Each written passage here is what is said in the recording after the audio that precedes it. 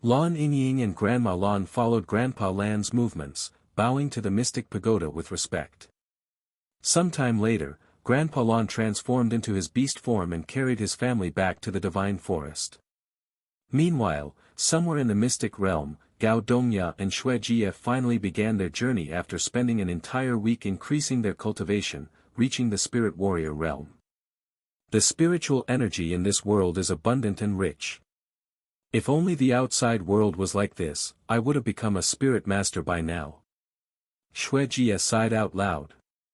Then she turned to look at Gao Dongya and asked him, "What should we do now? We still have no idea where disciple Yuan is. It would only be a waste of time if we look for him when we don't even know where we are, much less where he is. The only thing we can do right now is follow the plan and obtain as many points as we can with what little time we have left." Gao Dongya said. And he continued, "Hopefully, that's what he's doing as well." "What do you want to do then? Hunt for magical beasts for the next 3 weeks?" Xue Jie suggested, as that seemed to be the most efficient method of grinding points.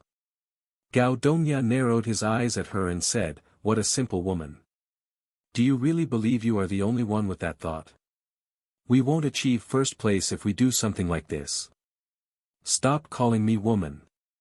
I have a name, Xue Jie. And do you really think we can take first place with just the two of us? Your ambition is too high. I don't know about you, but I always strive for the best results, and the best result for the mystic realm would be the mystic pagoda." Gao Dongya said in a calm voice. "The mystic pagoda? Humph. Nobody has opened that place up since ancient times. What makes you think you'll be able to open it? If I had your attitude, I would never be able to open it." Gao Dongya said, and he turned around and began walking. "Enough chit-chatting. We have already spent too much time increasing our cultivation. Since you're so smart, why don't you tell me where we can find the mystic pagoda?"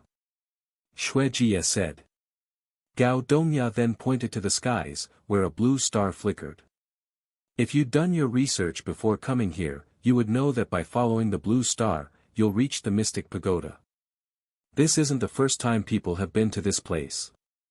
Seriously, why did the sect master even pick someone like you to come here if you're not taking this seriously?" Che. Xue Jie sucked her teeth at Gao Dongya's response that left her speechless. Thus, they began their journey towards the mystic pagoda, as was every other participant in the mystic realm. Normally, they would be hunting magical beasts and doing whatever they can to increase their points, but this year was different, as everybody wanted to ascend to the spirit heaven, where their career as a cultivator would surely reach a new level. Even if their sects were to receive a lower rank because of this, none of the participants cared. In their mind, since there was someone as monstrous as Yuan participating in the mystic realm, the only way they could beat someone like him was to go above and beyond and open up the mystic pagoda. Looks like all of the participants are heading towards the mystic pagoda. The observers outside the mystic realm noticed this. This year's mystic realm is truly a mess. Not only are the participants getting killed by a mysterious force, but they're also not following the routine. This is all because of Senior Nie's presence. One of the sect masters their side. Can you really blame them, though? If I was in their shoes, I would also be trying to do whatever I can to go to the spirit heaven. If I weren't so old and have an entire sect to take care of, I would also love to try to ascend. While the sect masters mumbled to each other, Senior Nie and the people in the spirit heaven spoke to each other. Do you think the mystic pagoda will finally open this year? One of the crystal balls asked. Most likely not, said another voice. Yeah, I highly doubt it as well. The mystic realm has existed for countless years with countless challengers, yet not a single person has managed to open the mystic pagoda. This year won't be any different. However, Senior Nie smiled and said, actually, there is one person who'd managed to open the mystic pagoda. There was someone like that? How come I have never heard of it? Half of the spectators were hearing this for the first time. Are you talking about the owner of the mystic realm, Elder Nie? Wait a second. The mystic realm has an owner. This is my first time hearing about this. Senior Nye nodded his head and said, it's not surprising some of you don't know about this since it's only mentioned in ancient scrolls regarding the mystic realm. Countless years ago, when the mystic realm still had no master, people could enter and leave the place at will. However, all of that changed when a certain individual, a certain young man entered the mystic realm and became its master. Wait a moment. One of the voices interrupted and spoke, you're telling me some youngster became the master of the mystic realm? How did that happen? Who is this young man? Nobody knows his identity. Senior Nye said. What? Nobody? How is that possible? A voice of disbelief quickly resounded. Because he was always wearing a mask. The only thing we know about this individual is that he's a young man, at least that's what people got from his voice. He entered the mystic realm, became its master, left the place, and he was never heard from again. Of course, this person also made new rules for the mystic realm and closed its doors. Now, only those with tokens are allowed to go inside. Then someone asked, what about the tokens? Where did we get them? It was given to the founders of our sect, and we have been hosting the mystic realm ever since then. Nobody besides the founders knows why we're doing this, but it's become a tradition of sorts, and nobody really questions it anymore. Senior Nye said to them. Heavens! And here I thought we were doing this because we're recruiting potential talents for our sect. One of the voices mumbled in a dazed voice. Honestly, that's how most of us see this nowadays, so regardless of what our founders were thinking, this is the outcome, said another voice. Meanwhile, inside the mystic realm, Wang Xiuying suddenly pointed to the tall building at the end of the horizon and said, look at that pagoda. I think that's the mystic pagoda. Yuan nodded and sped up a little, quickly approaching the pagoda in the distance. Sometime later, they arrived at the pagoda, and Yuan descended from the sky. We got here much quicker than expected since we flew here. Look at the door, this is definitely the mystic pagoda. Wang Xiuying pointed at the top of the door, where the words, Mystic Pagoda, were engraved. This place looks more ordinary than I'd anticipated, Yuan said as he looked at the Mystic Pagoda. You think so too? Wang Xiuying agreed with him, and she continued, I thought it would be more special, but I have seen similar buildings in the northern continent plenty of times by now. However, this place does give me a unique feeling that other places don't, but I cannot pinpoint what this feeling is exactly. Let's take a look around the place.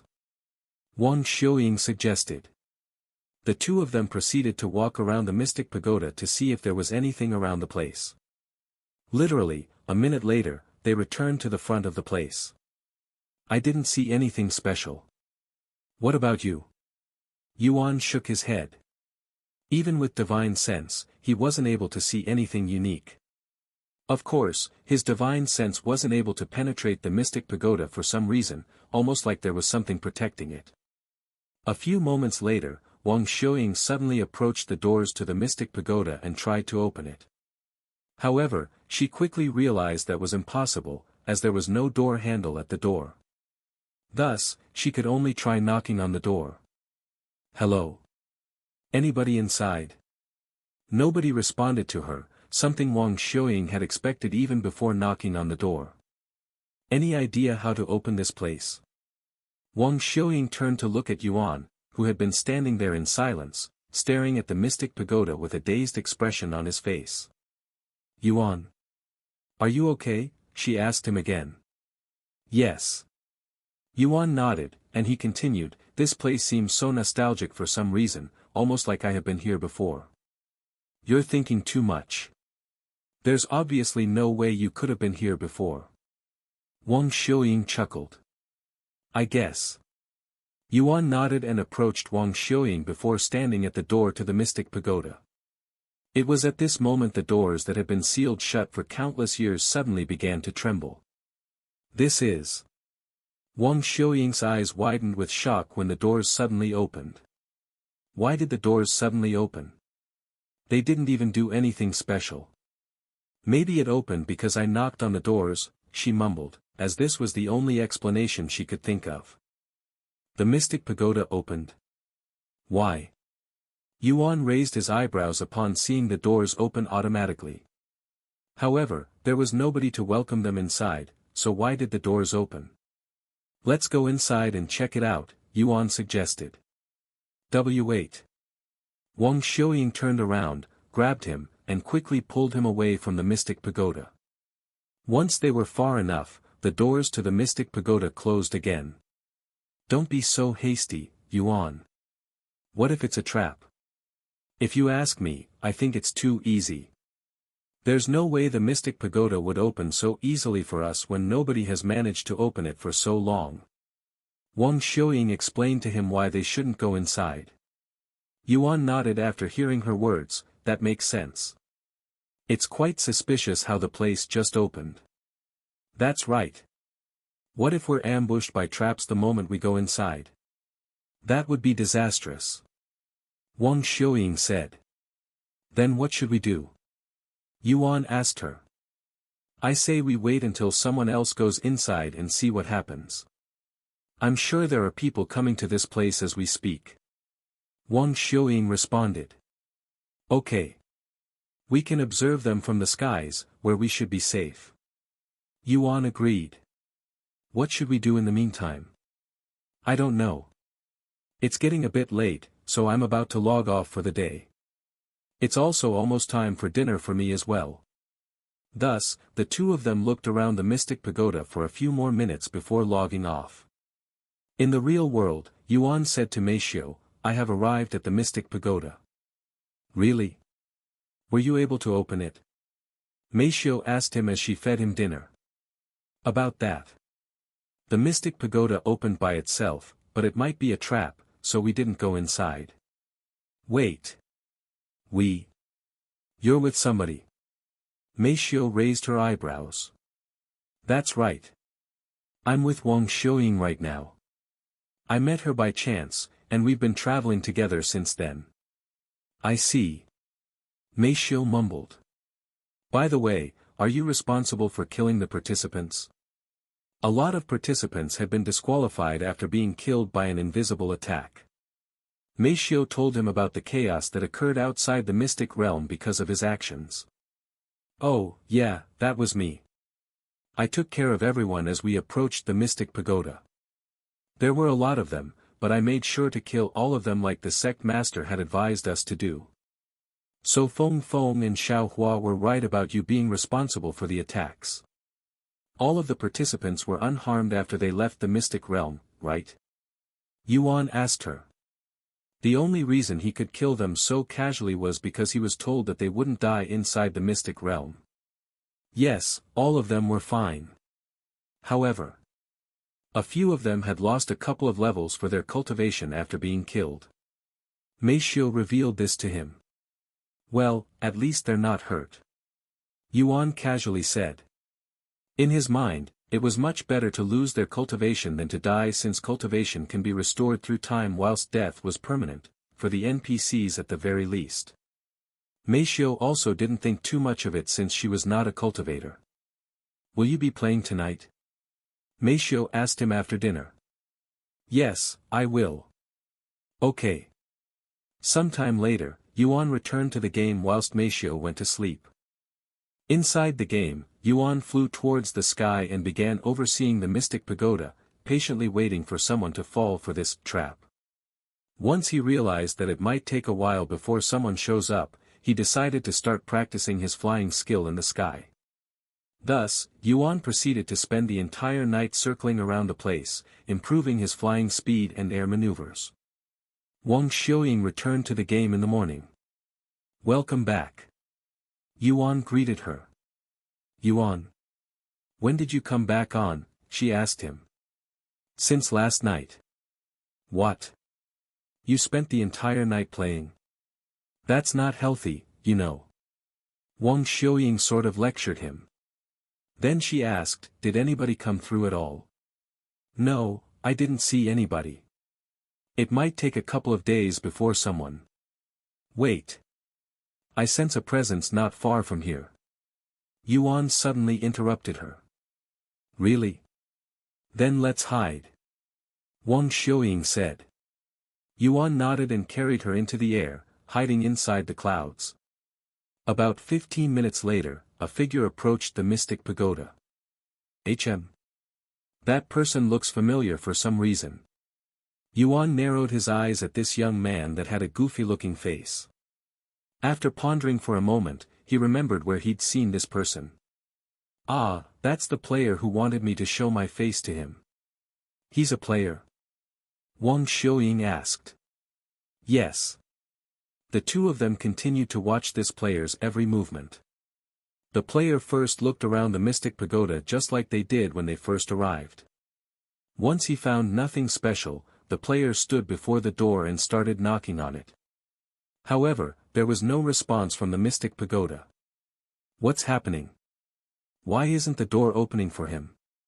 Wang Xiuying mumbled in a puzzled voice. Let's wait a little bit longer, Yuan suggested. A few minutes later, the player started kicking the door to the mystic pagoda, hoping to open it by force. Once the player realized that kicking the door wasn't doing him any good, he started hitting it with the ordinary sword in his grasp. Ding! The sword rebounded after striking the door, flying right out of the player's grasp. After retrieving the sword, the player tried hitting the door again multiple times. However, in the end, the mystic pagoda remained unharmed. It doesn't look like the mystic pagoda will open for him. Wang Xiuying said. Then there's no reason to keep him alive, Yuan said, immediately controlling the starry abyss to fly at the goofy-looking player, creating a hole in his face a second later. Once the player's corpse disappeared from the mystic realm, Yuan returned to the ground with Wang Xiuying. The door didn't open for that player. How weird. Wang Xiuying went to knock on the door again a few moments later, but there was no response this time.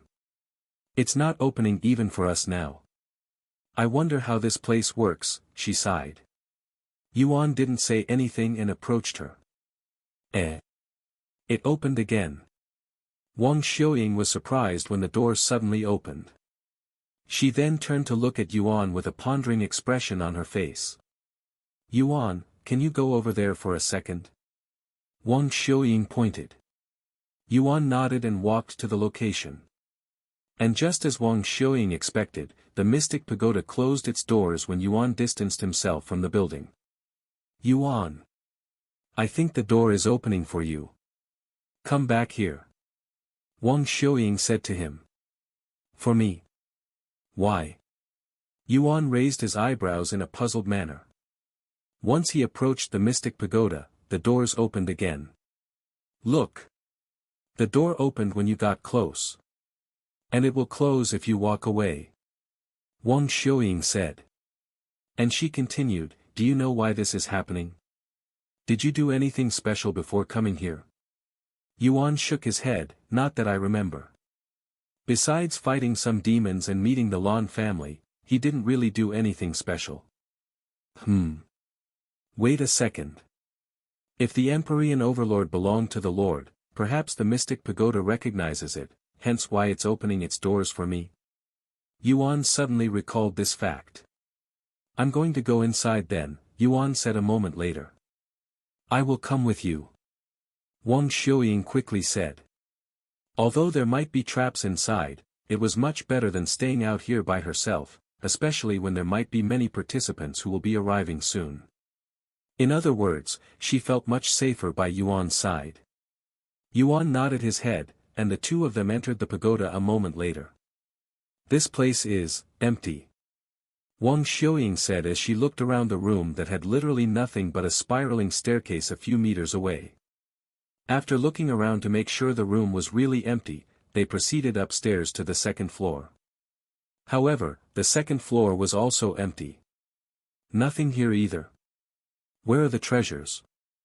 A place this difficult to get into should have at least a couple of heaven-defying treasures, right? Wang Xiuying sighed.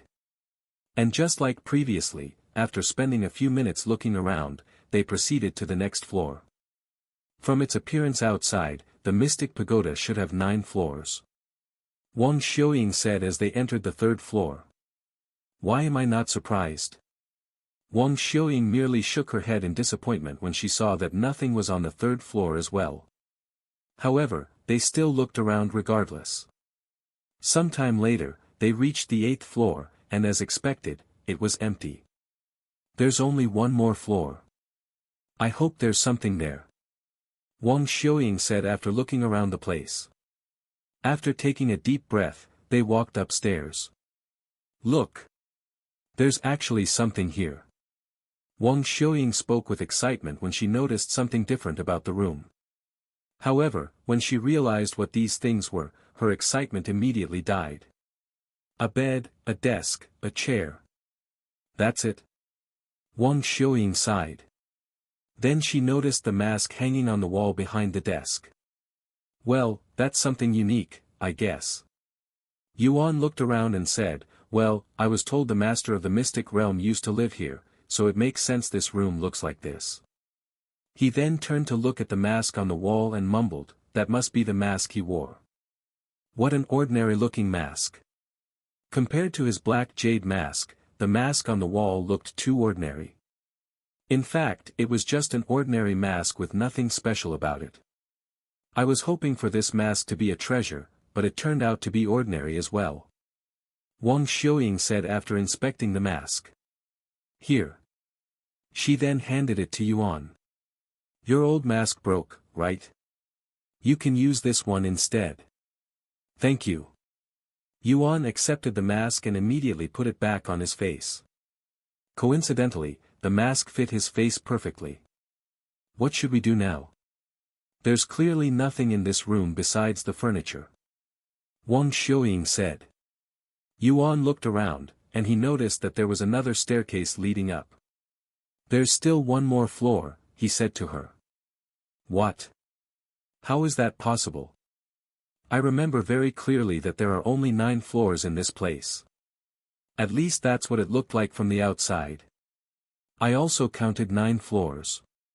Yuan agreed with her. Maybe it's a secret floor where the treasures are held. Wang Xiuying's eyes began flickering with excitement and hope again. Let's check it out. A few moments later, they climbed the staircase. The 10th floor was clearly much smaller than the other floors, almost like an attic or sorts. However, there was nothing on this floor as well, nothing physical at the very least. What do you think this drawing is? Yuan asked her as he looked at the complicated drawing on the floor. This looks like a magic circle. At least that's what they look like in movies. Wang Xiuying said. And she continued, but this is the cultivation world, so it's probably a formation.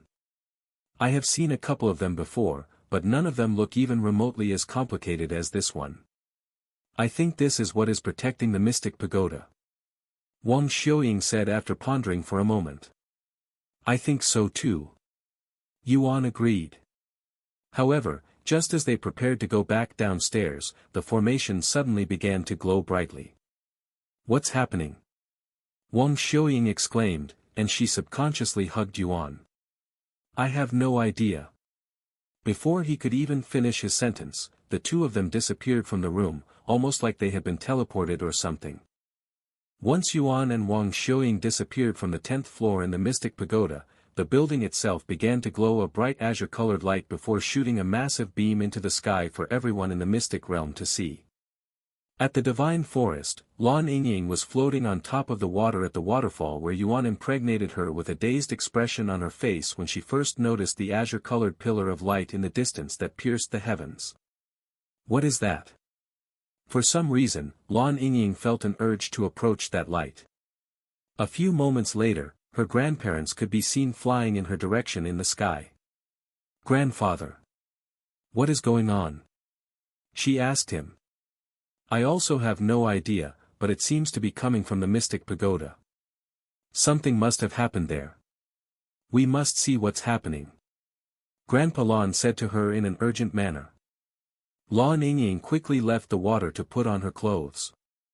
A few moments later, Grandpa Lan transformed into his beast form before carrying the other two into the skies, flying towards the direction of the beam. Meanwhile, outside the mystic realm, the spectators were shocked when they saw this azure-colored beam in the sky. However, They were not shocked because of the light itself.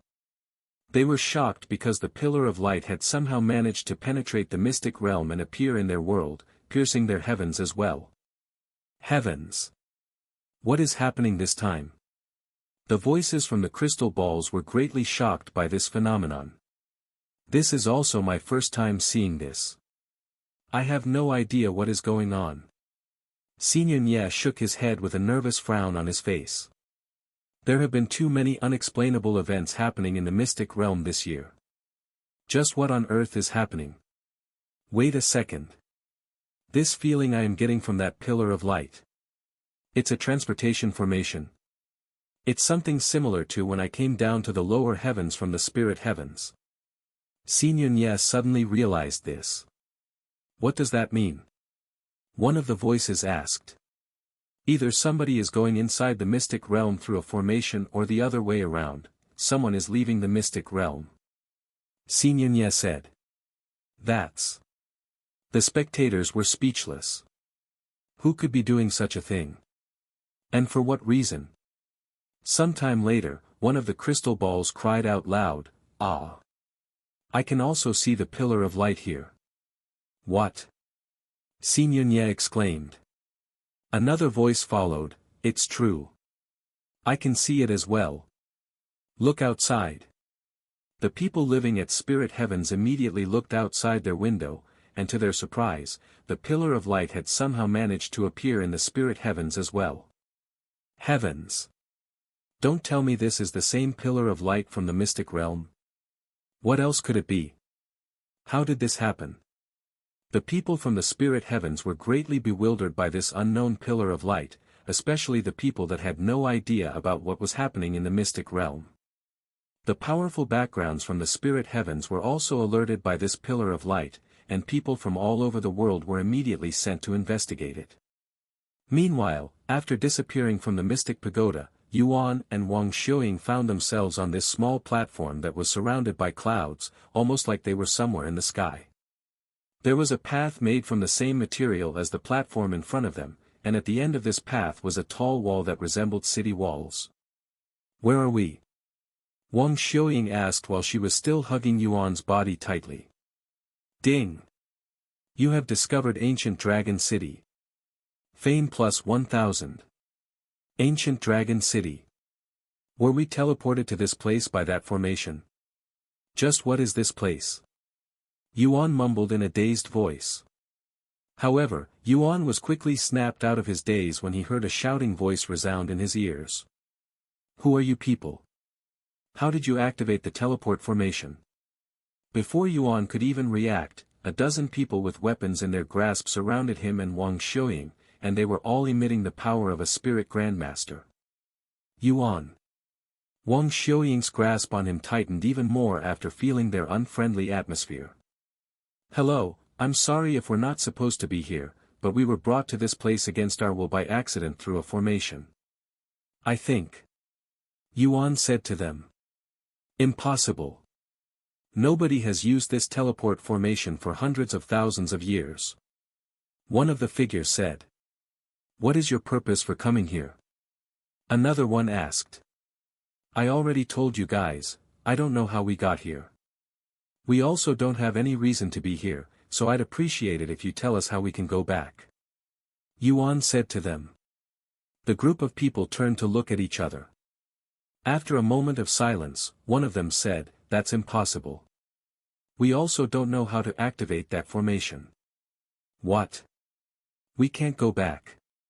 What about the mystic realm? Wang Xiuying exclaimed. Mystic realm. Don't tell me you're from the lower heavens. One of them recognized the mystic realm and asked. That's right. We came from the lower heavens. Yuan confirmed. After another moment of silence, the one leading them spoke, regardless of your situation, we are going to bring you in for further questioning. If you resist, we'll kill you right here. In their eyes, neither Wang Xiuying and Yuan were powerful enough to threaten them, especially not Wang Xiuying, who was a mere spirit apprentice, so they lowered their guard a little bit. There's nothing we can do now but listen to them, Yuan. Wang Xiuying said to him. Yuan nodded, okay, we'll cooperate. Thus, the group of spirit grandmasters began escorting Yuan and Wang Xiuying towards the city walls in the distance. Once they reached the gates, the spirit grandmasters stopped Yuan and Wang Xiuying and said to them, before you enter, you must wear these handcuffs. Really? Why are we being treated like criminals? Wang Xiuying frowned at the sight of these cuffs. Why? Because you guys broke the rules, so you're criminals in our eyes. One of them said. What? What rules did we break? We just got here. Wang Xiuying was in disbelief. Just by coming here without permission, you've broken one of our most sacred rules. But we arrived here by accident. We didn't come here because we wanted to. Regardless of your circumstances or situation, it's a fact that you've stepped onto our sacred soil without permission. Furthermore, you're humans. Humans are not allowed in this place. You're humans as well. Wang Xiuying refuted. The spirit grandmasters looked at each other before bursting out with laughter. Humans. Us. Ha ha ha. We only took the appearance of humans because it's more convenient to travel in such a small form. That's right. We also take up much less space in this form. This form. Wang Xiuying stared at them with wide eyes, finally realizing the situation. Don't tell me you're all magical beasts in human forms. I have heard about it, but this is my first time actually seeing it in person. Wang Xiuying's body trembled once she realized that they were not really humans, only monsters in human skin. That's right. We're all dragons. They all held a prideful expression on their faces at this moment. Dragons? You're all divine beasts. Yuan looked at them with surprise. What? Not all dragons are divine beasts. What an ignorant human. The dragons shook their heads at him. Anyways, enough chit-chatting. Hurry up and put on these handcuffs, or we'll consider this as resisting us and we'll kill you on the spot. Since they were outnumbered and were technically in the wrong for coming to this place without permission, Yuan and Wang Xiuying agreed to be cuffed without much fuss. Good. Now we can enter the city. Wang Xiuying looked at these cuffs with a frown on her face, and she spoke, Yuan. I don't feel so good. It's like these cuffs are draining my strength. Really? Yuan raised his eyebrows since he didn't feel such effects. These are special cuffs that will seal the cultivation of anyone wearing them, mostly humans. As long as you wear these, you won't be able to use your cultivation and cause any troubles. As if we'd cause any trouble. Wang Xiuying exclaimed. It's better to be safe than sorry, and we only have these kinds of shackles in this place, so it's not like we have a choice. The dragon said to them before bringing them into the city. Once they were inside the city, the dragons brought Yuan and Wang Xiuying into this building before tossing them into a jail cell. The two of you will stay right there until our supervisor comes for questioning, said the dragons before leaving them alone. I can't believe it. To think we'd become criminals and even tossed into a jail cell. Wang Xiuying sighed, as this was a completely new experience for her. We'll be fine as long as we cooperate with them, Yuan said to her. This is all that damned Mystic Pagoda's fault. Why did it bring us here? Are we still inside the Mystic Realm? If not, does this mean we have failed the event since we technically left the place? I have so many questions. Wang Xiuying sighed out loud. There's nothing we can really do since we're already in this place. Once they let us go, we will find a way back home. Yuan said. You're really optimistic, huh? What makes you think they'll release us? What if they keep us here forever? But we didn't do anything wrong. Why would they keep us here forever? Yuan tilted his head with an innocent expression on his face. You really don't understand, huh? These people are not human, Yuan. They're all magical beasts. I wouldn't be surprised if they treat humans like trash. Even worse, food. Wang Xiuying shuddered at the thought of being eaten by dragons. If anything happens, we can simply log off, Yuan said. But we won't be able to log back on afterward since they'll be waiting for us. In other words, we won't be able to play until we have other players rescue us. But who could possibly rescue us when we don't even know where we are?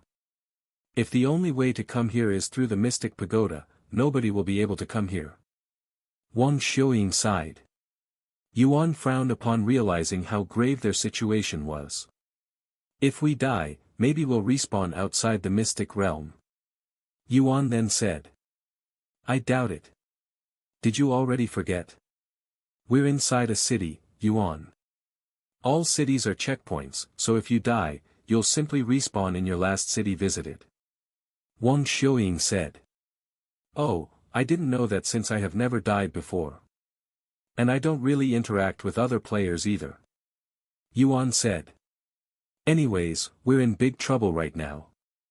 Hopefully, these dragons don't have any grudges with humans. Wang Xiuying sighed. About half an hour later, a figure finally entered their room and stood before their jail cell. Hello. Yuan greeted this middle-aged man wearing silver armor that had a dragon design on his chest and 2 dragon heads on his shoulders. This middle-aged man didn't respond to his greetings, merely staring at them with a solemn expression on his face. How long has it been since I last saw humans? 10,000 years? 100,000 years? I don't remember. However, the stench you humans give off. I will never forget it. The middle-aged man mumbled with a look of disdain on his face. Wang Xiuying swallowed nervously after hearing his words. Clearly, this guy doesn't like humans. Which meant their chances of surviving this nonsense just dropped significantly. After a moment of silence, the middle-aged man spoke. I will now ask you questions. If anything that comes out of your mouth is not related to the question, I will have you both executed. Do you understand? Yes. Wang Xiuying quickly nodded. Yuan nodded silently. Once Yuan and Wang Xiuying nodded their heads, the middle-aged man began to speak. First question, how did you two use the teleport formation to get here? We don't know. Wang Xiuying said, and she continued, we were standing on this formation, and before we knew it, we were already teleported to this place. After a moment of silence, the middle-aged man continued, second question, where were you guys before this? Where is this formation that you spoke of? It was inside this building that is also within this place called the Mystic Realm. The Mystic Realm? The middle-aged man frowned and turned silent again. Third question, what is your purpose for coming here? As we'd already said countless times by now, we didn't come here by choice. We have no reason to be here. Yuan said. Last question. What are your backgrounds? The middle-aged man narrowed his eyes and stared at them with a sharp gaze. We're just disciples within the lower heavens. We were participating in this event that required us to enter the mystic realm, and after exploring the place, we ended up here. Wang Xiuying said. Sometime later, the middle-aged man turned around and prepared to leave the room. W8. What about us? Wang Xiuying asked him in a nervous voice. You'll be staying here for a little longer while I verify some information. Don't worry, as much as I hate you, humans, I don't kill unnecessarily. The middle-aged man said to them before leaving the room. Phew. At least they won't immediately kill us. Wang Xiuying released a relieved sigh. Thus, the two of them continued to wait inside the jail cell. Meanwhile, outside the building, the middle-aged man made his way to this massive palace, which took him about an hour of flying. Captain Cheng. The guards at the bottom of this palace greeted this middle-aged man wearing silver armor. I'm here to see the royal family regarding the teleport formation that had recently been activated, he said. The royal family is already expecting you. Captain Cheng nodded his head and proceeded to walk the steps to the palace on the top. Even though he could simply fly up there, he didn't dare to do so since it was a sign of disregard and disrespect for the royal family that lived in this place.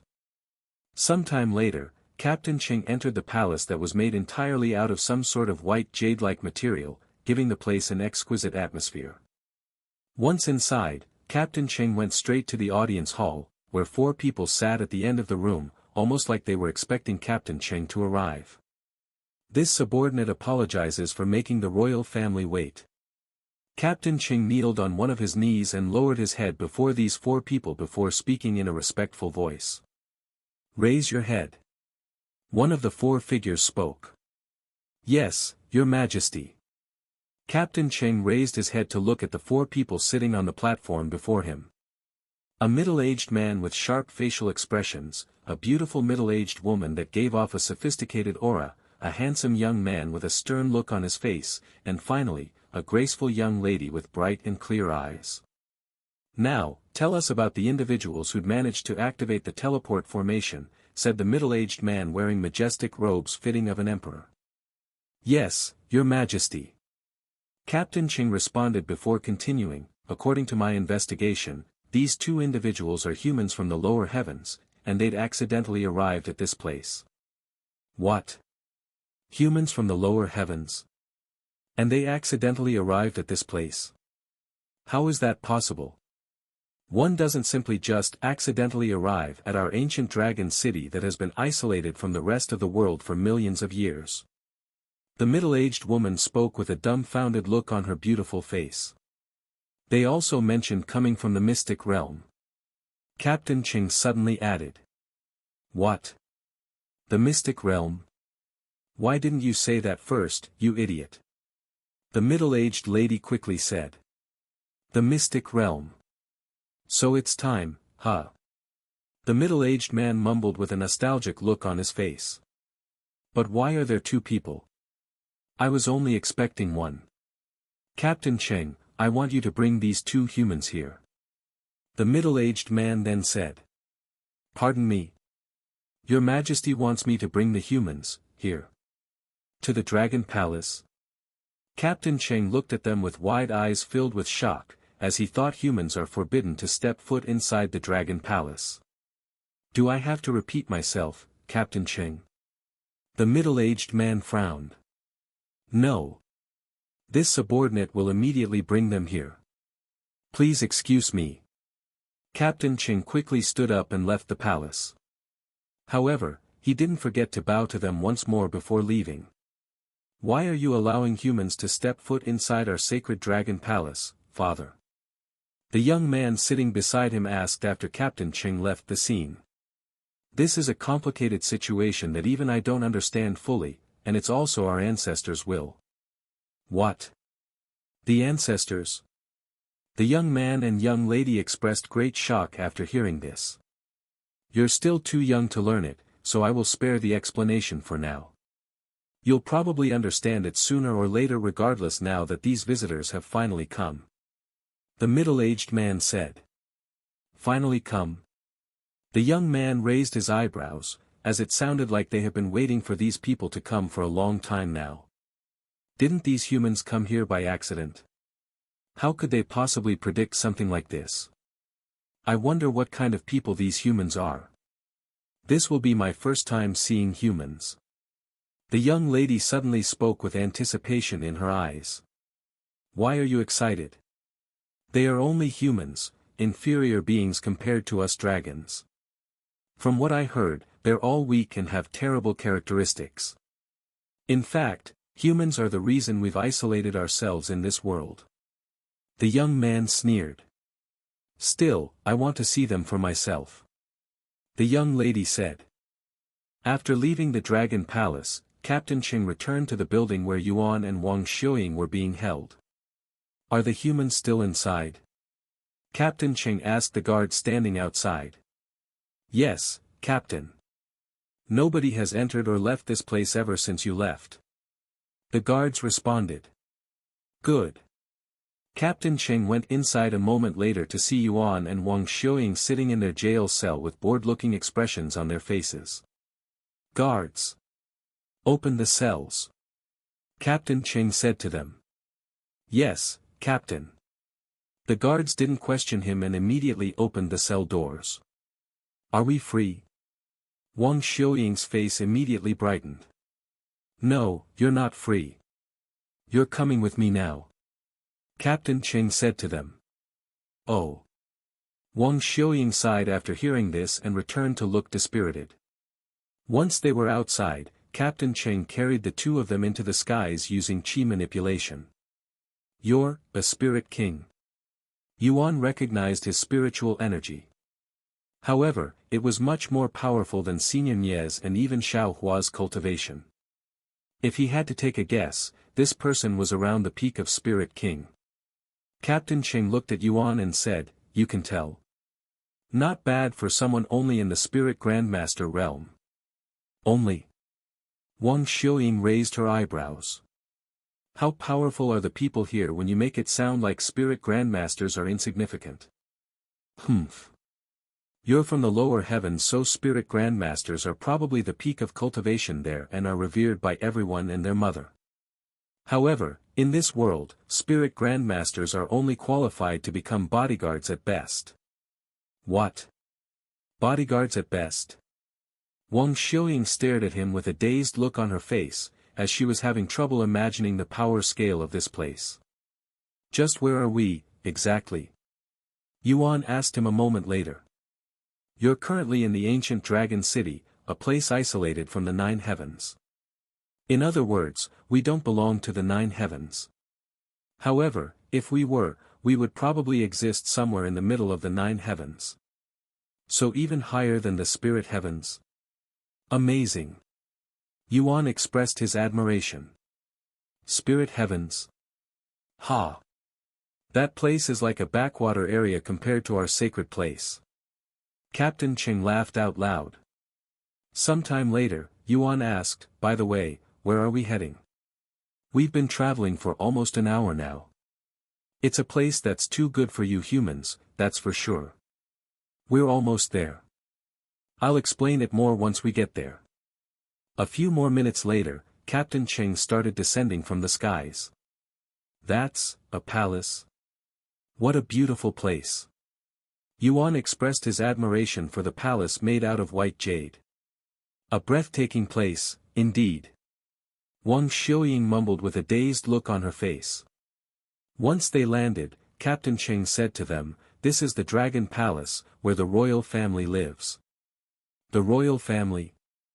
Wang Xiuying swallowed nervously. These people sound like incredible big shots. Why were they brought here? To meet the royal family? I will warn you now, and I will only warn you once. If you show even the slightest disrespect or hostility towards the royal family, I will immediately kill you on the spot. Captain Cheng warned them with a stern look on his face. Do you two understand? Yes. They quickly nodded. Good. Then follow me. Captain Cheng then led them to the staircase where other guards were stationed. Wow, they're really all spirit grandmasters.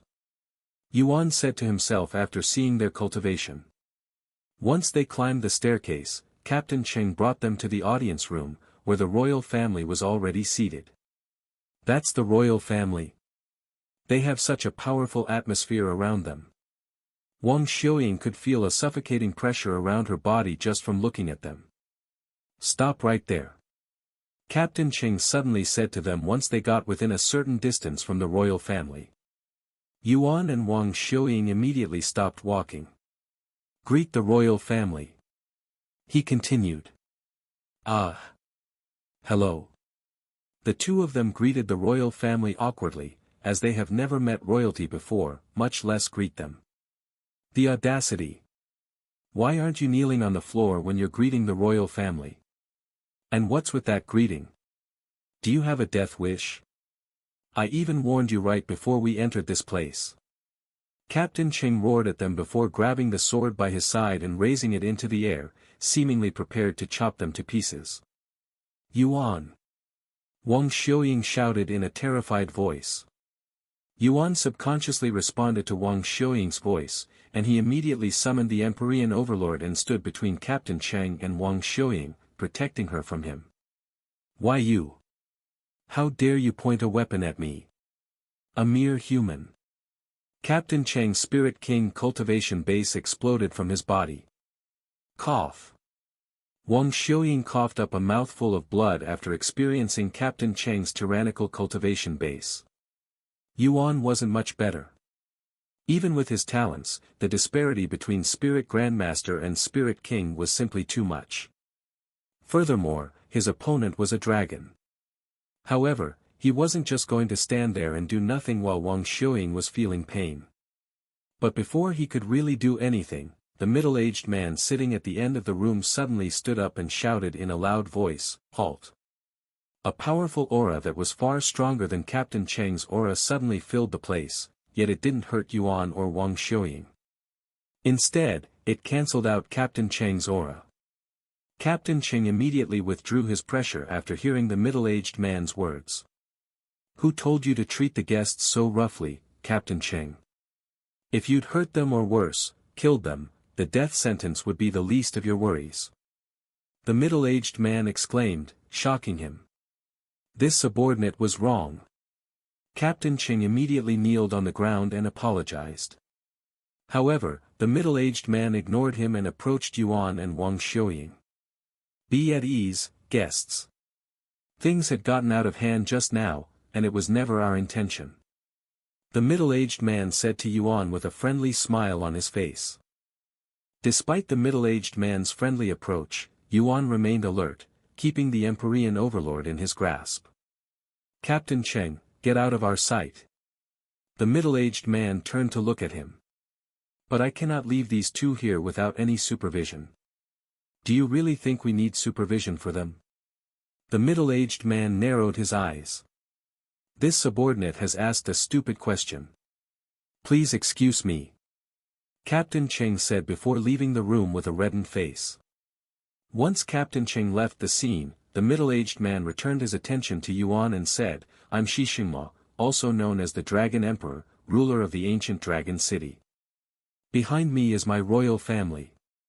The middle-aged woman nodded her head and said, "I'm Shi Mingzi, also known as the Dragon Empress."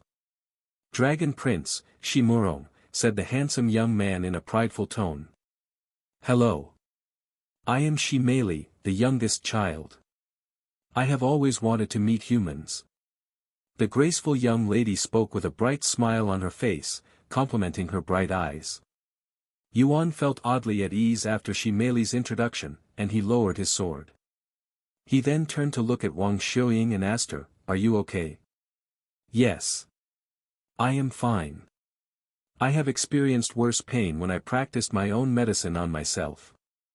She nodded her head after wiping the blood from her lips. "Here, let me help you get these cuffs off." The Dragon Emperor snapped his fingers, causing the cuffs to open and fall onto the ground. Once the situation calmed down, the Dragon Emperor returned to his seat and said to them, "I have heard the situation from Captain Cheng. You two arrived here by accident after encountering a formation in the mystic realm, correct?" "That's right." Yuan nodded. After sitting there in silence with a pondering face, the Dragon Emperor spoke, "Come with me. I want to confirm something, whether it's all just a big coincidence or you're really the one." "Confirm what?"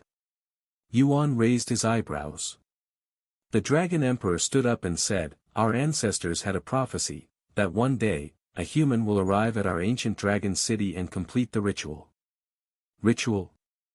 Wang Xiuying and Yuan looked at each other. This sounded dangerous in its own ways. "Come with me, I'll show you," the Dragon Emperor said as he walked out of the room. Yuan and Wang Xiuying followed him. Not that they really had a choice in the first place. "Hey, why are you wearing a mask?" The Dragon Princess, Shi Meili, suddenly appeared beside Yuan and asked him with a curious gaze on her pretty face. "Oh, I have my reasons. But if you want me to take it off, I don't mind, since that reason doesn't apply in this place," Yuan said. "I want to see your face if you don't mind," Shi Meili said. Yuan nodded and removed the mask on his face, revealing to them his handsome and young face. "Good enough." "Yes, you look much better than I'd imagined," Shi Meili chuckled. "I'll take that as a compliment." Yuan smiled. "What's the outside world like? Are there a lot of humans?" Shi Meili then asked. Yes, there are. The only thing different outside is that we're not surrounded by clouds like we're here. This reminds me, are we somewhere in the sky or something? Yuan then asked. Nope. That's just how this world is. The ground is made of clouds, and the sky also has clouds. I see. What a mythical place. Yuan nodded. Sometime later, they arrived at the ritual site, which was a couple of miles behind the Dragon Palace. The ritual site itself wasn't anything too special. There were 9 dragon statues placed in a circle formation, and in the middle of this formation was a crystal ball shaped like a dragon's head. What are we supposed to do here? Yuan asked them. Do you see that crystal ball in the middle? The Dragon Emperor asked him, and he continued without waiting for a response, that is the crystal of fate. If you drop your blood onto it, the crystal of fate will evaluate your talents, and the dragon statues will release a pillar of light that corresponds to your talents. If you can somehow make all 9 dragon statues release a pillar of light, a treasure will reveal itself. This treasure was left behind by our ancestors, and we have been trying to obtain it for millions of years now. However, we've never been able to release all 9 pillars of light, only 7 at most. Now this is where their prophecy comes into play. They said that one day, someone, a human will arrive in our world and release all 9 pillars of light. As if a mere human could possibly have more talents than us dragons. The Dragon Prince suddenly snorted. He then looked at Yuan and said, just so you know, I have managed to release 7 pillars of light. And I am recognized as one of the most talented dragons since our ancestors' era. If you can release more pillars of light than I did, I will lower my head and call you boss. Yuan was at loss for words. By the way, I also managed to release 7 pillars of light. Shi Meili said a moment later. Now which one of you would like to go first? The prophecy only mentioned a single human, so I wasn't expecting 2. The Dragon Emperor said to them. Yuan then said, if we help you in this ritual, will you help us return to our own place? As in return to the mystic realm? That's going to be a little tricky since it's been a long time since anyone has left this world, but we'll try to assist you to the best of our abilities. I understand. Yuan nodded, then he turned to look at Wang Xiuying and asked her, do you want to go first? I do. Wang Xiuying immediately nodded her head. Okay, then this young lady shall go first. The Dragon Emperor nodded his head at Wang Xiuying. Wang Xiuying then approached the crystal ball in the middle of the formation. I just need to drop some of my blood onto this crystal ball, right? She asked for confirmation. That is correct. You may use the dagger beside the crystal of fate to release your blood. Just a few drops will be enough. The Dragon Emperor nodded. Wang Xiuying grabbed the cool-looking dagger with a dragon design on the handle and poked a small hole on the tip of her finger. She then squeezed a few drops of blood onto the crystal ball. The crystal ball immediately absorbed her blood and began glowing a subtle golden light. A few seconds later, one of the dragon statues emitted a golden aura before shooting into the sky. A few more seconds later, a second dragon statue released a pillar of golden light into the sky. Then, a third pillar of light appeared in the sky for all of the people in the city to see. Someone is partaking in the Dragon Awakening ritual. Who could it be? The people in the city stopped whatever they were doing to spectate the ritual like they always do. However, the ritual ended sooner than the people had expected, as the pillars of lights had stopped at 3. Which trash is participating in the ritual? 3 pillars of light. That's pathetic. When was the last time someone released only 3 pillars? I don't remember. The people spectating the ritual from afar burst out laughing when they saw the results. Meanwhile, at the ritual site, Shi Murong slapped his thighs and laughed out loud, 3. Ha ha ha. How laughable. I guess you're not the one. The Dragon Emperor shook his head at Wang Xiuying, who returned with a somewhat embarrassed expression on her face. Don't mind it, young lady. Releasing 3 pillars of light is actually very good for someone from the lower heavens. You should be proud of yourself. She merely approached Wang Xiuying to comfort her. Thank you, Dragon Princess. Wang Xiuying said with a slight smile on her face. I am serious, young lady. Releasing 3 pillars of light is an incredible feat for a human. This dragon awakening ritual is meant for dragons. If other humans in the lower heavens were to take this ritual, they might not even be able to release a single pillar. She merely reassured her that it was nothing to be embarrassed about. If you say it like that, I guess. The smile on Wang Xiuying's face became less stiff and more genuine. Young man, it's your turn. The Dragon Emperor looked at Yuan. Since Wang Xiuying failed, it was very likely that Yuan is the person mentioned in the prophecy, but there is also the chance that neither of them has anything to do with the prophecy and that they truly arrived in this place by accident. Sometime later, Yuan approached the crystal ball shaped like a dragon's head and took a deep breath. He then dropped some of his blood onto it. Once the crystal ball absorbed his blood, it immediately began to glow golden, and it was emitting a light that was noticeably more colorful than Wang Xiuying's attempt. A few seconds later, the first pillar of light was released, piercing straight into the heavens. The second pillar appeared a few more seconds later, as did the third and fourth. Look! Someone else is partaking in the dragon awakening ritual. 4 pillars, huh? At least this person is already better than the last one. Obtaining 3 pillars will guarantee that they will reach Spirit Grandmaster. 4 pillars mean they have the talent to reach Spirit Lord. A few seconds later, the 5th pillar appeared. 5 pillars.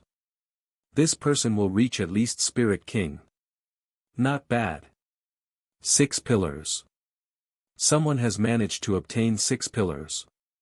This person is, without a doubt, a genius. Spirit Emperor is guaranteed for this person as long as he or she lives long enough.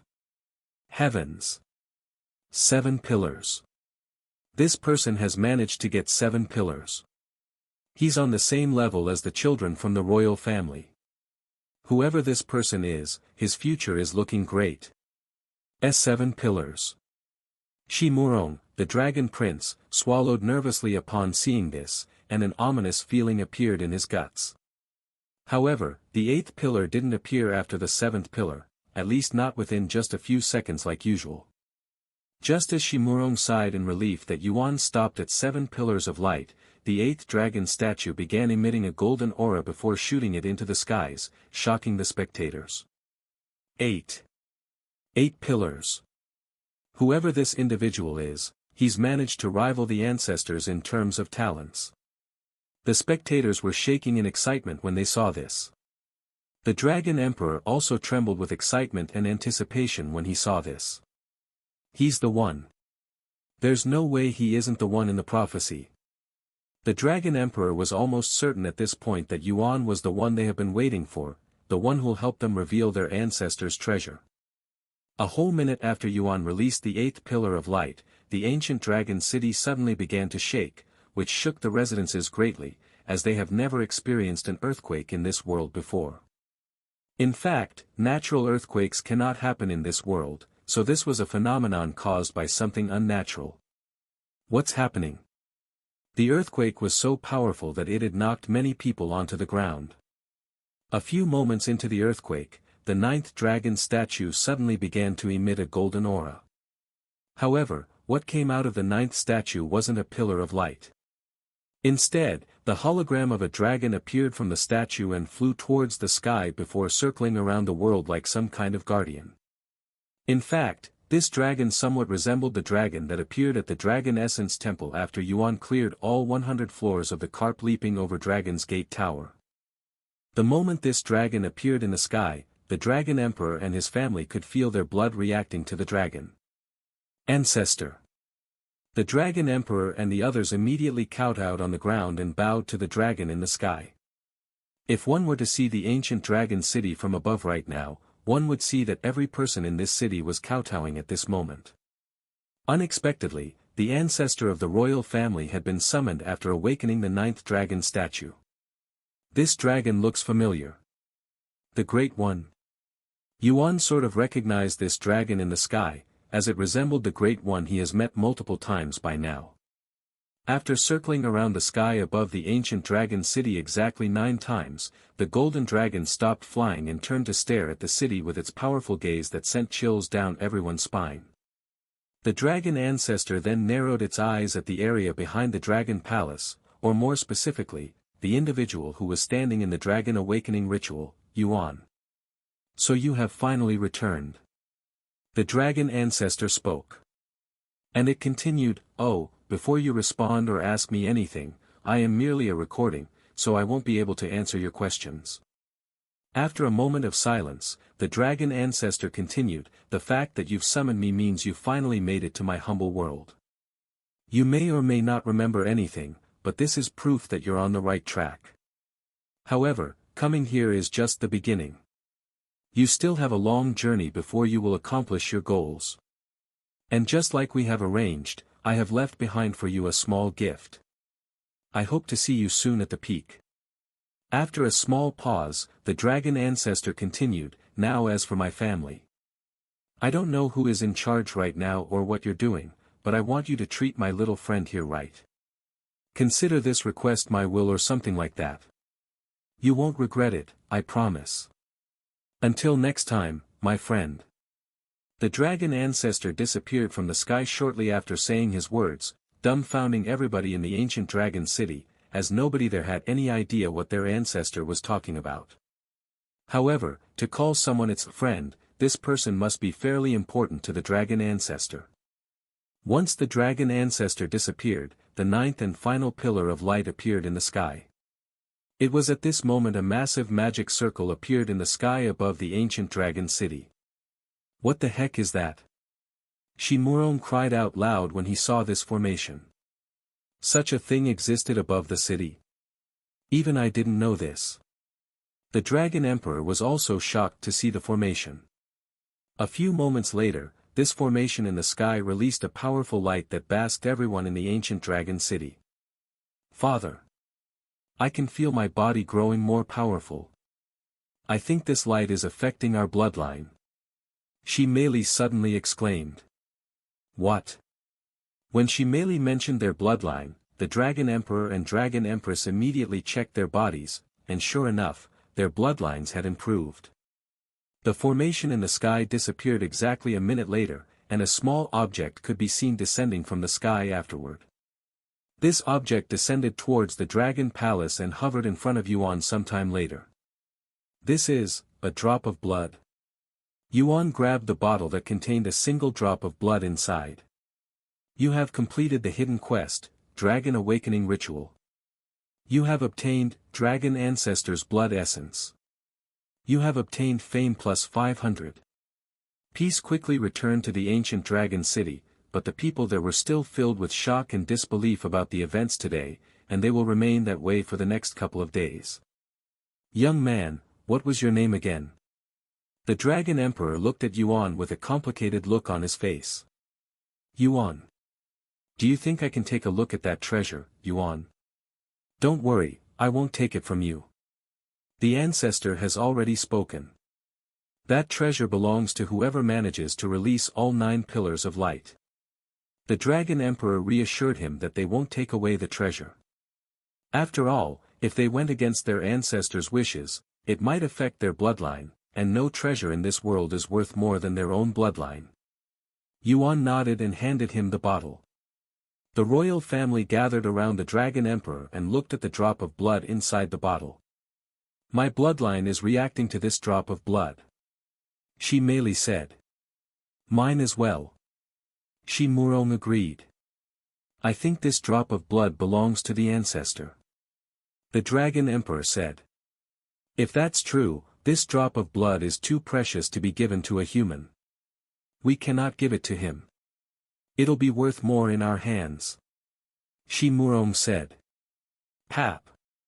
Shimurong suddenly cried out loud in a painful voice when the Dragon Empress slapped him. She then said with a frown on her face, Were you asleep just now when the Dragon Ancestor spoke? The Dragon Ancestor wants this treasure to be given to Yuan, so it will be given to him. No questions asked. Unless you want to challenge the dragon ancestor. I don't dare. Shi Murong quickly said. Challenge the dragon ancestor who dominated the 9 heavens and created this utopia for them? He'd be cursed to death by everyone around him regardless of his status as Dragon Prince. Sometime later, the Dragon Emperor handed the bottle back to Yuan and said to him, "Please take care of this treasure, Yuan. This drop of blood is worth more than you can possibly fathom. It's not something a human being should hold if I have to be completely honest with you." I understand. Thank you. Yuan nodded and accepted the bottle of blood. Do you have something I can use to hold it? I don't have my spatial ring with me. The Dragon Emperor nodded and said, "Of course. We have plenty of those. Come with me." Sometime later, Yuan and Wang Xiuying followed the royal family back into the Dragon Palace. Congratulations, Yuan. You've managed to obtain a treasure that even immortals would kill for. Shi Mei said to him. Immortals? How powerful are immortals? Yuan asked.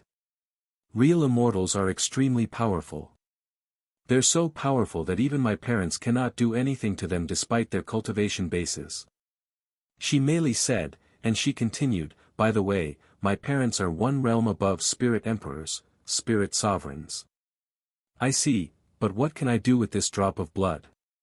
Can I consume it? Yuan then asked. After all, he's already consumed phoenix blood before. Yes. You can consume it to increase the grade of your bloodline. And depending on your bloodline, it might increase the grade of your bloodline by more than 1 grade. Crazy, right? Humans would go to war for this drop of blood. Shi Mei said. How lucky, Yuan. You have once again obtained something incredible. Wang Xiuying congratulated him. And she continued, I'm beginning to understand how you were able to achieve the things you had achieved. It just happens, Yuan said with a smile on his face. Sometime later, the Dragon Emperor handed Yuan a spatial ring. Here, you can use this to store your treasures. Dragon Spatial Ring. Grade, Heaven. Mental strength required, 25,000. Description, a pouch that contains its own space. Much larger than normal spatial rings. Can hold a few hundred watermelons inside. Thank you. Yuan accepted the ring before storing the dragon ancestor's blood essence inside. Now, regarding your way back to the lower heavens. We can try to activate the teleport formation you guys came from, but that will require some time and research since it's been a very long time since we last used it. The Dragon Emperor said to them. How long do you think it'll take, Senior Shi? Wang Xiuying asked him. At least a week, he responded. A week, huh? As long as we can get back before the Mystic Realm event ends. She nodded. You can stay here in the meantime. I will assign some servants to you. I will do it. Shi Mei suddenly interrupted, even volunteering for the job. You will. Her father looked at her with raised eyebrows. You guys don't mind, right? I want to spend as much time as I can with you two before you leave this place. Who knows, maybe this will be my last time seeing humans. Shi Mei said. I don't mind, Yuan said. Me neither. Wang Xiuying agreed. Great. Lunch is about to be served, so we can decide what you want to do afterward. Maybe I can show you around the city or something. Shi Mei suggested. That sounds like a great idea. As someone who loves to explore, Yuan agreed with her suggestion. Shi Mei then brought them to the guest room, where they drank tea and talked about random things until lunch was prepared. What's life like here? You can't leave this place, right? It reminds me of the people inside the mystic realm since they also cannot leave that world. Yuan asked Shi Mei. It's not that we cannot leave this place. We can leave whenever we want, but nobody really wants to go outside. Shi Mei revealed to him. Really? Why? Aren't you bored of staying in this one place for the rest of your life? Yuan then asked. Although I don't know how big the outside world is, I was told that the ancient dragon city was comparable to an entire continent outside. And while it does get boring sometimes, at least we're safe in this world. I heard from my parents that the outside world is incredibly dangerous with life-threatening existences roaming everywhere. In this world, people rarely die from unnatural causes, and everyone can live for tens of thousands of years without any worries. What an incredible place. It sounds almost like a paradise. Wang Xiuying said, feeling a little envious of their peaceful life. Yes. She merely nodded her head with a bright expression on her face, and she continued to speak. Furthermore, everyone in this world is from the dragon race, so we don't have to worry about arguing with the other races, which is incredibly common in the outside world from what I heard. I see. By the way, what cultivation are you?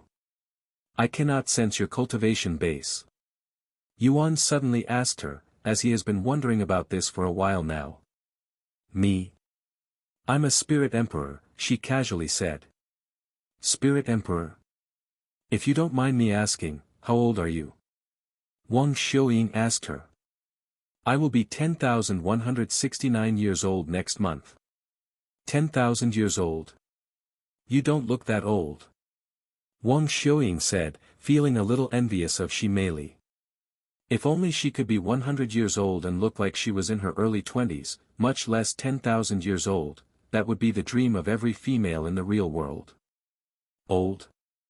I'm still very young. My brother is almost 30,000 years old. As for my parents, they're well over 100,000 years old. Shi Meili said. What's the average lifespan for an ordinary dragon? Yuan asked out of curiosity. About 50,000 years, but that number increases drastically with cultivation. 50,000 years. Yuan mumbled in a dazed voice. The cultivation world is truly unfathomable and filled with wonders. What about you two? How old are you? Shi Meili asked them next. I'm 18 years old. Wang Xiuying said. I'm also 18 years old, Yuan said. Wait. You're only 18 years old.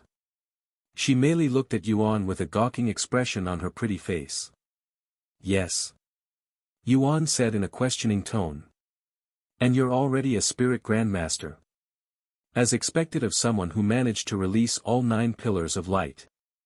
Your talents are truly terrifying. Shi Meili said. Sometime later, a servant notified them that lunch was prepared. Let's go eat for now. We can talk more later. Shi Meili said, escorting them to the dining room shortly after. Once Shi Meili brought them to the dining room, they were greeted by a large table that was filled with food from the center to the edge of the table. There was so much food on the table that it looked like a feast for 100 people. Wang Xiuying was left speechless by this. Surely, they didn't have to cook that much food for just 6 people, right? That's a lot of food, Yuan said out loud after seeing it. Shi Meili chuckled and said, we're dragons, we eat a lot. Come, take a seat. The Dragon Emperor said to them with a bright smile on his face, clearly in a very blissful mood. A few moments later, once they were all seated, the Dragon Emperor spoke again, Yuan, I will raise this cup for you, who released all 9 pillars of light and made history today, even helping us improve our bloodlines. Thank you, Yuan. The Dragon Empress also raised her cup. Che. As much as I hate to admit it, you're pretty good for a human. Shi Murong also raised his cup. After spending some time alone, Shi Murong realized that Yuan wasn't like the other humans and that he was qualified to be acknowledged by them. If I remember correctly, you promised to address Yuan as boss if he managed to release more pillars than you, elder brother. Shi Meili reminded him as she raised her cup. Shut up. Why did you have to remind him? Shi Murong's face quickly flushed with redness. Go ahead. Eat whatever you want and as much as you want. The Dragon Emperor said to them before digging in. The royal family immediately started grabbing the food and tossed them into their mouths, taking large bites and eating them in a somewhat barbaric manner, completely unbefitting of their status. Wang Xiuying was left speechless by their eating manner, but when she thought about it, they were not human, and their eating resembled how magical beasts would eat their food. Wow, these foods have so much spiritual energy in them. They taste great. Yuan exclaimed after swallowing a mouthful of food. Almost everything on this table was raised by the royal family. I'm glad you like it. The Dragon Emperor laughed. I can feel my cultivation base soaring just from eating. I have never experienced this before. Wang Xiuying managed to enter the spirit warrior realm after swallowing a few mouthfuls of food. Most of them are raised to spirit grandmaster before we eat them, so you're consuming spirit grandmaster spiritual meat. You'll most likely increase a few more levels during this lunch. Shi Meili said to her. Spirit grandmaster spiritual meat. I don't know about the spirit heavens, but the lower heavens definitely don't have such luxury. Wang Xiuying mumbled, and she quickly began stuffing more food inside her mouth, as this was a great opportunity to raise her cultivation easily. It was the right choice to follow Yuan. If I continue following him, who knows what might happen. I might even become a top player just by following him. Wang Xiuying thought to herself. Unfortunately, I am not playing this game to become the best player out there. Since her main objective was to find a cure for Yuan in this vast cultivation world, she will be focusing on that. If I can go to the spirit heavens, I will be able to learn even more things. I might even find a cure for Yuan. Wang Xiuying thought. Sometime later, once they had consumed over half of the food on the table, the royal family began worrying if they would have enough food or not, as they had underestimated Yuan's eating capabilities. Heavens! This human's appetite is as big as us dragons. And dragons are known for having huge appetites compared to the other races. Shi Murong cried inwardly when he realized how much Yuan had eaten. Meanwhile, Wang Xiuying had stopped eating long ago, and she was on the verge of collapsing from eating too much. However, she'd managed to increase her cultivation base to 9th level spirit warrior from her effort. Tell the cooks to bring us more food. And tell them to not stop cooking until I say so. The Dragon Emperor commanded the servants there, as he wasn't going to risk running out of food, which would be an embarrassment for their family. A royal family running out of food during a feast.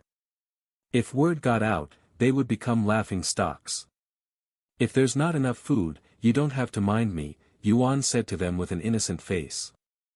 Ha ha ha. Nonsense. Eat as much as you want. In fact, don't stop eating until you're full. The Dragon Emperor said. Yuan nodded and continued to stuff his face with more food. When Shi Murong saw this, he quickened his eating pace, not wanting to lose to Yuan for a second time. Although you might have beaten me in terms of talent, I will never let you beat me when it comes to eating. My pride as a dragon is on the line here. Shi Murong cried inwardly. A few hours and a couple 100 pounds of food later, Yuan patted his round stomach and finally stopped eating. I am full. He said with a satisfied look on his face, as it has been a long time since he'd been this full. Yes. I won. Shi Murong said with a somewhat sick look on his face. Huh. Yuan looked at Shi Murong, who was looking in his direction with a prideful look, unaware of the battle they just had. Are you sure you're really human and don't actually have a dragon bloodline? Shi Meili chuckled. I'm pretty sure I am human. Yuan smiled. Anyways, it's getting late, so we'll have to visit the city tomorrow. I'll show you the guest rooms now if you're ready to move. Shi Meili said to them. Give me a few minutes. Yuan said while pointing at his round belly. Me too. Wang Xiuying also said. Don't worry. Take all the time you need. I'll go prepare your rooms now. Shi Meili said to them before leaving the dining room. While Shi Meili went to prepare their rooms, the Dragon Emperor remained in the room with them and spoke. Yuan, if you have any questions for me, now is the best time. Now that you mention it, I have had something on my mind ever since I saw the Dragon Ancestor. Just who is the Dragon Ancestor? And is he related to the Great One? Yuan asked. The Dragon Emperor immediately frowned upon hearing Yuan mention the Great One, and he spoke in a serious voice, Where did you hear about the Great One? Oh, I met him a few times, well, not actually in person, but I have spoken with his illusions a couple of times, Yuan said. I see. The Dragon Emperor closed his eyes for a moment before speaking. The Dragon Ancestor and the Great One are not related at all. The Dragon Ancestor is an incredibly powerful divine beast who has existed since the primordial era with multiple empires across the 9 heavens, and this ancient dragon city is merely one of them. As for the Great One, he was born in the same era as the Dragon Ancestor, and they were rivals of sorts, both racing to the peak. Rivals, huh? Do you know who won? Yuan asked. Sorry, but I can't tell you, as I don't have the answer to your question. According to the rumors, they were both equally as talented, so who knows, really? I see. Yuan mumbled. Then do you know where I can find the Great One? Unfortunately, the Great One isn't someone you can just find. You must have a strong destiny if you want to find him, and even then, you don't know when or where you'll find him. The Dragon Emperor said. And from my knowledge, the Great One is always traveling the 9 heavens. I see. Yuan nodded. By the way, I have been wondering as well. What was the Dragon Ancestor talking about? They had anticipated your arrival and even expected that you'd release all 9 pillars of light. It seemed like they had arranged for everything that happened today. Honestly, I also have no idea. This is my first time in this place, and I have never met any dragons besides the Great One before coming here. Yuan shrugged. How weird. The Dragon Emperor mumbled. The Dragon Ancestor definitely expected Yuan's arrival, even speaking to him as though he was very familiar with Yuan. Of course, it was only a recording, but something felt odd about this situation. Sometime later, she merely returned and said, Your rooms are prepared. Can you guys walk now? Yes, I can. Thank you. Yuan nodded as he stood up from his chair, feeling as though he'd gained some weight overall. Thus, Yuan and Wang Xiuying followed Shimeli to their rooms. Wow, what a massive room. I have never been to such a luxurious room before, and I have been to many high-grade hotels because of my grandpa. Wang Xiuying exclaimed. As the granddaughter of one of the most famous doctors in the world, it was only natural that Wang Xiuying would have plenty of experience as a rich young lady. However, no hotel in their world could rival a mere guest room in the Dragon Palace that was as spacious as an entire house. Yuan, your room is right next door. Shimeli said to him. Okay. Thank you. I'll leave you two alone to rest now. Tomorrow, I will show you guys around the city, okay? That sounds great. Yuan nodded. Great. Then good night. Shimeli said to them before leaving and returning to her own room. This is such a wonderful room that I'm going to sleep in here tonight instead of my own room. Wang Xiuying declared with an excited look on her face. What happened to sleeping every day? Yuan said with a teasing smile on his face. Shut it. Once in a while is fine. And I am still technically sleeping. It's just that I'll be doing it inside the game.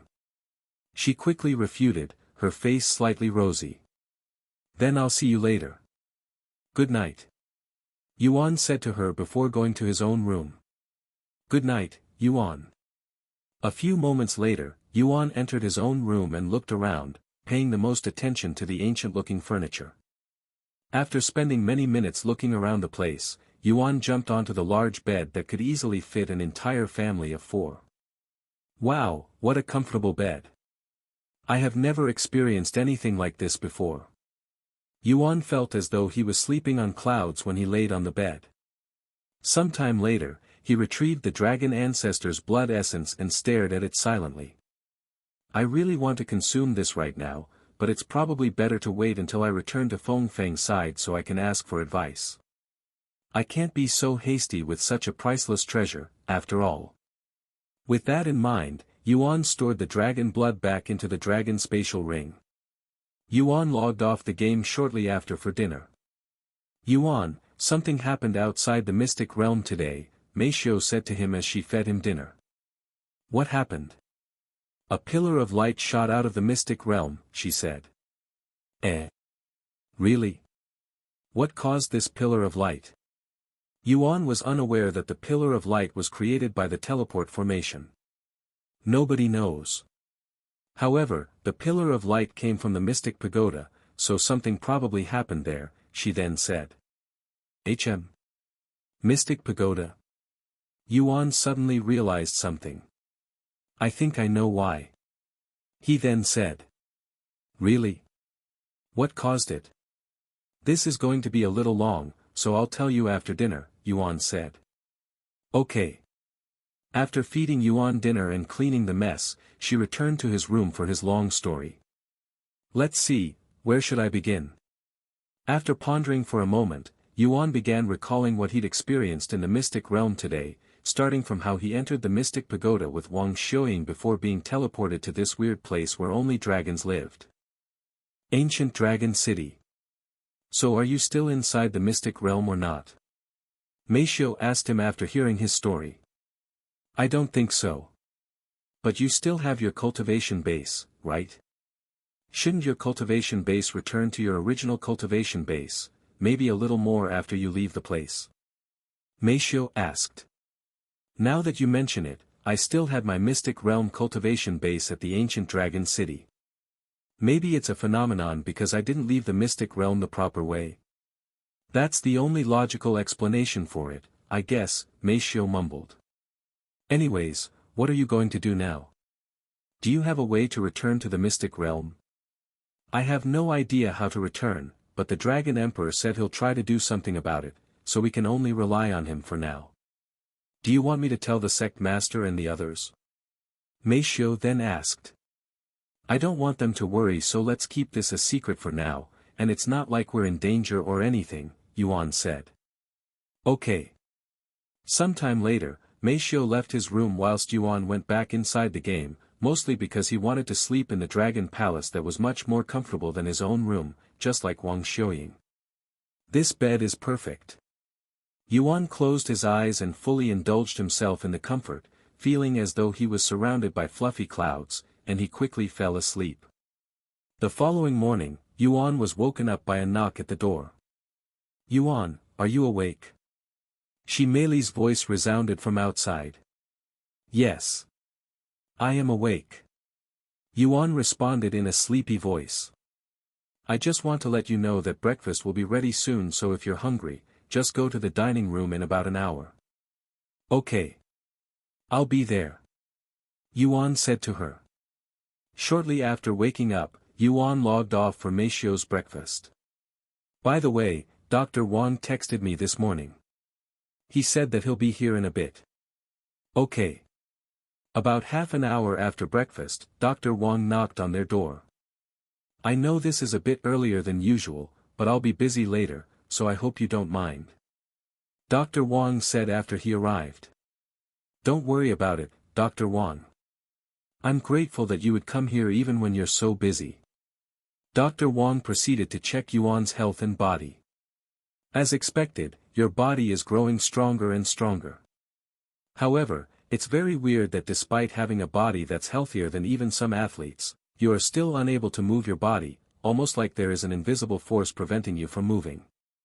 If I wasn't a doctor, I would believe that you had been cursed or something. Dr. Wang said. Cursed? Haha. That's very funny, Dr. Wang. Yuan chuckled, as he didn't believe in these kinds of things. I am serious, young master. Your situation makes no sense at all. You're not sick. Your body is fine. We have tested your blood, your bones, your muscles, everything. However, we couldn't find anything wrong with your body.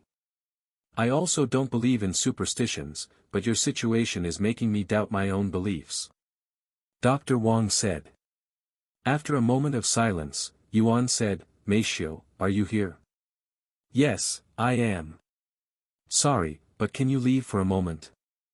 I'd like to speak with Dr. Wang privately. Okay, Meishio said before leaving the room and closing the door behind her. We're alone now, young master. What do you have for me? Dr. Wang asked him. Yuan didn't say anything, only lifting one of his arms a little off the bed. What? You. Lower your voice, Dr. Wang. Yuan quickly interrupted him. Dr. Wang subconsciously covered his mouth with his hands, and he stared at Yuan with his eyes wide with shock. Once he'd calmed down enough, he spoke, young master. Since when can you? A couple of weeks ago, I guess, Yuan said.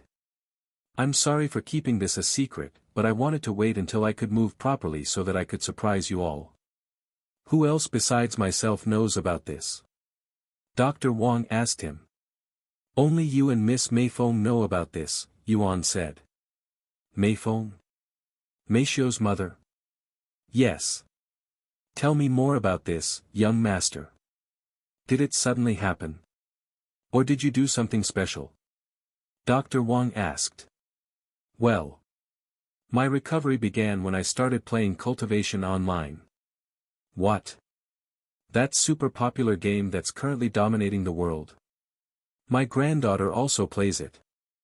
This is going to sound crazy, but I think the game somehow affects our real body as well. Although I have no concrete proof, I have a feeling that's what is happening. Yuan said. Indeed, that does sound a little. No, it definitely sounds crazy. Dr. Wang agreed with him. I know, but Dr. Wang, do you remember when I was covered in that smelly stuff? The impurities? There's no way I could ever forget about that, and I can still smell the stench very clearly. Dr. Wang shuddered just thinking about the stench. Well, to tell you the truth, that also happened to me when I was playing the game. I ate some kind of treasure that cleansed all of the impurities from my body. When I logged off the game, I was shocked to find out that it had also happened to my real body. Dr. Wang pondered with a serious look on his face. I understand. I will do my own investigation as well. If it's true that this game can somehow affect the real body, it will have some serious implications that could change the world. Dr. Wang said. Oh, I'll also keep this matter between us, so you don't have to worry about that. Thank you, Dr. Wang. Anyways, it's a great thing that you're finally recovering. It's been long overdue. I cannot wait to see you walk on your own again. Dr. Wang said with a genuine smile on his face. By the way, I am thinking about changing your diet back to normal. What do you think, young master? Dr. Wang suddenly asked him. Change my diet? You mean I get to eat normal food again? Yuan asked him in an excited voice, as it has been many years since he'd last tasted real food, in the real world at least. Yes, but it will be in small portions since your body will need to get adjusted to eating such food again. Also, you will need to speak with Meishio about this, since she will be the one cooking it. Dr. Wang said, and he continued, shall we get Meishio back in here? Yes. Sometime later, Dr. Wang called Meishio back into the room. So I have decided to change the young master's diet and see if he can eat real food again. Are you okay with that, Meishio? You'll be the one preparing all of the food, after all. If you need help, there are paid services out there that will help you cook the food and deliver it to your door. Dr. Wang explained to her. I can cook the food by myself, Meishio said without hesitation, as that was what she had been trained to do. Okay, then I will send you the menu in 3 days. You can continue feeding the young master soup for now. Dr. Wang said. I understand. Meishio nodded. Dr. Wang left shortly after. Yuan returned to the game, and he immediately went to the dining room. I'm sorry for arriving a little late. I was busy with something. Yuan apologized to them. It's fine. Let's eat before the food goes cold. The Dragon Emperor said to him before digging into the food. Breakfast lasted for an hour, and although it was not a feast, there was as much food last their previous meal. After breakfast, she merely asked them, do you want to visit the city today? I do. Yuan immediately nodded. If you're going, I will go as well. Wang Xiuying said. Okay, then let's go. Once Yuan had rested enough to walk properly, she merely brought them outside and proceeded to escort them around the city. You don't need guards? Wang Xiuying asked her. In her mind, princesses like her usually would have a bodyguard or two just in case something happens. Ha! You think I need a guard? I can protect myself just fine. And who would dare to mess with me? They have nowhere to run or hide in this world. Besides, I am only weaker than my parents and a few individuals in this world. She merely said with a confident smile on her face. Sometime later, once they were on the streets, everybody they passed through would bow to them, or more specifically, she merely. Good morning, Your Highness. Good morning, Dragon Princess. Good morning, everybody. She merely returned their greetings with a bright smile on her face. Wow, do you have a good relationship with everyone? Yuan asked her, as he has never seen anyone so easygoing before. Of course. In such a small world, it would be more beneficial for everyone if we have a good relationship with each other. That makes sense. If only it was the same outside. Yuan sighed. Today, I want to show you guys the ancestral dragon temple. It was created by our dragon ancestor. She merely said. Ancestral Dragon Temple. What kind of place is it? Yuan asked, as it sounded similar to the Dragon Essence Temple's Dragon Temple. It's something like a playground for us dragons, and there are prizes if we win. She merely said. A playground? That sounds very interesting. Yuan's anticipation immediately went up, as he has never been to a playground before. It's a little bit far from here, so bear with me. Of course, we can fly there, but that will take away the point of showing you the city. It's okay, we can walk there, Yuan said. Thus, they continued to make their way to the ancestral dragon temple. On the way there, she merely would give a history lesson on some of the buildings they passed. About 2 hours later, they arrived at the ancestral dragon temple, which was filled with people. This is a playground? It doesn't look like one. Wang Xiuying said with her eyebrows raised. After all, playgrounds don't have arenas, at least they shouldn't. This is where dragons go to have fun. She merely said. And she continued, and yes, we have fun by fighting with each other. There are 7 arenas in this place. You can challenge whoever you want. Oh my God! He died. Wang Xiuying suddenly exclaimed, interrupting Shi Meili. On the stage, one of the fighters had decapitated his opponent.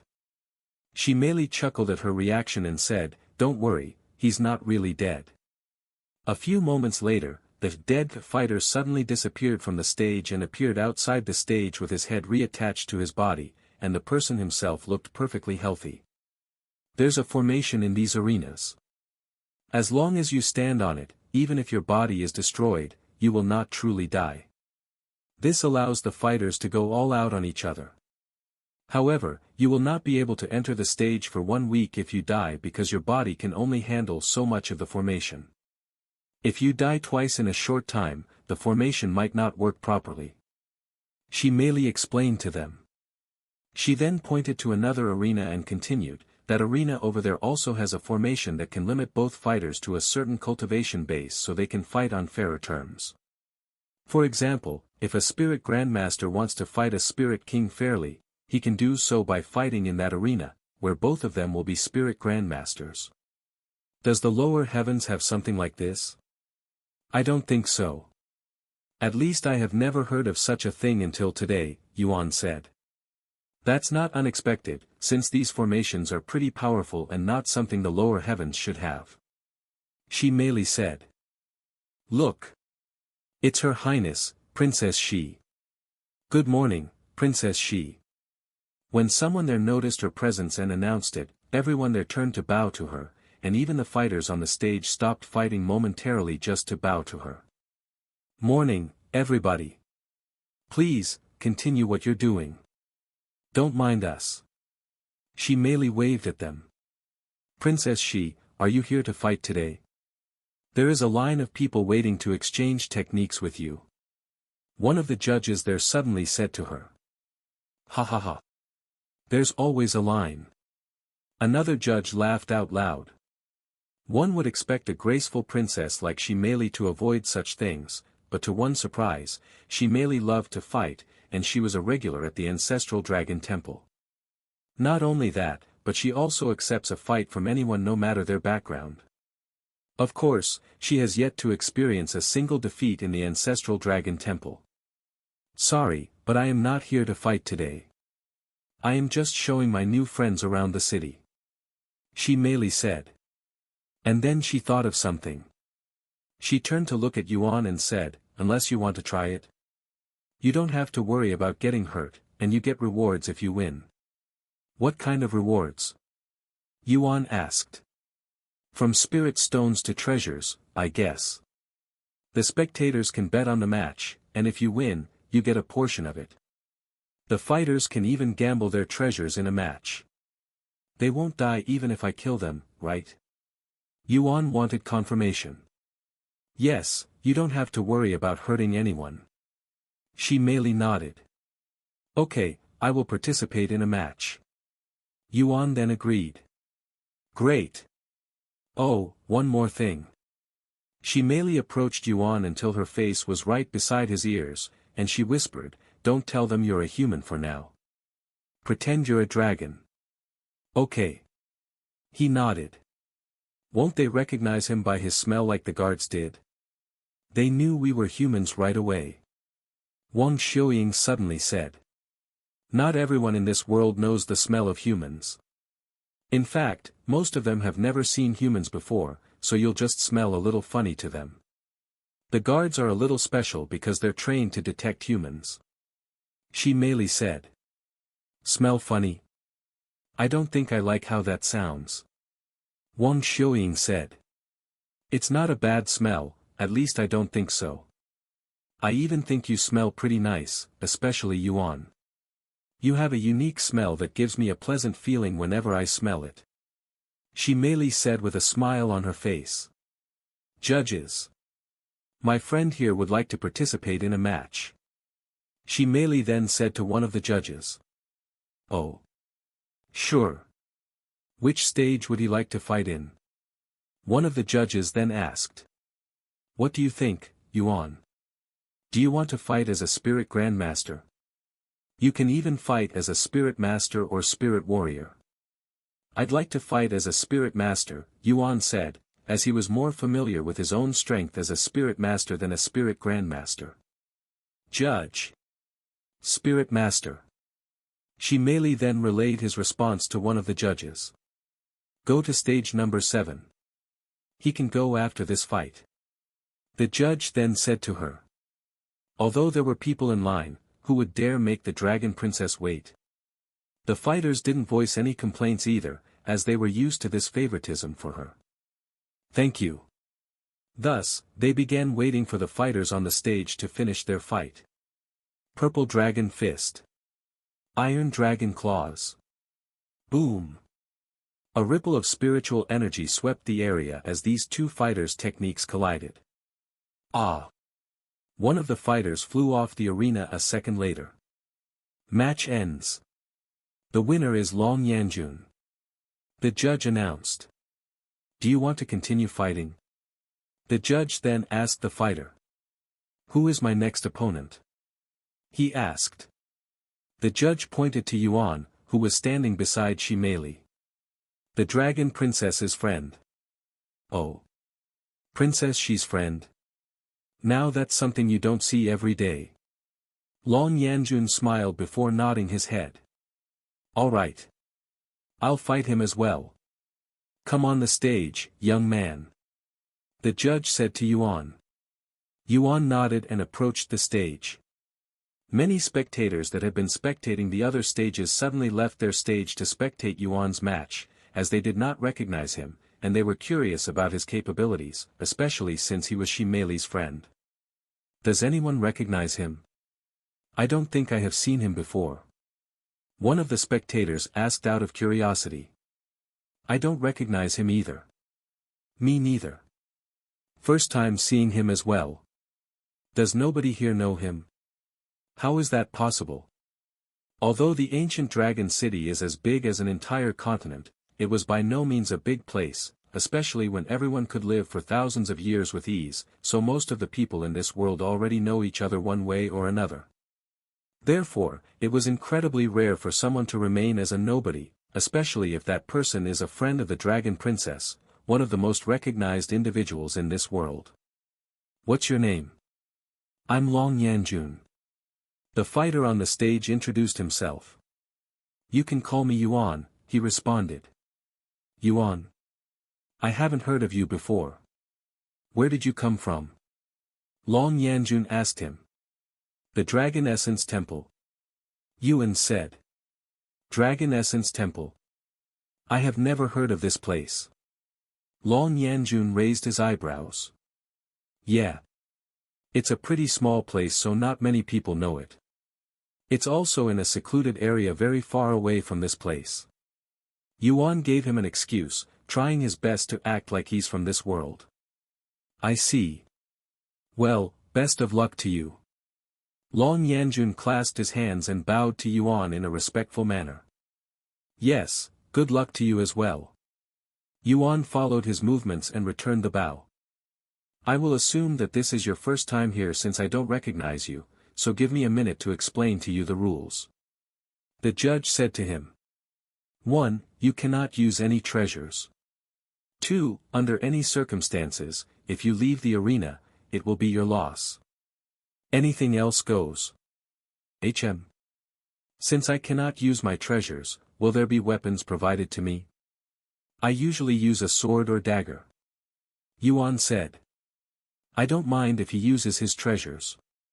Long Yanjun suddenly said. Are you sure? The judge asked him for confirmation. If that's what he's comfortable with, I don't mind. It wouldn't be fair to him if he cannot fight without his weapons. The judge nodded and said, okay, you can use your treasure. Wait, you're going to be fighting me with your fists.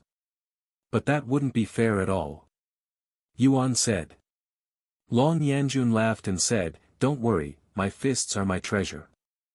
They won't lose to even heaven-grade treasures. Even if you say that, it just doesn't feel right fighting someone bare-handed with a weapon. It's okay, I will eventually have to learn how to fight without my weapons since I shouldn't rely on them too much. Yuan said, refusing to use his treasures.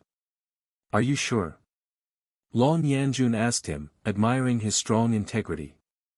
I am sure. Yuan nodded. Good. Then I shall let you have the first strike. Long Yanjun said to him before standing there in a defensive position. Go ahead. I won't attack you unless you strike. Yuan nodded, but he didn't immediately attack. Instead, he pondered how he should fight Long Yanjun. After a moment, he thought of something. I can simply use chi manifestation and use it as though it's my weapon. He thought to himself. I'll be striking now, Yuan warned him since he was kind enough to give him the first strike. Go ahead. Long Yanjun said with a confident smile on his face. After taking a deep breath, Yuan used chi manifestation and covered his fist with thick spiritual energy. What? How can you use chi manifestation at that level? Long Yanjun was shocked when he saw what Yuan was trying to do. The spectators were also shocked. Both Yuan and Long Yanjun have their cultivation limited to the first level of Spirit Master, and although they have seen geniuses who can use chi manifestation before Spirit Grandmaster, they were always around the peak of Spirit Master. This is their first time seeing someone use chi manifestation at the first level. Heavens! How does he have the spiritual energy to use chi manifestation at the first level? This guy is a monster. Where on earth did he come from? There's no way such a talented individual is a nobody. Meanwhile, Yuan used a movement technique to instantly close his distance with Long Yanjun. Fast. Long Yanjun crossed his arms and prepared to block Yuan's strike. Boom. Fuck. Long Yanjun cursed out loud as he was sent flying out of the stage. Before Long Yanjun left the stage, both his arms had been completely crushed by Yuan's casual and even somewhat inexperienced punch, but after he left the stage, his injuries immediately healed, almost like his injury never happened in the first place.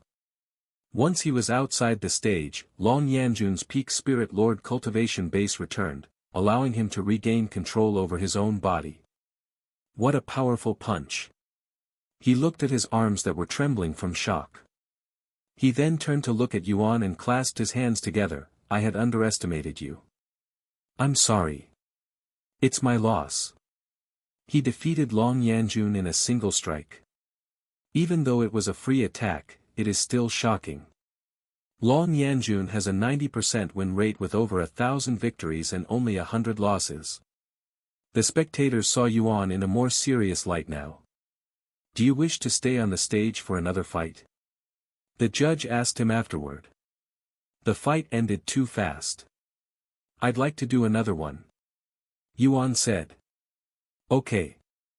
Then who would like to fight this young man next? The judge looked at the spectators.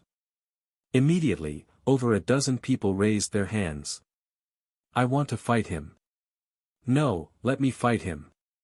Pick me. Pick me. The judge looked at Yuan and asked him, you can pick your fighter. Pick me, young man. I also use the sword. One of the fighters there said, and he was emitting the aura of a peak spirit king. Really? Yes. Really? Look. This individual then retrieved a red sword that was emitting a profound aura that could only be emitted by divine-grade treasures. Okay. Let's fight. Yuan nodded with excitement. Hearing Yuan's words, this middle-aged man with the red sword jumped onto the stage. My name is Xing Chongji. The middle-aged man introduced himself with his hands clasped. Yuan. Then for this match, the both of you can use your treasures. The judge said. Xing Chongji is fighting next. Although he only has a win rate of 70%, all of his losses don't include the sword. When he wields his sword, his win rate is 100%. This is going to be an interesting fight. Do you think Yuan will win? Wang Xiuying asked Shi Meili as they watched from the background. I have never seen his sword skills, so I cannot say. However, Xing Chongji is a renowned sword expert who learned sword aura when he was only 700 years old. He's definitely one of the best sword masters in the ancient dragon city. 700 years. What is this sword aura, and why does it take so long to learn? Wang Xiuying asked. Sword aura isn't something you can just learn, and you cannot learn it through normal means like other techniques because it's not really a technique. One can even go their whole life without learning sword aura if they're not talented enough or destined to. Shi Meili said. Wow. That sounds quite incredible. Wang Xiuying said as she looked at Yuan, wondering how he'll defeat someone who knows such a powerful skill. Take out your sword. Xing Chongji pointed his red sword at Yuan with a confident smile on his face. Yuan nodded and retrieved his Empyrean Overlord, shocking the spectators. Is that? That's a soul weapon. He has a soul weapon. The spectators immediately recognized the Empyrean Overlord as a soul weapon despite its lack of aura, or perhaps that's how they knew it was a soul weapon right away. I didn't recognize it because of the chaotic situation at that time, but to think he has a soul weapon as well. Shi Meili mumbled in a slightly surprised voice. As well? Does this mean you also have one? Wang Xiuying asked her. Yes. It's our family heritage that was left behind by our dragon ancestor. It's a powerful spear that is rumored to have the capabilities to pierce even the heavens. Shi Meili nodded. On the stage, after his initial surprise, Xing Chongji smiled and said, a soul weapon, huh? I'm envious. Are the two of you ready? The judge asked them. Ready when you are. Xing Chongji said to Yuan. I am ready as well. Then the match begins now.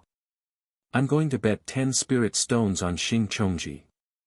One of the spectators suddenly said. I'll bet 15 on that young man. 50 for Xing Chongji. 25 spirit stones for Xing Chongji. The spectators began shouting out their bets, with most of them betting on Xing Chongji's victory, which wasn't too surprising due to his perfect win rate when he wields a sword. Furthermore, Xing Chongji knew sword aura, something that could be used even as a spirit master. I will bet 1,000 spirit stones on Yuan. A clear voice suddenly resounded, causing the people to turn to look at this person who dared to bet such a large amount. Princess Shi. You think this young man is going to win? One of them couldn't help but ask her. Not really. I'm just hoping for a miracle to happen, she said with a calm smile on her face. Meanwhile, on the stage, Xing Chongji suddenly released his sword aura, filling the area with a domineering pressure. The audience was immediately awed by Xing Chongji's sword aura. Wow! How long has it been since I last saw Xing Chongji's sword aura? I have seen it many times now, but it still leaves me speechless. As expected of a sword master. Even though he's not directing the sword aura at me, I can still feel as though there are invisible swords surrounding me. Sword aura, huh? Yuan was pleasantly surprised that his opponent knew sword aura too. You're not the only one who can use sword aura. Yuan said with a smile on his face before releasing his own sword aura, immediately colliding with Xing Chongji's sword aura. What? Impossible. The first to express her shock and disbelief was Shimeli. If she remembers correctly, Yuan mentioned that he was only 18 years old. How could someone comprehend sword aura at such a young age? It took Xing Chongji 700 years to understand sword aura, and he was considered a top genius with the sword. I really don't know what to say besides. As expected from the one who released all 9 pillars of light. Shimeli mumbled in a low voice. Meanwhile, the other spectators were shocked speechless, and they could feel invisible swords touching their neck after Yuan released his sword aura, which was clearly more devastating than Xing Chongji's sword aura. On the stage, Xing Chongji stared at Yuan with a gawking look on his face, looking like he was looking at ghosts for the first time in his life. How old are you, again? Xing Chongji decided to ask him, completely forgetting about their match. I'm 18 years old, Yuan responded. 18 years old. And when did you learn sword aura? A little over a week ago, I guess, Yuan said. You learned sword aura a week ago. And it's already this powerful? Xing Chongji's body trembled after hearing Yuan's words. It was at this moment he realized that his 100% win rate was in jeopardy. How could he possibly fight against someone who has managed to learn sword aura a few hundred years faster than he did? Not to mention Yuan's sword aura was already stronger than his own despite knowing it for only a mere week, whilst he has known sword aura for many centuries. It's okay. His sword aura may be more powerful than mine, but when it comes to techniques, I should still be superior. Xing Chongji thought to himself. Indeed, Xing Chongji had guessed correctly. Whilst Yuan was a monster when it comes to comprehension, he was still too young and inexperienced compared to Xing Chongji, who has thousands of years of experience under his belt. Therefore, while Yuan was unrivaled in terms of raw strength, his technique was a bit lacking. Here I come. Xing Chongji immediately used his movement technique to close the distance whilst swinging the red sword in his grasp in a swift and precise manner. Yuan also used his movement technique to dodge the incoming strike before retaliating with the Empyrean Overlord. Bloody sword strike. Yuan swung the massive sword as though it was as light as a feather. I cannot block that with my sword. He'll send me flying. Xing Chongji could instinctively tell that he wouldn't be able to withstand the might of Yuan's sword and didn't even bother to block it, using his effort to dodge it instead. Clang! The stage shook when Yuan's sword slammed onto it, and to his surprise, there was not a single dent on the platform. What is this platform made of? It's like steel. Yuan cried inwardly, feeling his entire body tremble from the impact, even almost losing grip on his sword. Xing Chongji noticed that this was his chance to strike and immediately went for Yuan's neck. Oh! When Yuan saw Xing Chongji suddenly appear in front of him with the red sword already in motion and heading towards his head, he subconsciously activated Dragon's Gaze at its full power, taking Xing Chongji by surprise and instantly halting his movements. Seeing this, Yuan ignored the numbing sensation in his arms and swung the Empyrean Overlord, separating Xing Chongji's head from his body in a split second. The audience gasped in shock after they witnessed this unexpected outcome.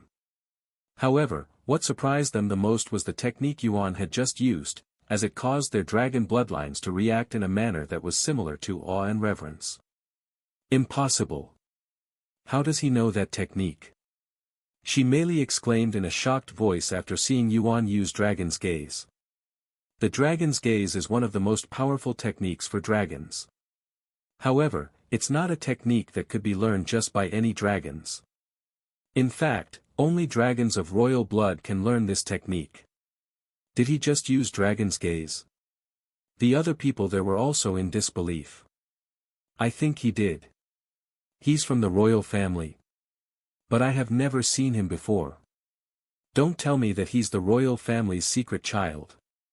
The audience immediately began to speculate about Yuan's background. A few moments after Yuan killed Xing Chongji, he reappeared outside the stage still with a dazed look on his face, almost like he was still under the effects of the Dragon's Gaze. Xing Chongji, are you okay? The judge for stage 7 patted him on the shoulders when he showed no response even many moments after leaving the stage. What happened to me just now? Why am I standing outside the stage? Xing Chongji finally snapped out of his daze and proceeded to look around with a puzzled look on his face, clearly unaware of what had just occurred. You were killed by the young man. The judge revealed to him. What? How is that possible? I was pretty sure I had him at that moment. Xing Chongji expressed disbelief. In his mind, he'd successfully connected his strike, killing Yuan. Nobody there blamed him for his reaction, as it was a normal response for someone who just experienced the Dragon's Gaze at point blank. The judge shook his head and began explaining everything that had happened, shocking him even further. Dragon's Gaze? What? Xing Chongji turned to look at Yuan, who was still standing on the stage, with a flabbergasted look on his face. You are part of the royal family? Xing Chongji asked him, as everyone knew that only the royal family could learn such a profound technique. No. Yuan said. You're not. Then how did you learn the Dragon's Gaze? That's something only the royal family can learn. Xing Chongji and the other spectators only became more puzzled after hearing his words. However, before Yuan could respond, Shimeli suddenly said, he's from the royal family. Eh? Both Yuan and Xing Chongji turned to look at Shimeli, and on Yuan's face was a surprised look. Since when did he become part of the royal family? Yuan, just follow along with me for now. I'll explain to you later. Shimeli's voice suddenly resounded inside Yuan's head. Yuan nodded while looking at her before clearing his throat and speaking out loud, That's right. I am actually from the royal family. I wasn't sure whether I should reveal my identity or not before. The spectators gasped in shock after learning this. To think the royal family had a third child. He may be from the royal family, but he isn't related to our royal family in the way you're thinking. Shimeli suddenly said, clearly that misunderstanding. What? The spectators' thoughts went wild with theories, and they could only think of one thing after pondering for some time, that Yuan had married into the royal family. In other words, he was Shimeli's husband. See, congratulations, Princess Shi. The people there suddenly bowed to her. Eh? Shimeli raised her eyebrows, wondering what they were thinking. You have finally found your partner after 10,000 years. Congratulations. The spectators congratulated her again. What? Shimeli's eyes widened with shock. How in heaven's name did they get to that conclusion? That's wrong. He's not my husband. We're just friends. Shimeli refuted their claims with a flushed face. And she continued, furthermore, he's a human. Wait. What? He's a human. How is that possible? Everybody there turned to look at Yuan with shocked looks on their faces. How the hell did a human appear in their ancient dragon city? And how could a human belong to the royal family?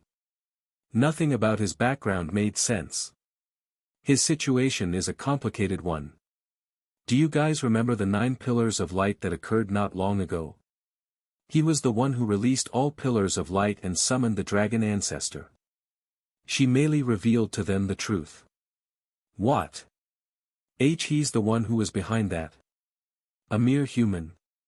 A commotion quickly started in the ancestral dragon temple. Yuan wasn't sure what was happening, so he said, "Are we still fighting?" The judge snapped out of his daze and said, "All right. Does anyone still want to fight him?" The spectators exchanged glances with each other. After a moment of complete silence, a dozen people raised their hands at once and said, "I want to fight him even more now. I have never fought a human before." "Me too. Let me fight him." Since there were so many people that wanted to fight Yuan, the judge decided to ask him again. "I'll fight until I can no longer fight," Yuan said. "Great. Then let's start with you." The judge randomly pointed to one of the spectators with his arms raised. A moment later, the fighter appeared on the stage with a lance in his grasp. "What kind of weapon is that?" "It looks like a spear, yet the head looks slightly different." Yuan wondered to himself as he held the Empyrean overlord in front of him. The fight started after the judge left the stage. Bloody sword strike. Dragon lance. Ding. The fighter could feel his arms shaking violently after their weapons collided. What a powerful attack. It feels like I am fighting against a mountain. The fighter cried inwardly as he slid backward on the stage until he was at the edge of the stage. That was close. I shouldn't fight him head-on. He's too powerful. With that in mind, the fighter started to dodge all of Yuan's attacks while retaliating with his lance that had an advantage in range due to the long handle. However, even with the range advantage, the fighter was unable to land a single hit on Yuan due to his profound movement technique. What kind of movement technique is he using? He's leaving a trail of flames as he moves, and I cannot predict his movements at all.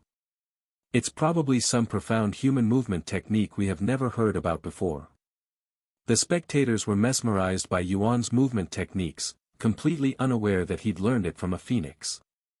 After a few minutes of fighting back and forth, Yuan finally managed to defeat the fighter after taking him by surprise with his movement technique that had suddenly improved drastically, almost as if he had a breakthrough in the middle of the battle. Your comprehension for the Vermilion Phoenix dominating the heavens has reached a new level. Vermilion Phoenix dominating the heavens mastery level has risen from 1 to 2. After defeating the fighter with the lance, Yuan proceeded to fight the other participants that wanted to fight him, and because of his profound movement technique that only got more ridiculously hard to predict after his skill had reached a new level, none of his opponents was able to even touch his shadow, leading to Yuan's victory inevitably.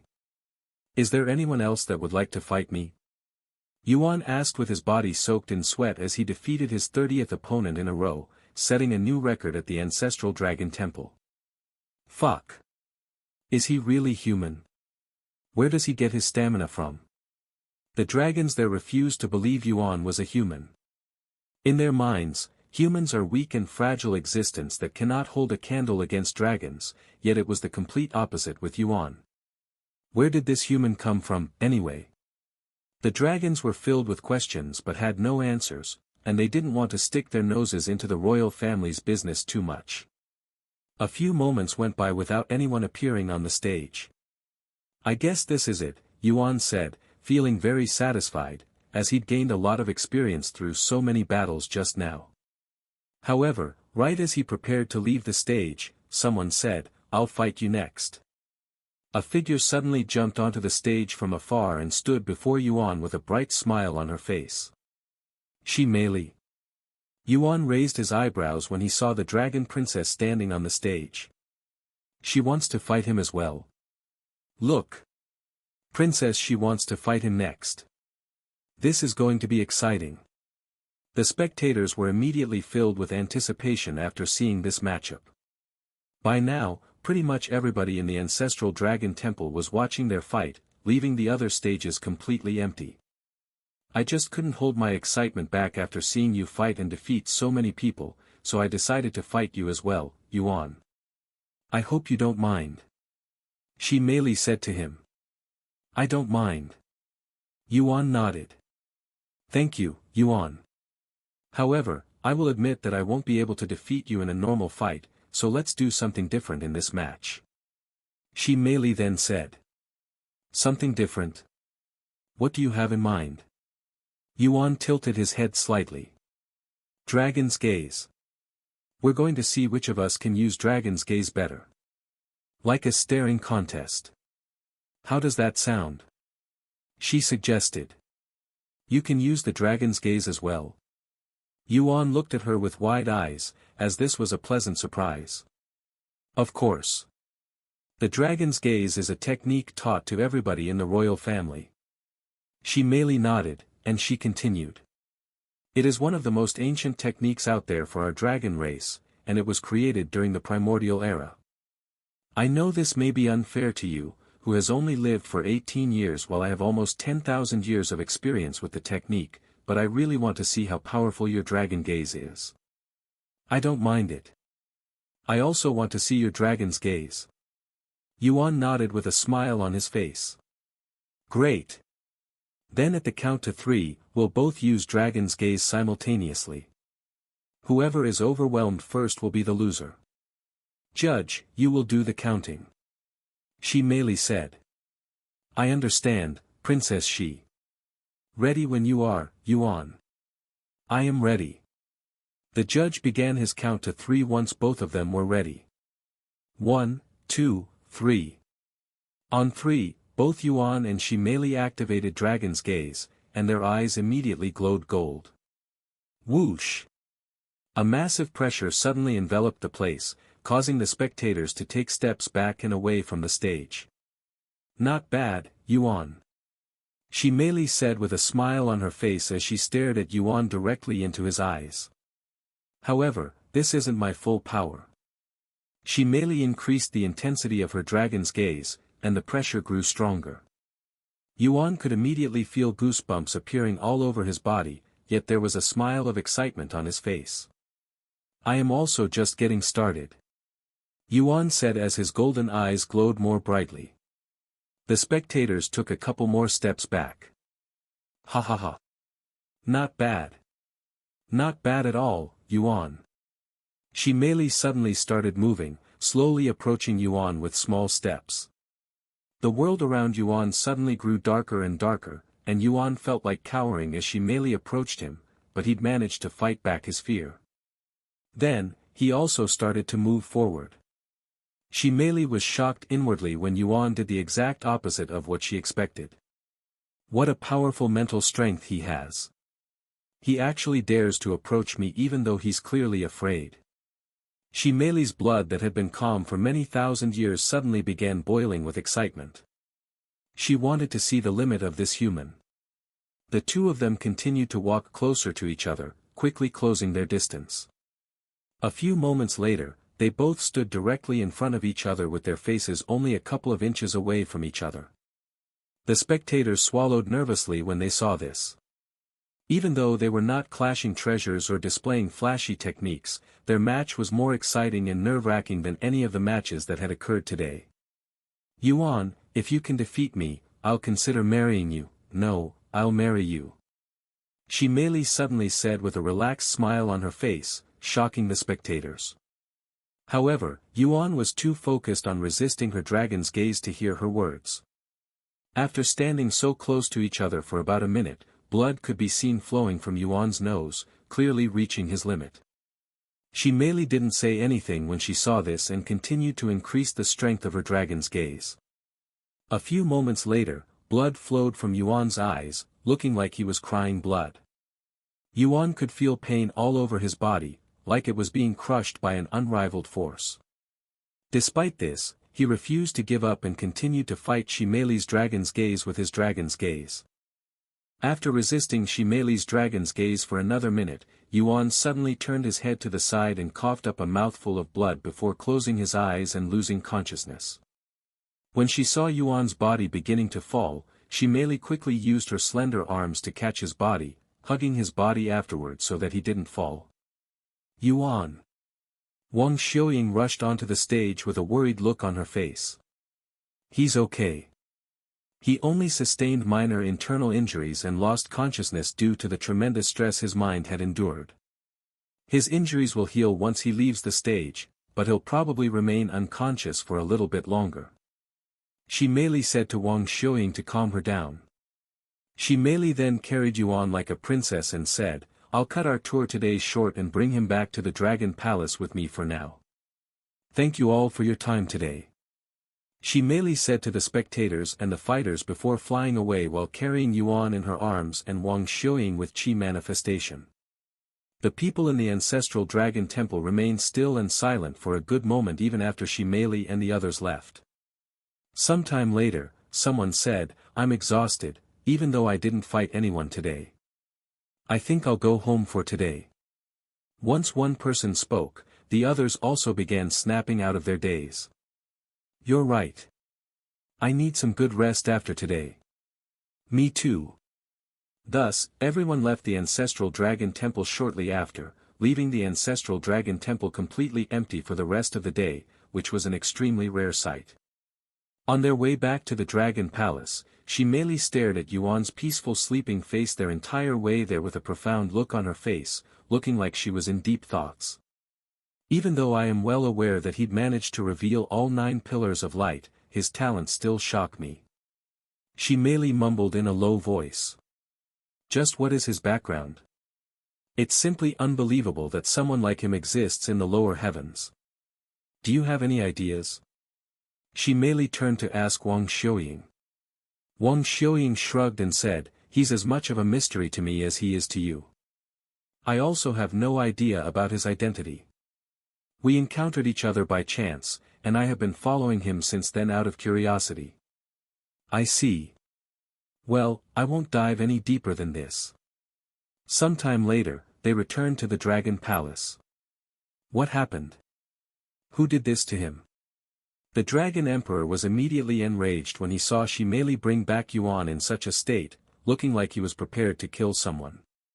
"Well, I did this to him," Shimeli said with a somewhat blushing look on her face. "What? You? Why? What happened?" The Dragon Emperor was greatly taken aback when he learned that it was his own daughter that had injured Yuan. "Calm down, father. Let me explain," Shimeli said, and she proceeded to explain to him the situation and how everything occurred. "I had a match with him, and I wanted to test his limits." After explaining everything to the Dragon Emperor, he sat down with a look of disbelief on his face. "He also knows Dragon's gaze? How is that possible?" The Dragon Emperor mumbled. "Anyways, I am going to let Yuan rest in his room for now," Shimeli said. Sometime later, Shimeli placed Yuan on the bed before returning to the Dragon Emperor's side. "Father, I have a question," Shimeli said to him with a serious look on her face. "What is it?" He looked at her with raised eyebrows, as she rarely shows such an expression. "What do you think of a dragon and a human being together?" Shimeli asked. "Huh? What do you mean by that?" The Dragon Emperor didn't immediately comprehend her question and asked her. "Marriage. What do you think of a dragon marrying a human?" Shimeli asked again, this time making it crystal clear. "Marriage? What kind of question is this? Wait. Don't tell me you're..." The Dragon Emperor's eyes widened with shock when he realized her reason for asking this question. "Don't tell me you're interested in him?" he asked for confirmation. Shimeli nodded and said, "I am considering it." "What made you pick him?" The Dragon Emperor asked her with a profound frown on his face, yet he didn't immediately refuse. "Is it because of his talent? His strength? Or is it just because of the fact that he's a human?" A little bit of everything, she replied with a slight smile on her face. In terms of talent, he's above everyone in this world. Although his experience is somewhat lacking, he's definitely a fast learner. Furthermore, he has this unique aura around him, this charisma that is quite attractive. Oh, he's also very handsome. She merely said. You're really serious about this, aren't you? The Dragon Emperor said with a pondering look on his face. She merely nodded. I sat through countless arranged marriages, meeting countless men over the last few thousand years, but alas, none of them could make my blood boil the way Yuan did today on the stage. I understand that he appears to be an excellent partner, but you just met him not long ago. You're barely acquainted, much less friends. The Dragon Emperor said. And how is that any different from the people you've arranged for me, huh? I don't even know them at all. She merely refuted. Ah. The Dragon Emperor was rendered speechless after hearing her words. Indeed, his logic was flawed. After pondering for a moment, he said, You're right about that. However, he's not from our world, and he won't remain here forever. Once we find a way to help them return to where they came from, that'll be the end of you and him. It was Shimeli's turn to become silent now, as her father was right about this one. Yuan won't be here forever, which will make their relationship complicated if not impossible. Well. If he cannot stay here, how about I just follow him outside? Shimeli suddenly suggested. I have always been interested in the outside world, anyway. You want to go outside? Are you crazy? The humans will hunt you for your blood. It's too dangerous. The Dragon Emperor immediately refused. That's only what our ancestors taught us, but they have also never been to the outside world before. If there are humans like Yuan and Wang Xiuying outside, I don't think it'll be that bad. After a moment of silence, the Dragon Emperor said, Unfortunately, that's impossible, not because I don't want to let you go outside with him. Your cultivation base is simply too high to follow him back to the lower heavens, where Spirit Grandmaster is the limit. You're simply asking to be punished by the heavens for doing so. Oh, right. He's from the lower heavens. She merely sighed, completely forgetting about that for a second. Meanwhile, inside Yuan's room, Wang Xiuying checked his pulses just to make sure he was okay. Seeing him sleep like this, he really reminds me of you, Tian. Wang Xiuying said as she stared at Yuan's sleeping face with a somewhat dazed gaze. The more she looked at Yuan, the more she felt like she had seen him before. NNN. Yuan suddenly opened his eyes slowly. Where am I? He mumbled in a dazed voice. Oh, you're awake, Yuan. We're at the Dragon Palace in your room. She merely took us back after you fell unconscious during the match. Wang Xiuying explained to him what had happened. I see. So I lost the match, huh? A smile on Yuan's face as he realized the situation. This was my first time losing a fight, he sighed in a somewhat bitter voice. Losing felt much worse than he'd expected, especially since it's his first defeat. I wouldn't really call that a fight. And your opponent has 10,000 years more experience than you. It's only obvious that you wouldn't be able to defeat her no matter your talents. Wang Xiuying said, trying to comfort him. I guess you're right. Yuan nodded. Wait right here. I'll go to Shimeli to let her know that you're awake. Wang Xiuying said before leaving the room for a few minutes. Shimeli, she was very strong, stronger than anyone I have ever fought before, Yuan mumbled as he stared at the ceiling with a dazed look on his face. Some time later, Wang Xiuying returned with Shimeli and the Dragon Emperor. Are you okay, Yuan? Are you hurt anywhere? Shimeli asked him. I am fine, he said. Anyways, you really surprised me, Yuan. You're only 18 years old, yet your comprehension for the dragon's gaze is already as strong as mine. Shimeli immediately praised him afterward. A bittersweet smile appeared on Yuan's face. As strong? That's not true. I was completely defeated by your dragon's gaze. Yuan, if you don't mind me asking, where did you learn the dragon's gaze? And how long has it been since you learned it? The dragon's gaze is a secret technique only available to the royal family. The Dragon Emperor suddenly asked him. Oh, I learned it from the Great One. And it was probably around a month ago when I learned it, he said. The Great One? The Dragon Emperor exclaimed. 1 month? Shimeli was shocked for a different reason. To think Yuan could comprehend the dragon's gaze to such an extent in a mere month whilst it took her thousands of years to reach her current level. The disparity was too large. Can you tell me more about it? How did you learn it from the Great One? The Dragon Emperor continued to ask. Yuan nodded and explained to him how he learned it from the Tablet of Comprehension, where he met the illusion of the Great One. I understand it, but I cannot believe it. The Great One is teaching the secret technique to random people. Just what is he thinking? The Dragon Emperor could feel a headache coming. It would be a disaster if their secret technique was revealed to the public, but luckily for them, according to Yuan, only 2 people have learned the dragon's gaze, and he was one of them. Is it really that bad if an outsider learns the technique? Yuan couldn't help but ask them. The Dragon Emperor nodded and said, since ancient times, only the royal family can use the dragon's gaze, and it's already well established that whoever learns the dragon's gaze is royalty in the dragon race. If someone who isn't part of the royal family learns this technique, it'll create massive confusion and chaos amongst us, the dragons. There are multiple royal families out there, and we're just one of many. Although we don't really care that much about an outsider learning the technique since we're in this isolated world, the other royal families in the upper heavens may not react so kindly to an outsider learning their technique, something they are extremely proud of. Shimeli added, they consider the technique as sacred as their bloodline, as both of them were given to them by the dragon ancestor.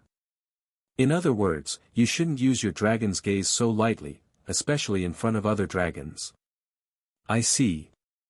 I didn't know about this since the Great One never told me about it when I learned the technique. Yuan said. Anyways, there's nothing we can do about it now that you've learned the technique. Just make sure you're not around dragons when you use that technique, as it will definitely cause misunderstandings. The Dragon Emperor said to him. I understand. Yuan nodded. Of course, if you marry someone from the royal family, you'll be considered royalty, allowing you to use the technique as much as you wish. Shimeli suddenly said, clearly suggesting something here. Of course, Yuan was too innocent to pick up the hint and said, marriage? As in husband and wife. But I don't think it's right to marry someone just to use a technique. Shimeli smiled after hearing his words, I think so too. Anyways, it's not like we're telling you to never use the dragon's gaze ever again. Just make sure you're very careful when using it, as it will definitely offend the other royal families if they learn that an outsider had learned their sacred technique, said the Dragon Emperor a few moments later. I understand. I will be careful. Yuan nodded. Now, regarding the teleport formation that will bring you back to the lower heavens, I have found a way, but we will need some time to prepare. The Dragon Emperor suddenly said. Does this mean we can return to our own place? This is great news. Wang Xiuying quickly said. Yes. However, it will still take around a week. That's fine. As long as we return before the event ends. Yuan said. Sometime later, the Dragon Emperor left the room and returned to prepare for their departure. What do you want to do now? Shimeli asked them afterward. Do you still want to look around the city? Or do you want to do something else? I still want to look around, Yuan said. Okay, but you only have 1 week, so we won't be able to see much. Maybe you'll come back next time for much longer. At that time, I will show you around the entire ancient dragon city. Shimeli said to him. Even if I want to come back, how can I do that? Yuan asked. I don't know, but if you've already managed to come here once, you'll definitely find yourself here a second time. I believe in fate, and if you're fated to return, you'll definitely return. If that happens. A mysterious smile appeared on her face. Yuan nodded, okay. Go get some more rest. We'll go back to touring the city tomorrow morning. Shimeli also left the room shortly after, meeting her father at the teleport formation outside the ancient dragon city. I have decided, father. Shimeli said to him. On what? He raised his eyebrows. I won't marry Yuan now. However, if he manages to return to this world for a second time, I will marry him. Shimeli said. What kind of decision is that? You'll marry him if he returns for a second time? Do you really think he'll be able to return here for a second time? If he was destined to come here before, he's already fulfilled his fate in this world, which means he no longer has a reason to return here. The Dragon Emperor said. If fate allows it, he will definitely return. I also have this feeling that this won't be my last time seeing him. Shimeli said with a confident smile on her pretty face. Even if he is fated to return in the future, who knows when that will be? It could be 10 years from now. It can even be 10,000 years from now. We will never know. The Dragon Emperor said. So what? We can live up to tens of thousands of years with ease because of our bloodline. The Dragon Emperor shook his head in a defeated manner. Do as you wish. You'll probably forget about him in a few hundred years, anyway. The Dragon Emperor shrugged. Do you want to make a bet with me on that, father? Shimeli suddenly asked him. A bet? Interesting. Tell me more. He said. 1,000 years, if he doesn't return in 1,000 years, I'll marry someone on your terms. Shimeli then said. You're serious about this? The Dragon Emperor looked at her with wide eyes. Does it look like I am joking with you, father? Shimeli responded with a solemn look on her face. And if he returns before the time limit of 1,000 years, I will have to let you marry him without any complaints, right? The Dragon Emperor then spoke. Shimeli nodded, that's right. Very well. I will accept your bet. The countdown will start once he leaves this world. Is that okay? Shimeli asked. I am fine with that. Great. Then it's decided. Shimeli then turned around and returned to the Dragon Palace with a cheerful aura around her, leaving the Dragon Emperor speechless. She really likes him, huh? The Dragon Emperor shook his head with a bittersweet smile on his face before returning to focus on the teleport formation. The next day, after eating the breakfast cooked by Meishio, Yuan went into the game to have his second breakfast for the day with the royal family. Are you two ready for another day in the city? Shimeli asked them with an energetic aura around her. I am. Yuan responded with a similar aura around him. Yes. Wang Xiuying also nodded, albeit a little less excited when compared to Yuan. Thus, Shimeli brought them around the city again. However, she didn't bring them towards the ancestral dragon temple this time. Instead, she brought them to multiple restaurants, showing off their dragon's cuisine, as she knew how much Yuan loved food. This is our famous dragon meat skewer. Try it. Shimeli handed each of them a skewer. Dragon meat?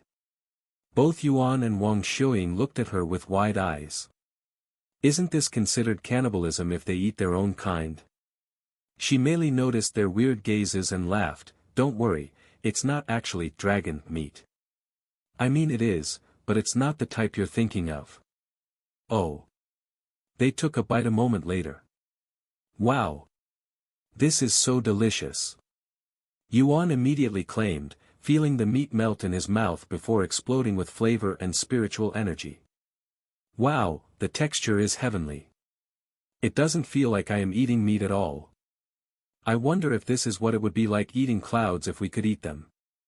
Wang Xiuying said as she finished the entire skewer in just a few seconds. Can I have some more? She then asked. Me too. I also want some more. Yuan said. Are you sure? We finished breakfast not long ago. Shimeli chuckled before asking for a couple more skewers. Here you go, Princess Shi. These are on me. The man selling these skewers said to her. After handing the skewers to Yuan and Wang Xiuying, she merely handed a spirit stone to the man and said, "Don't worry about it. My friends enjoyed it, so I will pay for it. You can keep the change as well." "Thank you very much, Princess Shi." The man gladly accepted the spirit stone. After eating the skewers in a few minutes, Wang Xiuying said, "That pretty stone you just gave the man as payment, it's called a spirit stone, right? I have seen them before, but I never understood them. Just where do people obtain them? Or are they like treasures, something you find naturally in the wild? You don't know where spirit stones come from? Hee hee. Then I know exactly where to bring you tomorrow," she merely said with a smile on her face. "As for your question, I shall wait until tomorrow to answer it. For now, let's just continue what we're doing." Wang Xiuying nodded, but her curiosity piqued. Thus, she merely continued to show them restaurants and different foods. By the end of the day, they had eaten so much that dinner wasn't necessary. In the real world, Yuan asked Meishio, "What are the other participants doing now?" "The same as usual. They're trying to reach the mystic pagoda while improving their cultivation at the same time. Some people have reached the place, but none of them have been able to open it," Meishio said. And she continued, "In fact, the participants that have arrived at the place seem to have stopped fighting each other to try and open the mystic pagoda together. So they're working together to open the mystic pagoda, huh? Even though I somehow managed to open it, I still don't understand how." Yuan suddenly stopped speaking as he realized something. "Wait a second. The demon said the Empyrean Overlord used to belong to the Lord, who is the master of the mystic realm and the mystic pagoda. Maybe that's the key to opening the mystic pagoda. That does make sense," Meishio said. "Anyways, I should be returning to the mystic realm soon. The Dragon Emperor found a way for us to return, but it'll take at least a week." The following morning, after breakfast, Meishio said, "Dr. Wang has sent me the menu. I will be going shopping in a bit." "Oh. What's on the menu?" Yuan then asked. "Dr. Wang told me to keep it a surprise for you," she said. Yuan smiled and said, "I can't wait." Sometime later, Yuan entered the game whilst Meishio dressed up casually before going outside. Luckily for Meishio, there was a large supermarket only a couple of blocks from their apartment, making shopping easy and convenient. An hour later, she returned to the apartment. Meanwhile, inside the game, Yuan and Wang Xiuying followed Shimeli. "So, to answer your question from yesterday, there are a couple of ways spirit stones are created," Shimeli said as she escorted them to this isolated area.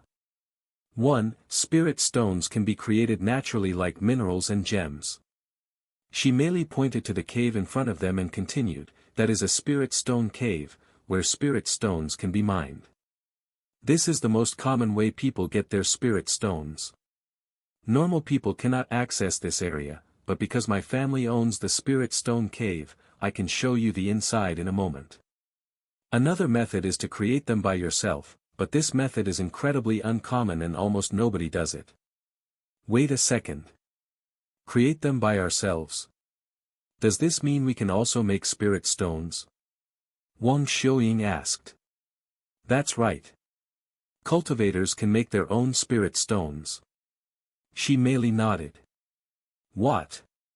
That means unlimited money. Why is this method uncommon? It should be the most common," Wang Xiuying exclaimed. "After all, who wouldn't want to be able to make their own money?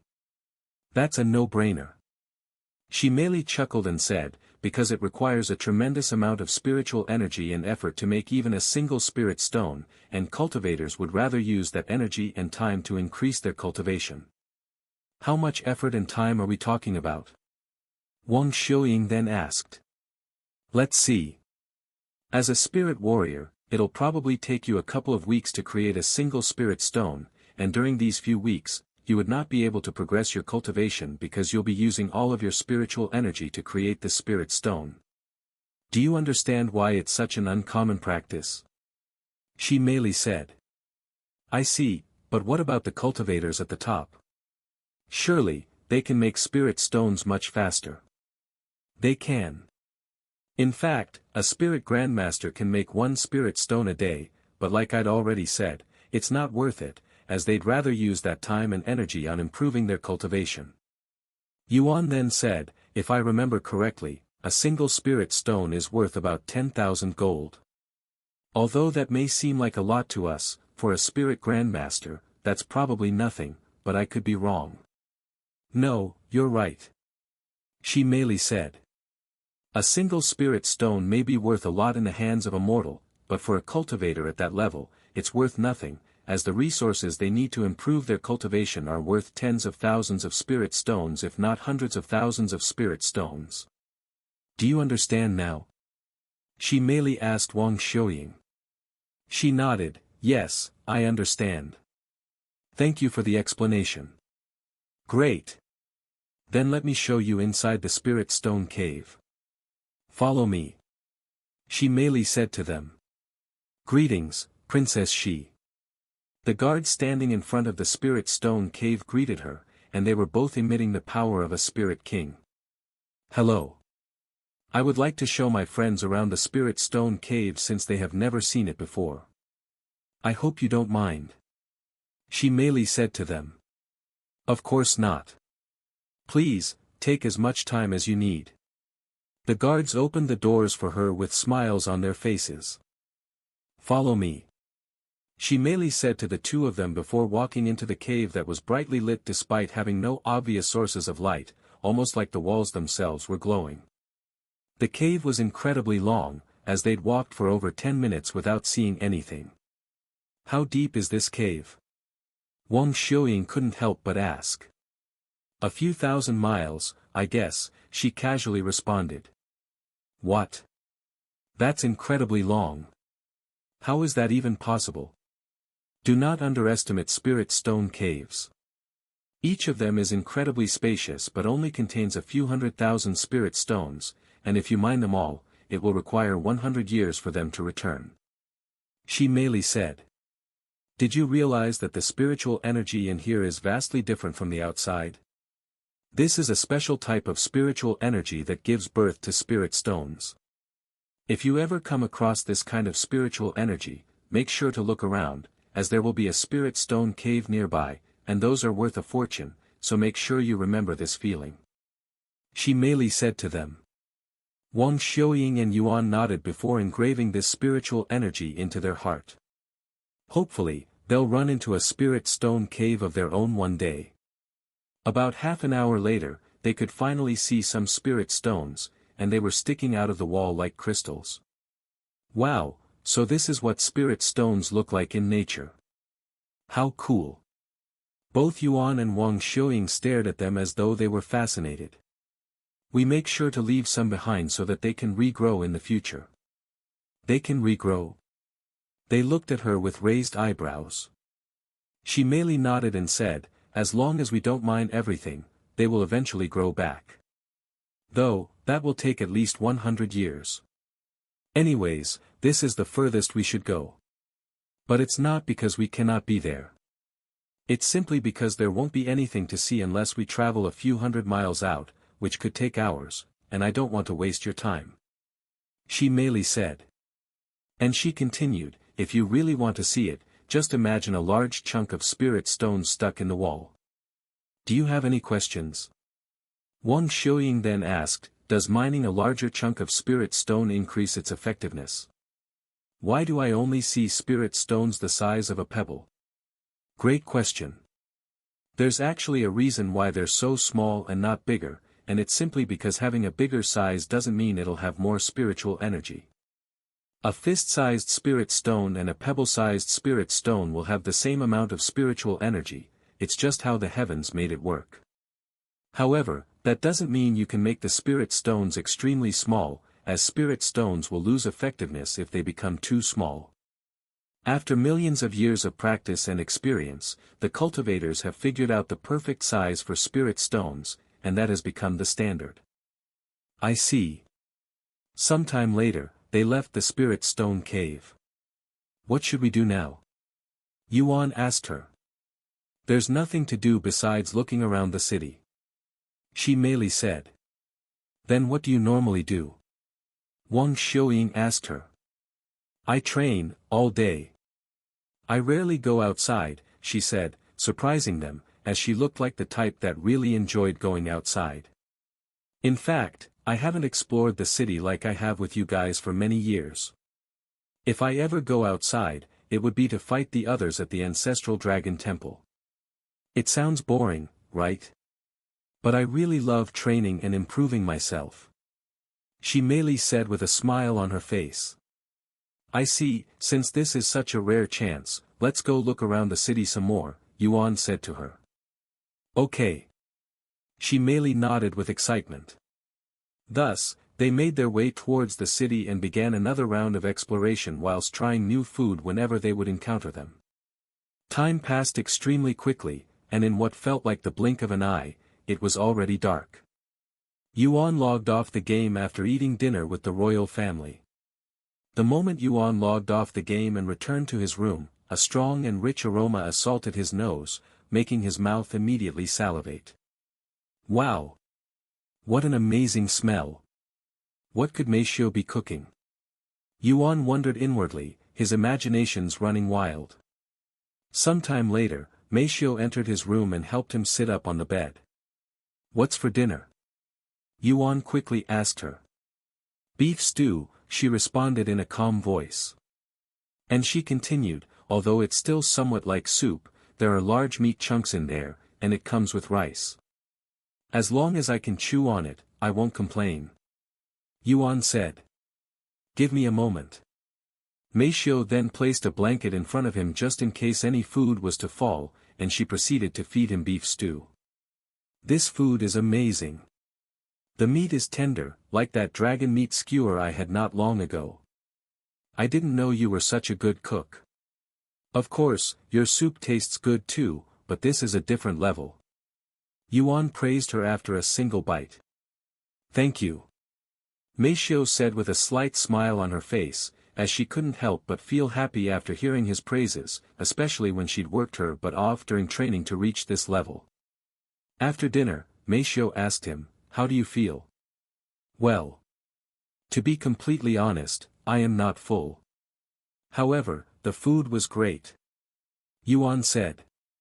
Not full, huh?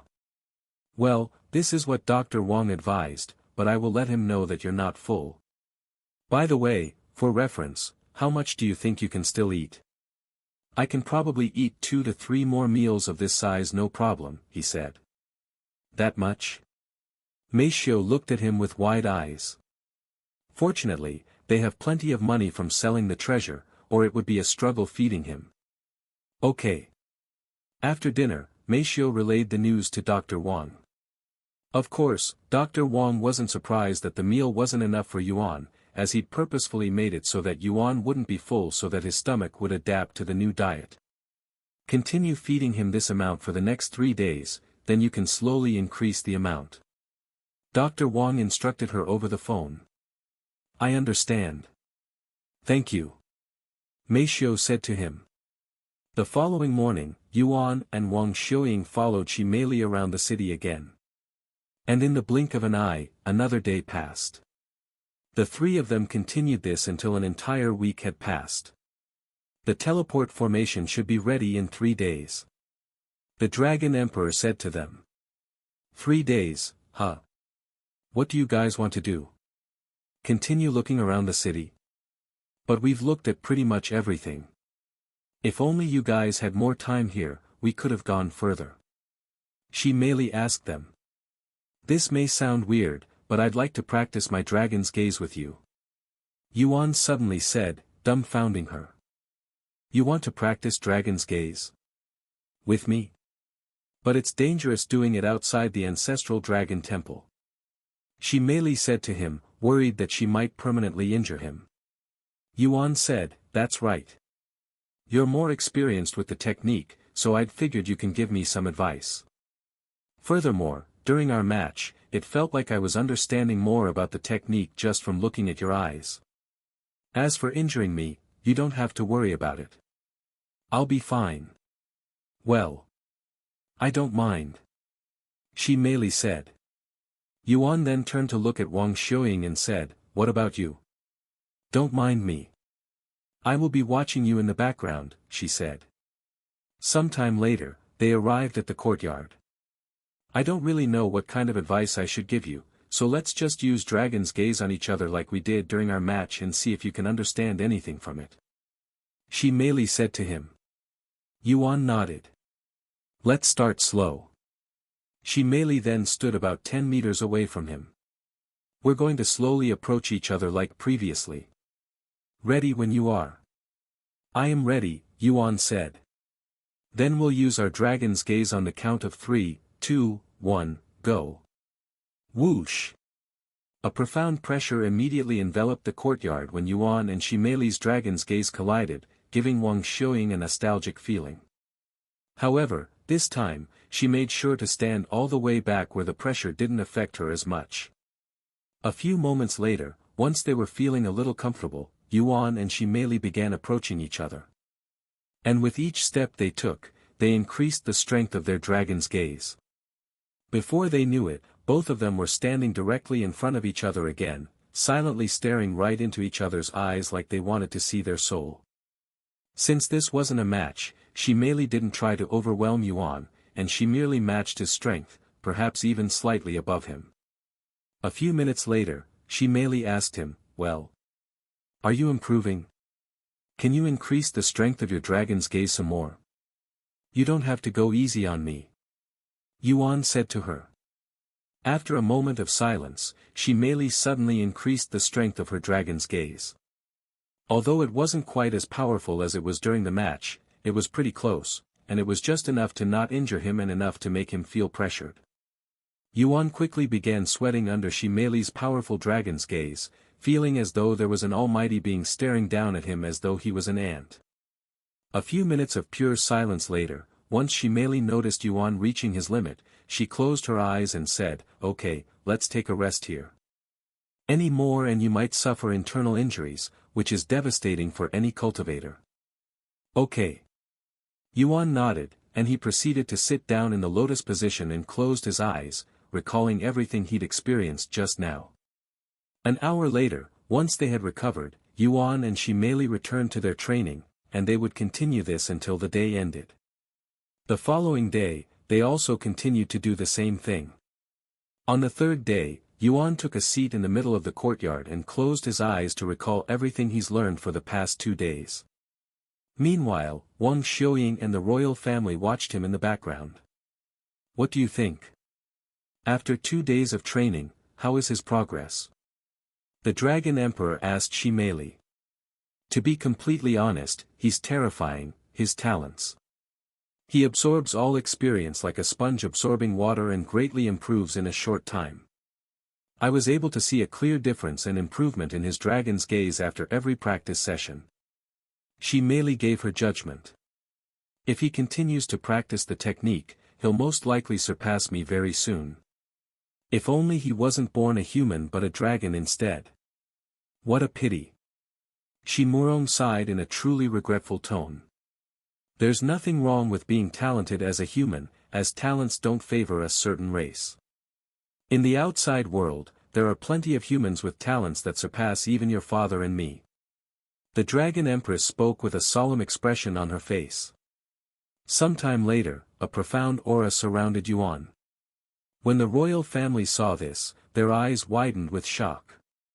Enlightenment. He's experiencing enlightenment. Shimurong exclaimed in a baffled voice. Shut your mouth. Don't you dare disturb him. The Dragon Empress immediately slapped the back of his head while lecturing him. What's an enlightenment? Wang Xiuying asked in a whispering voice. Enlightenment is a trance-like state where your mind and heart becomes crystal clear to focus on one thing, whatever caused the enlightenment. Shimei explained. And she continued, when that happens, one will improve drastically at whatever they are trying to gain enlightenment on. For example, Yuan's probably having enlightenment about the dragon's gaze. Once he's done, his understanding and mastery of the technique will improve drastically. I see. How long do enlightenments usually last? The Dragon Emperor said, it depends on the complexity of whatever he's having enlightenment about. If it's a simple technique, he can be done in a matter of minutes. However, if he's having an enlightenment about something complex, like dragon's gaze, he could be in that state for days if not weeks. Weeks? Wang Xiuying exclaimed in a low voice. What will happen to the mystic realm? And it's not like she could take him out of enlightenment. Don't worry, we have already prepared the teleport formation, so you can leave whenever. It doesn't have to be today. If you want, you can even return by yourself first. He can follow you after he's done. The Dragon Emperor said to her. However, Wang Xiuying shook her head and said, no, it's okay. I will stay here until the very last minute. We came here together, so we'll leave together, at least we'll try. I will stay here to watch over him. You guys can leave. She merely volunteered to stay behind even though that wasn't necessary. However, she wanted to be here when he woke up so that she could congratulate him. Are you sure? This will take some time. We can simply block access to this area so that nobody could disturb him. The Dragon Emperor said to her. Yes, I want to stay here. She merely nodded. Do as you please. The Dragon Emperor left with the others shortly after. What happened to her? It's like she's obsessed with him. The Dragon Empress asked her husband after they left, as she was unaware of the bet he made with Yuan. She likes him. The Dragon Emperor said with a slight smile on his face, and he continued, and she wants to marry him. What? Everybody there turned to look at him with wide eyes filled with shock, especially Wang Xiuying and Shimurong. She wants to marry that human. A dragon with royal lineage? That's blasphemy towards our bloodline. Shimurong exclaimed, clearly disapproving of her decision. Meanwhile, Wang Xiuying wondered what would happen if a player marries an NPC. There are plenty of players out there that are currently in a romantic relationship with an NPC, so I guess marriage isn't too far-fetched. She thought to herself. I think it's cute. The Dragon Empress said, and she continued, I couldn't care less if she wants to marry a human or a dragon. I only care about one thing, his qualifications. And from my understanding, Yuan is more than qualified to join our royal family. Why you too, mother? Shimurong looked at her with disbelief. Anyways, it's her decision, and I will respect it. The Dragon Empress said. Then she looked at Shimurong and said, if you have a problem with it, why don't you confront her about it? I would rather not. Shimurong responded in a reserved voice. Despite being the older one, he feared Shimeli a little, especially whenever she's angry. Sometime later, the royal family returned to their business whilst Wang Xiuying returned to her room before logging off. Since it's going to take some time before he wakes up, I'll take a small break from the game and help Grandpa out at the hospital. Wang Xiuying mumbled to herself after leaving the game. After stretching her body, Wang Xiuying left her room and went downstairs to watch some television. In this day and age that's dominated by video games, it was only natural for television to be heavily involved with video games. In fact, the most popular channels in the world are gaming channels that talk about the current trends and whatnot for certain video games. Let's see if there are any new trends for Cultivation Online. Wang Xiuying went to the channel that was dedicated to Cultivation Online news. Today, we will be interviewing one of the players in Cultivation Online who claims to be player Yuan. The speaker on the television spoke while a young man wearing a black mask sat beside him. Wang Xiuying immediately raised her eyebrows after seeing this player Yuan, who was obviously a fake. Another one? How many people have come forward as the real player Yuan now? I have already lost count. These people clearly know he's a fake, yet they are still giving him a spotlight. What are these people thinking? Wang Xiuying shook her head.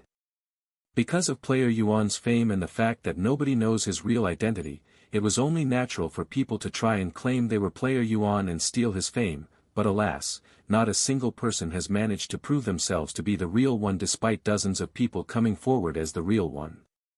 Tell me, and the audience watching this, why should we believe you when you claim to be player Yuan? What kind of proof can you provide us that proves you're the real one? And if you are indeed the real one, why have you suddenly decided to reveal yourself after remaining low-key for so long? The man with the black mask then spoke in a confident voice, I simply got bored of hiding, so I decided to come out of hiding. As for whether I have proof or not, of course, I have proof.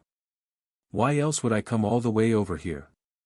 The presenter then said with a stiff smile on his face, you sound so confident that I am already starting to believe you.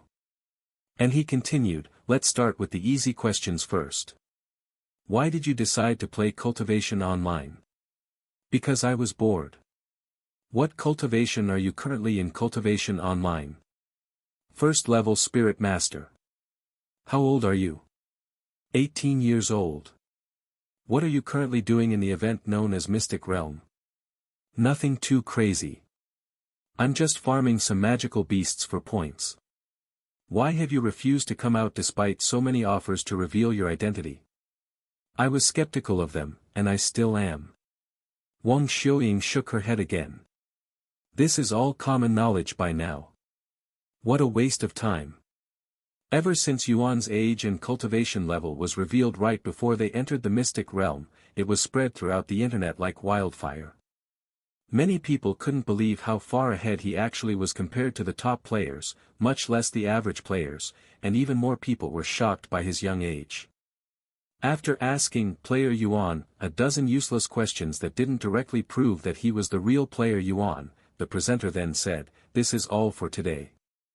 Follow us on the next episode tomorrow for more proof. Find out whether he's really player Yuan or just another phony tomorrow here, Cultivation Online Daily News.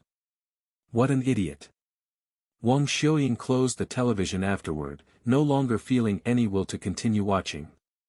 Guess I'll go to the hospital now and see if Grandpa needs any help there.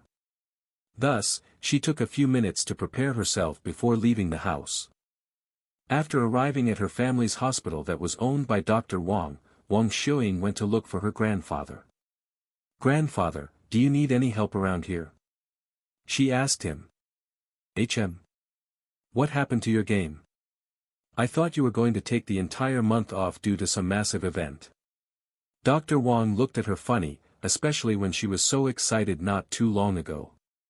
Well, something happened, and I have some free time, so I figured that I'd come here and help out in the meantime, she said.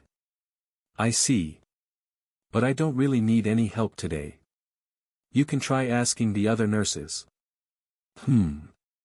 After a moment of silence, Wang Xiuying spoke, Grandpa, you visited Yuan recently, right? How's he doing?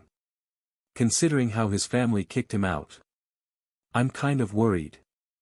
The young master. He's doing perfectly fine. Dr. Wang said. Perfectly fine. Wang Xiuying raised her eyebrows. Yes. I even decided to change his diet, so he's no longer just eating soup for every meal. Oh, that's great. By the way. Do you think I can go visit him at his new place? She suddenly asked. Why? It's been a while, that's all. And I feel like speaking to him. Dr. Wang pondered for a moment before speaking, I will have to ask them for permission before I say anything. That's fine. Dr. Wang called Meishou shortly after, but nobody picked up, so he left her a message about Wang Xiuying wanting to visit. Meanwhile, Wang Xiuying went to help out the others in the hospital. It wasn't until after Meishou logged off the game to prepare dinner that she saw Dr. Wang's message. Wang Xiuying wants to visit us. Meishou raised her eyebrows. I will ask him when he comes out of the game. She texted back to him. Okay. Thank you. Dr. Wang responded a minute later. However, Yuan didn't log off that night, missing his dinner. He must be busy inside the game. Once Meishou realized that Yuan was most likely going to stay inside the game for the night and miss dinner, she wrapped his food and placed them inside the fridge. Meishou wasn't too worried initially since this wasn't his first time forgetting to log off.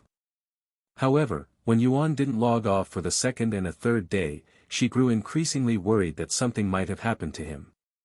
She wanted to forcefully take him out of the game to ask him what was happening and why he hadn't logged off for so many days, but she'd resisted her urges, as she was worried that he might be doing something incredibly important in the game that wouldn't let him log off for whatever reason. Furthermore, she has been checking his pulses just to make sure he was still alive and well. HAA. If only I could see what he's doing. Meishio sat on the floor beside the bed and rested her head on it. I haven't cooked or done anything in 2 days. It's a new record. Meishio thought to herself. It was at this moment her phone rang. She looked at the caller. It was Dr. Wang. Are you okay? It's been 2 days since you texted me. Did you forget or something? Dr. Wang asked her through the phone. Sorry, it's not that. Yuan, he hasn't logged off the game yet. She revealed. What? How is that possible? It's been 2 whole days. That can't be healthy. Dr. Wang said. I would go over there now to check his condition, but I have an important meeting in a few minutes, so if you don't mind, I will send my granddaughter over to check his condition. Don't worry, you can trust her skills. Dr. Wang said. Okay. Meishio quickly agreed. She knew that Yuan and Wang Xiuying were on good terms, so he most likely wouldn't mind her visiting, especially if it's for a valid reason. Furthermore, Yuan told her that he was with Wang Xiuying inside the game, so maybe she knows something about his situation. I'll send her the address right now. The connection closed shortly after, and Dr. Wang immediately contacted Wang Xiuying and told her about the situation. Yuan hasn't logged off for 2 whole days and Meishio is worried. Okay, I will immediately go there now. What's the address? Wang Xiuying spoke with a serious look on her face. Although she was initially happy that Dr. Wang told her to visit Yuan, her excitement quickly subsided after hearing about the situation. After receiving the address, Wang Xiuying grabbed her tools and made her way to Yuan's apartment. This is where he lives now. Wang Xiuying raised her eyebrow at the apartment before her. Sometime later, she entered the elevator and went to the 17th floor. Wang Xiuying stood before 17F a moment later, and she knocked on the door. Hello. It's me, Wang Xiuying. Meishio opened the door a few moments later to let her inside. I'll save the greetings for another time, Meishio. Where's Yuan? Wang Xiuying asked her. Here. Meishio led her into Yuan's room. Wang Xiuying didn't say anything and immediately checked his pulse. His pulses seemed perfectly fine. Wang Xiuying released a sigh of relief after confirming that he wasn't in danger. So did he tell you what he was doing the last time you spoke to him? Do you know why he hasn't logged off? Sometimes I also lose track of the time and stay inside the game for longer than I would like. However, 2 whole days is a little too much, especially since he knows that you'll be cooking food for him. Wang Xiuying said. I was hoping you could answer that question. Meishio said to her. What do you mean? Wang Xiuying tilted her head. Meishio took a deep breath and said, he told me that the 2 of you were playing together, so I was hoping you know why he's not coming out. In her mind, Yuan's well-being was more important than his identity in a video game, so if she had to reveal his identity to make sure he was okay, she would do it without any hesitation. Furthermore, Wang Xiuying is Dr. Wang's granddaughter and Yuan's #1 fan, so Meishio felt that she could trust her with Yuan's identity. Huh? What do you mean I'm playing with Yuan? Wang Xiuying's head remained tilted in a puzzled manner. The person I am playing with currently is. Wang Xiuying's eyes suddenly widened when she realized what Meishio was trying to tell her. She then slowly turned her head to look at Yuan, who was sleeping peacefully on the bed with the console on his head. Although the console was blocking half of his head, she could still see some resemblance between Yuan and Yuan. Are you telling me that Yuan is player Yuan?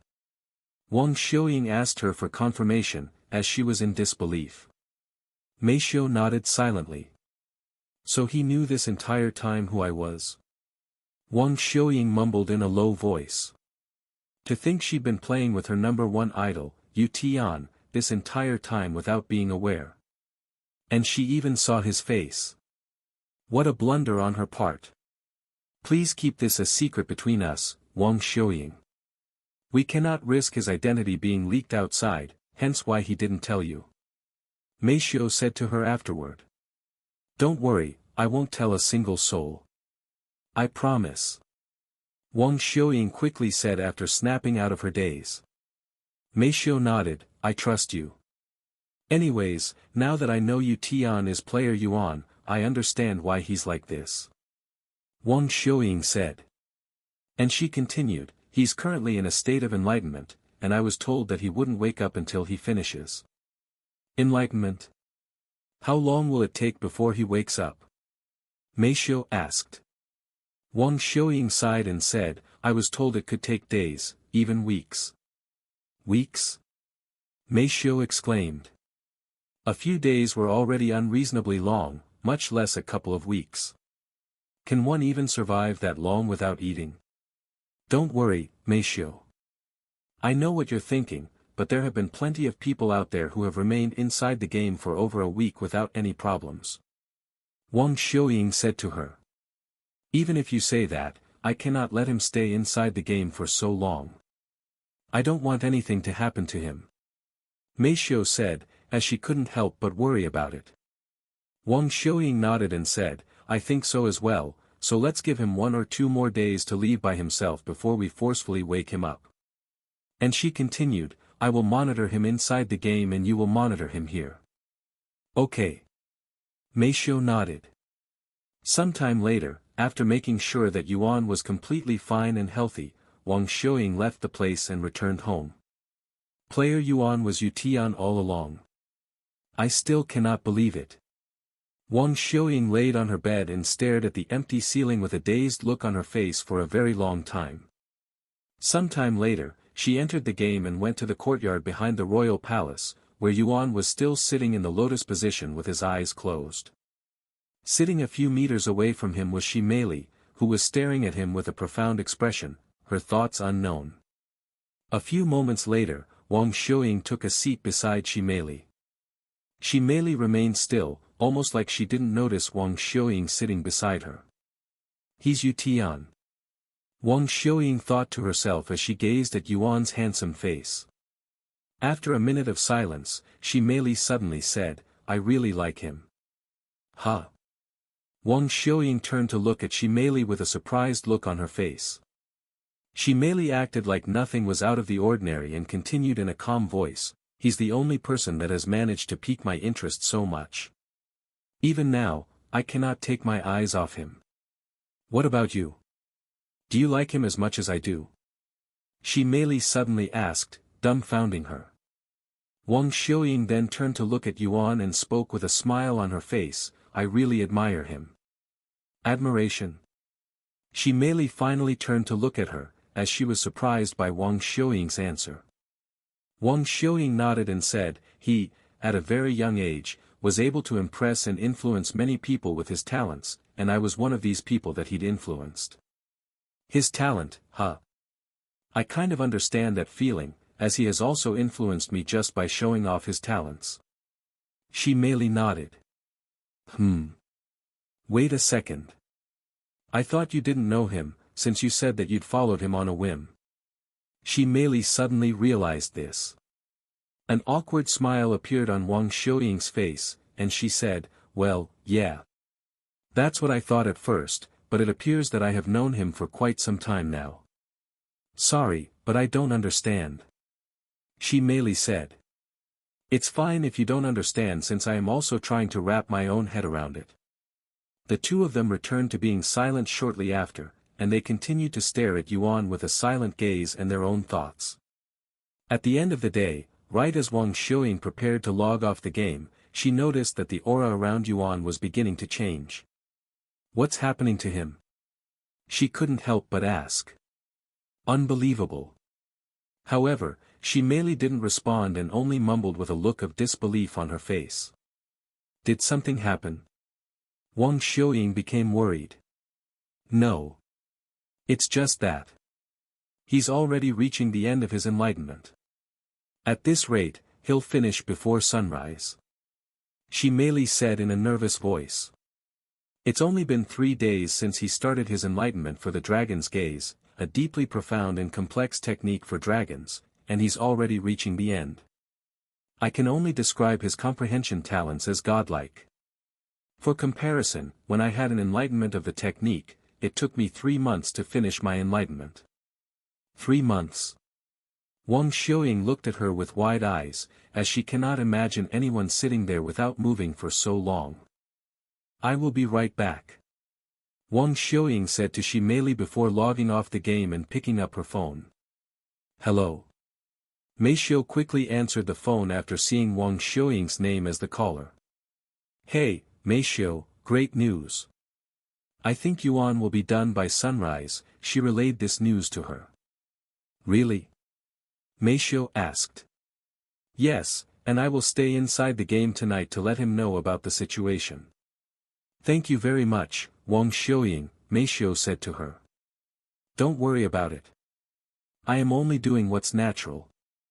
Then I'll speak with you again later.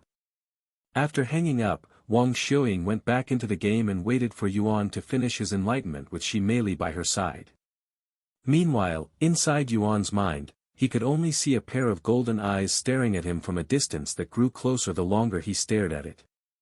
This pair of eyes resembled Shi Meili's eyes, but it also gave him a feeling of the Great One. Although Yuan was not aware of it himself, he has been staring at this pair of eyes for the last 3 days inside his mind. Suddenly, a familiar sound echoed in his mind. Ding! Your comprehension for Dragon's Gaze has improved tremendously from enlightenment. Your comprehension for Dragon's Gaze has reached a new level. Dragon's Gaze mastery level increased from 2 to 3. Dragon's Gaze. Rank, Ancient. Mastery level, 3. Description, a technique created by the Great One. A single gaze will cause immortals to bow and the heavens to tremble in fear. Used by royal families of the dragon race. After the notification resounded, the pair of golden eyes inside Yuan's mind slowly closed itself before disappearing. Yuan slowly opened his eyes afterward. Congratulations on your enlightenment, Yuan. Shi Meili greeted him with a bright smile on her pretty face. Shi Meili. Did I just experience another enlightenment? He mumbled in a dazed voice. Another enlightenment? Why am I not surprised that this isn't your first time? Shi Meili said with a bittersweet smile on her face. How long has it been in that state? Yuan asked. However, before Shi Meili could answer that question, Wang Xiuying stood up and approached him with a serious-looking expression on her face. Wang Xiuying. What's the matter? Yuan asked her in a somewhat nervous voice because of the way she approached him. Yuan, or should I call you Tian? Wang Xiuying said to him. What did you just call me? Yuan's eyes widened with shock when he heard his real name come out of Wang Xiuying's mouth, or at least that's what he thought he heard. I know the truth, Tian. To think you were player Yuan all along. I feel foolish for not recognizing you earlier. Wang Xiuying sighed. How? How did you find out? Yuan asked her. Did she finally recognize him from his appearance? But even if he looked similar to his appearance in the real world, she didn't have solid proof that they were the same person. And judging by the way Wang Xiuying is speaking, it sounded like she was absolutely confident about his identity. As much as I hate to admit it, I didn't find out by myself. It was Mei Xiu who told me. Wang Xiuying said. What? Mei Xiu told you my identity? Impossible. Yuan became even more shocked after hearing this, feeling a little betrayed that Mei Xiu would reveal his identity to someone, even if that person was someone he trusted. And this made him feel extremely uncomfortable for some reason. Do you have any idea how worried Mei Xiu was because of you? Wang Xiuying then said. What? Seeing Yuan's puzzled face, Wang Xiuying decided to reveal everything to him. You have been in enlightenment for 3 whole days, Yuan. That means you haven't logged off for 3 days. What? When Yuan realized the situation, his heart immediately sank. He'd been inside the game for 3 days straight. No wonder why Meishio would be worried. And because she had no idea what you were doing, she told me the truth about your identity. I was also very worried at first when I learned that you haven't logged off for 3 days. I even visited your apartment to check your condition. Heavens! I will be right back. I need to speak with Meishio as soon as possible. Yuan said to her, and without waiting for a response, he immediately logged off the game. Ah! Shimeli was left speechless by their confusing conversation just now, but when Yuan disappeared, her questions also disappeared, almost like she suddenly forgot about them. Meishio. Yuan called for her the moment he returned to the real world. Yuan. You're finally back. Meishio released a deep sigh of relief after hearing his voice again. I am so sorry. It was never my intention to stay inside the game for so long. I had another sudden enlightenment, which completely screwed with my sense of time. Yuan explained to her why he didn't log off for so long. It's okay, you don't have to say anything. I have already heard of your situation from Wang Xiuying. I am just relieved that you're okay. Meishio said to him. Even if you say that. I am really sorry for making you worried. I would be lying if I told you that I wasn't worried, but thanks to Wang Xiuying for telling me the situation, it wasn't too bad. Sometime later, once they calmed down, Meishio said, now it's my turn to apologize. I promised to keep your identity a secret, yet I revealed your identity to Wang Xiuying. I am sorry. What are you talking about? You had a legitimate reason to do so. Although I felt a little betrayed at first, I didn't know anything at that time. Just know that I don't blame you at all, Meishio. Yuan said to her. Okay. Meishio said. A few moments later, Meishio asked him, how is your body feeling right now? Do you feel hungry? It's been 3 days since you last ate, after all. Now that you mention it, I do feel a little hungry.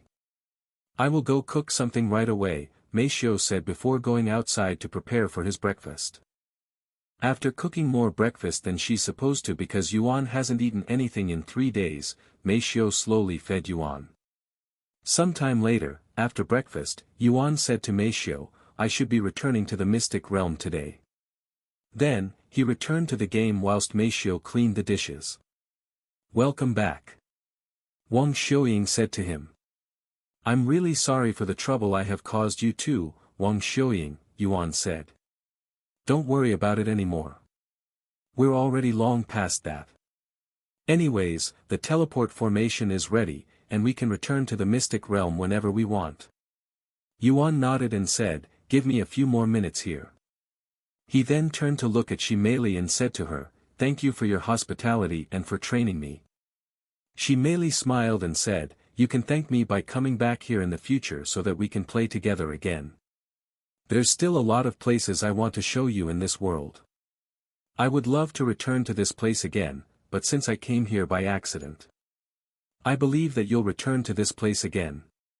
If you came here once, you'll definitely come here a second time. Shimeli said to him. Yuan nodded.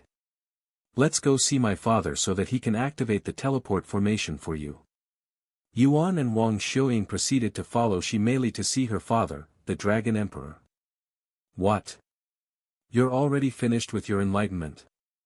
As expected, the Dragon Emperor was greatly surprised to see Yuan awake so quickly.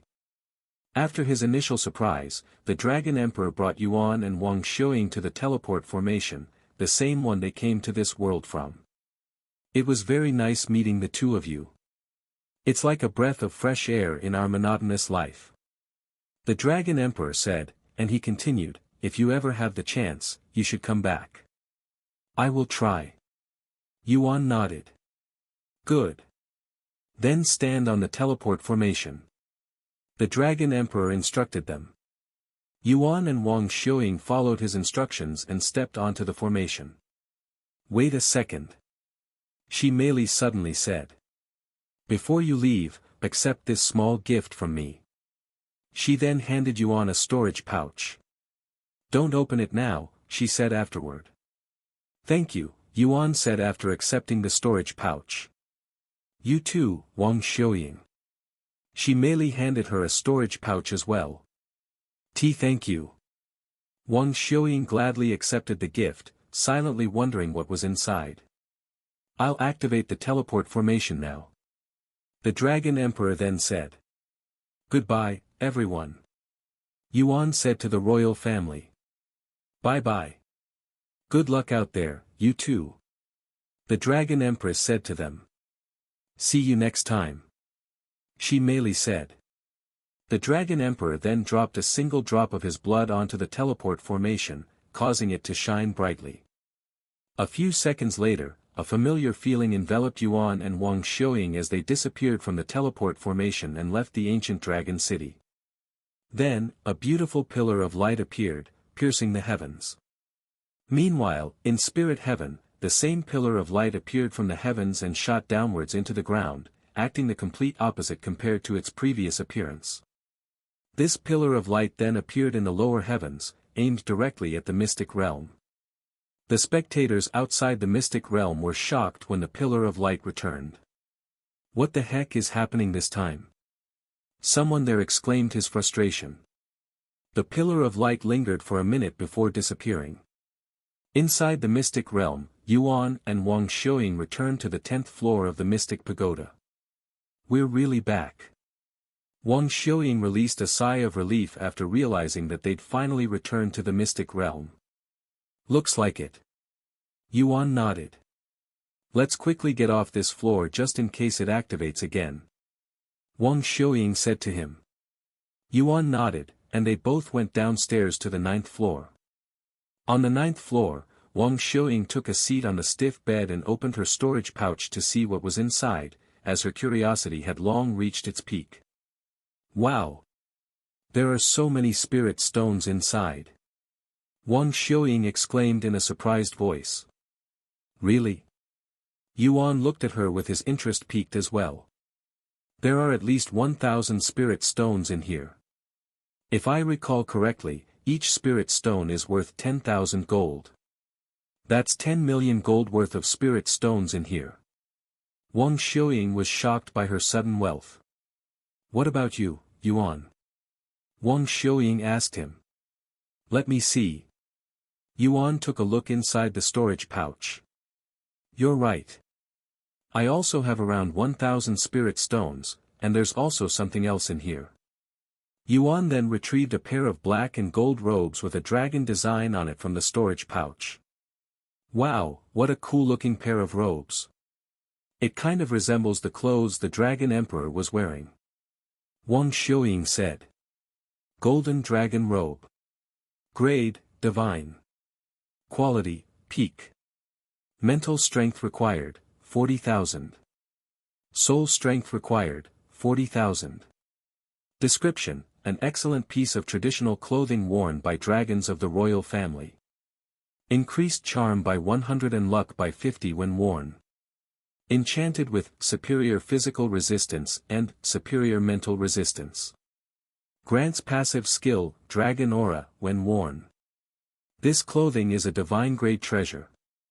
Yuan mumbled in a dazed voice as he stared at the golden dragon robe. Yuan, there's a note sticking to it. Wang Xiuying pointed to the piece of paper poking out of the golden dragon robe's pocket. Yuan picked it up and read it. Your clothes looked a little bit small for your size, so I went ahead and picked a new pair of clothes for you. I think it'll suit you well. See you next time. Shi Meili. What a thoughtful person. Wang Xiuying smiled. Yuan chuckled and said, I will definitely have to return to the ancient dragon city in the future to return the favor now. It's going to be hard to repay this favor though since it's a divine-grade treasure. Yuan mumbled. Wait. It's a divine-grade treasure. This clothing? Wang Xiuying's eyes widened with shock after hearing this. Yes. Yuan nodded. Wang Xiuying was speechless. This dragon princess truly loved him deeply if she was willing to give him a divine-grade treasure. I'm going to change now.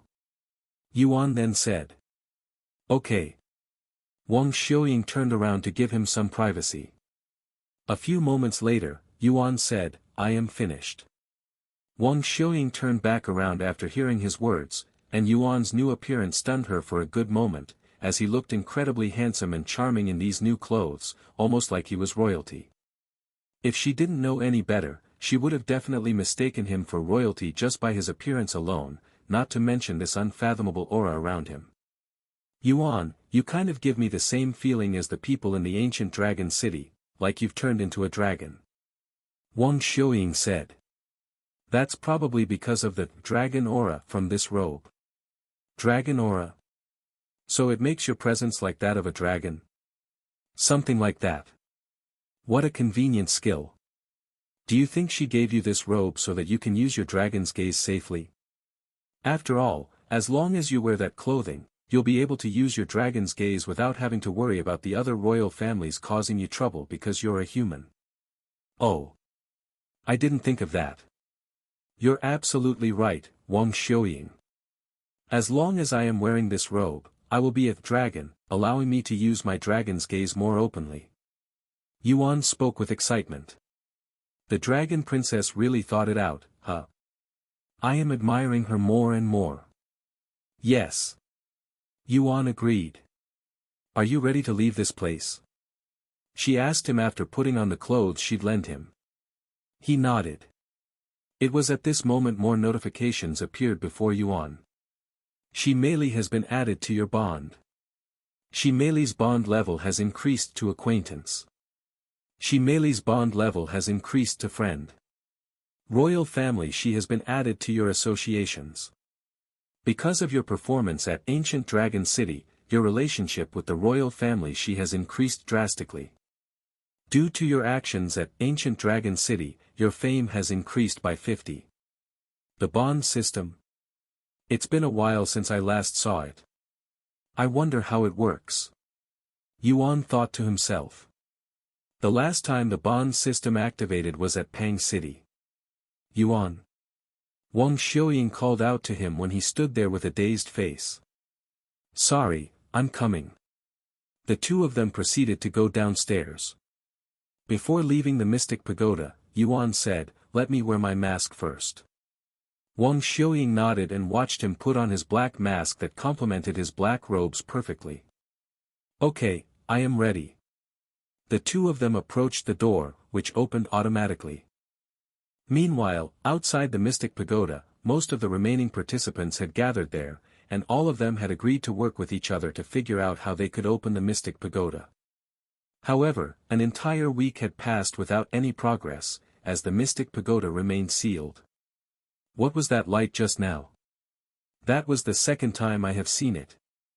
One of them asked when a pillar of light suddenly descended from the skies and landed on the Mystic Pagoda. I have no idea, but it's definitely related to this place. If we can figure it out, perhaps that'll be the key to opening this damn place. Another one said. But we have already searched every nook and cranny in this area. What else can we do at this point? Keep searching. There must be a way to open the door. While the participants tried everything to open the Mystic Pagoda, completely unbeknownst to these people, 3 figures had been watching their every action for the past week from the skies. Look at these outsiders dirtying our Lord's Mystic Pagoda with their filthy presence. If I could, I would kill every single one of them for disrespecting the sacred ground. Grandpa Lon mumbled in a loathing voice. Calm down, old man. You'll shorten your lifespan if you get angry over these idiots. Grandma Lon shook her head. Ever since Yuan's death, Grandpa Lon has been acting like a grumpy old man who's easily bothered by even the slightest things. What is that pillar of light, anyway? I have never seen anything like that before. Lon Yingying said a moment later. I don't know. It's also my first time witnessing such a phenomenon. I hope it's not a bad sign. Grandpa Lon said. It was at this moment one of the participants there suddenly shouted in a shocked voice, look. The door is opening. What? Everybody there immediately turned to look at the mystic pagoda, and sure enough, the door was opening. The mystic pagoda opened. How? Even the Lan family in the sky was greatly bewildered by this random occurrence. I'm going down there. I cannot let these outsiders' dirty feet step into the Lord's home. Grandpa Lan said. And just as he prepared to descend from the sky, his movements halted when he noticed two figures walking out of the mystic pagoda. The first person to come out was a pretty young lady at the spirit warrior realm. The second person was an individual wearing a black mask who was also emitting this unfathomable aura that made the people around him admire him unconditionally, almost like he was royalty. Who are those people? And how did they come out of the mystic pagoda? Grandpa Lan was baffled by their mysterious presence, especially when he saw the person in the black mask and clothes, as the aura he gave off resembled that of a beast rather than a human. Hey! Who the heck are you two? And how long have you been inside the mystic pagoda? The participants on the ground asked them. W8. I recognize you. You're Healer Wang from Medicine Valley. One of the participants who was also a player recognized Wang Xiuying's pretty face. Whoa! There are so many people here. Wang Xiuying was also surprised to see them, as she didn't expect to be surrounded by people the moment she left the mystic pagoda. What? Does this mean you're also a participant? How did you enter the mystic pagoda? The participants immediately began questioning her. Wang Xiuying took a few steps until she was standing behind Yuan. Answer us. How did you enter the mystic pagoda, and how long have you two been inside? The participants slowly surrounded them, sealing even the smallest path so that they couldn't escape. Are all of you participants? Yuan asked them in a low voice. That's right. One of them answered. Good.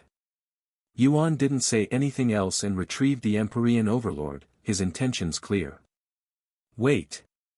A mask. That sword. You're that monster from the Dragon Essence Temple. Some of the participants quickly connected the dots and realized his identity. However, they were not the only ones who realized this. That sword. Impossible. Grandpa Lan's eyes nearly popped out of their sockets when he saw the Empyrean Overlord in the masked man's grasp. Yuan. He's still alive. Lan Yingying covered her mouth from shock, and tears immediately began flowing from her eyes when she realized that he'd survived the Demon Lord's core detonation. What do you think you're doing? The participants there looked at Yuan with nervous expressions when they saw that he'd suddenly retrieved his weapon and was standing there menacingly. Let's talk this out first, okay? There's no need for pointless bloodshed. We're all in this together. However, Yuan completely ignored them, and he lifted his Empyrean Overlord into the air. Run! He's going to kill us all. One of the participants there suddenly shouted. Fuck you, you damn coward. Look at how many of us there are and how many they have. As if there's any need to run. Don't forget. He's no longer a spirit master in this world. We can take him. Another participant refuted, even suggesting that they fight him together. Yeah. Let's get him. All of us together. There's no way he'd be able to defeat so many of us at once. The participants there all prepared for battle, yet none of them dared to approach him first. Yuan closed his eyes and took a deep breath. When he opened them, it flickered with a vicious light. Heavenly Domain. The place was suddenly assaulted by a tyrannical pressure that caused all of the participants there to feel as though they were carrying mountains on their back whilst their bodies were chained down, completely sealing their movements. What is this? I can't move my body. One by one, the participants there began lowering their bodies until their knees were kissing the ground. In just a few moments, everyone there was on their knees, almost as though they were greeting royalty, if not for the terrified expressions on their faces. Wait. Let's not be so hasty, alright? Let's talk. One of the participants there opened his mouth to speak, but before he could even finish his sentence, Yuan swung the Empyrean Overlord in his grasp in a wide motion. Whoosh! A massive red arc of sword light was released from the strike, sweeping through the participants there and slicing their bodies in half instantly. Ah! Damn it! I'll remember this. The participants cried out loud as their bodies disappeared from the mystic realm before appearing outside the gates. After his initial swing, Yuan went to clean up the other participants he'd missed. And in less than a minute, over 90 participants perished from the mystic realm and were disqualified from the event. Meanwhile, outside the mystic realm, the spectators were shocked speechless by what they'd just witnessed. Is that the young master? He looks somewhat different. Feng Yuxiang mumbled in a dazed voice as she stared at his figure in the mirror. Brother Yuan. Xiaohua released a sigh of relief after seeing that he was fine. However, they were only able to see Yuan for a brief moment. Once Yuan killed all of the participants in the mystic realm, the mirror no longer spectated him anymore. This baffled Senior Nia and the others. What the hell is going on with the mystic realm this year? How come the treasure isn't spectating that participant? And how did he open the mystic pagoda? Senior Nia was filled with questions inside his head. Who was that masked figure just now? Is he also a participant? And did he just come out of the mystic pagoda? The elders in spirit heavens were also greatly shocked by Yuan's presence, and they immediately bombarded Senior Nia with questions. He's a participant from the Dragon Essence Temple. Although his appearance is different from when he first entered, I cannot forget that soul weapon. However, I have no other information regarding his identity besides that. Oh yeah, he was also a spirit master before he entered the mystic realm, and he's apparently only 18 years old. Senior Nia added.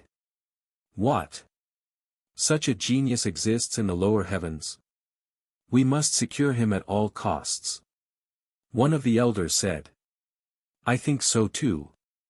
But which of our sect should he join? He'll be joining my sect, of course. Someone then said. Nonsense. Why should he join yours? Another one refuted. Because he's using a sword, and we're a sword sect. Why else? So what if he's using a sword? He can still join other sects. I have plenty of sword cultivators in my sect that focus on other weapons. A second person refuted. The experts began fighting over who would get to take Yuan in as their disciple. Senior Nia shook his head and said, You guys. You can discuss that after he agrees to follow us back to spirit heaven. What? Isn't that a no-brainer? Who would refuse to ascend? Right? Who in their right mind would rather stay in this dump when they could ascend without any effort?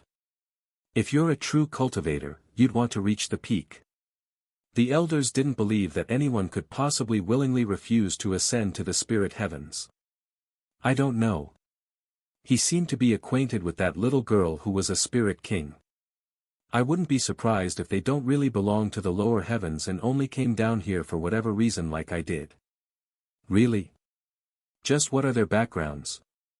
Only the heavens know. Senior Nia sighed. Ha ha ha. Do you see that? That's our Dragon Essence Temple's #1 genius. Long Yuan laughed out loud after seeing so many participants disqualified at once. The other sect masters looked at him in envy. Why don't they also have a monster disciple in their sect? Inside the mystic realm, after killing all of the participants, Yuan stows away the Empyrean overlord. I didn't know you could be this ruthless, Yuan. Wang Xiuying said with a smile. Well. Yuan. Just as Yuan opened his mouth, he heard a familiar voice resound above him, causing him to look up into the sky. And to his surprise, Lan Yingying was falling from the sky with her arms spread wide open and a blissful look on her face. Yuan instinctively opened his arms to catch her. A moment later, Lan Yingying landed in his arms and embraced him tightly, thank the Lord. You're still alive, Yuan. Yuan. Is it really you? Are you really not a ghost? Lan Yingying tightly embraced him to make sure that he was real. What is going on? Who is this? Wang Xiuying was surprised when a beauty suddenly fell from the sky. Miss Lan. What are you doing here? Yuan asked her in a dumbfounded voice after catching her from the sky. We came to the Mystic Pagoda to check up on the phenomenon that occurred here recently, but to think we'd see you here. Lan Yingying said. We? Yuan raised his eyebrows. A second later, two more figures descended from the sky. Grandpa Lan. Grandma Lan. Yuan was pleasantly surprised to see them as well. Are you really the young man? How on earth did you survive the Demon Lord's core detonation? And where have you been this whole time? Grandpa Lan asked him with a dazed look on his face, almost like he was looking at a ghost. Yuan then said, It's a long story, but I barely managed to survive the blast. And thanks to my regeneration skill that I'd obtained from consuming the demon core, I was able to recover fully. You obtained a skill from consuming the demon core. They all looked at him with baffled expressions. Anyways, it's relieving that you have managed to survive that blast. Grandpa Lan said. Yuan, who are these people? Wang Xiuying asked him a moment later. They are the Lan family, and they're natives in the mystic realm. They were also the first ones I met when I came to this place, and they have helped me a bunch since then. Yuan introduced the Lan family to Wang Xiuying. Hello, I am Wang Xiuying, and I am a friend of Yuan. Wang Xiuying greeted them. Any friend of Yuan is our friend.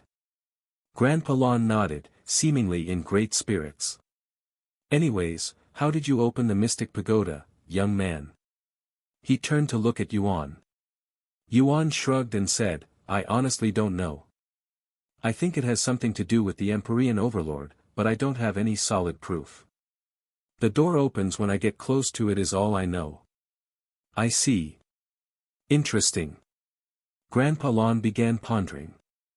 After a moment of silence, he spoke, If you don't mind, can you show us the inside? I have always wondered what the Lord's living quarters looked like. Wait. Living quarters? This place? Wang Xiuying said in a dazed voice. That's right. This place belongs to the master of the mystic realm, who we call the Lord. Grandpa Lan confirmed. Unbelievable. To think this mysterious place that cannot be opened by normal means turned out to be a living quarter for some individual. And here I thought it was a special place filled with treasures and whatnot.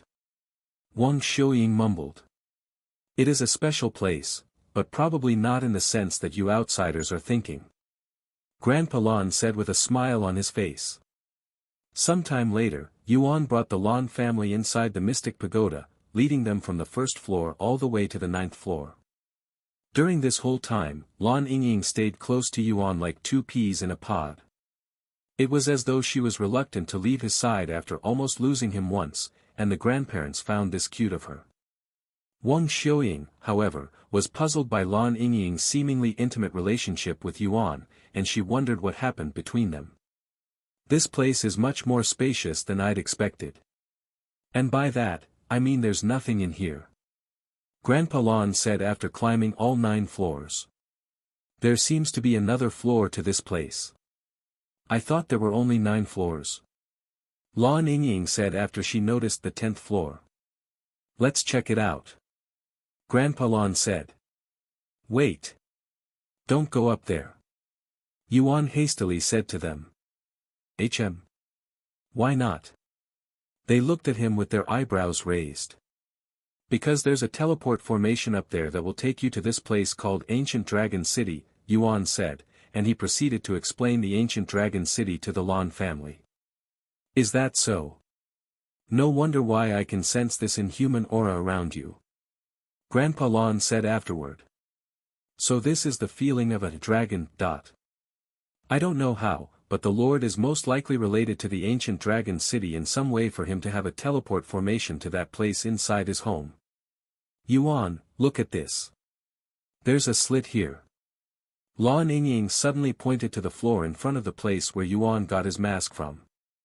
Oh, yeah. I noticed it before but didn't think too much about it.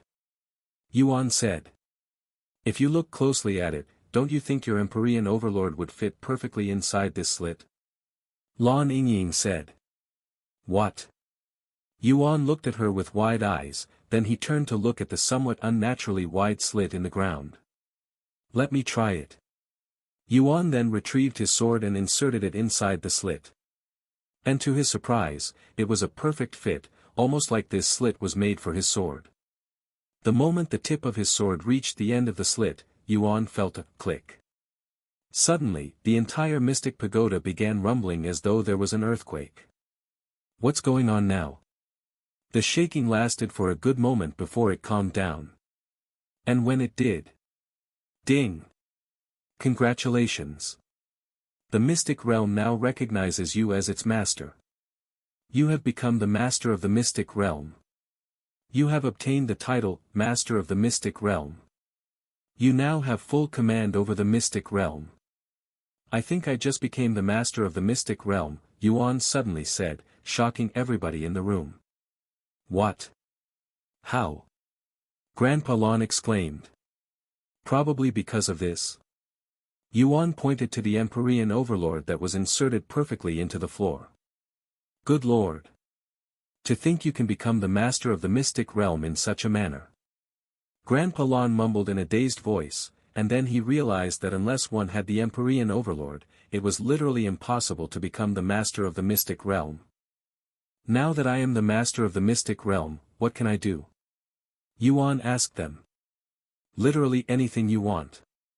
Grandpa Lan said. The mystic realm itself is a treasure, and as its master, you're like its god.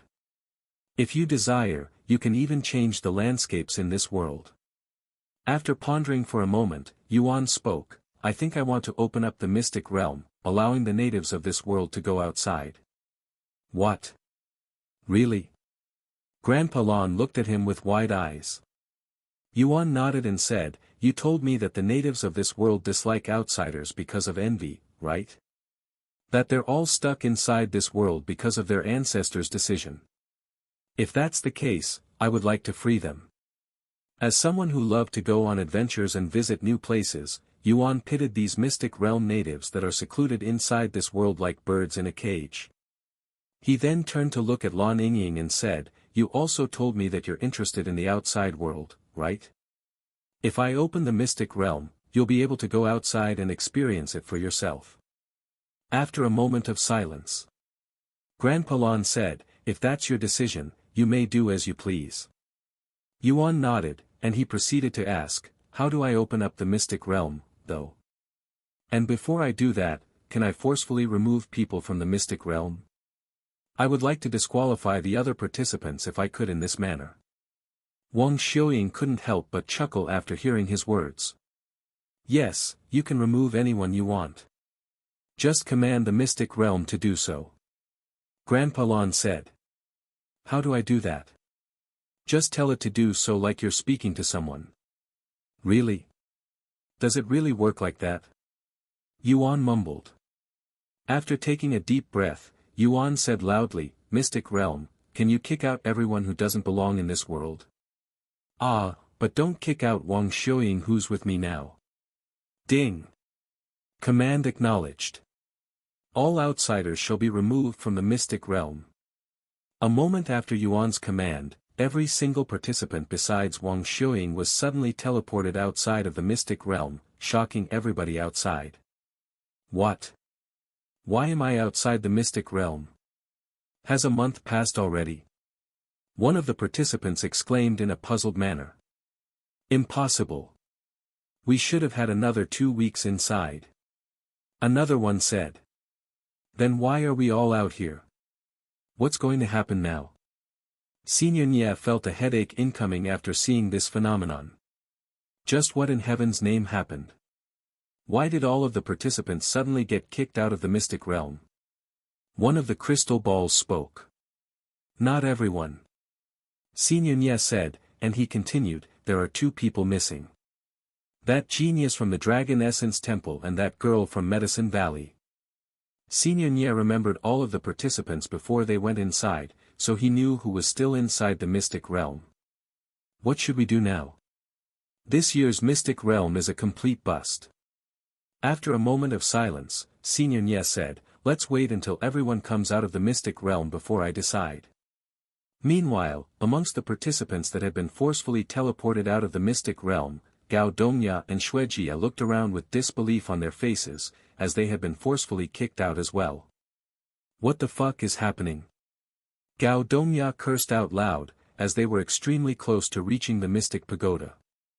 In fact, they were able to see the mystic pagoda in the distance right before getting kicked out of the mystic realm. This is why I said we should hunt some magical beasts for points. Look at us now. Besides increasing our cultivation base, we don't have any other points. If our rank is screwed up because of that, the sect master will kill us. Xuejia complained to him.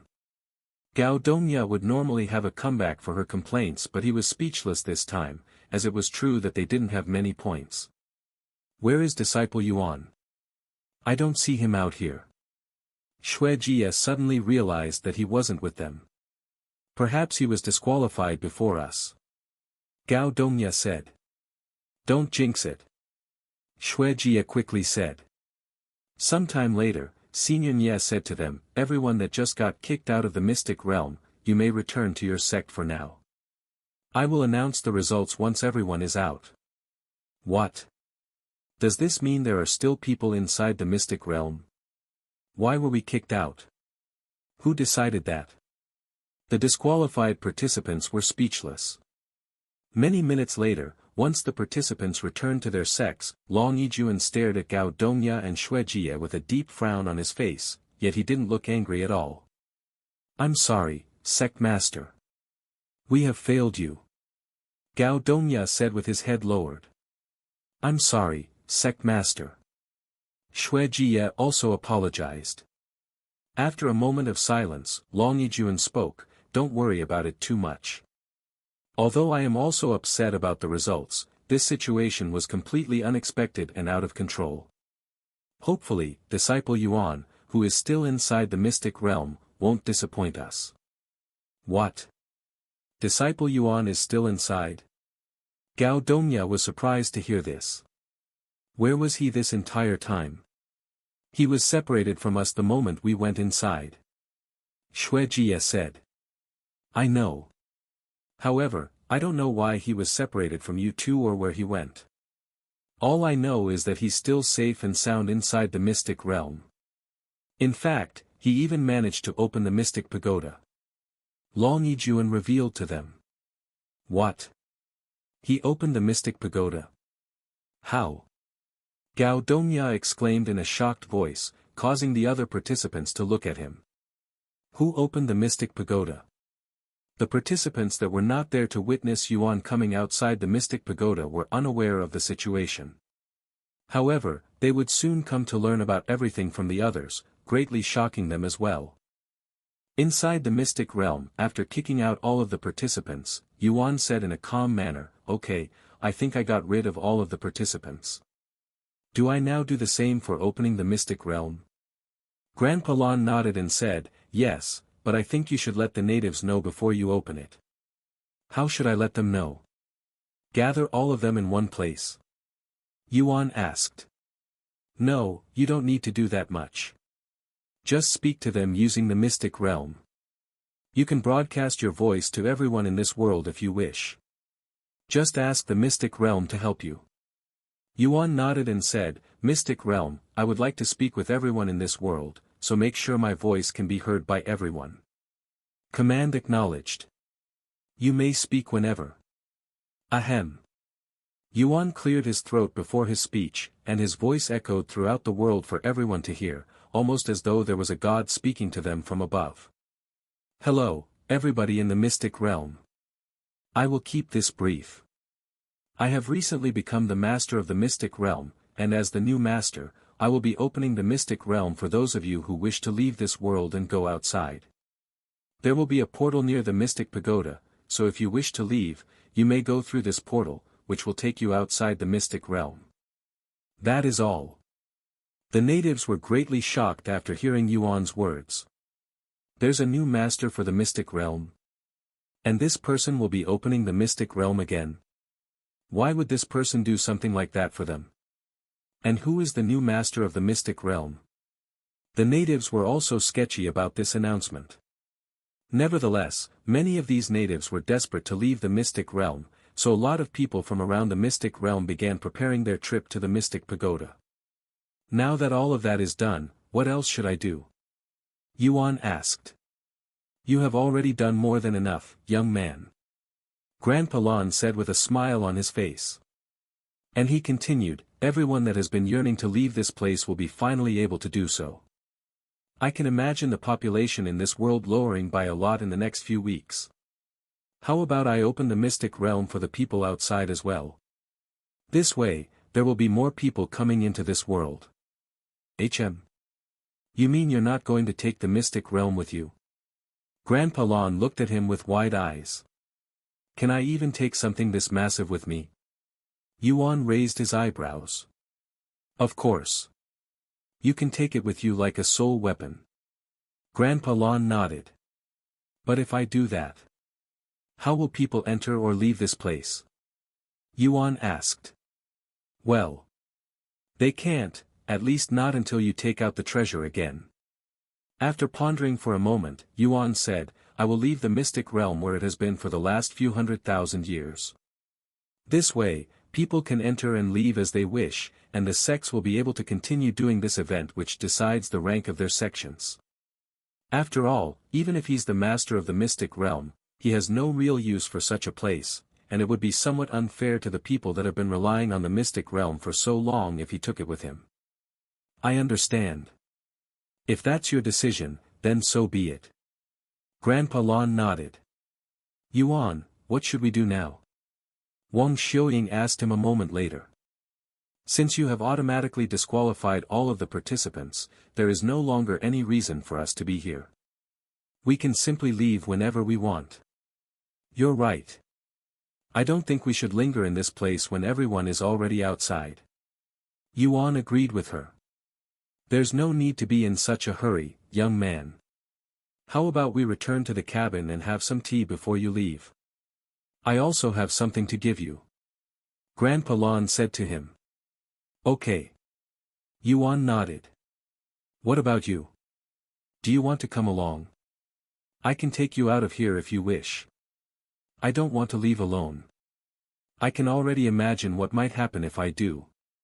Wang Xiuying shuddered at the thought of being surrounded by everyone outside the moment she leaves, asking her why she's the only one who didn't get kicked out. Great. Then let's go. Grandpa Lon said to them. A moment later, they went outside, where Grandpa Lon transformed into his serpent form, shocking Wang Xiuying. You're a magical beast. A divine beast, to be exact. Grandpa Lon said with a smile. A divine beast. Yuan, don't you also have a divine beast as a servant?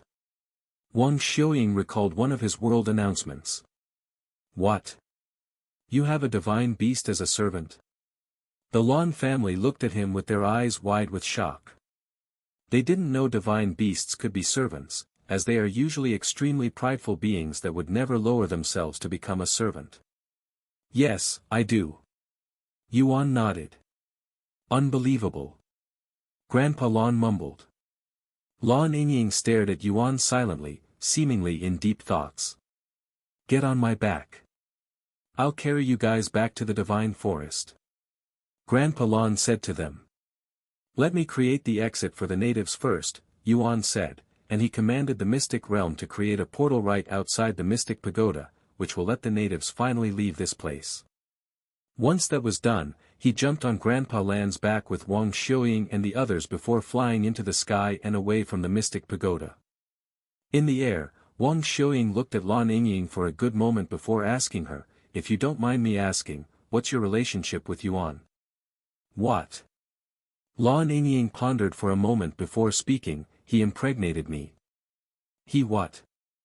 Wang Xiuying exclaimed, nearly falling off Grandpa Lan's back from shock after hearing Lon Yingying's shocking words. Yuan. Is that true? You impregnated this young lady? Wang Xiuying turned to him for answers, as she couldn't believe that someone as innocent as Yuan would do something like that to a woman he'd only recently met. Yuan nodded in a calm manner and confirmed, yes, she asked me to impregnate her, so I decided to help her. Unbelievable. Wang Xiuying stared at him with clear disbelief on her face. Finding out Yuan had impregnated another woman was akin to a hardcore fangirl finding out that her number one idol had a girlfriend for Wang Xiuying.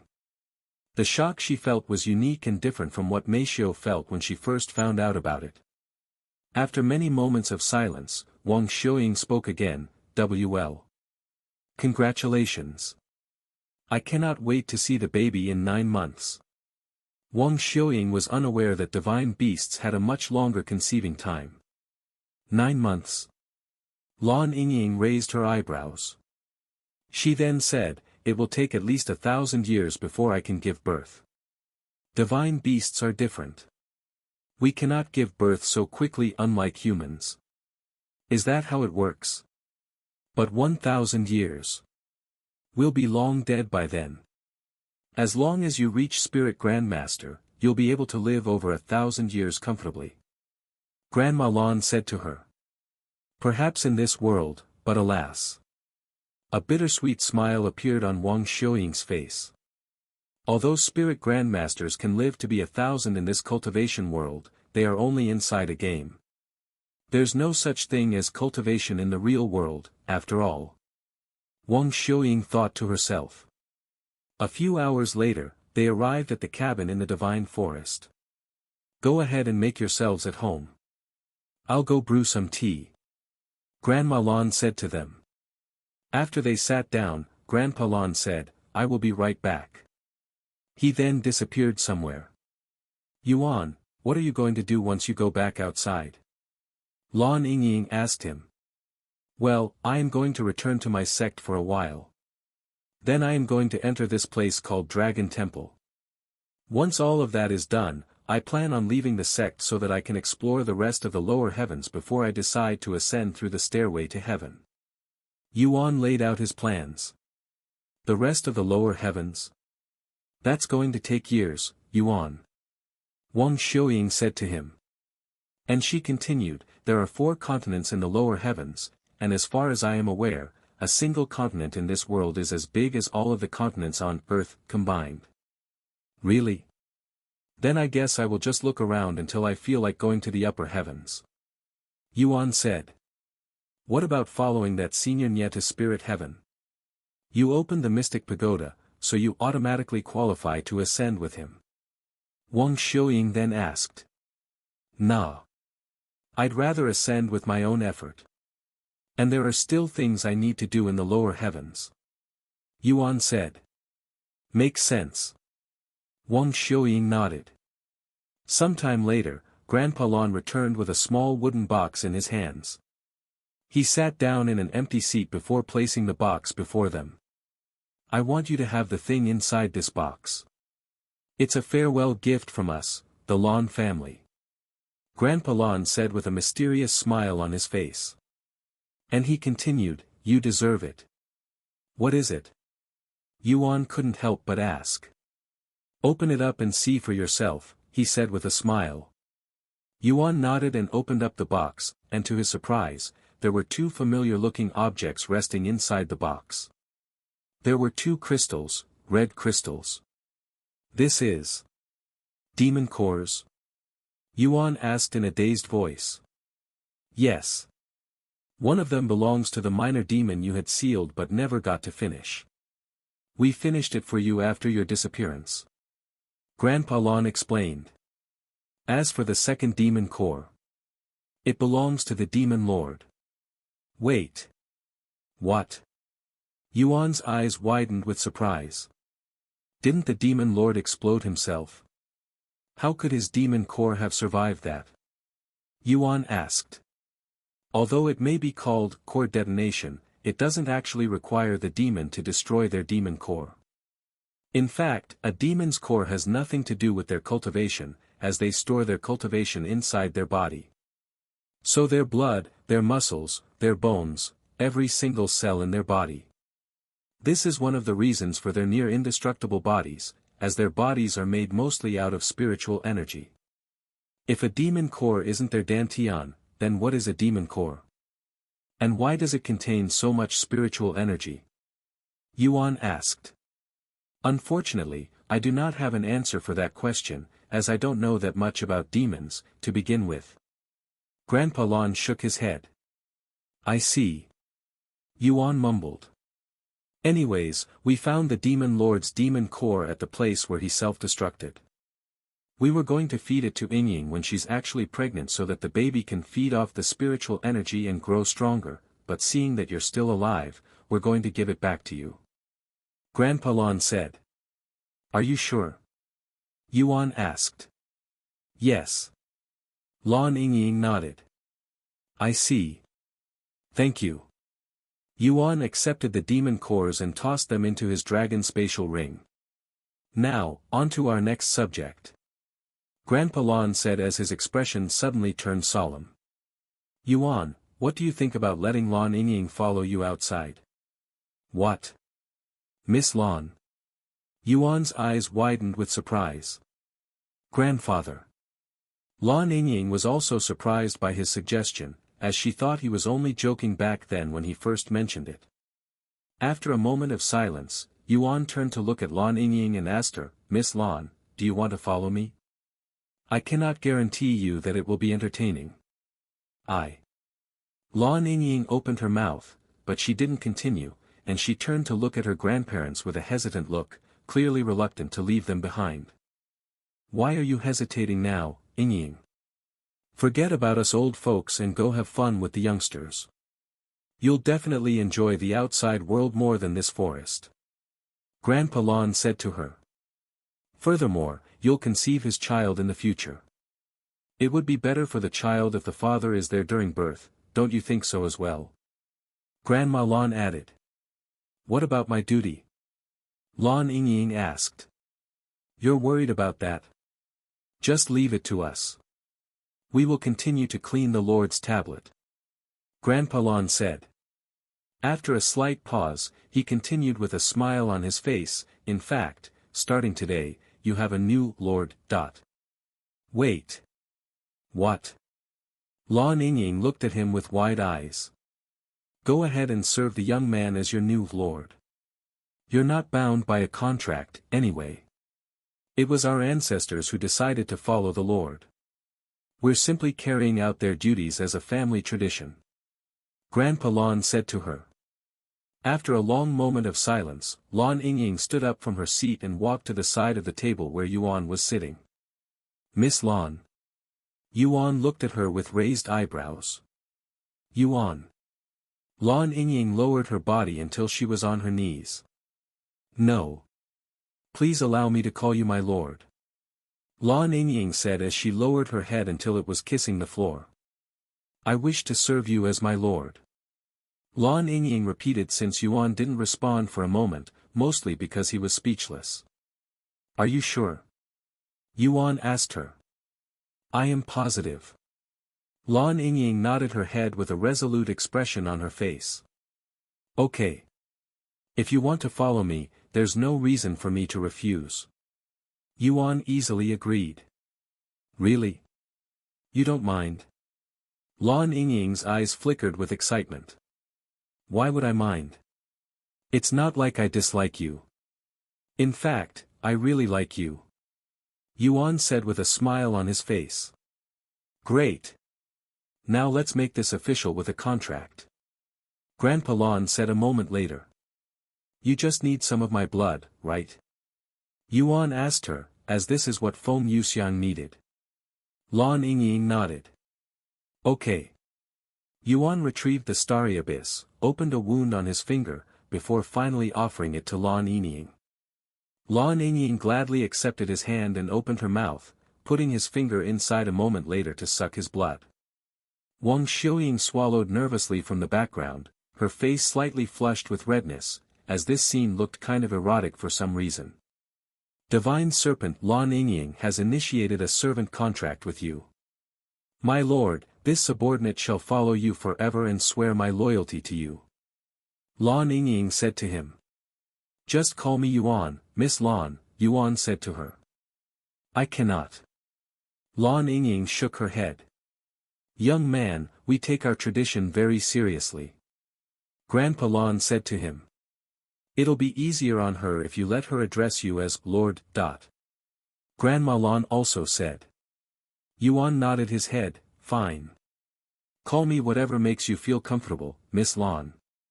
Young man, you should stop calling her Miss Lon. It makes you sound distant from her. Just call her Ying like we do. Grandpa Lon then said. Okay. Ying, I will accept you as my servant. Yuan said. Ding. You have accepted Divine Serpent Lon Ying as your servant. Name, Lon Ying. Servant grade, Ancient. Master, Yuan. Cultivation, 9th level Spirit Master. Legacy, none. Bloodline, Sacred Serpent Bloodline. Physique, World Eater Physique. Sacred Fire. Rank, Ancient. Mastery level, 3. Superior Sense. Rank, Heaven.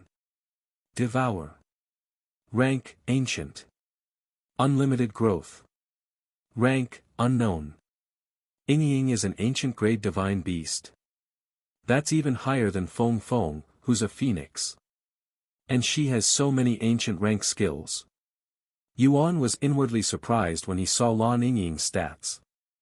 And what's this unlimited growth skill? I cannot see its rank, just like Feng Feng's cursed bloodline.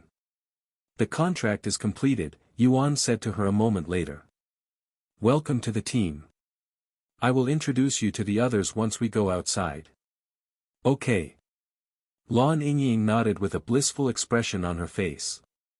How they grow up so quickly. Grandma Lon said with a smile on her face. And she continued, let's all drink the tea before it gets cold. Thus, they sat down around the table and began drinking her tea. Meanwhile, outside the mystic realm, an announcement appeared in the sky. Congratulations! Player Yuan has become the first player to obtain an ancient grade servant. This announcement shocked every player currently online.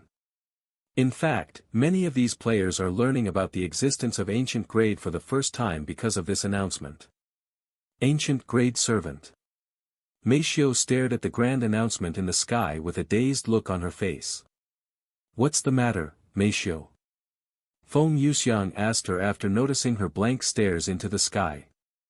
Yuan. He just obtained another servant. Meishio said to her. What? The young master. Is that why I felt a chill down my spine just now? Feng Yuxiang exclaimed in a shocked voice. What kind of magical beast is it this time? She then asked. Meishio shook her head and said, we will find out once he leaves the mystic realm.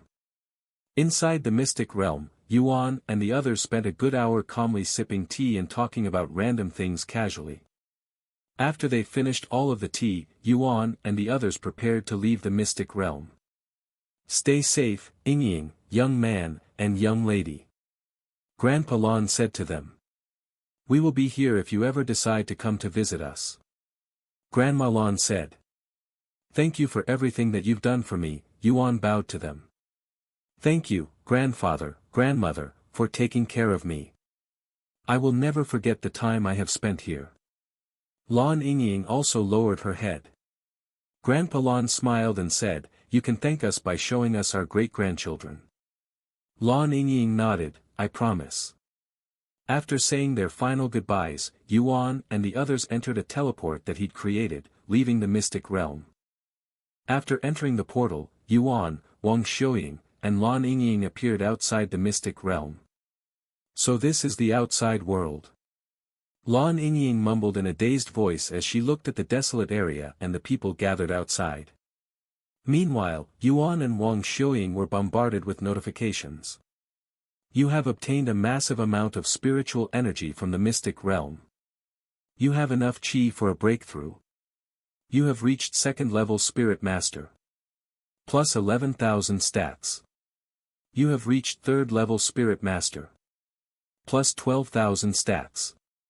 You have reached 4th level Spirit Master. Plus 13,000 stats.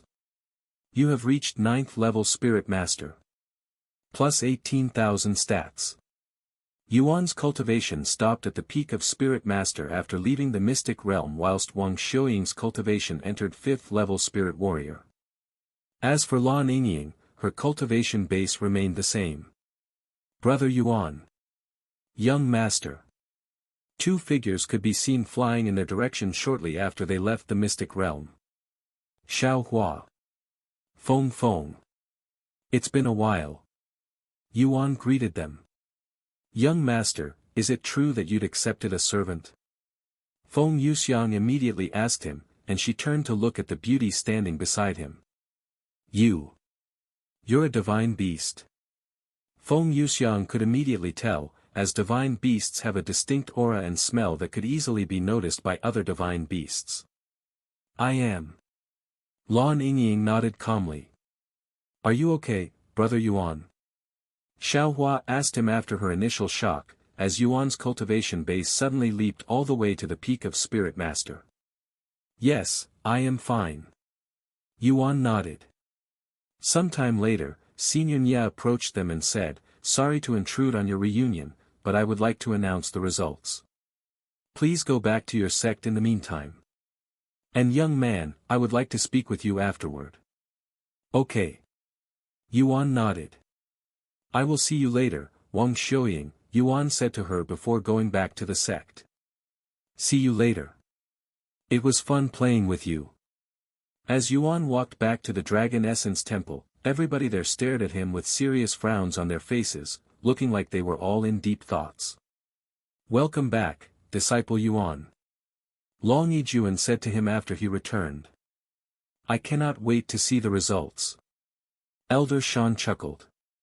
Once everyone was back in their own sect, Senior Nye hovered above them and said, First and foremost, let me start by saying that this year's Mystic Realm was completely unexpected and full of unexplainable phenomenons that have never happened before. In other words, it was an unprecedented experience. However, such is the nature of the cultivation world. Therefore, I will continue to rank the sects based on the points the participants have accumulated during the time they were inside, even if it was cut short. Senior Nye then turned to look at the Mystic Realm and began making some weird hand signals. Reveal. He shouted. A moment later, a list of sect names and numbers appeared in front of the Mystic Realm for all to see. Rank 1, Dragon Essence Temple 9,999,999 points. Rank 2, Medicine Valley, 5,032 points. Rank 3, Heaven and Earth Palace, 1512 points. Rank 4, Azure Phoenix Sect, 641 points. Rank 5, Heavenly Melody Academy, 357 points. Rank 6, Grand Sword Mountain, 240 points. Rank 7, Three Poisons Manor, 101 points. Rank 8, Fallen Saber Sect, 88 points. Rank 9, Xianxia Academy, 72 points. Rank 10, Pink Garden Paradise, 69 points. What kind of result is that? The sect masters there exclaimed after seeing this unexpected result. How on earth did the Dragon Essence Temple amass 10 million points whilst the others couldn't even break 5 digits? And how did the Medicine Valley achieve second place, beating the Heaven and Earth Palace that is now kicked all the way to the third place? Furthermore, there were sects in the top 10 that weren't even top 50 before. This year's Mystic Realm, what a mess. The sect masters there shook their heads at the results that were hard to swallow. Of course, many of the sect masters there were unable to accept this result. Senior Nye. There's clearly something wrong with the results. Look at the Dragon Essence Temple. How could they have possibly achieved 10 million points in such a short time? The highest points recorded in history were only 10,000 points. Their points are 1,000 times higher, which is clearly impossible. Senior Nye looked at the scoreboard with narrowed eyes. Indeed, the results looked a bit ridiculous even for him. However, if Disciple Yuan was the one who opened the Mystic Pagoda which hasn't been opened since forever, it would make sense why they'd managed to obtain so many points. As for the Medicine Valley, their disciple was following disciple Yuan, which could be the reason for her unusually high points despite being alone. What do you guys think? Xinyan Ye asked the people behind the crystal balls. Who cares about the results? It doesn't affect us, anyway. Just get on with it so we can take that genius to the spirit heavens. I agree. The results are final. There's nothing we can do at this point. The elders all agreed. Xinyan Ye nodded and said to the people on the ground, the results are final. If you don't like the results, you can fix it next time. The sect masters' hearts dropped after hearing the verdict, especially the sects that used to be top 10 but didn't even make the top 50 this year because someone had killed their disciples before they could earn any points. As for the sects that used to be top 100 but now within the top 10, they were obviously ecstatic about the results. However, out of everyone there, nobody was more ecstatic than Yuan and the Dragon Essence Temple, as the results had far exceeded their expectations by reaching first place. We did it. You did it, disciple Yuan. The Dragon Essence Temple has returned to being first again after so long. Ha ha ha. Yuan could no longer hold his excitement and burst out laughing. Sometime later, after Yuan eventually calmed down, Xinyan Ye said to everyone there, the mystic realm has officially ended. I will now pick 3 people to come to the spirit heavens with me. The sect masters and the disciples swallowed nervously. A moment later, Xinyan Ye approached the Dragon Essence Temple first with the crystal balls floating around him. Greetings, Xinyan Ye. Yuan and the other sect elders greeted him respectfully. Xinyan Ye nodded and said, first and foremost, allow me to congratulate the Dragon Essence Temple for obtaining the first place in the mystic realm. Thank you, Xinyan Ye. However, this is all due to the effort of our disciples, mostly disciple Yuan, our most recent and talented disciple. Yuan said. Yes. I can see that. Xinyan Ye turned to look at Yuan and continued with a smile on his face, would you like to come with me to the spirit heaven, young man? You will get the ability to pick whichever of the 7 spirit academies you would like to join. Furthermore, we will fully support your cultivation path by giving you near unlimited resources, and we can even guarantee you that spirit heaven will not be your last stop. Spirit King. No, I will guarantee you that as long as you follow me, you will be able to attain Spirit Emperor in the future. The other participants watched as Xinyan Ye extended his hand for Yuan with envy in their gazes. However, to everybody's surprise, Yuan shook his head and said, thank you for the offer, Xinyan Ye, but I will have to decline your offer to go with you to the spirit heaven. What? Xinyan Ye blinked his eyes in a dazed manner, looking like he was in disbelief. Surely, he didn't just get refused, right? Yuan and the others gasped in shock as well. How could you refuse? Do you have any idea how many people want to be in your shoes now? One of the crystal balls exclaimed. That's right. You cannot refuse this once-in-a-lifetime opportunity. If you don't come to the spirit heaven now, who knows when you'll get another chance. Sometime later, Xinyan Ye asked him, may I ask you for the reason for your decision? Yuan nodded in a calm manner and said, I still have many things to do in the lower heavens, so I cannot leave just yet. Furthermore, I want to ascend to the spirit heaven with my own strength. I am going to challenge the stairway to heaven, after all. Stairway to heaven. Even if you are a heaven-defying genius, it's not guaranteed that you'll ascend the stairway. One of the crystal balls said. Indeed. Countless top geniuses have failed while less talented people have succeeded. It's really random.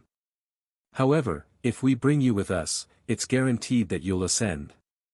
Xinyan Ye then spoke, you don't have to rush to a decision, young man. I can remain in the lower heavens for another week, so you have all that time to decide. However, Yuan shook his head and insisted, you don't have to wait for me. I have already made a decision. I will not ascend to the spirit heaven, not right now or in a week. A perplexed expression appeared on Xinyan Ye's face. As much as he wanted to bring Yuan with him to the spirit heaven, it was not as though he could force him. Even if he wanted to drag Yuan to the spirit heaven with him, He wouldn't act so shamelessly even if it's the last thing he does. It is unfortunate, but if you don't want to come with me, I will have no choice but to find someone else. Don't regret this decision, young man. Senior Nye no longer paid attention to Yuan and flew away. What? You're just going to let him get away so easily? Grab him if you have to. One of the crystal balls said. If you want to take him by force, by all means, get your ass down here and try it yourself. Senior Nye coldly snorted. Meanwhile, the other participants stared at Yuan as though they were looking at a fool. What kind of idiot would possibly refuse such an opportunity? Does he not care about his cultivation career? He's even such a genius. What a damn waste of talent. Fuck me. A feminine voice resounded from the crystal balls, cursing in a graceful tone. Are you sure about this? Long Yuan asked him afterward. I am sure. Yuan nodded without any regret in his heart. After leaving the Dragon Essence Temple, Senior Nye went to the Heaven and Earth Palace. Greetings, Senior Nye. The sect master and the disciples greeted him respectfully. Senior Nye nodded before turning to look at a certain individual in the group. You. What's your name? Senior Nye asked him. Lightning Emperor. The handsome young man responded with a smile on his face. Lightning Emperor. Senior Nye raised his eyebrows, wondering what kind of parents would give their own child such a ridiculous name. But he didn't think too much about it and nodded, okay. Would you like to come with me to the spirit heaven? I have seen your talents in the mystic realm, and they're definitely remarkable. I am willing. Lightning Emperor quickly responded. Good. Senior Nye nodded his head before flying to another location. Congratulations, Junior Apprentice Brother Lightning Emperor, on your advancement. Don't forget about us when you go to the spirit heaven. The other disciples quickly congratulated him. Thank you, everybody. Lightning Emperor bowed to them with a wide smile on his face. A few moments later, Senior Nye asked another participant to follow him to the spirit heaven, and to no one's surprise, that participant immediately accepted, which should be the normal response in such a situation. Now, for the third person.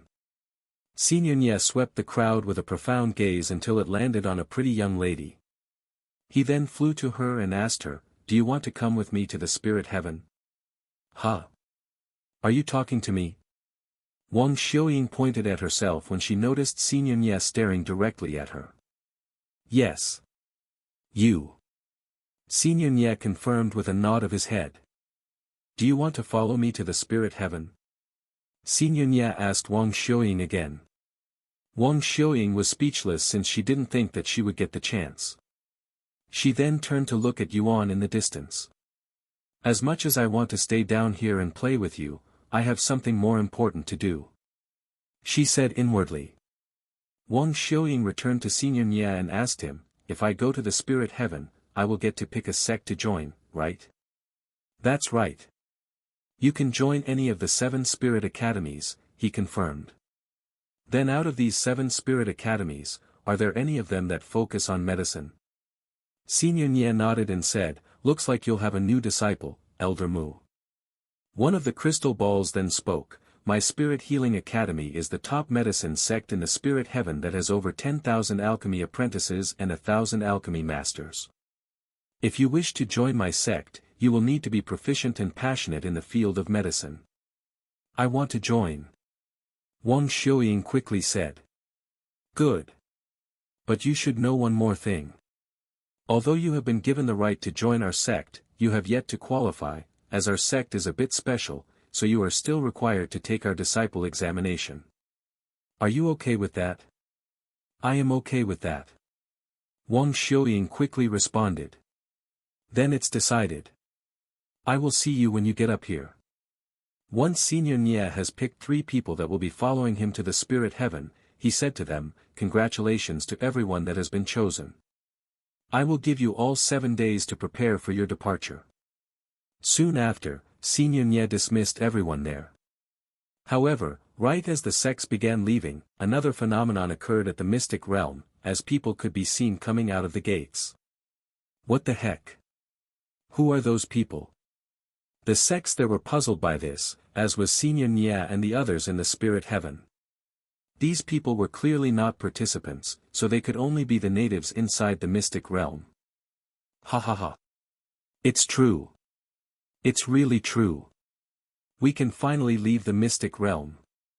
Thank the new master of the mystic realm. Thank the Lord. The people that just came out of the mystic realm quickly began rejoicing in their freedom. Seeing this, Senior Nya approached these mystic realm natives and asked them what was going on. How did you guys leave the mystic realm? Senior Nya asked them. How? The mystic realm has a new master. And this person decided to give us freedom. Now anybody can leave the mystic realm. The natives explained to him. Heavens! Senior Nya mumbled in a dazed voice. Just who is this new master of the mystic realm? And why would he make this change that might affect the world? Actually, I can think of one person. Senior Nya recalled Yuan, who had somehow managed to open the mystic pagoda, but he had no concrete proof that he was the new master of the mystic realm. After answering all of Senior Nya's questions, the mystic realm natives left the scene and scattered around the lower heavens. Sometime later, Long Yuan said to the others, "We're going to return to the Dragon Essence Temple now." Yuan quickly said, "Please wait a moment. I would like to speak with my friend one last time before she leaves." Long Yuan nodded. Yuan then approached Wang Xiuying and said to her, "Congratulations on ascending." He. It's all thanks to you, Yuan. Wang Xiuying said with a bright smile on her face. Unfortunately, this means we cannot play together for a while, but I will definitely go to the spirit heaven in the future, so let's play again then, Yuan said to her with his hands extended. Wang Xiuying shook his hand and nodded, "Yes. I will see you in the spirit heaven." Sometime later, Wang Xiuying left the scene with her sect and Yuan returned to the others. Let's return to the sect now. Long Yuan said, and the others brought out their flying treasures. We don't really have enough room for everyone here. Elder Xian said.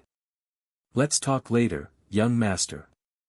Feng Yuxiang said to him before turning into a small ball of flame and going inside his body. Xiao Hua also entered her necklace shortly later. The others then looked at Lan Yingying, wondering if she'll be doing something similar. Do you also want to enter my body?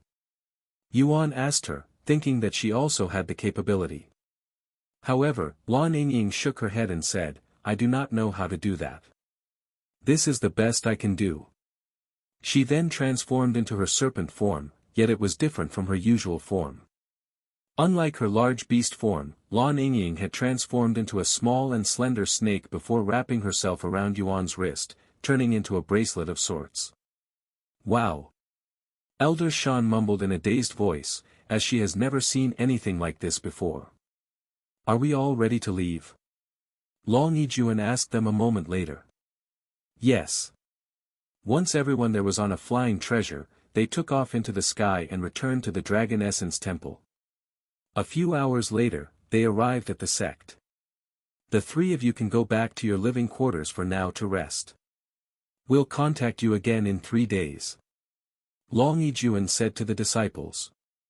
Yes, sect master. They nodded. Good work at the mystic realm, all of you. Elder Xian said. Yes.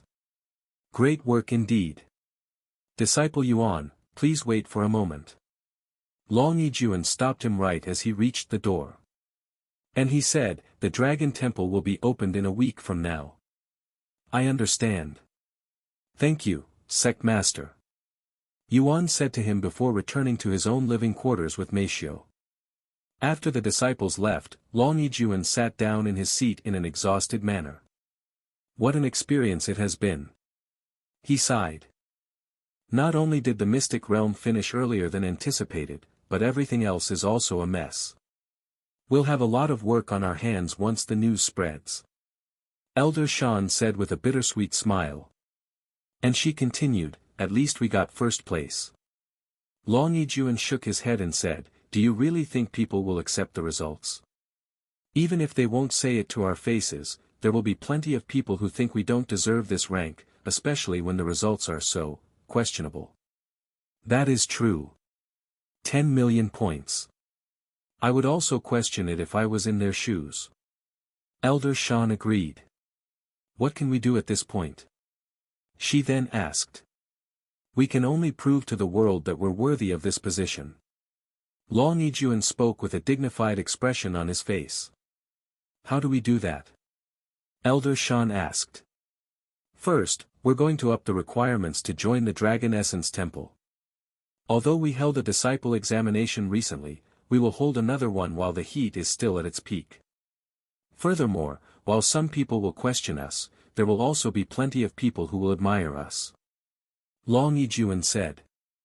The elders there nodded with solemn looks on their faces. The Dragon Essence Temple will no longer be the same starting today. Once they were prepared, Long Yijuan and the other high-ranking sect elders gathered all of the disciples in the Dragon Essence Temple in one spot. Of course, Yuan and the other 2 Mystic Realm participants were exempted from this gathering. An hour later, every available disciple in the sect, regardless if they were busy or not, gathered at the summit peak, one of the most spacious areas in the sect. Over 30,000 disciples gathered at the place, with the majority of them being outer court disciples, and they were standing the furthest away from the stage where Long Yijuan and the other elders were standing, whilst the inner court and core disciples got the best seats in the front. Ahem. After clearing his throat, Long Yijuan spoke in a loud and clear voice. You must be wondering why I have returned to the sect so quickly and why I had gathered all of you here today. The mystic realm had ended earlier than anticipated. It was an unprecedented event. Secondly, I am here to announce the results of the mystic realm, and I am happy to declare that our Dragon Essence Temple has finally managed to take first place again after so many years. First place? Hell yeah! The thousands of disciples there immediately erupted with cheering from excitement. And in order to celebrate, we will be giving every single disciple extra allowances for the next 10 years. Long Yijuan announced, causing the excitement to skyrocket. After all, more allowances mean more resources, and more resources meant they get to cultivate just a little bit faster. In 3 days, I will introduce the 3 disciples that helped us achieve this feat, so make sure you're ready by then.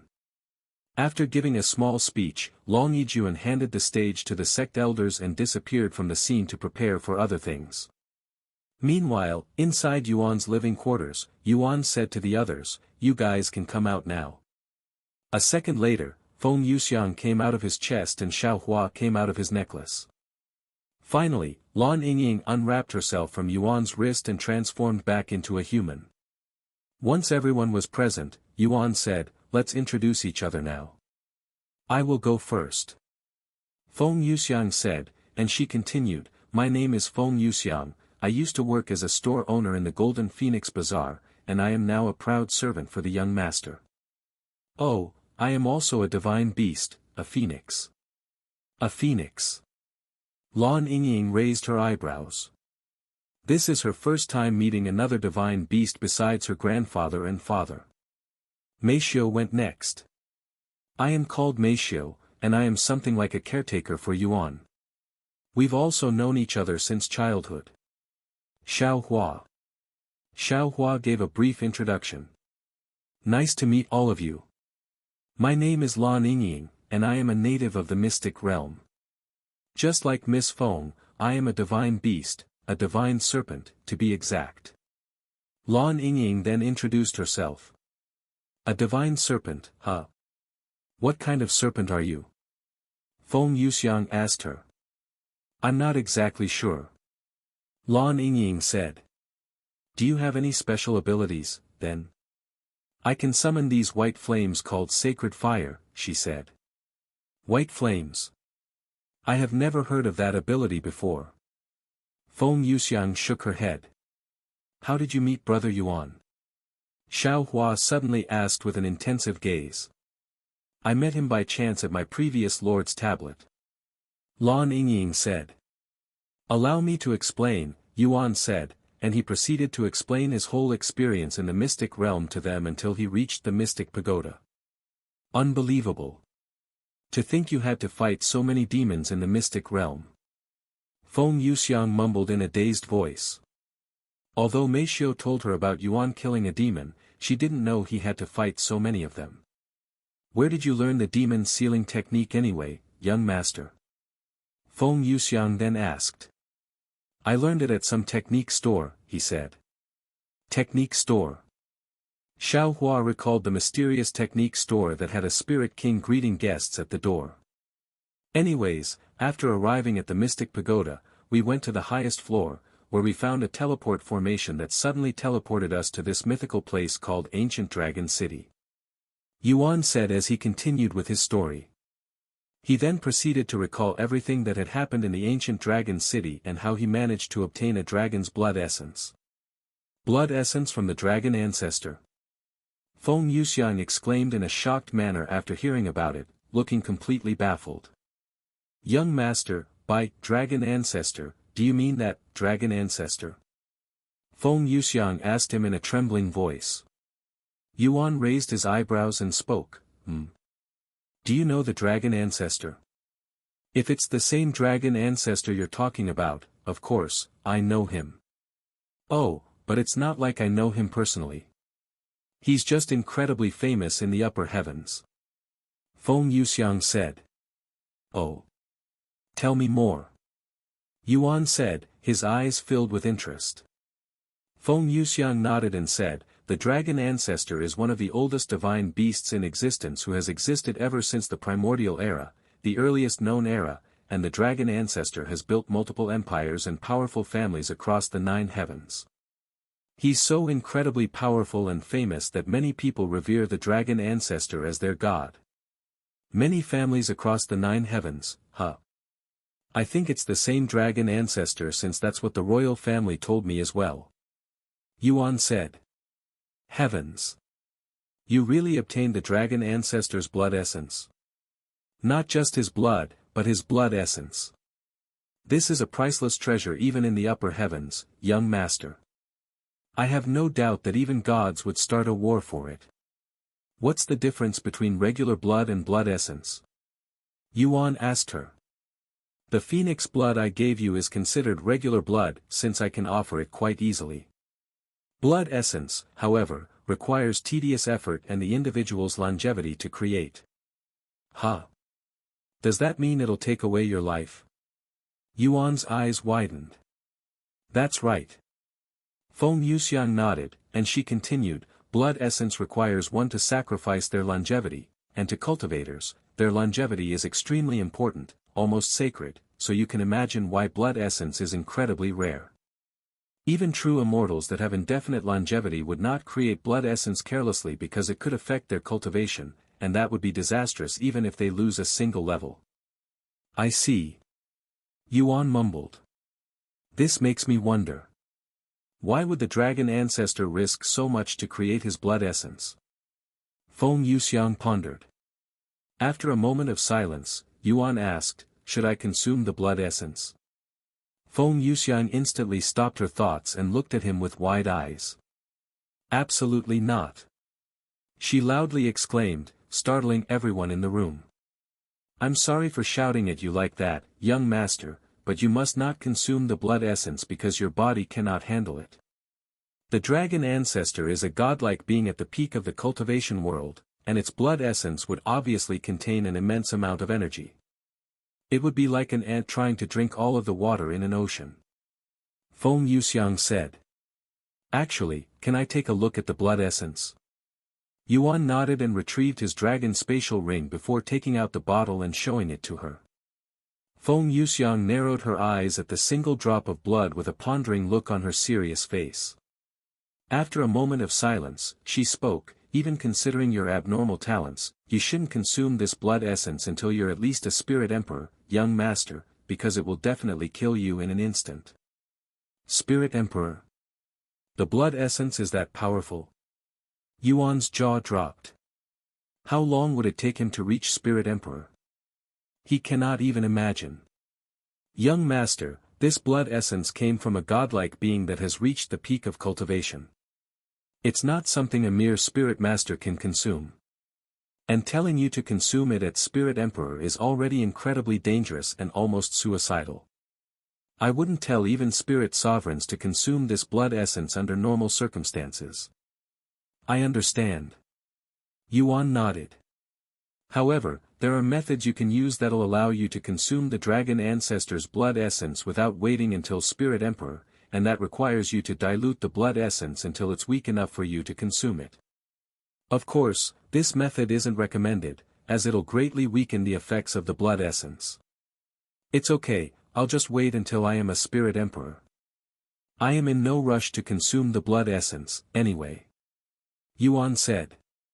After all, his purpose for playing this game was never to rush to the peak as soon as possible. After he finished recalling his experience in the mystic realm to the others, Xiaohua asked him, "Brother Yuan, what are your plans now?" "I am going to enter the Dragon Temple before I leave the sect and explore the lower heaven some more. After that, I will ascend the stairway to heaven." "Okay." Xiaohua nodded. Yuan then turned to look at Meishio and asked her, "What about you? When do you want to start cultivating?" "Whenever, I guess." Meishio casually responded, as she has no real motivation to become a cultivator. Sometime later, Yuan spoke, "Since I cannot consume the blood essence now, what about these demon cores? I have already eaten one, so I know that's not a problem." He then showed them the 2 demon cores Grandpa Lon gave him.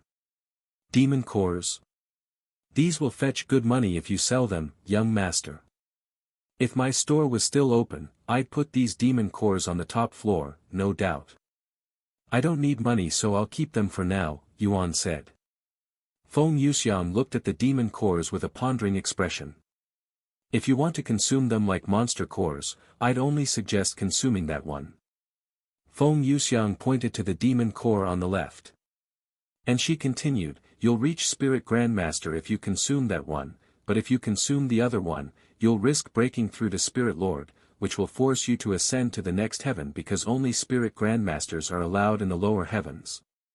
With some exceptions like Xiaohua, I guess." "I see. Then I'll just consume the weaker one and break through to Spirit Grandmaster first," Yuan said before taking that demon core and tossing it inside his mouth. Xiaohua and Feng Yuxiang had a mini heart attack after seeing his sudden actions, as this was their first time seeing someone eat demon cores, and they were not prepared for it. Heaven refining physique has activated. Unknown quantity qi has been absorbed from the demon core. You have absorbed enough qi for a breakthrough. You have reached first level Spirit Grandmaster. Plus 25,000 stats. Your body has cleansed the impurities from the demon core. Your skill, Perfect Regeneration, has improved slightly.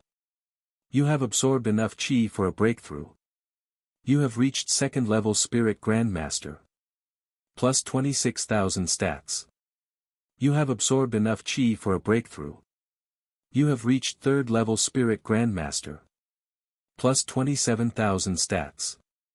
Yuan's cultivation soared all the way to the third level Spirit Grandmaster after consuming the demon core. Heavens, young master. You're almost at my level. At this rate, you'll definitely surpass me. Feng Yuxiang mumbled in a dazed voice as the aura of a Spirit Grandmaster emitted from Yuan's body. Actually, if you consume the other demon core, you'll definitely surpass me. However, if you do that. Yuan smiled and said, "I will leave the other demon core for when I don't have to worry about ascending in the spirit heaven." Sometime later, Yuan said, "I'm going to take a good rest before I enter the Dragon Temple." "Take a good rest, brother Yuan. You deserve it," Xiaohua said to him before returning to her necklace. "I'll let you rest as well, young master. Call us if you need anything," Feng Yuxiang said. "Thank you for everything. I look forward to working for you, my lord. Rest well," Lan Yingying said, turning herself into a bracelet on his wrist. "What should we do now?" Meishio asked him. "We can log off for the day," he said. "Okay. I will start preparing for dinner," Meishio said before logging off the game. Yuan followed her and logged off shortly after. In the real world, Yuan continued to cultivate his cultivation.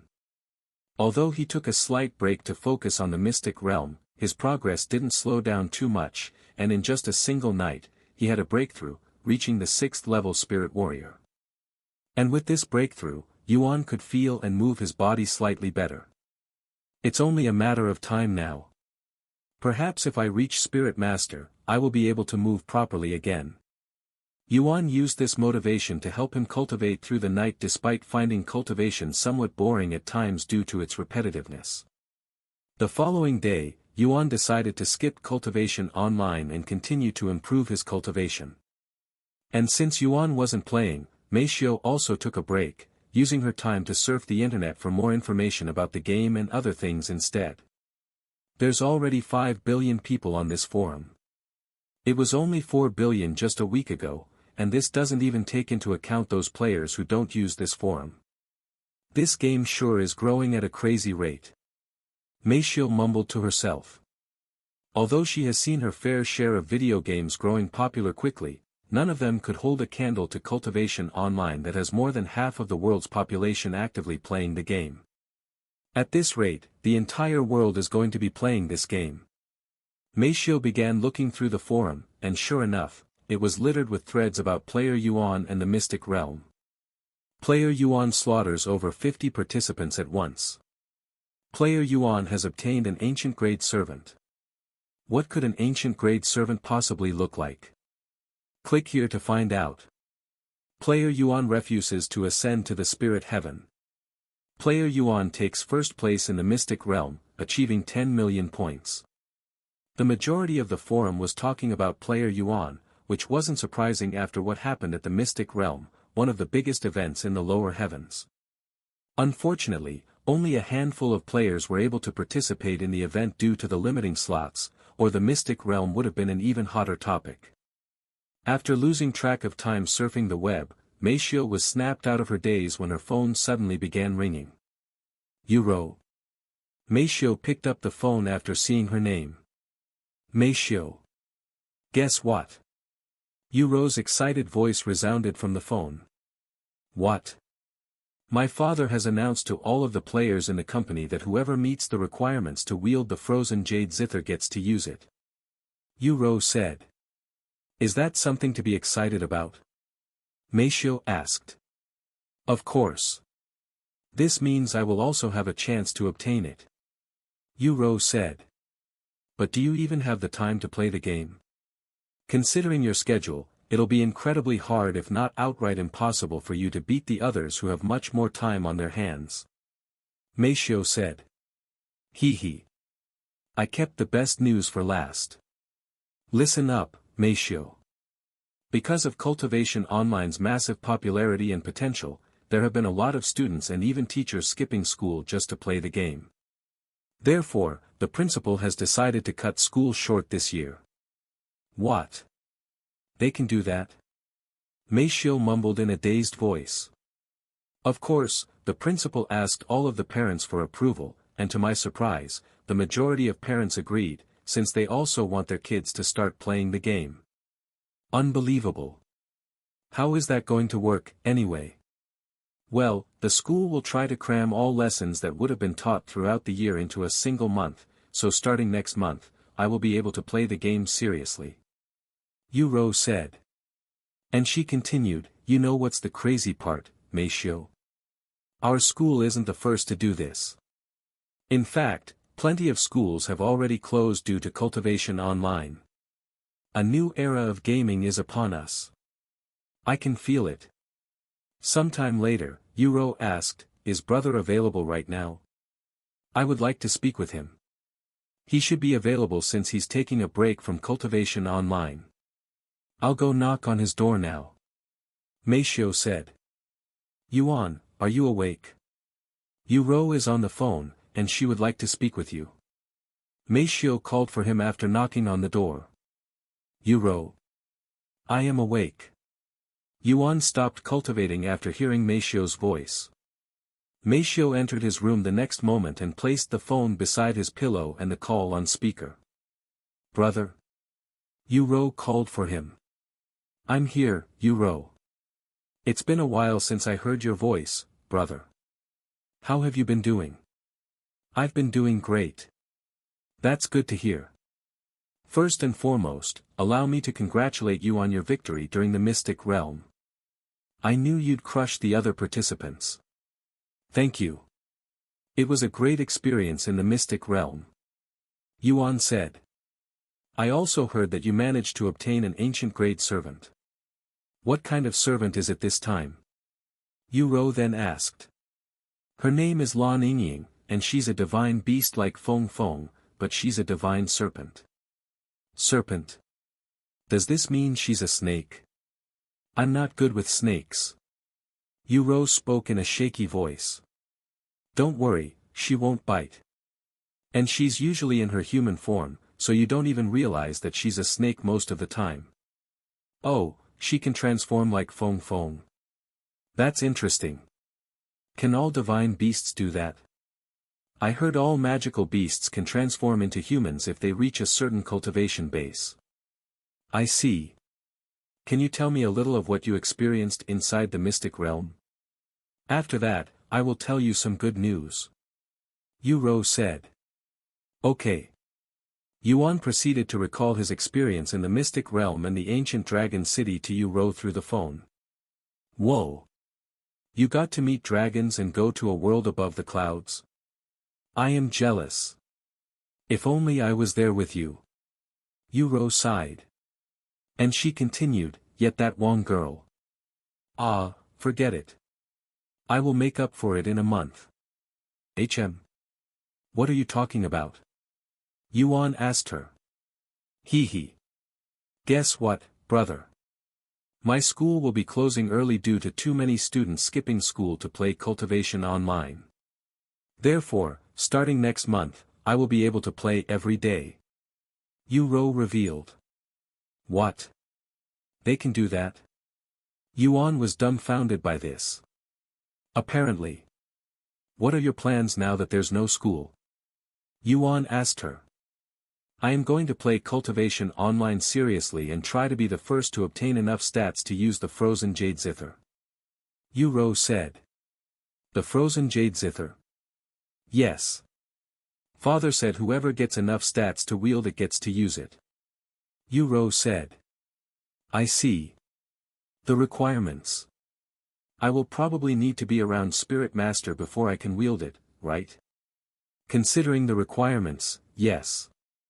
Brother, since you're number one when it comes to cultivation, do you have any tips for your cute little sister that'll help me cultivate faster? Yu asked him. Honestly, I don't even cultivate normally according to Xiao Hua and the others. I consume monster cores to increase my cultivation, but that's only possible because of my unique physique. As for normal players like you, I think the best thing to do is find a superior cultivation technique. Yuan said. I see. A superior cultivation technique, huh? Looks like I will have to either buy it from the auction house or something. Yu sighed. Huh? You're going to buy it from the auction house? Why? Yuan immediately asked. Well, that's where most people get their desired items nowadays, not to mention the marketplace. Do you have any idea how difficult it is to obtain techniques and treasures in the game? You might not be aware since you're blessed by the gods in that game, we ordinary players have to slave ourselves to obtain even an ordinary technique. Luckily for me, I have some cash saved up, so I should be able to buy a decent cultivation technique. Yu, let's not be hasty and waste your money. If you need a good cultivation technique, I will try to find one for you, and it'll be free. Yuan said. Ah really? Yu's excited voice quickly resounded. Yes. I am going to help Meishio find her cultivation technique after the Dragon Temple. At that time, I will try to look for one for you as well. Thank you, brother. Moi. Yu kissed him through the phone. Anyways, I am going to go now. Because the school will be closing early, they are going to cram all of the lessons together, meaning I will be busier than ever. See you later, brother. You too, Meishio. Yu hung up shortly after. Once Yu left, Yuan returned to his cultivation whilst Meishio continued spending her time on the internet. Meanwhile, inside Cultivation Online, a young lady knocked on the doors to Yuan's living quarters and patiently waited for him to come out. However, when nobody showed up even many minutes later, the young lady turned around and left his place, returning to her own home that was only next door. I wanted to congratulate him for taking first place in the mystic realm, but alas. Min Li sighed. After spending some time inside her own room, Min Li noticed her communication jade slip trembling. Somebody was trying to send a message to her. She activated the communication jade slip to hear the message. Min Li, our parents have ordered you to meet with this disciple Yuan from the Dragon Essence Temple and make him join the Min family. Even if he already belongs to another family, do whatever you must to make him join us. Min Li was speechless after listening to this message that came from one of her elder brothers. The family has assigned her to make disciple Yuan join the Min family. They must have heard about his achievements in the mystic realm. What a headache. She sighed. On the second day of Yuan's break, Min Li tried to knock on his door again after her failed attempt the previous day, but alas, nobody answered. Could he be at the Dragon Pavilion? Thinking this, Min Li went to the Dragon Pavilion to find him. Good morning, Fairy Min. Fairy Min, where are you going today?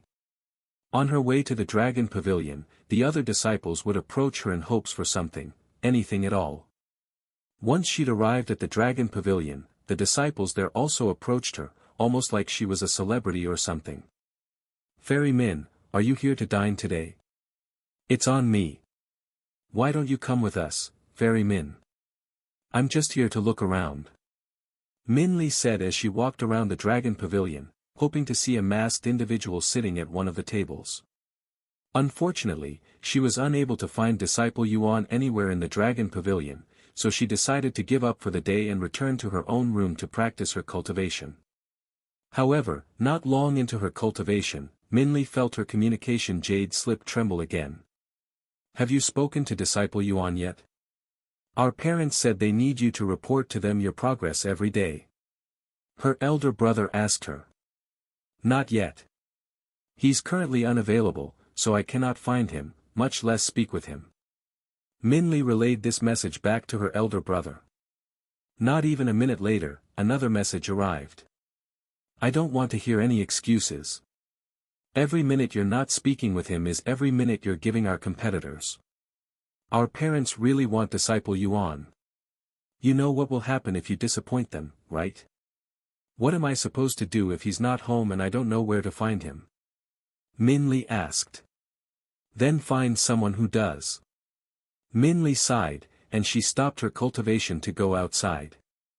Besides the sect master, who might know disciple Yuan's location. It's not like I can just request an audience with the sect master to ask about disciple Yuan. Min Li sighed again. Oh, right.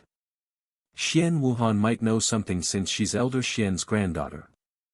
Thus, Min Li went to look for Xian Wuhan in the core disciples area.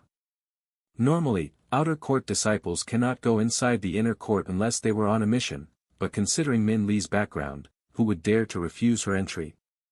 After reaching Xian Wuhan's living quarters, she knocked on the doors. A few moments later, Xian Wuhan came outside. Disciple Min. What are you doing here? Xian Wuhan asked her.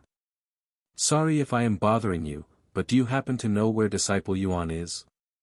I need to speak with him about some urgent matters. Min Li said. Urgent matters? I don't know, but I can ask my grandpa. Give me a moment.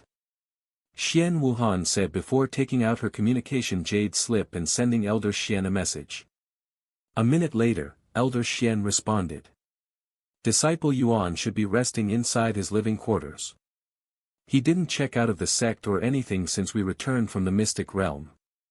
I can try sending him a message. A few minutes later, Elder Xian messaged Xian Wuhan again. Unfortunately, disciple Yuan isn't responding. He's most likely busy right now. There you have it. Xian Wuhan said. I see. Thank you for your help. Min Li said before turning around in a dejected manner. Xian Wuhan raised her eyebrows after seeing her gloomy mood, and she asked, "Did something happen? What's this urgent matter you need to take care of? Mind telling me?" "It's just some family business," Min Li said. "The Min family?" After pondering for a moment, Xian Wuhan realized something. "Oh, I see. Your family is trying to recruit disciple Yuan into their family after what happened at the mystic realm, huh? I totally understand. An 18-year-old who'd managed to reach Spirit Master. I would also want him for myself if I was part of the 7 legacy families. You don't understand a thing, disciple Xian, and I don't mean any offense. I have been assigned by my parents to recruit disciple Yuan, and if I do not achieve this goal, they might kick me out of the family, and that's the least of my concerns. Being part of the 7 legacy families may seem nice and all from the outside, but they don't know how much we have to struggle to receive even the slightest recognition from our own family. Meanwhile, if we make even the slightest mistake, all hell would break loose and everyone in the family will look at you like they have a grudge against you. Perfection, this is what keeps the 7 legacy families at the top." Xian Wuhan was speechless after hearing Min Li's words. "Well, I highly doubt disciple Yuan would join any of the 7 legacy families, so what are you going to do?" Xian Wuhan asked her. "Prepare for the worst, I guess." Min Li shrugged. "I mean, if you tell disciple Yuan about your situation, maybe he'll help you out. He's that type of person, too." Min Li shook her head. "While that's true, I don't want to take advantage of his kindness. Although I may be desperate, I am not that desperate. I can only say good luck to you, disciple Min." Xian Wuhan said to her. "Thank you." Min Li disappeared from the inner court shortly after, and she returned to Yuan's living quarters. After knocking on his doors again, Min Li proceeded to sit in front of his doorsteps. "Guess I'll have to sit here until he returns." Min Li sighed inwardly as she began cultivating in front of Yuan's doorstep. Time passed quickly, and in the blink of an eye, 3 days have passed since the mystic realm ended. After eating breakfast made by Meishio, Yuan waited for her to finish cleaning the dishes before they entered the game together. Once they returned to the game, Yuan could feel the communication jade slip Elder Xian gave him tremble. "Disciple Yuan, where are you right now?" "Ah. I am inside my room," Yuan responded. A few moments later, Elder Xian responded, "That was yesterday's message. I guess you were absorbed in cultivation or something." Elder Xian said. "Were you looking for me?" Yuan then asked. "I am not the one who was looking for you. It was disciple Min that wanted to speak with you." Elder Xian said to him. "Disciple Min? Why?" "No clue, but it sounded like she really needed to speak with you." "I understand. I will speak with her." "Oh, right. The sect master said to gather at the summit peak this afternoon for your rewards." "Okay. I will be there." Sometime later, Yuan said, "I know we just ate, but I want to eat some more food at the Dragon Pavilion since it feels like it's been so long since I last tasted their food." Meishio didn't say anything and merely nodded. The two of them left the house shortly after, and to their surprise, there was a person sitting in front of their doorstep. Yuan raised his eyebrows as he called out, "Disciple Min. What are you doing? Why are you sitting there?" Min Li stopped cultivating and turned around to see a masked figure and a beautiful young lady standing behind her. "Disciple Yuan?" she mumbled. "Yes. Why you? You have been inside the entire time. Did you not hear my knocking?" "Sorry, I just came back." Yuan shook his head. And he continued, "I hope you didn't wait for too long." "Not long. Only for 2 days." Min Li said as she stood up. "Anyways, don't worry about it. It's not your fault that I suddenly need to speak with you. I'm just glad that I don't have to wait a week to speak with you." "Did something happen?" Yuan then asked. Min Li nodded and said, "It's about my family, but let's talk somewhere more private if you don't mind." We were about to go to the Dragon Pavilion for some food before the gathering. Sounds good. Min Li said, and then she turned to look at Meishio. She doesn't look like a disciple. Oh, right. This is my friend and caretaker Meishio. I hope you don't mind having her with us. And this is a fellow disciple, Min Li. Yuan introduced them to each other. Hello, Meishio said to her in a calm manner. Hello. I don't mind. Min Li said, feeling a little awkward. Sometime later, they arrived at the Dragon Pavilion. After taking a seat in their usual spot and ordering their food, Yuan asked Min Li, "So what happened to your family?" Min Li released a sigh before she spoke. "Do you remember our conversation before? About you joining my family?" "Yes, I do." Yuan nodded. "Well, now that my family knows of your existence because of the mystic realm, they have officially assigned me to recruit you into my family, and they have been bugging me since then." "I see, so this is about that matter." "I haven't told my family that I already tried to recruit you, so they're unaware of that for now. However, I am also scared to tell them that I had failed, as failure isn't accepted in the Min family. You see, being one of the 7 legacy families, our parents' expectations for us are extremely high. In their eyes, anything besides perfect is unacceptable, and failure is worse than death in some cases. What a strict family. But I can somehow relate." Yuan sighed. "Disciple Yuan, I know you don't want to join any families, but can you at the very least follow me back to the Min family so they won't blame me too much for not being able to recruit you?" Min Li then asked him. "If I don't show any results, they'll turn me into a laughing stock before selling me to another family.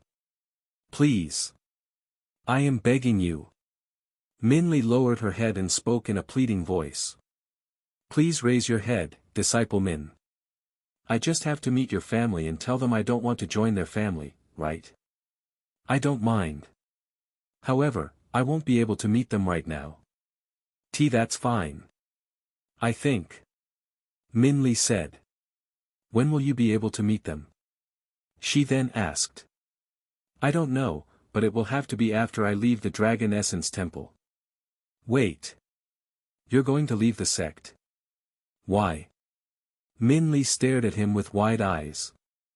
"I only joined the sect for the experience, and I think I already have plenty," he said. "When are you planning to leave? And what are you going to do afterward?" "Well, I still have something to do in the sect, but I have no idea when I will finish it. Though, it's supposed to start in 4 days. After I leave the sect, I am going to explore the lower heaven some more before I ascend to spirit heaven through the stairway to heaven." Min Li was speechless. Of course, she has heard about Yuan refusing to follow Senior Nye back to spirit heaven. To think he'd rather climb to the next realm through his own efforts and not with the help of someone else, she cannot help but admire him for that, especially since she has been relying on her own family this entire time. If I had even a portion of his resolve, perhaps I wouldn't need to rely on the Min family to ascend. She thought to herself. Sometime later, the food they had ordered many minutes ago finally started to fill the table. "Please enjoy your meal, seniors. If you need anything, I will be right over there." A familiar face said to them. "Thank you, Disciple Chu," Yuan said to him. "Let's talk more about your situation later, Disciple Min. For now, we should enjoy the food." "Okay." Min Li nodded, and they began eating the food shortly after. "Every time I come here, there is something new on the menu, and they always taste amazing. I am going to miss this place the most when I leave the sect," Yuan said after swallowing the last bite. Hearing Yuan's words, Min Li didn't know whether to laugh or cry. He would be the only person in the sect who would say such a word. At the end of their meal, right as they were about to leave, Min Li's communication jade slip suddenly trembled. Min Li expected to hear a message from her elder brother, but to her surprise, it was her father who messaged her. "What is your progress with recruiting Disciple Yuan? We have received information that the other families have already sent people to the Dragon Essence Temple to recruit him. We cannot waste any more time. Although it was a simple question, Minli didn't dare to respond so casually. Greetings, esteemed father. I have just spoken with disciple Yuan, and he has agreed to come to the Min family for a meeting. A moment later, her father responded. Just a meeting. Your mission is to recruit disciple Yuan into our family. We don't need any less than that. Minli, you are currently the least accomplished in the family, and we have given you this chance to redeem yourself. Do whatever you must to secure him, even if you have to use your body. Minli bit her lips after hearing her father's words that essentially told her to sacrifice her body in order to secure Yuan. Even though she gave Yuan the same offer previously, it still felt bitter to hear it coming from her own parents. If you cannot even accomplish such a simple task, then you're worthless to us. We might as well give you to the other families at that point. At least you'll be worth something at that time. I understand, esteemed father. I will speak with disciple Yuan again. Minli said before sending the message back. She then looked at Yuan, who was sitting beside her with a deep frown on his face, as he'd heard everything just now. And here I thought I had the worst parents in the world. Yuan mumbled in a voice of disbelief. What should I do now, disciple Yuan? My parents won't accept anything less than you joining the family. She sighed. Well. Any chance of me joining your family just disappeared, no offense to you. Yuan said to her. I don't blame you. Hell, I would leave this family if I could, but unfortunately, I don't think I have the capabilities to ascend to the spirit heaven without their help. Minli sighed. That's nonsense. Yuan suddenly said, and he continued, you won't know that unless you try. Thank you, disciple Yuan. Minli said with a bittersweet smile on her face. Suddenly, Minli's communication jade slip trembled again. However, she was not the only one, as it was happening to every disciple in the sect at this moment. All disciples in the sect will gather at the summit peak in 30 minutes. Don't you dare be late. Long Yijuan's voice resounded from the jade slip. Let's continue this talk afterward, Yuan said to her. Okay. She nodded. A few moments later, Yuan wore his mask and left the dragon pavilion with Minli and Meishio. Of course, since the sect master commanded all disciples to be at the gathering, this included the disciples working at the dragon pavilion, which meant they had to close the place down temporarily. In fact, every single building in the Dragon Essence Temple had to close its doors temporarily for this gathering. Half an hour later, tens of thousands of disciples gathered at the summit peak. Thank you all for coming here. Although we already had a gathering 3 days ago, that was done without the participants who participated in the mystic realm. Today, we will have another gathering in honor of those 3 participants who helped our Dragon Essence Temple achieve first place. Core Disciple Gao, Core Disciple Shui, and last but not least, Disciple Yuan, please come to the stage. Long Yijuan called them out. A few moments later, 3 people could be seen walking onto the stage before standing next to each other in a line. The first was Gao Dongya, a handsome young man who was renowned for his crazy cultivation talents. The second was Shui Jie, an up-and-coming beauty who was also famous for her talents. The third person was Yuan, who was still wearing his mask. As for his clothing, he'd changed back into his inner court disciple's uniform. Why is he wearing a mask? The disciples were puzzled by the mask on Yuan's face. In the presence of so many people, it was only natural for Yuan to be wearing his mask. After all, there could be other players amongst this large crowd of disciples, and it would be disastrous if he revealed his face that could potentially reveal his identity in the future. Today, the Dragon Essence Temple will be rewarding these 3 young heroes for their achievements in the mystic realm. Core Disciple Gao and Core Disciple Shui, step forward. Long Yijuan said to them. Gao Dongya and Shui Jie quickly took a step forward. Long Yijuan then stood in front of them and handed each of them a golden badge. The Dragon Essence Temple rewards both Core Disciple Gao and Core Disciple Shui the Golden Dragon Badge for their contributions in the mystic realm. Thank you, Sect Master. Both Gao Dongya and Shui Jie accepted the badges, yet the smile on their faces was completely stiff, almost like they were forcing themselves to smile. After all, neither of them believed they deserved any reward, as they barely did anything in the mystic realm. However, since they were before so many people and the sect master, it was impossible for them to refuse the golden dragon badge, so they accepted it with bitter smiles on their faces.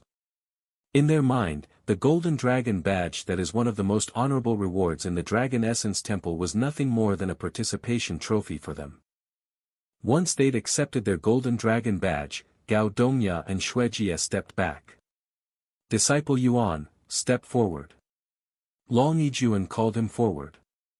A moment later, Long Yijuan stood in front of him and showed him a badge that looked different from the ones Gao Dongya and Xuejie received. The Dragon Essence Temple awards Disciple Yuan for his massive contribution in the mystic realm, the highest honor that has only been given out 2 other times since the sect's founding, the Obsidian Dragon Medallion, becoming the 3rd person to ever obtain it in the sect's history. As long as you have this medallion, your status within the sect is akin to that of a sect master, and the disciples must respect and treat you as such.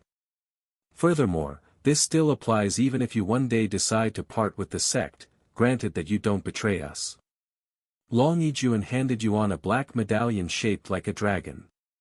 Compared to the badge the other 2 obtained, Yuan's badge was crafted with a jade-like material and shaped like the dragon, whilst their badges were just ordinary golden medallions with word engravings. Thank you, sect master. Yuan accepted the badge with a bright smile on his face. Despite obtaining many trophies in his life, he always finds it a joy to receive a reward for his work, as that meant his efforts meant something for someone and were not wasted. Disciples, give a good round of applause for these 3 young heroes. Long Yijuan turned to face the audience and said loudly.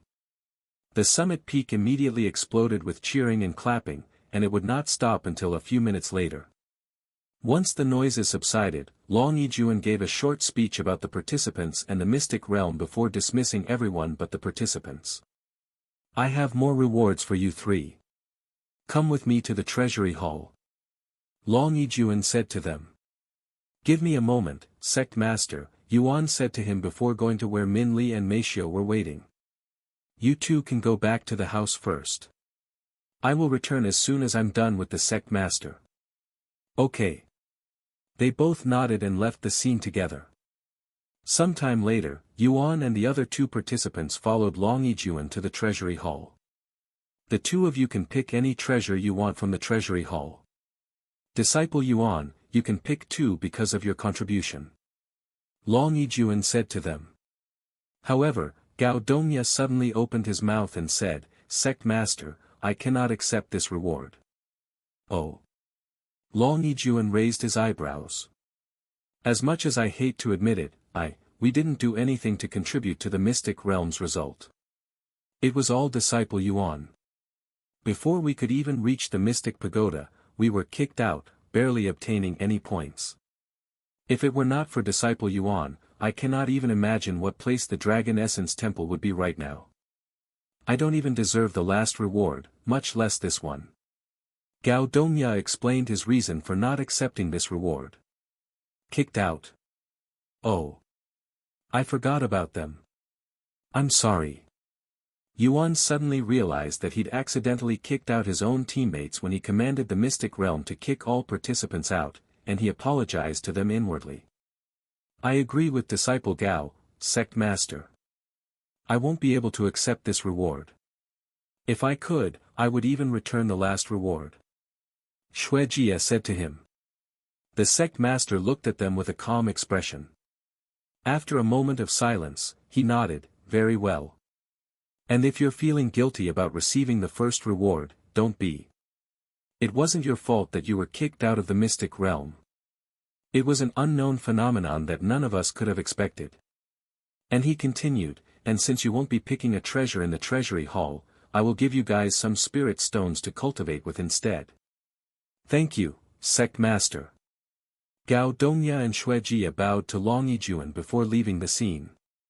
You're quite the honorable guy, Disciple Gao. I truly didn't expect that from you. Xuejie said to him afterward. Humph. Gao Dongya merely snorted at her words before parting from her. Meanwhile, back at the treasury hall, Long Yijuan brought Yuan into the vault where they stored most of their valuable treasures. Go ahead. Pick whichever two, you know what. Since the other two refuse to pick a treasure, I will give you 3 treasures instead of 2. If you need help with an item, just ask me and I'll tell you what it does. And you can take your time. Long Yijuan said to him. Okay. Yuan nodded, and he proceeded to walk around the place, taking his time to look at the description of every treasure inside the room. Dragon flower. Tier 4 medicine.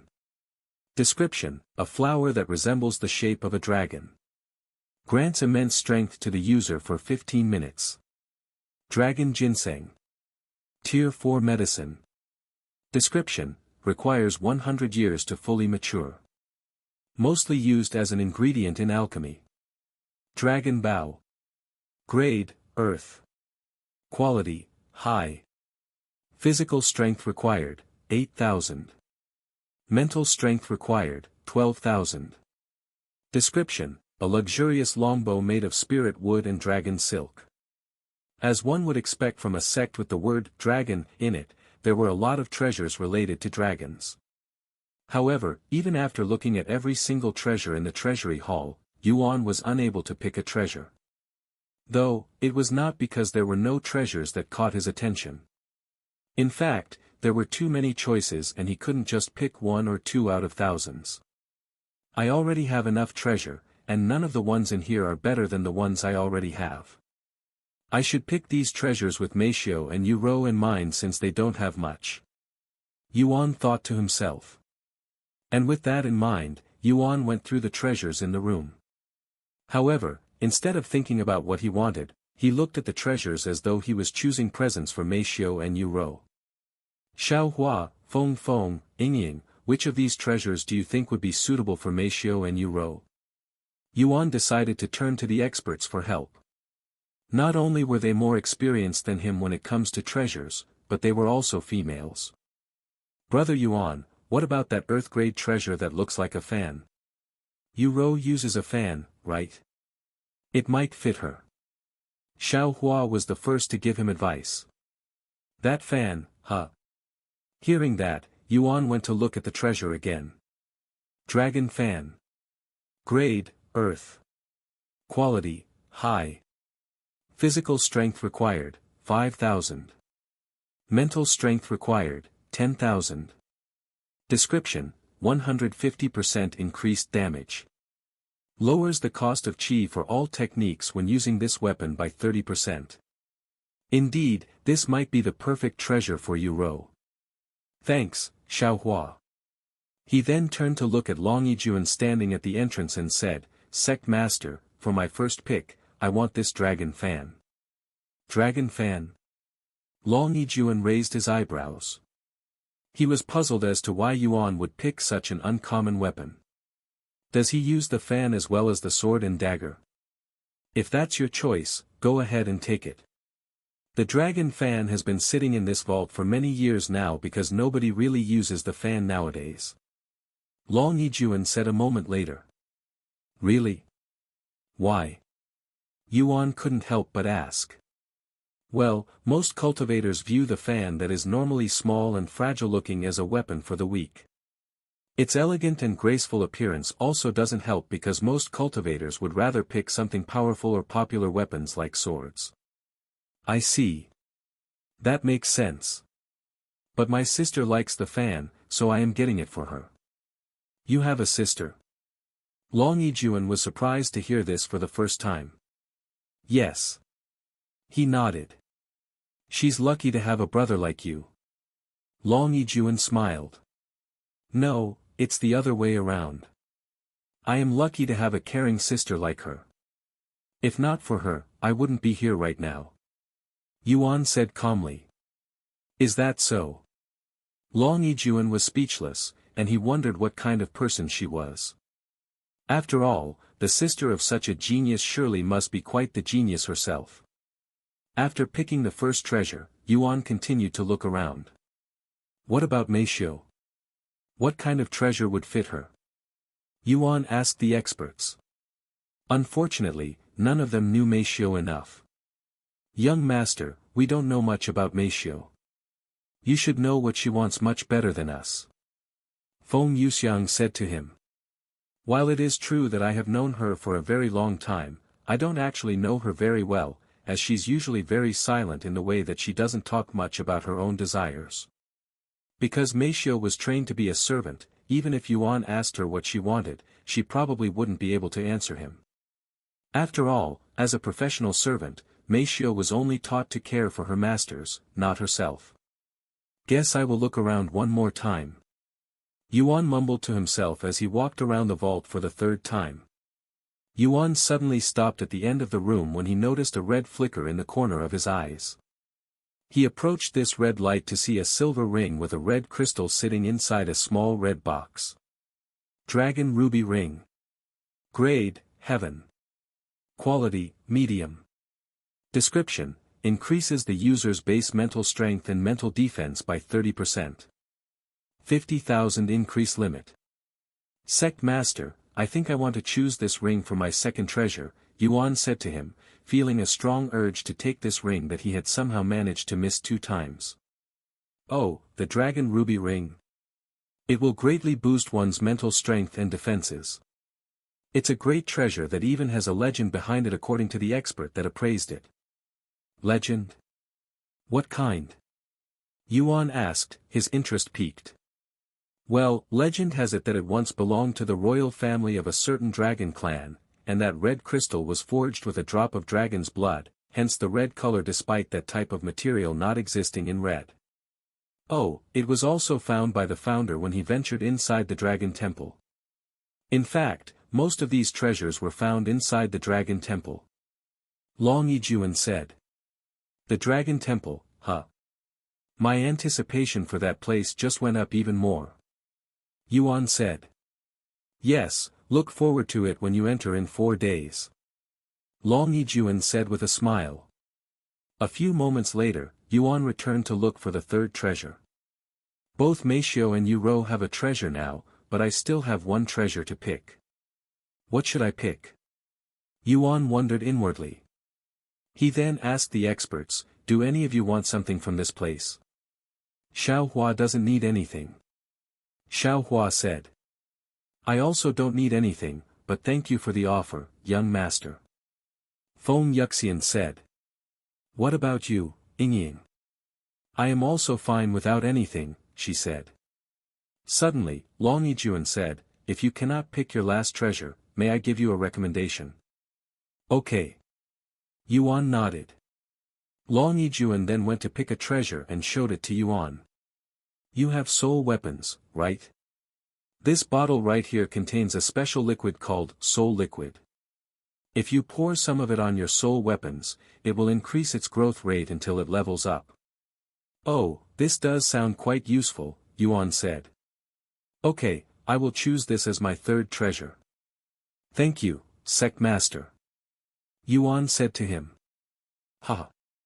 I should be thanking you, disciple Yuan. Long Yijuan laughed. Anyways, I will contact you in 4 days when the Dragon Temple is ready. Until then, you can do whatever you want. Sometime later, Yuan left the treasury hall and returned to his own living quarters, where Meishio and Minli were waiting. Meishio, here's a treasure I picked for you. Yuan immediately handed her the dragon ruby ring. Thank you. Meishio was at a loss for words when Yuan suddenly handed her a ring, as it felt like he was proposing to her. After accepting the dragon ruby ring from Yuan, Meishio immediately wore the ring on her right hand, as it would draw too much attention if she wore it on the other hand. Minli watched their little section with a weird look on her face, and she silently wondered if they were really just friends or something more than that. Okay, Disciple Min. Let's talk more about the situation. What would you like me to do for you in this situation? Because I cannot join your family, but if I don't, you'll be unjustly punished by your parents, and I cannot do nothing about it after learning about it. Yuan sat down and asked her. I honestly don't know. I have been thinking about it ever since I received my father's message, but I cannot think of a good solution to my problem. Perhaps I was never destined to ascend to the spirit heaven. Maybe it's my fate to stay in the lower heaven and be treated like an object by my family who will eventually sell me to another family, where I'll be treated even worse. Min Li shuddered at the thought of being sold to another family and becoming their plaything. I won't let that happen to you, Yuan said with a stern look on his face. And he continued, I know exactly how it feels to be treated badly by your own parents. Although I don't know what I can do, I will definitely do something about it. I promise. And even though you say it's not my fault, it is my problem since I am the reason you're in this situation. Disciple Yuan. Thank you. And sorry. Min Li felt a strong urge to pounce at Yuan and kiss him at this moment, but she restrained herself by crying instead. Give me a few days to think about it, okay? I will try to think of something in the meantime. Yuan said to her. Okay. Min Li nodded. Sometime later, Min Li returned to her own living quarters. Once Min Li left the scene, Yuan lay back on the couch in an exhausted manner. What should I do now? Xiao Hua. Feng Feng. Ying Ying. Anybody. Yuan cried for their help. The three servants appeared before him a moment later. I told you the 7 legacy families are a bunch of selfish people who only care about their reputation, young master. I say you should stay as far away from the Min family as possible. Feng Yuxiang said to him. But what about disciple Min's situation? I cannot ignore her. Yuan said. As much as I hate to say this, young master, but you should probably ignore her as well and let her handle the situation by herself since helping her might bring unwanted trouble for you. The cultivation world is sometimes cold-hearted and brutal like this. Yuan shook his head and said in a calm voice, the cultivation world may be cold-hearted, but I am not like that. I may be a cultivator, but the cultivation world does not and will not define my character or morals. Feng Yuxiang was speechless after hearing his grand speech that touched her heart. I know the pain and stress disciple Min is feeling right now because I was also mistreated by my parents. Hell, I was even abandoned by my family, and not just once, but twice. Yuan revealed this to them. What? Your family threw you away? What kind of idiot parents would throw such a cultivation genius away? Feng Yuxiang blurred out without thinking as it was simply that shocking. Even Xiaohua had her mouth wide open from shock. If the world knew that a family had thrown an 18-year-old spirit grandmaster away regardless of the situation, that family would become the world's biggest laughingstock in history. Now that Yuan's talents have been revealed to the lower heavens through the mystic realm, literally every large family out there including the 7 legacy families are trying to recruit him at all cost. To think one would throw away a treasure that everyone would kill for, even idiots wouldn't do such a thing. Is that why you don't like talking about your background? I fully understand it now, young master. Feng Yuxiang said, misunderstanding the situation. I used to be a cripple who couldn't even feed myself, and I could only lie on the bed all day long and have someone feed me and do everything else a normal person would be capable of with ease. And being in that state, I was nothing but a burden to my family, so they threw me away. Yuan sighed. Oh. I didn't know that. I apologize for my rude suggestion just now, young master. But at least you managed to overcome your misfortune. Feng Yuxiang said with an innocent smile on her face. Seeing Yuan completely functional and a peak talent at this moment, one can only assume that he has fully recovered from his crippled state. Well. A bitter smile appeared on Yuan's face. He was only functional in this world. In the other one. Not so much. Although he is making progress, he is still far away from fully recovering. Anyways, enough about me. Disciple Min is the one who needs help right now. What should I do? What can I do in this situation? Yuan quickly changed the subject back to Min Li. You can destroy the Min family. Feng Yuxiang suggested again. Yuan looked at her with a frown on his face. Stop joking, Feng Feng. I am being serious here. Feng Yuxiang wanted to say that she wasn't joking, as destroying the Min family would efficiently solve most of the problems. I don't kill when I say destroy. Ah, forget it. She didn't want to anger Yuan anymore, so she kept her mouth shut. After a moment of silence, Lan Yingying spoke, can't she just leave her family? That would solve most of her problems. But if she wants to rely on her family to ascend, there's really no way we can help her, unfortunately. Brother Yuan could help her ascend if he really wants to. Xiao Hua suddenly said, causing everyone there to turn their head and look at her. Xiao Hua, surely, you're not suggesting the young master bring that girl to the spirit heaven through the stairway to heaven, right? Feng Yuxiang asked her with a look of disbelief on her face. Xiao Hua nodded and said, Brother Yuan, there is one method that allows an individual, or a few to ascend to the next heaven without needing to pass the stairway to heaven. Really? Tell me about it. Yuan quickly said. However, Xiao Hua must warn Brother Yuan that this method isn't recommended, and nobody does it for a good reason. Xiao Hua said. And she continued, a single person climbing the stairway to heaven can bring at most 9 people with him, and as long as this person passes all of the trials, all 9 people including the climber will be able to ascend to the spirit heaven. In other words, Brother Yuan can bring 9 people with him to the spirit heaven. However, every single person you bring will tremendously increase the difficulty of your trials, making the already seemingly impossible challenge even harder, and the more people you bring, the harder it will only become, hence why nobody uses this method. You're essentially doing the trials for them. Huh? Does this mean I am already bringing 3 people with me because I obviously cannot leave you 3 in the lower heaven while I ascend myself? Yuan then asked. Xiao Hua nodded, yes and no. Xiao Hua and the phoenix came from the upper heavens, so we can actually ascend through the stairway to heaven without doing any trials. But we're staying down here due to our own reasons. What about Yingying?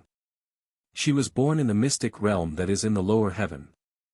Miss Snake will have to pass the trials in order to ascend to the next heaven since she was born in the lower heaven, but because she is Brother Yuan's servant that's bound by a heavenly contract, she will not increase the difficulty of your trials as much as an ordinary person who isn't your servant would, and she won't take up a slot, so you can still bring 9 other people with you including us.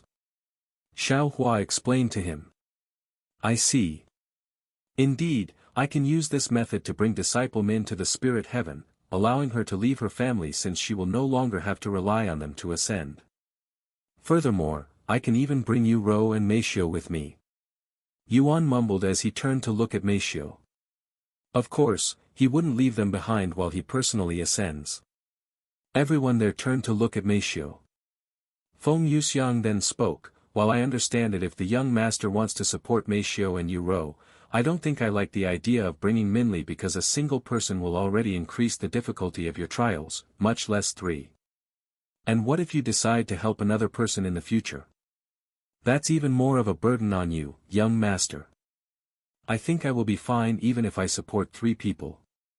What's the worst that can happen? If I fail the trials, can't I just take it again? Yuan asked.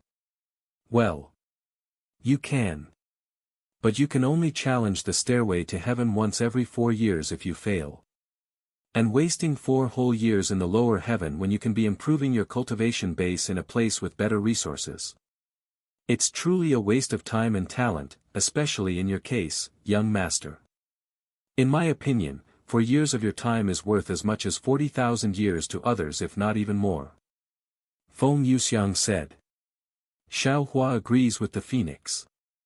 Brother Yuan's time and talent are incredibly precious.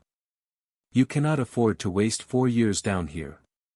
It hasn't even been half a year since you started cultivating and you're already a spirit grandmaster. Xiao Hua cannot even imagine what you'll become in 4 years if you continue to grow. Lan Yingying and Feng Yuxiang turned to look at Xiao Hua. It hasn't been half a year since Yuan started cultivating. How is that even remotely possible?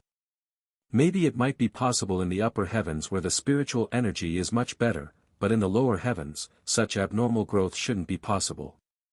Anyways, if I fail, then it is what it is. That means I'm not good enough and I wasn't destined to ascend. It's only 4 years of my life. However, if disciple Min fails, her entire life might be destroyed. Yuan said. Then he realized something.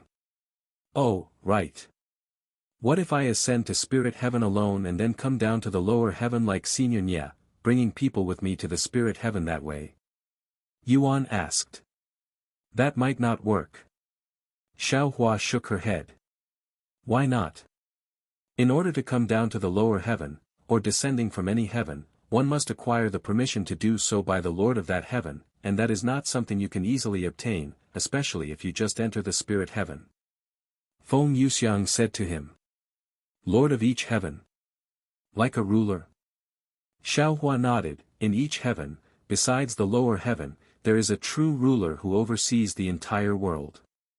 Without his or her permission, you will not be able to descend, and even if you obtain permission, you must have enough resources to come down. Feng Yuxiang then continued, think of it this way, young master. That spirit king who came down from the spirit heaven needed help from all 7 spirit academies to bring 3 people with him to the spirit heaven. You can only imagine the enormous amount of resources required to bring even a single person, much less 3. So it's easier to bring them up through the first method, huh? Okay. I have decided. I will bring them up with me through the stairway to heaven. Yuan spoke in a resolute voice. If that's Brother Yuan's decision, Xiaohua will support it. Xiaohua said to him. Thank you, Xiaohua. I'll go speak with disciple Min now and see what she thinks, Yuan said before going outside and knocking on her door. The young master is really selfless, huh? If it were any other cultivator, they wouldn't be so generous. When was the last time someone offered another individual a carry through the stairway to heaven? I don't even remember. Feng Yuxiang sighed. Sometimes I feel like the young master is too kind. It'll only be harsher for him in the future when everything comes falling down on him. Xiaohua won't let that happen. Xiaohua suddenly said. Feng Yuxiang looked at her and said, I don't mean to offend you, but even if you're a spirit king, you're only invincible in the lower heaven, and maybe even the spirit heaven. However, anything above that, you won't be able to do anything to help him if he gets into any trouble. In fact, the young master will easily surpass us. Xiaohua remained silent for a moment before speaking in a calm voice. Xiaohua has her methods to protect Brother Yuan even if we go to the upper heavens. It was Feng Yuxiang's turn to be speechless. Now that she thinks about it, she doesn't know anything about Xiaohua's background or how she's able to remain in the lower heaven despite being a spirit king. Well, as long as the young master helps me weaken the curse, I will be able to regain my sealed strength, so I will be able to protect him in the future even if we're in the upper heavens. Feng Yuxiang said in a prideful voice, almost like she was bragging to Xiaohua that she was confident about protecting Yuan. Xiaohua looked at her with a calm look, and she suddenly asked, what will happen if you restore your cultivation base now while we're in the lower heaven? Will you be forced to go back to the upper heavens? Ah! Feng Yuxiang was left speechless once again, as she had never thought about this until Xiaohua mentioned it. It would be bad if she restores her cultivation base while Yuan is still in the lower heaven, as that would mean she'll have to be separated from him. Maybe I should not drink too much of his blood until he ascends just to be safe. She mumbled. Of course, Lan Yingying was completely confused about the situation, as she didn't know Feng Yuxiang or Xiaohua enough to enter the conversation, feeling a bit left out.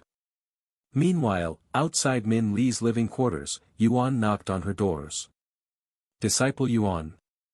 What's the matter? Min Li raised her eyebrows, as she didn't expect to see him so soon again. I have a solution to your problem. He quickly said. Really? Please. Tell me.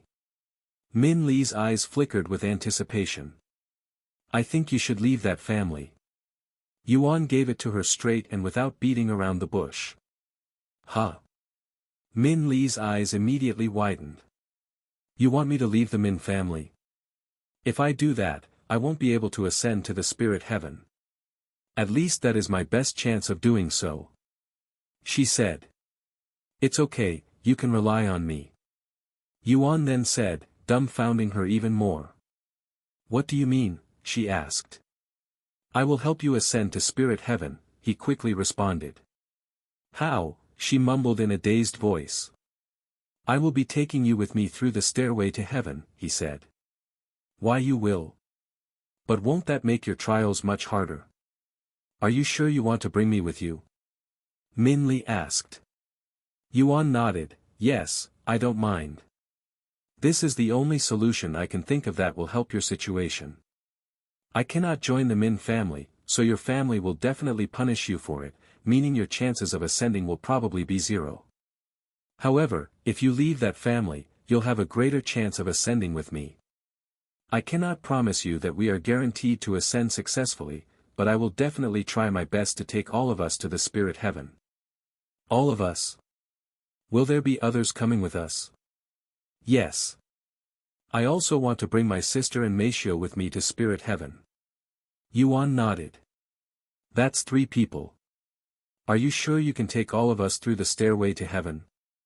I know you're very talented, but 3 people are. Min Li suddenly stopped there and turned silent. At this rate, she will not only be unable to ascend but she'll most likely get kicked out of the family if not sold to another family, so the best choice was definitely to rely on Yuan, who is currently being called the #1 genius in the lower heaven by many people. Furthermore, at least she will have a chance to ascend if she's with him. If she stays with her family, she might not even survive the next few years. I don't want to be a burden to you. She muttered in a low voice. As much as she wanted to rely on him, she had her own pride, and completely relying on someone to ascend was difficult to accept. Although she has been relying on her family, at least she had to work for it. How about this, disciple Yuan? I will challenge the stairway to heaven first, and if I don't succeed, I will rely on you at that time. Min Lin suddenly suggested. At least I can say that I tried, she added. Yuan nodded, sounds good. Min Li lifted her head and stared at the clear blue sky. I didn't think I'd leave the Min family in such a fashion, she sighed. Sometime later, she asked Yuan, when do you plan on challenging the stairway to heaven? Honestly, I have no idea, but it probably won't happen until a few months down the line. I'm sorry if that's too long. A few months only? That's fast. Min Li exclaimed, to Yuan's surprise. Fast? A few months is fast. Yuan asked her. Of course. I was expecting at least a few years. Min Li quickly said. A few years? That's too long. Yuan exclaimed. I won't even be a spirit master in a few months. I cannot challenge the stairway to heaven with such a low cultivation base. That'll be akin to suicide. She said to him. Yuan pondered. Looks like you'll have to just rely on me in the end, he chuckled. It's okay. It's nothing to be ashamed about. There will be times when you need someone's help regardless of your situation. Min Li sighed after hearing his words. Whatever. I guess I'll figure it out when you're actually about to challenge the stairway to heaven. Now I have to worry about how I should leave the Min family, she said. Can't you just tell them that you're leaving the family? I left my own family without even telling them. Yuan said to her. What? You left your family? Min Li looked at him with wide eyes after learning this unexpected news. Yuan nodded and said, well, they were going to disown me, and I merely decided to leave before that. Why did you leave your family, if you don't mind me asking? It's simple, I was no longer useful to them, so they kicked me out. Our families are similar in the way that they both only accept perfection. If I make any mistakes during competitions, even if I won the competition, I would be scolded and punished for it. And now that I am no longer of any use to them, they decided to discard me. I'm sorry to hear that. Min Li said to him. Don't be sorry. It's not your fault. But even if I want to leave the family, it's not as simple as it sounds. As a member of the 7 legacy families, I cannot simply leave the family without permission, and most of the time, people who wish to leave the family must have their cultivation base crippled before they are allowed to leave. Min Li said. And she continued, if I leave without their permission, I will become a deserter, and they will hunt me down and kill me. What the heck? Yuan said in a shocked voice. They would kill you just for leaving the family without permission. How is that even allowed? Yuan said. When you're powerful enough, everything is allowed. Feng Yuxiang's voice suddenly resounded behind him. The laws of mortals do not apply to the strong, she continued. You are. Min Li was surprised by the sudden appearance of Feng Yuxiang, whom she has never seen before. I'm the young master's servant, she responded in a proud manner.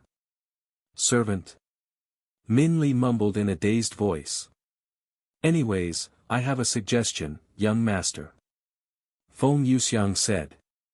You're not going to tell me to destroy her family so that she could leave safely, right? Yuan looked at her with narrowed eyes. Of course not. Feng Yuxiang laughed with a stiff smile on her face. I was going to say if the young master shows up at their doorsteps and demands them to give you this young lady here, they might hand her over without any hassle, she continued. What? That simple. Will it really work? Yuan asked, doubting her suggestion and completely oblivious to the meaning behind her words. Feng Yuxiang nodded, you just need to act a little aggressive and domineering. There won't be any violence if you do it properly. I see. That does sound like a good idea. Yuan nodded. Wait. Min Li, however, realized what Feng Yuxiang was suggesting to Yuan and immediately flushed with redness. Don't worry, disciple Min. I will do my best to convince them to let you leave the family. Yuan said to her. Min Li gave up and said, when will you be able to do it? They'll keep asking me for updates until I recruit you. Can you stall them? I have to enter the Dragon Temple in a few days so I cannot go too far. Yuan said. Stall them? But how? Min Li suddenly realized something and mumbled, wait a second. I can simply tell them that you've entered closed cultivation and that I cannot speak with you until you're finished. This should get them off my back for a while since they'll assume that the other families would also be unable to approach you. Closed cultivation. Yuan raised his eyebrows. It's when a cultivator isolates themselves to prepare for a big breakthrough or when someone simply wants to focus on cultivating. It's an unspoken rule in the cultivation world that one cannot bother someone in closed cultivation, almost a taboo. Feng Yuxiang explained to him. I see. I will be entering the Dragon Temple soon, and I most likely won't be able to speak with anyone while I am inside, so you can probably tell them that I'm in closed cultivation. Alright, I will tell them that later. Min Li nodded. Sometime later, before Yuan returned to his own living quarters, Min Li bowed to him and said, thank you for everything, disciple Yuan. I will definitely repay you in the future for everything. Don't worry about it. I will always be willing to help a fellow friend out. Yuan said. A friend.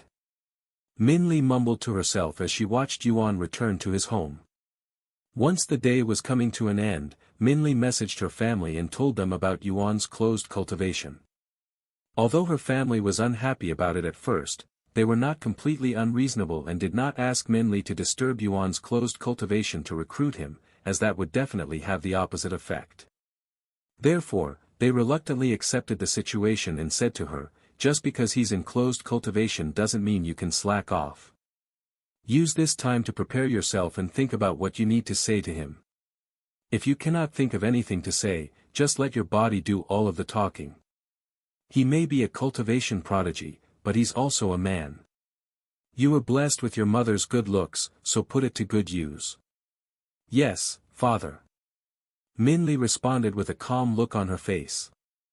After returning to his home, Yuan decided to relax in his own living quarters for the next couple of days so that Min Li's lie to her family would work. During this time, he would play music on the soul and snaring zither for the others. Wow, my lord, I didn't know you could play the zither. And you're so talented with it. Lan Yingying was gobsmacked by Yuan's musical talents that had instantly mesmerized her.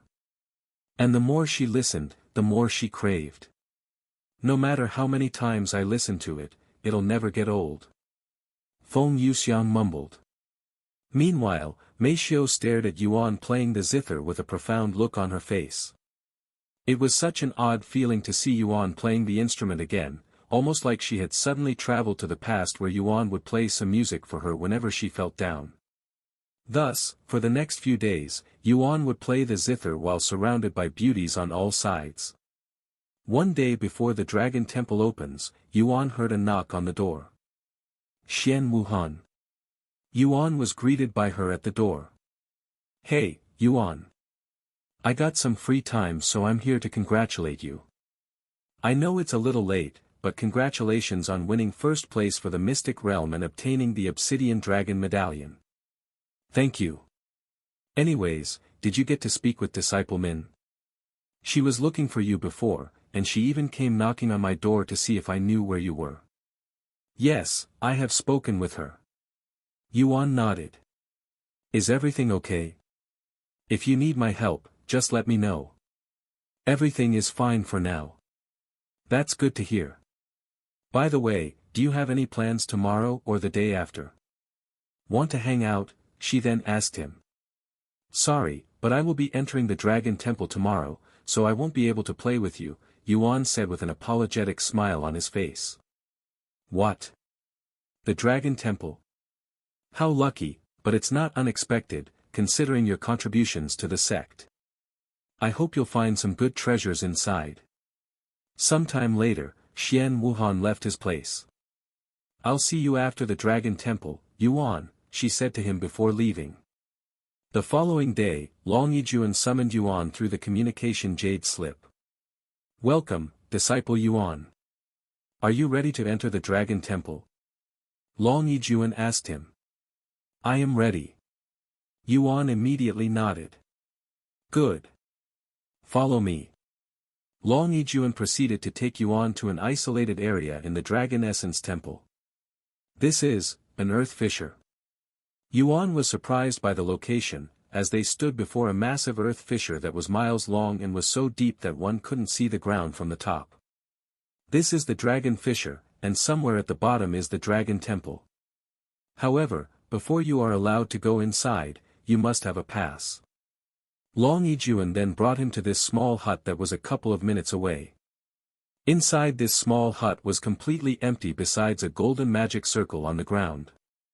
This magic circle was obviously a formation. Before I give you the Dragon Temple key, can you call out the experts? Only one person can carry the key at any given time. Long Yijuan said. Does this mean they cannot enter the Dragon Temple with me? Yuan asked. Unfortunately, the Dragon Temple only allows one person to enter at a time. Long Yijuan nodded. I see. Sorry guys, you'll have to wait for me. A moment later, 3 beauties appeared around Yuan. Don't worry about it, brother Yuan. Good luck in there, young master. Make sure you empty out all of the treasures inside. Feng Yuxiang said. Stay safe in there, my lord. Lan Yingying said. Sometime later, once Yuan stood on the golden formation, Long Yijuan activated it. Yuan could feel a warm feeling enveloping his body as this golden orb of light suddenly appeared from the formation and entered his body. You have obtained Dragon Temple Key. Dragon Temple Key. Description: allows you to enter the Dragon Temple in the Dragon Essence Temple. Follow me. I'll bring you to the Dragon Temple. Long Yijuan said to him afterward. Yuan then followed Long Yijuan to the edge of the Dragon Fissure. Let me explain to you how this works before I open the Dragon Temple, since you only have a short window to enter the temple once it's opened. Long Yijuan said to him. And he continued, the Dragon Fissure itself is the entrance to the Dragon Temple. However, you won't be inside the Dragon Temple until you enter the Dragon Gates, and you have exactly 10 seconds to jump into the fissure once I open it. Once you are before the Dragon Gates, it will examine your talents and see whether you qualify to enter or not. Do you understand? I understand. Yuan nodded. Good, then I will open the dragon fissure now. Remember to jump in when I tell you to. After taking a deep breath, Yuan retrieved a couple of treasures from his spatial ring before tossing it down the dragon fissure. A few moments later, the dragon fissure began emitting a golden light from the bottom that gradually increased in brightness. Once the light peaked, Yuan said loudly, "Go." Hearing Yuan's signal, Yuan didn't hesitate to jump inside the massive fissure that would undoubtedly terrify many people. Yuan fell and fell without any sign of ending, almost like he'd jumped into an endless hole. After what felt like a few minutes of freefall, Yuan could suddenly see a world of clouds at the bottom with a yellow and orange background, and what appeared to be a golden temple that had a dragon statue coiling around the entire building. Right before he landed on the floor, a mysterious power stopped his fall without injuring him. Once his foot touched the floor made of clouds that resembled the ancient dragon city, Yuan approached this golden temple that emitted an unfathomable aura. As he approached the dragon temple, a profound and familiar voice resounded from every direction, "Welcome to the dragon temple, human." The Great One. Yuan smiled after hearing this familiar voice. You recognize this Great One? The Great One sounded a little surprised when Yuan suddenly mumbled its name. Of course. This isn't our first meeting. You probably don't remember because they were all separate illusions. Yuan said. Interesting. After a moment of silence, the Great One spoke, "Come closer, human. I want you to look into my eyes." The eyes on the dragon statue suddenly began glowing golden. Yuan approached the door and stared at the glowing eyes with a calm look on his face. The next moment, almost as though someone had covered his eyes from behind, Yuan's vision blackened. A few seconds later, Yuan could see light appearing from above, causing him to look up. When he looked up, a massive golden eyeball that was larger than a star gazed down on him like a sun. This situation made Yuan recall the time he spent in the starry sky inside his mind at the Tablet of Comprehension. However, there were no stars here, only a single eyeball that felt awfully realistic. I will be looking into your memories now, human. Before Yuan could even respond, the Great One's sharp pupil contracted, and it began peeking into Yuan's memories. Interesting. You do not belong to the 9 heavens. The Great One spoke in a profound voice. Yuan wondered just how much of his memories the Great One saw. Should I call you Yuan, or you Tian? The Great One suddenly said, bewildering Yuan greatly. Why, you can call me Yuan, he subconsciously answered. Then Yuan, what do you hope to achieve or obtain in my dragon temple? The Great One then asked, and it continued, do you want the treasures inside? Are you hoping to gain enlightenment? Is it my legacy that you seek? Honestly, I am mostly here for the experience. I am fine even if I don't obtain any treasures inside or gain enlightenment. As for the legacy, I am definitely interested in it. Yuan said. The Great One remained silent for a few moments before speaking. Truthfully speaking, your talents are too high, and the Dragon Temple wasn't created with someone of your caliber in mind, as you would simply clear all of the trials with ease, so I am hesitant to let you go inside. The Great One normally wouldn't hesitate to let someone enter the Dragon Temple even if that person was very talented, as preventing talented individuals from entering would make the Dragon Temple's purpose completely pointless. However, Yuan was on another level. He was simply so talented that even the Great One hesitated to let him inside. After all, if it lets Yuan enter, he would, without any doubt, clear out all of the treasures in the Dragon Temple with ease, almost like taking candy from a baby, and that would be problematic. I would normally be ecstatic to find such a talented individual, but you. I cannot see your future. Is it abnormal that you cannot see my future? Yuan asked the Great One, as it should be the other way around, that it's abnormal for one to see another's future. The dragon's gaze is more than just an offensive technique. It has the capabilities to do so much more if fully mastered, and seeing the future is one of them. The Great One revealed, shocking Yuan. Does this mean he would be able to see the future if he continues to practice the dragon's gaze? Anyways, it is abnormal that I cannot see your future. If you were an immortal or have a unique bloodline, it would make sense that I cannot see your future, but you are merely a cultivator in the spirit grandmaster realm. The Great One said. And it continued, there are only a few instances where I cannot see one's future. 1. If they're an immortal or stronger. 2. If they possess the bloodline of a god. And lastly, if they have an unknown destiny. Unknown destiny. I have an unknown destiny, at least that's what I was told. Yuan said. That explains why I cannot see your future. What should I do now if I cannot enter the Dragon Temple? Yuan then asked. I never said you cannot enter. I am still thinking about how I should handle this. The Great One said, feeling a little awkward, as it has never been put into such a situation before. Take your time, Yuan said to it. A few minutes of silence later, the Great One spoke again, since you're only here for the experience, I won't take that away from you. However, you are only allowed to do 3 trials. Okay. Yuan quickly accepted. And he continued, what about the treasury room and the legacy? I was given this key to the treasury room by the other you, and I was even told to obtain the legacy. You may go to the treasury room and obtain the legacy since you have already earned it. I see. Thank you, Great One. Yuan said. The next moment, Yuan returned to the cloudy scenery and the Dragon Temple. I will open the door for you now. Remember, only 3 trials. The Great One's voice resounded for the final time.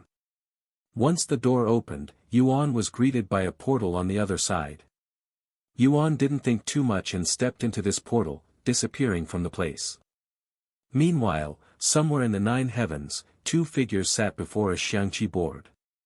One of them was an old man with long white hair neatly tied behind his back, whilst the other person was a handsome man with long golden hair flowing down his back like a waterfall. What's the matter? Are you ready to forfeit this match? The old man spoke with a smirk on his face after seeing the other individual not move for a long time. The handsome man suddenly opened his eyes and stood up. What's the matter? Why are you smiling like that? There will finally be some entertainment in the 9 heavens, said the handsome man. What? The old man raised his eyebrows, clearly puzzled about the handsome man's words. The handsome man then turned to look at the empty horizon and said, a monster has been born. I cannot wait to see how he'll affect the 9 heavens, if he survives long enough. A monster? The old man sitting at the xiangqi board raised his eyebrows in a surprised manner. That's really funny coming from a monster such as yourself. Who is this individual? Someone from the 9th heaven? The old man then asked. No, he's someone not related to the 9 heavens, and he's currently in the 1st heaven, the lower heaven. The man with the golden hair said. Lower heaven? It's been a very long time since I've heard of that place. The old man mumbled. Anyways, how talented is this individual? He continued. I don't know, said the handsome man. I mean, I don't know the full extent of his talents. However, if I had to compare him with someone, it'd probably be the demon Sealing clan's ancestor. What? This individual is comparable to that monster who ate his way to the peak. How is that even possible? That man is one of a kind and has no equal. The old man doubted the handsome man. The handsome man turned around with a profound smile on his face, and he spoke in a calm voice, who said he was comparable to the ancestor. This young monster might be even crazier than the ancestor. The old man stared at him with a stunned face, and after a moment of pure silence, he burst out laughing. Someone even more talented than that monster who single-handedly annihilated the entire demon clan that once ruled the entire 9 heavens. Have you finally gone senile, my friend? The handsome man continued to smile despite the old man's mocking words, and he said, don't tell me I didn't warn you in the future. Whatever. The old man shrugged, and he continued, anyways, what about our match? If you don't want to continue playing, it'll be my victory and your loss. The handsome man then returned to his seat and said, my loss. I don't lose, the Great One doesn't lose. Meanwhile, back in the Dragon Temple, after entering the portal, Yuan was transported to what appeared to be inside a large city underneath a dark sky that had countless flickering stars, giving the place natural but subtle brightness. This is the Dragon Temple. Yuan raised his eyebrows, as he didn't expect the place to be a city. However, there was something weird about this city. It was too empty and quiet even if it was late into the night, almost like nobody else was there. What should I do here? Yuan looked around for clues. The first thing he noticed was the numbers counting down in the sky, and the next thing that stood out was this massive dragon statue very far in the distance. 167:59:10. If the numbers are how long I have left in this place, then I have 7 days to explore this place, but where should I go first? After pondering for a moment, Yuan decided to head for the dragon statue, as he recalled the Great One telling him that he would be able to find its legacy there. Once I take a look at his legacy, I will try to find the treasure room. With that in mind, Yuan began making his way to the dragon statue by flying there. And the more of the city he saw, the more clear it was to him that he was alone in this city. Meanwhile, shortly after Yuan entered the dragon fissure, Feng Yuxiang asked Long Yijuan, "How long will the young master have inside the dragon temple?" "That will depend on the dragon temple itself. It might only allow him to stay inside for a few days, or it could let him wander for a whole month. I cannot really say how long he'll be inside, I'm sorry." "I see." Long Yijuan suddenly retrieved a small toy-like house and tossed it on the ground. The house grew in size until it was the size of a large house, and it was the same house he used at the mystic realm. "You ladies can stay in this building in the meantime. I won't be able to stay here for too long since I have a lot of work to do. Tell disciple Yuan to contact me once he comes out." Long Yijuan said to them. "Thank you." Feng Yuxiang said. Sometime later, Long Yijuan left the scene and returned to the sect master's headquarters, where a couple of figures could be seen gathered outside the door. Most of these people were sect elders, but one of these figures didn't look to be part of the Dragon Essence Temple, and they were even wearing a veil. "Sect Master, you have a guest." The sect elders there immediately said to him the moment they noticed him. The veiled figure suddenly stepped forward and lifted the veil covering her beautiful face. Long Yijuan was taken aback when he recognized this face. "Sect Master Song. What are you doing here?" Long Yijuan asked her. "I'm here to speak with disciple Yuan," she said in a calm voice. "You still haven't given up on that?" Long Yijuan shook his head. Obviously, he'd heard from Elder Shan and Elder Xian about Song Linger's desire to take disciple Yuan as her own disciple after what happened at the zither competition. "I will never give up on someone with such gifted hands and talent for music," Song Linger said. Long Yijuan sighed and turned to look at the sect elders there. "You guys can leave. I will handle things from here." "Yes, sect master." The sect elders bowed to them before leaving the scene. "Let's talk inside," Long Yijuan said as he entered the building.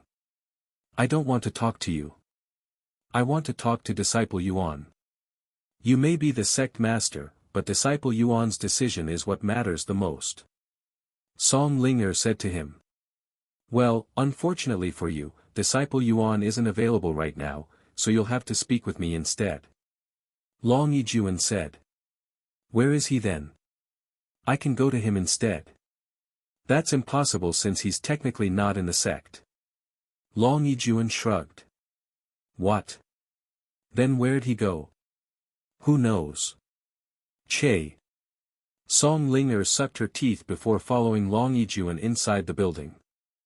A few moments later, Song Linger sat down in a room with Long Yijuan sitting behind his work desk. "So where is disciple Yuan?" Song Linger asked. "He's currently inside the Dragon Temple," he said casually. One would expect Long Yijuan to keep the Dragon Temple a secret since there are clearly plenty of valuable treasures inside.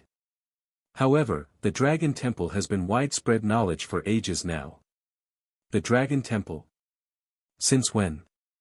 Song Linger said. A couple of minutes ago, he said. Song Linger was speechless. If only she'd come to this place a day early, even a few hours early, she might have been able to speak with Yuan. Now that you know about his whereabouts, you may leave this place. Humph. Then I will stay here until he comes out. Song Linger said, surprising him. What? You're going to stay here until he returns? It might be weeks before he comes out. As the sect master of one of the top 10 sects in the lower heaven, don't you have better things to do than chase someone who has already rejected you? Long Yuan said to her. Song Linger looked at his desk that was filled with papers and sneered, unlike you, I finish all of my work before I decide to do anything. The mystic realm just ended, so I have plenty of time to spare. And speaking of the mystic realm, your sect only obtained its place because of disciple Yuan. I cannot wait to see the look on your face after the next one. Long Yuan smiled and said, no need to push your anger on me just because you were rejected by a junior. You little. Song Linger was immediately aggravated by his comeback. I did not come here to argue with you. I am here to take disciple Yuan with me. Long Yuan shook his head and said, what makes you think he'll join your sect? He even refused to go to the spirit heaven with Xinyan, you know. I know. I was there when it happened, she said, and she continued, if he'd gone with Xinyan to the spirit heaven, I would have given up. But the fact that he decided to stay in the lower heaven means I still have a chance. Keep dreaming. Long Yuan laughed. And then he continued, anyways, if you're not going to leave, you can go ahead and wait for as long as you'd like. In the end, it's disciple Yuan's decision whether he wants to follow you or not. I would love to have him as a core disciple in the Dragon Essence Temple, but I know he won't stay with us for long. Perhaps after the Dragon Temple, he will leave the sect. This place is too small for someone like him. Then I shall wait for him outside the Dragon Temple, she said. Do whatever you want. Long Yuan shrugged. Normally, Long Yuan wouldn't act so carefree before the sect master of another sect, but he has known Song Linger for a very long time now, and while they were not friends, they were not enemies either. Long Yuan also knew that Song Linger was not the type of person to harm others without a reason, nor was she someone who'd scheme against others, so he wasn't too worried about letting her roam the sect without any supervision. Furthermore, it was clear to him that she was only here for disciple Yuan. After leaving the building, Song Linger went straight to the Dragon Fisher. She noticed a portable house by the Dragon Fisher and subconsciously decided to stay there just in case she wanted to use it, unaware that it was already occupied. Sometime later, Song Linger sat by the Dragon Fisher and retrieved her zither, eventually playing it to pass time. Isn't that one of the judges during the zither competition? What is she doing here? Feng Yuxiang quickly recognized Song Linger based on her aura. She's obviously here for Brother Yuan, Xiaohua said. What? She's a really persistent one. The young master has already refused her offer plenty of times, yet she just doesn't give up. Who is she? Lan Yingying couldn't help but ask. She's the sect master of the Heavenly Melody Academy, and she was the judge in a competition the young master participated in. She even had a little battle with the young master and lost to him, and she has been chasing after him since then. Feng Yuxiang explained the situation. I see. Lan Yingying nodded. Meanwhile, in the Medicine Valley that was in the northern continent, Wang Xiuying bowed to her master and said, Thank you for everything, master. I have learned a lot from this place. No, I should be the one thanking you. I have also learned a lot from you. You are definitely one of the most talented disciples we've ever had. If you continue to study medicine, I'm sure you'll become someone great in the future. Her master said. Good luck in the spirit heavens. Wang Xiuying nodded before turning around and walking to Xinyan, who was there with the other two participants going to the spirit heaven with her, and one of them was also a player like her. Are you ready to leave this place? Xinyan asked her. Yes, I am. Good. Then we will be going to the spirit heaven now. Xinyan departed the Medicine Valley with Wang Xiuying and the other two, taking them back to the place outside the mystic realm. Once he was prepared, Yuan retrieved a crystal and crushed it with his hands. The next moment, a massive formation appeared beneath them before enveloping them in a warm light. This feels like. Wang Xiuying found the formation similar to the one in the mystic pagoda that took her and Yuan to the ancient dragon city. The four of them began levitating off the ground before shooting straight up into the sky, where a portal had suddenly opened up. And before they were aware, Wang Xiuying and the others left the lower heaven, becoming the first players to ascend. After Wang Xiuying and the others entered the portal, they found themselves inside this wormhole, and their bodies continued to move upwards. They remained inside the wormhole for only half a minute before they were met with another portal at the end of this wormhole. Once they entered it, they were greeted by a clear blue sky and a dozen unfamiliar figures. "Welcome back, Elder Nye," one of them said to him. Senior Nye nodded and turned to look at a particular figure in the group, and he said, "Elder Mu, she's all yours." A pretty middle-aged woman stepped forward and approached Wang Xiuying with a smile on her face. "You're Healer Wang, right? I'm Elder Mu, we have spoken before via the crystal ball, and I will be in charge of you starting today. Follow me. I will bring you to my Spirit Healing Academy." "Yes." Wang Xiuying eagerly nodded her head and followed Elder Mu. "The two of you haven't decided on a sect yet, so that is what you'll be doing today," Senior Nye said to the Lightning Emperor and the other participant. Meanwhile, an announcement appeared in the sky for all of the players to see shortly after Wang Xiuying and the others arrived at the Spirit Heaven. Congratulations! Player Healer Wang and Player Lightning Emperor have become the first players to ascend to Spirit Heaven. Of course, the players were well aware of this before the announcement, as the players at the Mystic Realm had revealed this fact to the world the day it happened. When the players heard that player Yuan had willingly decided to stay behind in the lower heaven for some reason, everyone became puzzled and curious about this reason, as they all thought he was trying to speedrun the game. At least that's what it seemed like to the players after seeing so many ridiculous achievements from him. Of course, countless news sources approached the Lightning Emperor for interviews after learning that he will be ascending to the next realm, which was thought to be impossible until a few years later. As for Healer Wang, since only her close friends knew her identity, she was spared from the journalists. Of course, that is not to say the world wasn't interested in Healer Wang. In fact, a lot of people became interested in her after learning that she was with player Yuan during the Mystic Realm.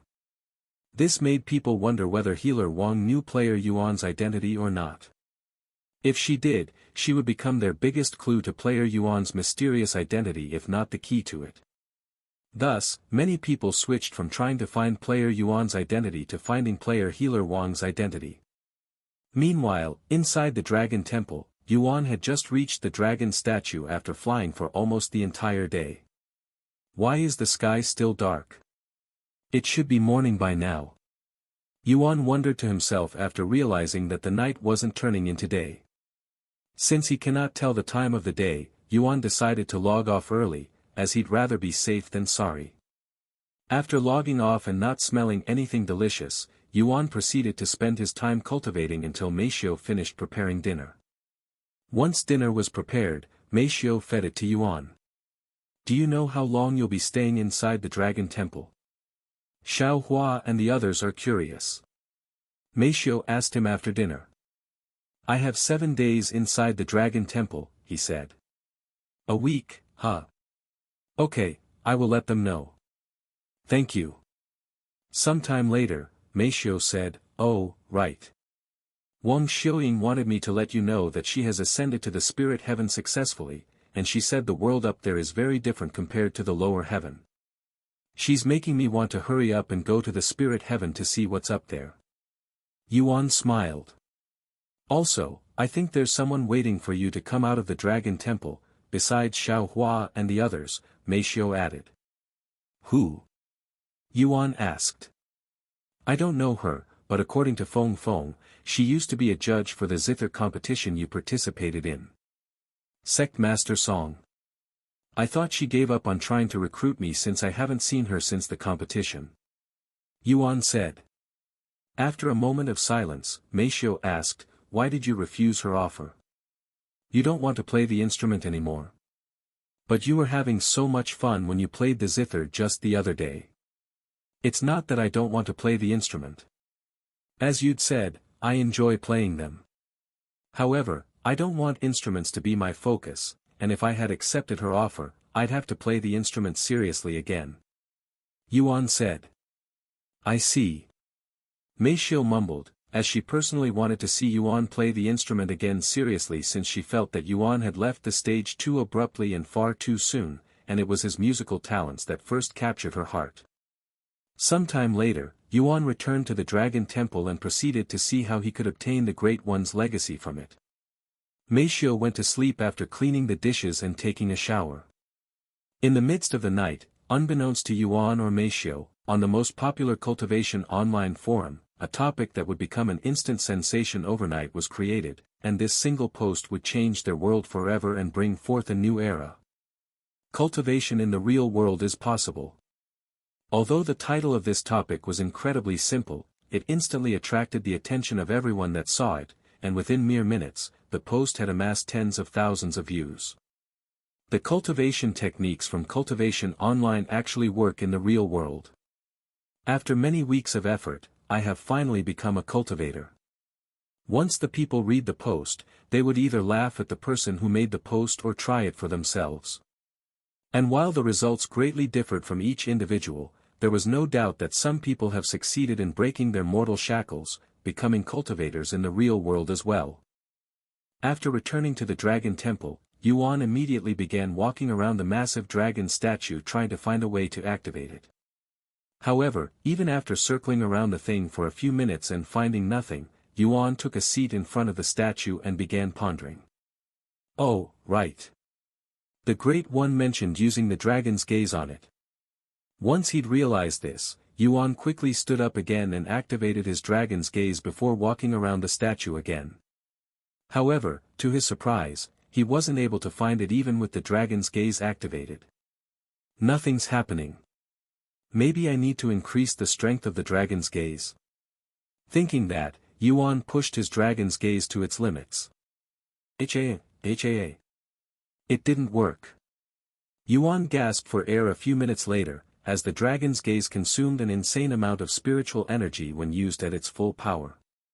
Yuan collapsed on the floor a moment later and just laid there while staring at the statue that spiraled up as though it was trying to ascend.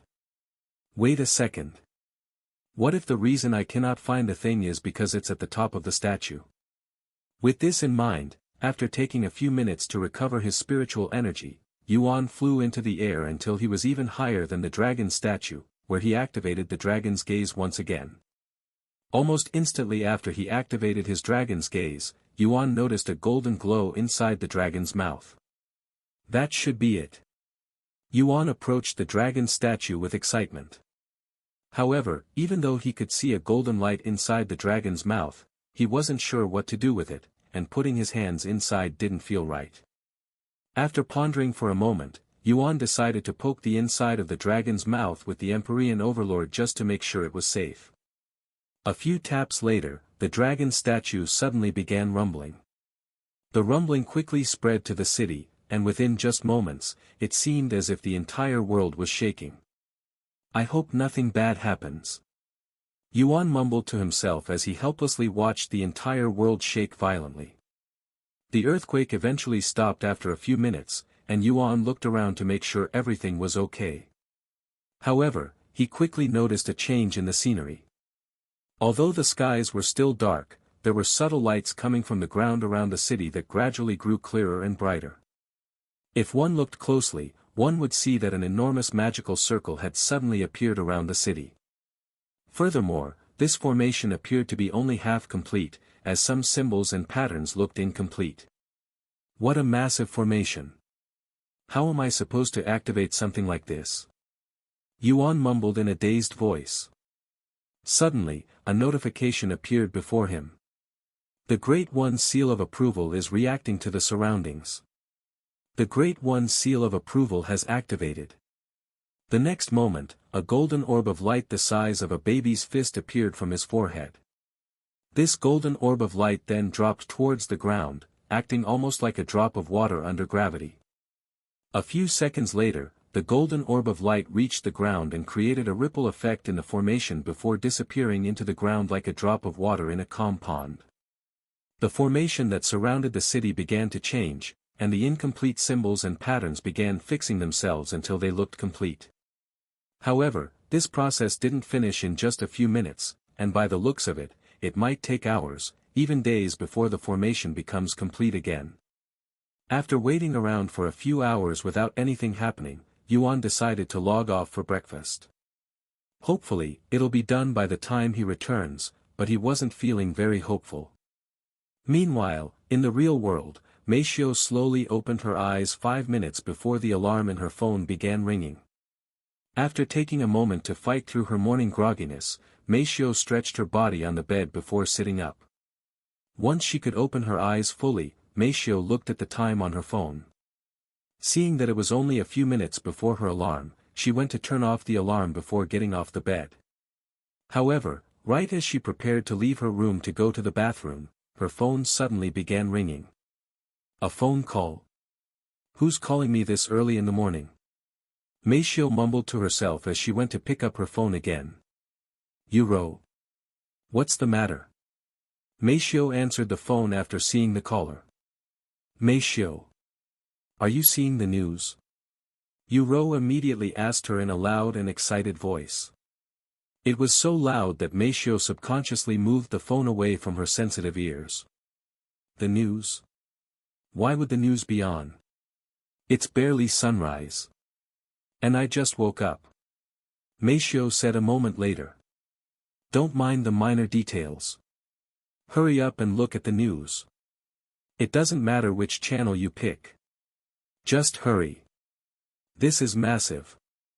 Yuro said to her. Okay. Now fully awake thanks to Yuro's excited voice, Meishio went to open her laptop and looked at the news. The first thing she saw after opening up the news was the large and bold title that read, Breaking News. Cultivation is real. Cultivation techniques from the popular video game, Cultivation Online, works in the real world according to many players, and there is even solid proof that it's real. What? Meishio mumbled in a low voice as she stared at the title with a dazed look on her face. Not daring to believe her eyes, Meishio read the title again and again until Yuro's voice resounded, Are you seeing it? They say cultivation is real. I just started watching, too. This must be a joke. There's no way cultivation techniques from a video game could possibly work in the real world as well, right? Meishio said. That's what I thought at first too, but after looking around the forums and the other news sources, everybody is talking about it. There's no way they'd make such an elaborate lie just to mess with us. I think it's true. We might be able to become cultivators in this world as well, Meishio. Yuro said, her voice peaking with excitement. We can become cultivators in the real world. Meishio mumbled in a dazed voice, feeling a little awkward saying something so unbelievable out loud. I repeat, cultivation is real. You can become a cultivator if you use the cultivation techniques from the popular video game, Cultivation Online. The news anchor said in a loud and excited voice. However, do keep in mind that while cultivation exists, not everyone can become a cultivator. It could also take you days, weeks, or even months to become a cultivator depending on your talents, exactly like Cultivation Online. Furthermore, the higher grade your cultivation technique is, the higher chance you have at becoming a cultivator. After talking for a few minutes, the news anchor said, We will have a special guest in just a few minutes, and he is a player in Cultivation Online who'd successfully managed to become a cultivator. In fact, he is the person who made the topic about cultivation being real, the first one who made this world-changing discovery. Yuro. What do you think is going to happen to our world now? Meishio asked her. I don't know. This might be a good thing, or it could turn disastrous. Only time will tell. Yuro sighed. Sometime later, Meishio said, I have to tell Yuan about this. Oh, right. Is he awake yet? I will go check. Hee hee. Brother will be so surprised. Yu Rou said. A few moments later, Mei Xiu knocked on Yuan's door. Yuan, are you awake? Yes, I am. We have an emergency. Mei Xiu said. What happened? Listen to the news, brother. Yu Rou said. Yu Rou. Yuan was surprised to hear Yu Rou's voice as well. Mei Xiu proceeded to grab her laptop and replayed the news to Yuan. Cultivation is real. As long as we use the cultivation techniques in Cultivation Online, we can become cultivators in this world as well. The news anchor shouted in excitement. Yuan was stunned after hearing the news. So the world has finally learned about it as well, huh? I guess cultivation is real. Yuan sighed inwardly. Even though he has been cultivating for a while now, it felt so surreal that he didn't fully believe that he was actually doing cultivation. Unbeknownst to Yuan, some players have long learned that cultivation in the real world was possible shortly after the game launched. The only reason it hasn't been announced until today was simply because these people wanted to keep this secret to themselves so that they could get ahead of everyone else when the news eventually spread around the world. After all, there are bound to be a few people who would try cultivation in the real world after they play Cultivation Online. It was akin to children trying to mimic their superheroes' signature attacks while they watched the television even if they knew superpowers don't exist in the real world. It was their curiosity that made this discovery. Yu Rou's voice suddenly resounded, Mei Xiu, quickly go back to the live news. It's the person who discovered that cultivation works in the real world. Mei Xiu stopped the replay and switched it back to live news, and sure enough, there was a young man sitting beside the news anchor. Can you please introduce yourself to the audience? The news anchor asked the young man. He nodded and spoke in a clear voice, Hello, my name is Fu Shi, I am 24 years old, and my in-game name is Thousand Blades. I am also the creator of the post, Cultivation in the Real World is Possible, that has over 100 million views now on the forums. Thank you for coming here on such short notice, Fu Shi. Can you tell us more about how you made that discovery? And what does it feel like to be a cultivator? How is it any different from Cultivation Online? The news anchor asked him. Fu Shi nodded and said, after playing Cultivation Online for a few days, I quickly became addicted to the world of cultivation, and I suddenly had a thought, what if I can become a cultivator in the real world as well? I knew it was ridiculous of me to have such thoughts. After all, there's no way something in a video game could possibly work in the real world as well. However, my curiosity would not calm down until I actually tried it. It was at that point that I tried to cultivate in the real world using the cultivation technique I'd learned in Cultivation Online. Although it didn't work at first and I gave up for a few days, my instincts told me to try again, and so I did, until I managed to break through and become a cultivator. That's amazing, said the news anchor, and he continued, if you don't mind, can you share with the audience the name of your cultivation technique and how you obtained it? Fu Shi nodded and said, I don't mind. It's just an ordinary cultivation technique available to every disciple at the Nine Saber Mountain, and it's called Spirit Mountain Scripture. I know there are many people out there who do not believe in cultivation. Do you have any way to prove to them that it truly exists? Well, I just became a cultivator, so I cannot do anything crazy. However, my strength has increased tremendously since then. I can easily lift 100 pounds with a single hand despite my skinny physique. Indeed, you certainly don't look like you can lift even half of that much weight, much less all of it. A few moments later, someone brought a 100-pound barbell onto the stage for Fu Shi. After taking a deep breath, Fu Shi grabbed the center of the barbell with his stick-like arm and lifted it above his head with ease, shocking the news anchor and the audience. My God! What a performance! I thought you were joking. The news anchor said, as he didn't believe for a second that Fu Shi would be able to lift something so heavy with his thin arms that clearly lacked the muscles. Well, this is the best I can do at my current level. Perhaps I will be able to use the other techniques from Cultivation Online if I increase my cultivation. Fu Shi said with a proud look on his face. Fu Shi and the news anchor continued to talk to each other about cultivation and whatnot. Meanwhile, the other channels also had their own special guests, and all of them claimed to have succeeded in cultivation. What do you think, brother? Do you think they're really cultivators? Can we really cultivate in this world? Yuro asked him through the phone. We can, Yuan answered quickly without hesitation, taking Yuro and Meishio by surprise. Why do you sound so confident? Yuro couldn't help but ask. After a moment of silence, Yuan responded in a calm voice, I am confident cultivation exists because I have also succeeded in becoming a cultivator. In fact, I have been cultivating for a while now. You what? Yuro's dumbfounded voice resounded. Yuan.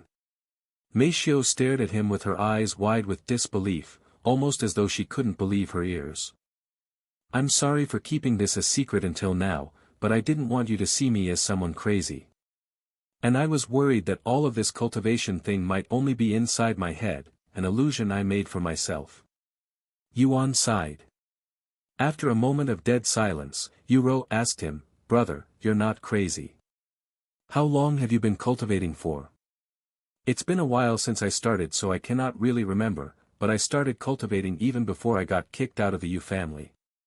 How does it feel to become a cultivator? Is it any different from Cultivation Online? And how long did it take you to succeed? Yuro continued to ask him questions. Well, it definitely took me some time to become a cultivator. When I first tried, I would feel pain all over my body, almost like I am being stabbed by needles. Eventually, I managed to break through and become a cultivator. As for how it feels, I can't really tell you since my body is in this state. However, I do feel very energetic, and having a breakthrough is very similar to what it would feel like inside Cultivation Online. That's it. I have made a decision. I am going to become a cultivator in this world as well. Yuro suddenly declared. And she continued, can you imagine doing things in the real world that you could only do in Cultivation Online before? Like using martial techniques and having super strength? This is so exciting. However, Yuan said, as exciting as it may seem, I am also very worried about the future. If everyone becomes a cultivator, what's going to happen to our world? It might get chaotic. I don't think you have to worry too much, brother. Even if we can cultivate, I highly doubt we'll be able to do anything too crazy like flying and destroying mountains with a single fist. Although our world will definitely change, it probably won't be too drastic. Yuro said. I hope you're right. Yuan said. By the way, what cultivation level are you right now, brother? Yuro suddenly asked him. I honestly don't know, but if we use Cultivation Online for reference, I think I am a 6th level spirit warrior, he said. 6th level spirit warrior. Yuro exclaimed. How is it possible that Yuan's cultivation in the real world is so high? He even surpasses the majority of players in Cultivation Online, much less the real world. While most players are just entering the spirit warrior realm inside the game, Yuan was already a spirit warrior in the real world. Anyways, I will call you guys later. I have to prepare for school now. In fact, I am already running a little late because of the news. Bye. Goodbye, Yuro. After Yuro hung up, Meishio suddenly spoke, Yuan, is that why your body has been growing stronger and stronger despite not working out? Your body is unnaturally fit for someone who lies in bed all day. I think so, he said. After a moment of silence, Meishio asked, if you continue to cultivate, do you think it could possibly help you move again? A smile appeared on Yuan's face after hearing her words, and he said, I think so. As much as he wanted to tell her that he was already recovering, he wanted to make sure that he could at least lift himself off the bed before he said anything, and at the rate he was recovering, he would probably need at least a couple more months before he could tell her about his recovery. What about you, Meishio? Are you going to become a cultivator too? I don't know yet. She mumbled. I think you should become a cultivator, Meishio. Yuan suddenly said. And he continued, now that the entire world knows about cultivation in the real world, there will be many cultivators in the near future, and when that happens, things might get chaotic. If I don't recover by then, I want you to be able to protect yourself at the very least. One thing I learned about cultivators in Cultivation Online is that they can be unreasonable people. Whether it's Cultivation Online or the real world, there will always be people who abuse their powers and use them to bully others. After a moment of silence, Meishio nodded her head and said, I understand. I will become a cultivator. Great. Once I am finished with the Dragon Temple, we can go look for a cultivation technique for you together. Of course, if you want, you can ask Feng Feng or Xiao Hua to see if they can help you find a cultivation technique since I still have 6 more days inside the Dragon Temple. It's okay. I will wait for you. Meishio said. Sometime later, after eating breakfast, Yuan returned to Cultivation Online whilst Meishio went to research more about Cultivators Online. And as she'd expected, the world quickly learned that one could cultivate in the real world using cultivation techniques found inside Cultivation Online, and by the end of the day, nearly everybody in the world had heard about it. Of course, there were countless questions that appeared because of this situation, such as how it was possible to use cultivation techniques from a video game and if cultivating in the real world was actually safe. However, no matter how suspicious people are or whether they believed it or not, it didn't stop people from trying to become cultivators. And as a result of this discovery, the player base for Cultivation Online skyrocketed, and powers around the world began preparing for the future, a future where cultivators may rule the world. By the end of the day, millions of people tried to cultivate with countless failures. With that being said, there were also plenty of people that had succeeded in their cultivation, and about 1 in every 10,000 people would become a cultivator on their first day. After returning to the Dragon Temple, Yuan flew into the air and looked at the formation around the city to see its progress, but as he'd expected, the formation remained unfinished. Since it's going to take a while for the formation to finish, I should use this time to look around the place and see if I can find the treasure room, Yuan mumbled to himself, and he proceeded to fly around the massive city that would have taken him months to explore if he had to do it on foot. However, that was easier said than done. How was he supposed to find the treasure room in this massive and empty city? Where should he start? After flying around the city for an hour, Yuan gave up and decided to start searching from the ground. Is there really nobody in this place besides myself? Yuan mumbled to himself as he knocked on the closed doors. It's open. Realizing that the doors were not locked, Yuan decided to go inside. This is. Yuan was surprised to see furniture inside the buildings. In fact, every single building was fully organized with furniture, almost like people used to live in this place. Maybe people used to live in this place in the past. Sometime later, Yuan eventually stopped entering the buildings as there was nothing new after looking through over 100 of them. What about the trials? Where can I do the trials?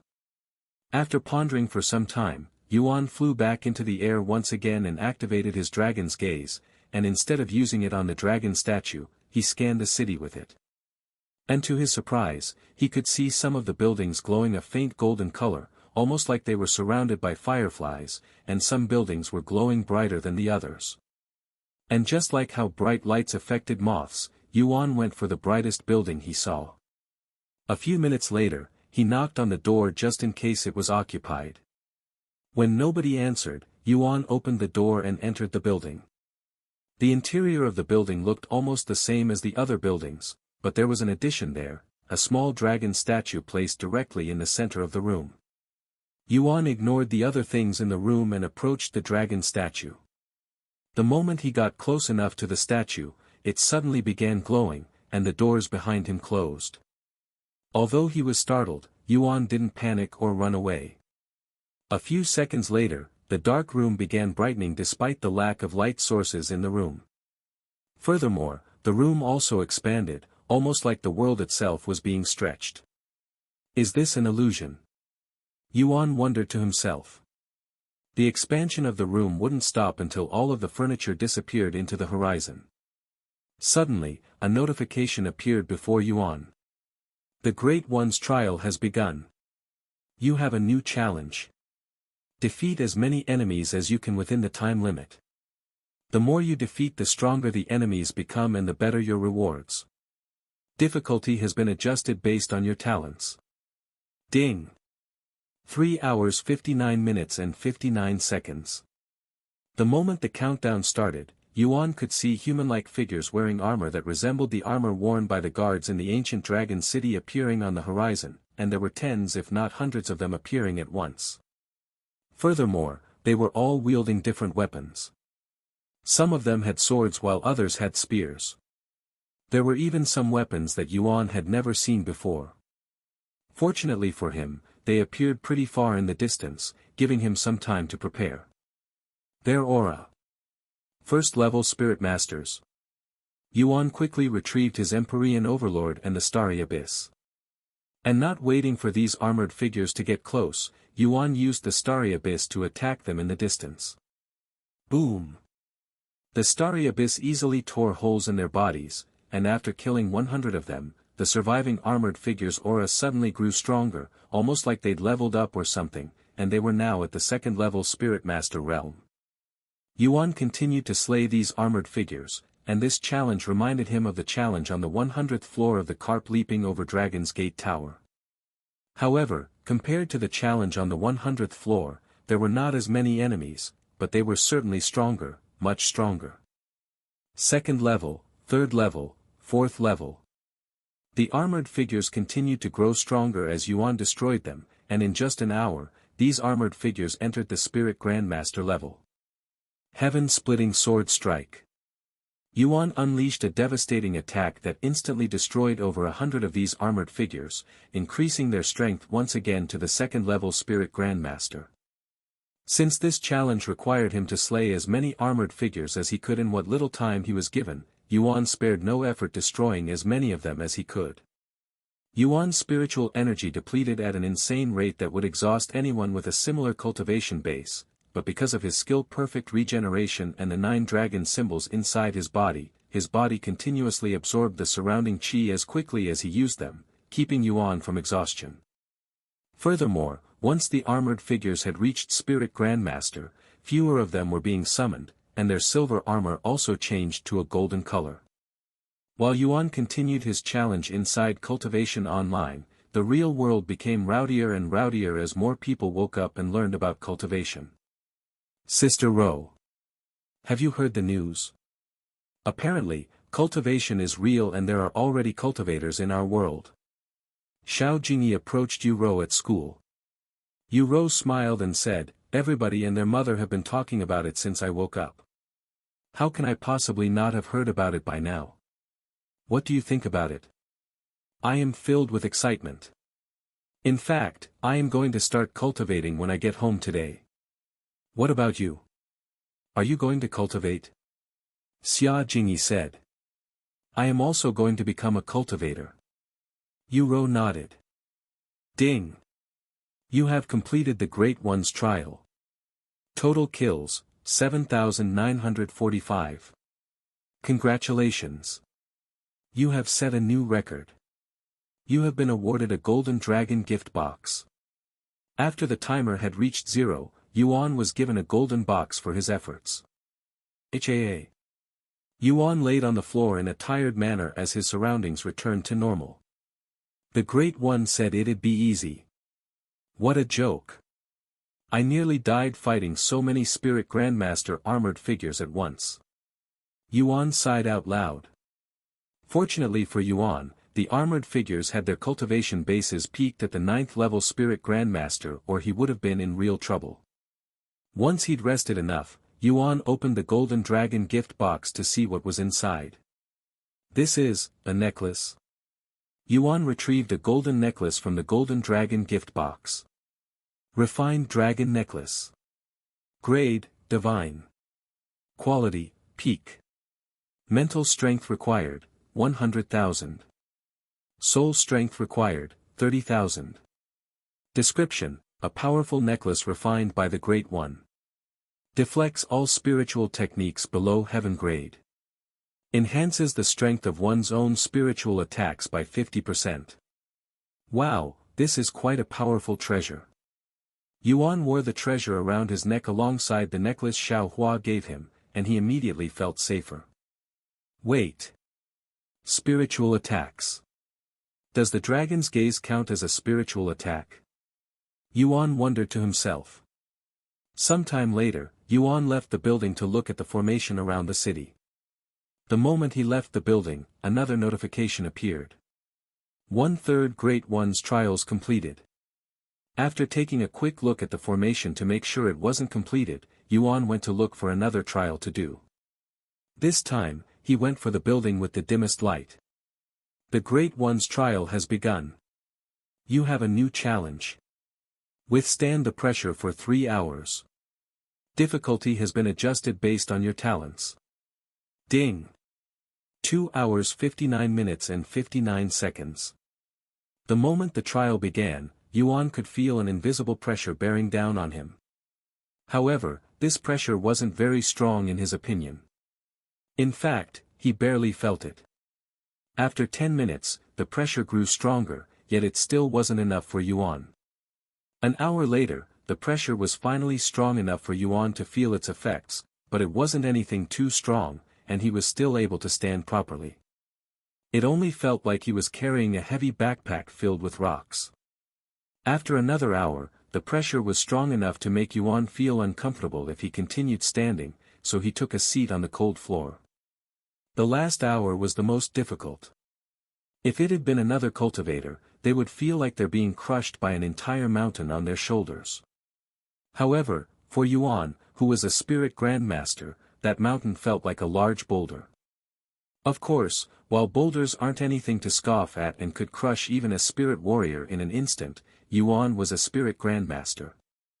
If he wanted to, he could carry even a couple of boulders and still be fine. 3 hours passed by in a flash, and at the end, Yuan received another golden dragon gift box. Ding! You have completed the Great One's trial. Total time resisted, 3 hours. Congratulations! You have set a new record. You have been awarded a golden dragon gift box. Yuan immediately opened the golden dragon gift box, but to his surprise, there was only an Earth-grade treasure inside. Dragon needles. Grade, Earth. Quality, Peak. Description, 8 perfect needles crafted by the Great One. Usually used as a hidden weapon. Increases penetration by 100%. The trial was pretty easy compared to the last one, so maybe that's why the reward is so bad, Yuan mumbled to himself. Indeed, the trial he'd just beaten was one of the easiest trials in the Dragon Temple, hence the lack of reward. With that being said, it was still an Earth-grade treasure, something most if not every single player besides Yuan would die for. 2 out of 3 Great One's trials completed. Sometime later, Yuan went back outside to look at the formation. Of course, it's still not finished. Guess I'll go ahead and finish my last trial now. Yuan looked around the city with his dragon's gaze, looking specifically for the building that had the brightest glow. After searching for a few minutes, Yuan flew to another building. Although this building didn't glow as bright as his first one, it was definitely much brighter than his previous one. Furthermore, this building appeared to be a restaurant of sorts. After knocking on the door like usual, Yuan entered the building. Sure enough, the interior looked like that of a restaurant with many tables and chairs. Yuan took a deep breath before approaching the dragon statue in the middle. Whoosh! The world before him expanded once again until he had plenty of room. The Great One's trial has begun. You have a new challenge. Dodge the incoming attacks for 1 hour or until you get hit 3 times. Difficulty has been adjusted based on your talents. A timer suddenly appeared, but there were only 3 seconds on it. Love. 2. 1. Once the timer had reached 0, Yuan immediately sensed danger from behind him, and another timer appeared. 59 minutes and 50 seconds. He quickly used his movement technique to leave his location, and the second he moved, a massive sword flew past where his neck had been just a second ago. 3 seconds after the first attack, Yuan could feel another sense of danger coming from his right side. Whoosh! An arrow suddenly appeared out of thin air a few meters away from his location and flew at his face. The attacks continued to come from random locations, and the more Yuan dodged, the more threats would appear at once and the quicker they would appear. 10 minutes into the challenge, Yuan was already being assaulted by 10 weapons at once, and they would attack him every 2 seconds. 30 minutes into the challenge, Yuan had to avoid over 50 threats at once, all of them coming at every single second, and things were just getting started. 2. 1. Ding! You have completed the Great One's trial. Total time dodged, 1 hour. Total hits, 0.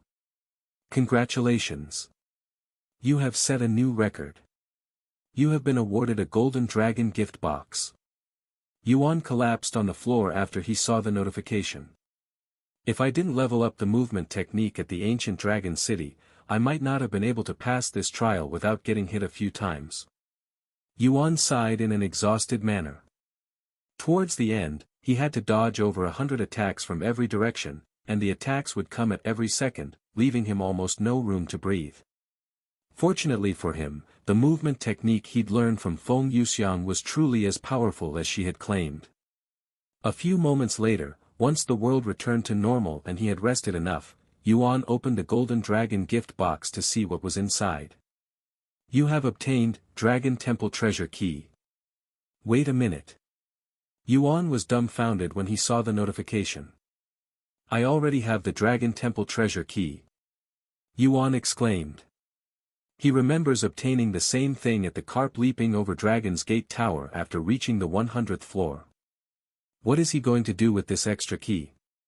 Will it be a useless treasure? Normally, one wouldn't be able to obtain the Dragon Temple Treasury Key unless they got lucky with one of the trials in the Dragon Temple, yet Yuan somehow managed to obtain it before even entering the place. I did all of that just for a duplicate treasure. What luck! Yuan shook his head. Love, out of 3 Great One's trials completed. You have reached the limit of trials you can complete. You may continue to do the trials, but you will not receive any reward. To add insult to injury, that was my last attempt. Ah, whatever. Yuan gave up, as there was nothing he could do at this point. Sometime later, Yuan returned to the dragon statue and looked at the progress of the formation. Still not done, huh? He decided to log off for the day shortly after. How's everything going, Meishio? Yuan asked her during dinner. Well. As you can expect, the entire world is in an uproar right now, she said. I'm not surprised. The prices for cultivation techniques have also skyrocketed since then.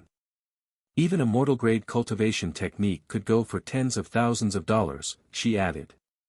Also not surprising. Governments around the world want to regulate cultivation, but with so many people doing it in secrecy, it's near impossible to do anything about it. I see. After a moment of silence, Yuan said, oh, yeah. You should have the basic qi gathering technique, right? It was given to everyone when we started the game. You should try to get a feel for cultivation in Cultivation Online before you attempt it in the real world. It's going to be like practice until you get a better cultivation technique. Okay, I will try it later. What about you? Will you be playing tonight? Yes, I am waiting for some massive formation to finish, but it's taking forever. Though, I don't want to miss it when it does finish. Sometime later, Yuan returned to the game and continued to wait for the formation to finish. Meishio went to clean the dishes before entering the game. Meanwhile, after school, Yu-Ro was summoned by her parents. Once she arrived at their main house, Yu-Ro immediately noticed the empty boxes laid outside the door, causing her to raise her eyebrows. A few minutes later, she went to look for her parents in their bedroom, which was an odd place for a meeting. When she entered their room, the first thing she noticed was the familiar-looking console on their bed. You're finally here, huh? Yu-Yong said to her from the bed. As you can see, we'll be playing Cultivation Online as well. Yu-Ro stared at them with a dumbfounded look on her face. I'm sure you've heard by now, but apparently one can become a cultivator if they play this game and use their cultivation techniques. Tang Li said. And she continued, Yu, since you have been playing this game for some time now, you should have enough experience as a cultivator inside the game.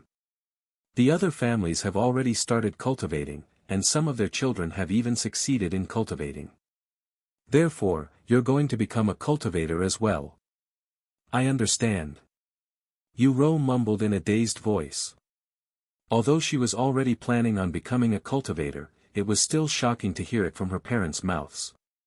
If becoming a cultivator truly increases one's longevity and grants them superhuman strength like they say, that's not something we can ignore. Yu Yong said. Sometime later, Yu returned to her own house. After eating dinner and taking a quick shower, Yu sat on her bed in the lotus position and tried to cultivate using the cultivation technique she has been using in Cultivation Online. Her breathing quickly calmed and became rhythmic, and her mind was cleared of all thoughts except the cultivation technique. Yu eventually entered this mythical state that was similar to enlightenment, yet it was not true enlightenment. A few hours later, Yu suddenly felt a nostalgic feeling spread throughout her body. Did I succeed? Am I a cultivator now? That was easier than I'd expected. Yu opened her eyes and stood up, feeling energetic all over her body. She then turned to look at her desk. After pondering for a moment, she approached it and tried to lift it with one hand. Yu didn't expect anything at first, but to her surprise, she'd managed to lift the whole desk that weighed at least 20 kilograms with a single arm. And with relative ease too. Heavens! It's real. I am really a cultivator. Yu exclaimed in an excited voice. Yu immediately went to pick up the phone and tried to contact Meishio, but when nobody picked up, she called Xia Jingyi instead. Jingyi, how's your cultivation going? Have you become a cultivator yet? By the sound of your voice, I can tell that you've already become a cultivator. Congratulations, Sister Ro. Unfortunately, I am still trying to break through. Xia Jingyi's voice resounded from the phone. Don't worry, I'm sure you'll break through soon. What about you? Has anything changed now that you're a cultivator? Have you gotten stronger like they say you would? Xia Jingyi asked. Yes. You won't believe this, but I could lift my desk with a single arm. It was really surprising. Yu said. That crazy? I'm going to continue my cultivation now. Even if I have to skip tonight's sleep, I am going to do it. Xia Jingyi said. Me, too. I may already be a cultivator, but I still want to continue improving. I'll see you tomorrow at school. Yu said her goodbyes before closing the phone. And for the rest of the night, Yu would sit on her bed in the lotus position, slowly improving her cultivation. The following morning, despite missing a night of sleep, Yu felt incredibly refreshed and full of energy. Unlike Cultivation Online, cultivation is much slower in the real world, which isn't really that surprising. And with a lack of treasures to assist us, we'll be even slower. Yu mumbled. Cultivation Online was filled with rich resources that could help boost one's cultivation within seconds, but in the real world, no such resources exist and cultivators must rely on their own talents and patience to improve their cultivation. I guess this is also good. It would be bad if people can simply buy their cultivation levels like they do in Cultivation Online, becoming spirit warriors in just a few weeks. Yu mumbled. In Cultivation Online, there are plenty of rich people who would buy treasures using real money to boost their cultivation base, bypassing the earlier levels. Of course, the higher their cultivation, the more expensive each level got. Once one reaches Spirit Warrior, the amount one would need to spend to increase a level was so high that only the richest people in the world would dare to spend that much.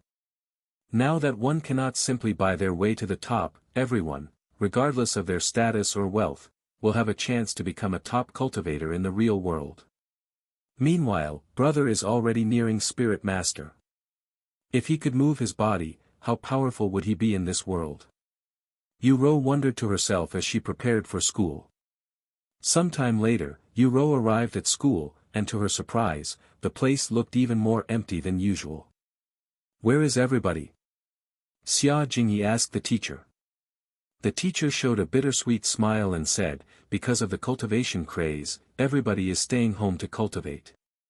Yu Rou and the other few students in the classroom were left dumbfounded by the teacher's words. Everybody was skipping school to cultivate. As crazy as that sounded, it wasn't that surprising. It's not just the students. The teacher continued. A couple of the teachers here have also resigned this morning, so we're also understaffed at this moment. What's going to happen to our classes now? Yu Rou then asked. The principal has issued a gathering later today, so we'll probably know about it at that time. In the meantime, you can do whatever. The students looked at each other silently. Sometime later, the students there gathered in a circle and began talking to each other about cultivation. Have any of you tried cultivating now? I have, but I couldn't make any breakthroughs. Me too.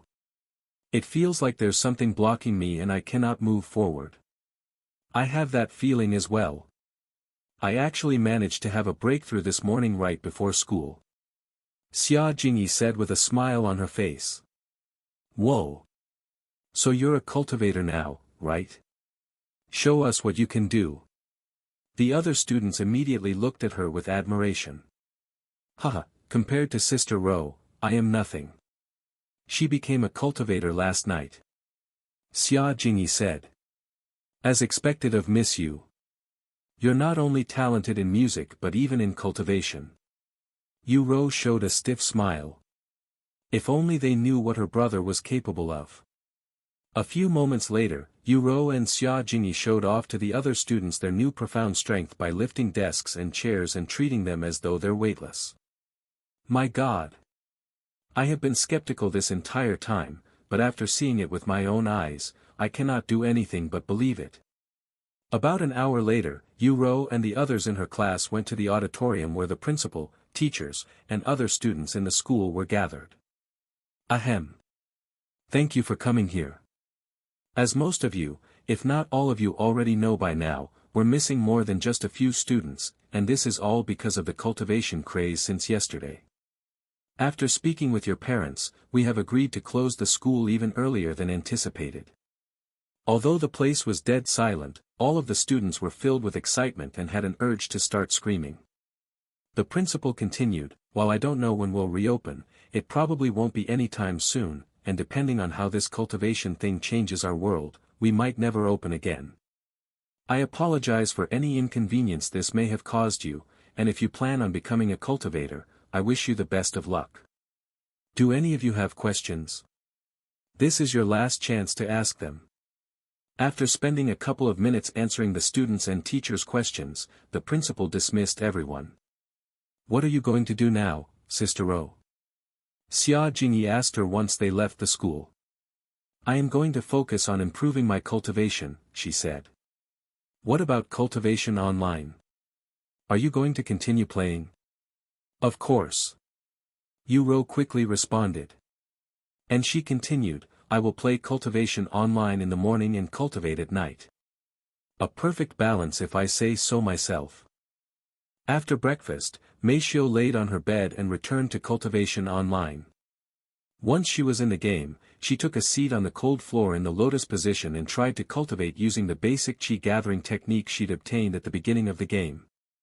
When Feng Yuxiang and the others noticed this, they turned to look at her with raised eyebrows. Are you trying to cultivate? I thought you didn't have any cultivation techniques. Feng Yuxiang couldn't help but ask her out of curiosity. Mei Xiu nodded and said, I have this technique called basic qi gathering technique. I want to get used to cultivation before I do it for real. What? Basic qi gathering technique? That trash everybody uses? Feng Yuxiang immediately expressed disgust on her face. Mei Xiu, I suggest you don't use that trash cultivation technique and wait until you have something better even if it's only for practice. After all, the better your cultivation technique, the stronger your foundations will be. Feng Yuxiang said. And she continued, if you use that cultivation technique to form your foundations, it might affect your future by limiting it. For example, if two people start cultivating with different techniques, one with an inferior technique and the other with a superior technique, even if the cultivator with the inferior technique changes his cultivation technique for a better one in the future, his cultivation would not go as far as the person who has been using a superior cultivation technique since the beginning unless that person cripples his cultivation base and starts all over again. This is why most cultivators stay with one cultivation technique for their entire life even if they find something slightly better, as it's not worth the hassle of restarting your cultivation technique from the beginning. I see. Meishio stopped trying to cultivate after hearing Feng Yuxiang's words. I mean, if you really want to cultivate, I guess it's okay for you since you won't really lose much even if you have to start again. However, it's a painful process to restart your cultivation base without damaging your dantian, and a single mistake will cripple you for the rest of your life. Feng Yuxiang added. It's okay. I will wait until I have a better cultivation technique. Meishio said. I would give you a cultivation technique if I had one, but as a divine beast, we don't really rely on cultivation techniques to cultivate, and we absorb spirit qi as naturally as breathing. Though, having a cultivation technique would definitely help us cultivate faster. Xiaohua also only has one cultivation technique, but you're not compatible with it.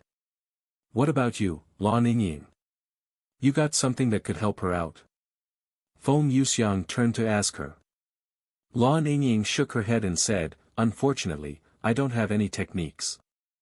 I cultivate by consuming other magical beasts. What a unique physique. It's somewhat similar to the young master, but he eats their cores instead. Speaking of physique, do you have any unique physiques, Meishio? Feng Yuxiang asked her. Meishio nodded and said, it's a physique called spirit-severing physique. Spirit-severing physique. A divine-grade physique? Feng Yuxiang exclaimed. Meishio nodded, and she asked, do you know what it does? The spirit-severing physique is a rare and powerful physique that allows you to separate your spirit from your body. It's kind of like divine sense, and you're near invincible as long as you're in the state. Feng Yuxiang said. Furthermore, while you're in that state, you can bypass all sorts of formations and defenses that would normally block people from entering. It's a highly coveted physique since you can enter places where people normally cannot and not have to worry about traps. Even in the upper heavens, your talents will be useful. In fact, your talents will probably become more valuable as you ascend because things get increasingly more dangerous the higher you go. I know some people who have the same physique, and they would sell their services by scouting legacy tombs and other dangerous places for information in exchange for an enormous amount of wealth and resources. I see. Meishio nodded, understanding her physique a little bit more now. How do I do it? I would like to try, she then said. Feng Yuxiang pondered for a moment and said, unfortunately, I don't think your body can handle it right now, especially since you're still immortal. Once you reach Spirit Warrior, you'll probably be able to do it, and as you grow stronger, you'll be able to enter your spirit form for much longer, and you can even travel further away from your real body. Okay, Meishio said. Meanwhile, inside the Dragon Temple, Yuan flew around the city with his dragon's gaze activated the entire time. I have flown around the city a couple of times now, but I still cannot find the treasure room. Yuan sighed. Where could the treasure room be hiding? He even checked all of the buildings that were glowing just in case. It was at this moment the city suddenly began rumbling again. What's happening? Could it be the formation? Yuan quickly returned to the dragon statue. Once he was at the dragon statue, Yuan looked at the formation that looked completed. It looks completed, but where is the legacy? Just as Yuan thought this, the dragon statue behind him suddenly began moving. Whoosh! The dragon statue slowly transformed, turning from metal to a more realistic material, and it was even growing bigger. In just moments, the dragon statue went from looking like a statue to a real dragon, and it even flew into the sky and circled around the city exactly 9 times before approaching Yuan. Are you the one who seeks my legacy? The dragon statue spoke to Yuan as though it was their first encounter. Yuan, who was still hovering in the air, nodded his head. You're the Great One, right? I am interested in your legacy. Can you tell me more about it? Interested? The Great One statue raised its eyebrows at Yuan's words. You're merely interested in my legacy. You know, even immortals and gods covet my legacy. The Great One statue said to him. Yes, but it sounds like a lot of responsibility, Yuan said. Responsibility? Ha ha ha. Of course, it's a lot of responsibility. Not anyone can just obtain the Great One's legacy. What is the Great One's legacy, anyway? According to my knowledge, I only have to ascend to the upper heavens and find the real Great One, right? That's the gist of it, yes. However, there are more things you should keep in mind. The Great One's eyes suddenly flickered with a profound light, and it continued, first and foremost, once you obtain the legacy, you will have exactly 100 years to find the real Great One who is always wandering the 9 heavens. 100 years? That's a long time. Yuan mumbled. The Great One's statue raised its eyebrows. 100 years is a long time. In its eyes, 100 years could disappear in the blink of an eye, especially for most immortals that can live for millions of years with ease. Next, you are only allowed to hold the Great One's legacy once in your lifetime, so if you happen to run into another chance to obtain the Great One's legacy, just know that you won't be able to accept it. There will be other chances to obtain this legacy? Yuan raised his eyebrows. Yes. The Great One has multiple trials spread across the 9 heavens, so everyone has a chance to obtain his legacy. Does this mean there can be more than one person carrying the Great One's legacy at one time? Yuan asked. The statue nodded and said, there are currently 99 people who are carrying the Great One's legacy as of this moment. If you accept it, you will be the 100th person. However, nobody has been able to complete the legacy, not even the people at the upper heavens. Can there only be one person who completes the legacy? Yuan then asked. No, there can be multiple people. However, the earlier you complete it, the better your rewards. I see. Anyways, as for the last thing you should know about the Great One's legacy. There's actually a curse within it that will make your cultivation life harder if you accept it. Huh? A curse? Yuan raised his eyebrows again. It's nothing malicious, but if you accept it, you might lose some of your luck, and there may be unfortunate encounters that you would otherwise not experience if you weren't carrying the Great One's legacy. Basically, it will make things more difficult for you. If you can overcome the curse and find the Great One while carrying this legacy, you will be awarded immense wealth that would make even immortals and gods jealous. Do you accept this legacy? The statue asked him. Ding! You have been offered to carry the Great One's legacy. Do you accept? Yuan didn't immediately answer, and after pondering for a few moments, he said, I have a question before I decide. The statue was speechless. If it was anybody else, they would have long accepted the legacy. If I accept the Great One's legacy, can I accept another legacy in the future if I have the chance? Yuan asked. You're a greedy one. The statue responded in a dumbfounded voice. After a moment of silence, the statue continued to speak, there is no limit on how many legacy one can carry at a time. However, don't bite more than you can chew. Yuan nodded, since that's the case, I will accept the Great One's legacy. Good. The statue's eyes suddenly glowed brightly before shooting a golden beam of light inside Yuan's body. Ding! You have accepted the Great One's legacy. You have 100 years to find the Great One. Because of the Great One's legacy, you have been cursed with minor misfortune. Minor misfortune. Curse grade, heaven. Description, a curse that lowers your luck by 500. You now carry the Great One's legacy, carry it with pride and honor. Good luck. The statue said to him. Oh. Before you go, can you tell me where the treasure room is?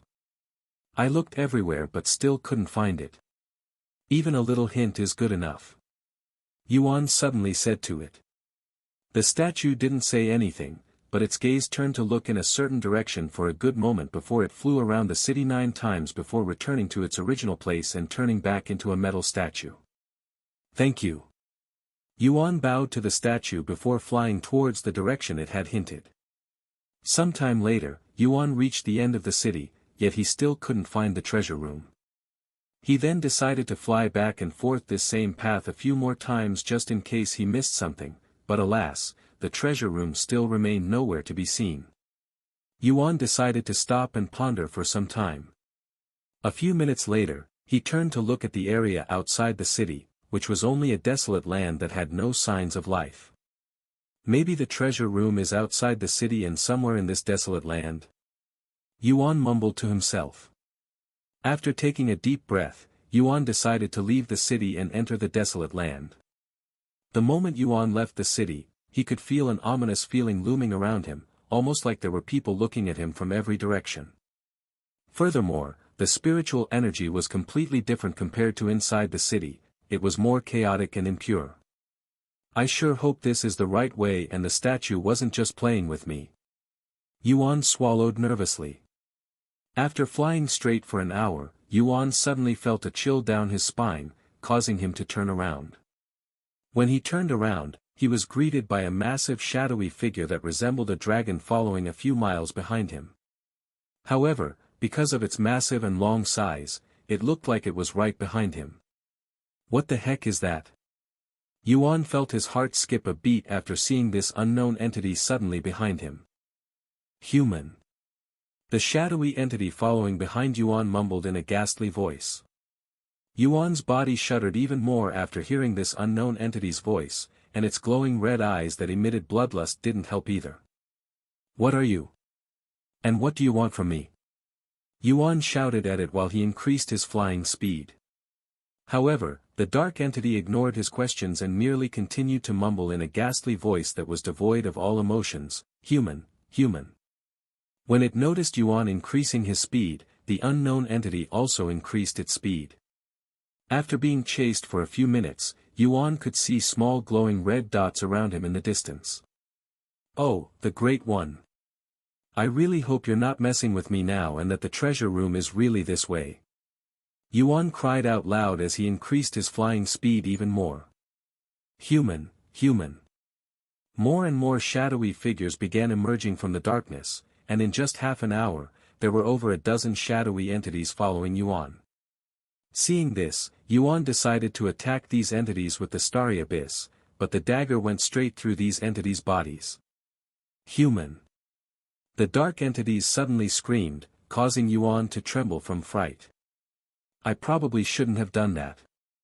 He cried inwardly after seeing the aftermath. Not only have the dark entities sped up, but they were even beginning to attack him by spitting out these black balls that would explode after a short time. Whoa! Yuan quickly dodged these ominous-looking balls. One of these dark balls touched the ground, and when that happened, the ground immediately disappeared the next second. What are these things? Yuan cried out loud as he sped up even more. After flying for a few minutes while constantly dodging these shadow balls, Yuan suddenly felt a sense of danger from below, causing him to look down at the ground, and that's when he noticed the sea of shadowy hands that had sprouted from the ground out of nowhere. These shadowy hands danced left and right, and some of them would suddenly extend and shoot straight at Yuan like a spear. Yuan's forehead was covered in sweat at this moment. This has to be one of the most ridiculous situations he has experienced in Cultivation Online thus far. Furthermore, the uncertainty of the situation and these unknown entities only made things worse. What are you doing here, human? A gentle voice that was the complete opposite of the ghastly voices Yuan had gotten used to by now suddenly resounded, taking Yuan by surprise. Compared to the ghastly voices that sounded like he was being haunted, this gentle voice sounded like it came from a goddess. Another shadowy figure appeared a few meters in front of Yuan, but it didn't take a monstrous shape like the others. Instead, it had a feminine figure, and quite the mature one at that. Yuan subconsciously stopped moving when his path was blocked by this shadowy figure. The shadowy figure suddenly lifted her hand and made a beckoning gesture with her hand, forcing him to fly towards her. However, the shadowy figure also moved back as Yuan approached her. Continue moving. If you're caught by those things, you'll turn into one of them and be trapped in here forever. Don't mind me. The gentle voice spoke to him. Yuan nodded and continued to fly towards the shadowy figure. So, what is a human like you doing here in the Shadow Realm? The gentle voice asked him again. Shadow Realm? What is this place? And what are these things behind me? The Shadow Realm is a forbidden land where banished souls like them, like us, dwell for eternity. It's rare for living beings to appear here, she responded. I see. Well, I am trying to head to the treasure room. And the Great One suggested I go this way. Hopefully, I didn't go too far. Yuan spoke to the shadowy figure while he dodged the incoming attacks from all sides. The Dragon Treasury? You're definitely going the right way. However, you might have to fly for a few more hours before you reach it. The shadowy figure said to him. I have to continue this for a few hours. Yuan felt an urge to cry. The treasure room better be worth all this effort. Since we have plenty of time to spare, why don't we talk a little more? It's been forever since I have spoken with a living being. The shadowy figure suddenly said. I would love to chat with you, but as you can see, it's not easy to talk while trying to avoid these things behind me. Yuan said. The shadowy figure seemed to be pondering about something. After a moment of silence, she spoke again, although this is going to be problematic for me later, I guess it's worth it if I can speak with you. The shadowy figure suddenly snapped her fingers, causing a profound black ripple to appear around her. This black ripple instantly swept the place, and when it touched the shadowy entities following behind Yuan, it caused them to shiver before turning tails and flying the other direction. Thank you. Yuan said to the shadowy figure after taking a deep breath. That will only stop the weaker ones from chasing after you. There are stronger entities in here that even I cannot control, said the shadowy figure. And she continued, anyways, now that they're not bothering you, let's talk. What do you want to talk about? How long has it been since the primordial era? What kind of era are we in right now? Primordial era? Sorry, I don't know. That's fine. Then do you know who's the current ruler of the 9 heavens? Yuan shook his head. I don't know much about the 9 heavens since I arrived in this world recently. Oh. Tell me more. The shadowy figure said, her interest piqued. Well. I am from a world called Earth, and I have come to the 9 heavens to explore it. I guess. Yuan said. Earth? I have never heard of this place before.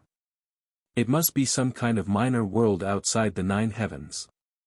The shadowy figure said. If you don't mind me asking, just what are you guys? Banished souls? Does this mean you're dead? Yuan suddenly asked the shadowy figure. Dead, huh? While we're not truly dead, we might as well be considered dead since we cannot leave this place, she said. We're souls, evil spirits so to speak, and our physical bodies have long rotted from this world. Why? Why were you guys banished here? Did you do something wrong? The shadowy figure giggled in a graceful tone before speaking, maybe. Some considered us as sinners while others considered us as heroes, it all depends on which side you stand. And she continued, as for what we did. Well, we waged war against heaven and the ruler of the 9 heavens, the celestial emperor. And as you can probably tell from our current situation, we lost the war and were banished to this shadow realm. The celestial emperor? Why would you do something like that? Yuan couldn't understand their motivation at all. The shadowy figure immediately sneered in a cold voice, that bastard is nothing more than a tyrant who abused his power by controlling the resources in the 9 heavens. A cultivator should not have to get on their knees and kiss the celestial emperor's feet to obtain resources, yet that's what we had to do. If we don't become his dogs, we would be denied the good resources and could only cultivate the low-tier resources. Imagine being told you cannot drink water no matter if it's water from a natural spring or a store, and you're forced to drink the dirty water on the streets unless you decide to give up your dignity and become the Celestial Emperor's lapdog. This is why we waged war against that bastard. But alas, he had too much power and influence. It was a one-sided slaughter. However, it would still require a lot of effort and resources to kill all of us, so they decided to banish our spirits into this place. I don't know how long it has been since the war, but the majority of souls in this place have long lost their minds and gone crazy. They're now just mindless spirits wandering the shadow realm with an insatiable bloodlust. How come you seem to be fine? Yuan couldn't help but ask her, who seemed perfectly sane and was even talking to him calmly. Do I seem fine?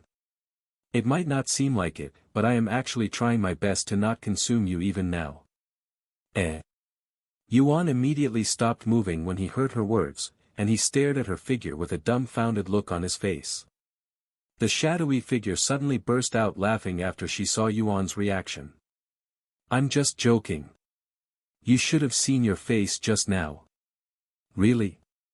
Yuan became even more dumbfounded.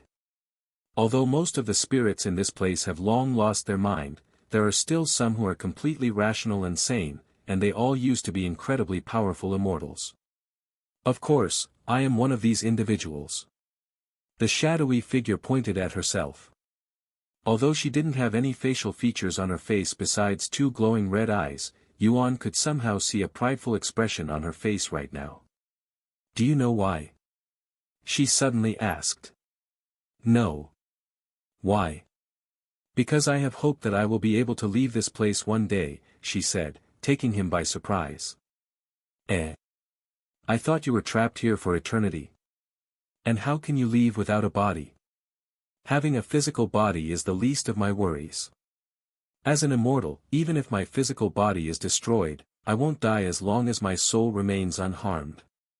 Also, I can recreate my body if I have enough resources. The only problem is leaving the shadow realm. I cannot do it by myself. The shadowy figure then pointed at him. This is where you come into play. I want you to help me by bringing me out of this place, she said in a solemn voice. Of course, I won't ask you to do it for free. The fact you're in this place means you're special, and judging by your cultivation and young appearance, you're also very talented. Whether it be cultivation techniques or treasures, I'm pretty sure you already have it all. Therefore, I will give you something more valuable than any treasure or technique there is in this world. The shadowy figure then turned her finger, pointing at herself. Me. I will give myself to you. Yuan stared at her with wide eyes. If you help me leave this place, once I recreate my body, I will give my everything to you, my body, my heart, and even my soul. Before Yuan could even respond, she continued to speak. I will have you know that I used to be one of 3 ethereal immortal fairies, a title that's exclusive to the most beautiful and powerful women in all 9 heavens. Even the Celestial Emperor coveted me, to the point where he was willing to forgive me for attacking him if I gave myself to him. I don't know what to say. Yuan said in a dazed voice, as this was too sudden. Even if I want to help you, I don't know how to. It's okay if you don't know. I will give you the instructions, she said. However, before Yuan could even respond, another voice suddenly resounded. Don't be fooled by that sly vixen, young man. Everything that comes out of her mouth is nothing but fart, only to seduce naive young men like you so that you would do all of her biddings. Midway through the sentence, another shadowy figure appeared in their location, and this figure had the shape of a tall and muscular man. Who are you? Yuan asked. I used to be the sect master of the Immortal Monastery, one of the top sects in all of 9 heavens during the primordial era. If you help me leave this place, I will grant you any wish that you may have. Power, status, wealth, women, anything at all. Yuan was speechless after this newcomer's arrival. Now hold on just a damn minute. Who are you calling a sly vixen? How dare you tarnish my reputation with such an outrageous lie? The immortal fairy said in an angry voice. She then turned to look at Yuan and continued, "Don't listen to him, young man. Everything I said is the truth.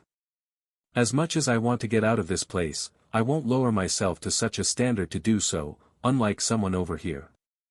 Young man, that vixen is known for seducing young men and tossing them aside like trash once she's done with them.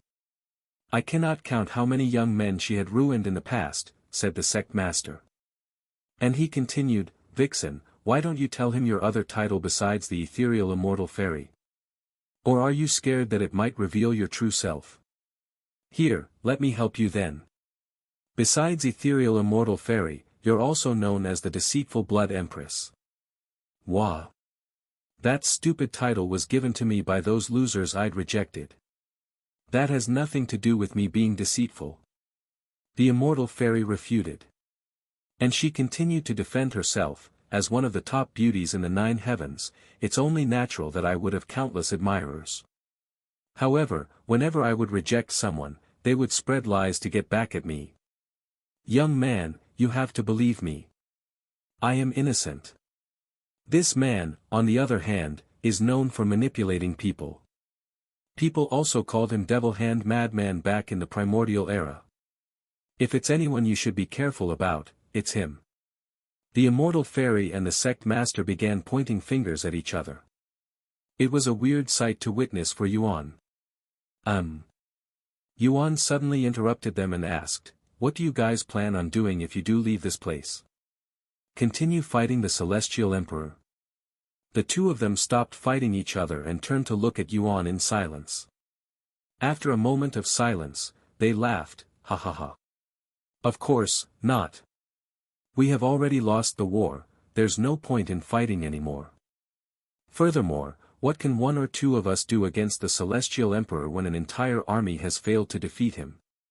We also don't know what it's like outside, too." The sect master then said, "My plans will mostly depend on what is happening outside and the current situation with the Celestial Emperor. If he's still ruling the 9 heavens, then I will probably remain low-key and change my identity. If that bastard is dead, then I will restore my sect and its glory. Unlike him, I don't have such big ambitions.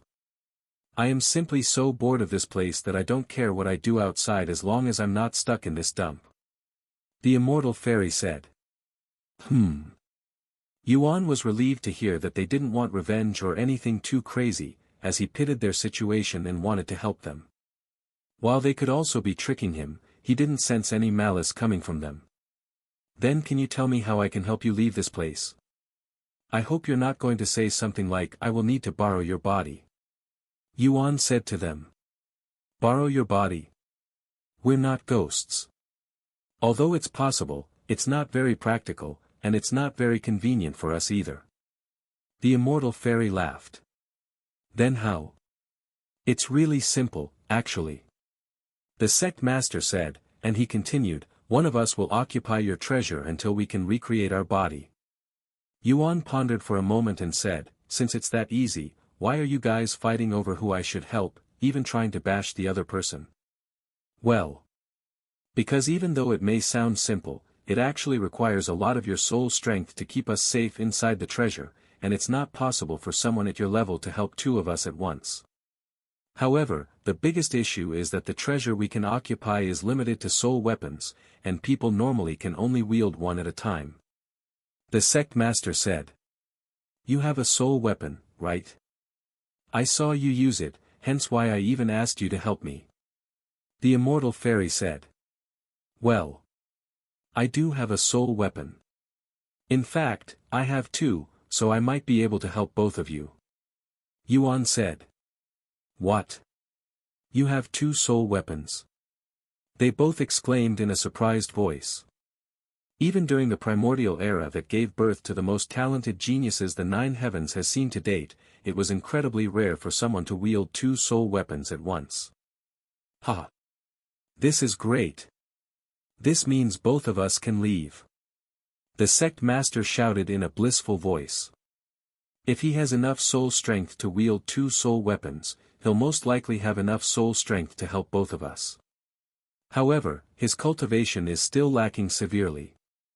The immortal fairy said. And she continued, "You must be at least a spirit emperor before you can help us." "Spirit emperor? That'll take years. And I only have a couple more days in this place before I have to leave." Yuan said to them. "It's only a few years. We have been here for countless years. A few more years won't make any difference to us. And you can simply come back to this place in the future." The immortal fairy said. "I'm not sure I will be able to return to this place after I leave, though. Don't worry, the shadow realm exists in many places. As long as you continue to explore the 9 heavens, you'll eventually come back here again. Hopefully, you'll be a spirit emperor by then," said the sect master. "So, will you be willing to help us? We'll definitely repay this debt and more in the future." The immortal fairy asked him again. Ding! You have received a hidden quest. Hidden quest, banished immortals. Difficulty, impossible. Description, help the 2 banished souls escape from the shadow realm. Reward, unknown. Impossible? Just how difficult is this hidden quest? Yuan was surprised by the difficulty of the quest. Maybe the reason it says impossible is because it's literally impossible for me right now, as I don't have the required cultivation to help them. Yuan wondered if this was the case. After a moment of silence, Yuan looked at the 2 shadowy figures and said, "I don't mind helping you, but I will only do it if you promise me something." "What is it?" They both asked him simultaneously. "Promise me that you're not deceiving me so that you can leave this place and cause trouble outside. If you break your promise, I will take full responsibility and do everything in my power to stop you." As much as he wanted to trust these shadowy figures and believe they are who they say they are, he can never be too careful, and there was no way for him to know whether they are telling the truth or not. The 2 shadowy figures turned to look at each other for a moment before raising their hands, almost like they were swearing an oath. "I, Yuning, with heaven as my witness, swear that I am not deceiving you. If I deceive you, may the heavens shatter my soul into 1,000 pieces." The immortal fairy swore in a sincere voice. "I, Ran, with heaven as my witness, swear that I am not deceiving you. If I deceive you, may the heavens shatter my soul into 1,000 pieces." The sect master swore next. After their swearing ended, Yuan could feel a profound aura suddenly appear in the atmosphere. "Are you satisfied, young man? We don't have any ulterior motives, nor are we trying to deceive you. We are only trying to leave this hell that has kept us in the darkness for countless years." Ran, the sect master, said to him. "Now that we made a heavenly oath, if we deceive you, the heavens will directly punish us by shattering our souls into 1,000 pieces, and that brings us no merits." Hearing their sincere voices, Yuan nodded, "Okay, I will help you guys get out of this place when I can. You have accepted the hidden quest, banished immortals. Thank you, young man." The both of them bowed to him in a respectful manner. "You can call me Yuan," he nodded. Sometime later, they arrived before a massive golden temple. "Is this the treasure room?" Yuan asked the 2 immortals who decided to linger around. "Yes, this is the dragon treasury," Yuning said. And she continued, "Since the shadow realm and this place isn't truly connected, we cannot enter this place, so you'll have to go alone." Yuan nodded and approached the dragon treasury. "Thank you for bringing me here and preventing the other spirits from bothering me," he said to them. "It's nothing compared to what you'll be doing for us." Yuan nodded, "I will try my best to reach Spirit Emperor and return to this place." "There's no need to rush, Yuan. A few hundred years mean nothing to us here, much less a few years. The most important thing is to keep yourself safe and alive. Everything will be meaningless if you die, and it will also seal our fate." Yuning said to him. "Don't forget about us," Ran said in a joking tone. Yuan chuckled and said, "Don't worry, I won't forget something this important. I will see you 2 later. The sooner the better." Ran nodded. Sometime later, Yuan entered the dragon treasury whilst the 2 immortal spirits lingered around the place for a few more moments before disappearing like smoke. Once Yuan entered the building through the main door that was already opened, he began descending an extremely long flight of stairs that took at least half an hour of straight walking. If he had to take a guess, the treasure room was actually dozens of miles underground. And although there were no windows or sources of light, the place was dimly lit, almost as though there were invisible candles in the place. Once he reached the bottom, Yuan was greeted by another set of doors. This time, the doors were actually sealed shut, and there were 2 dragons engraved on each side of the doors.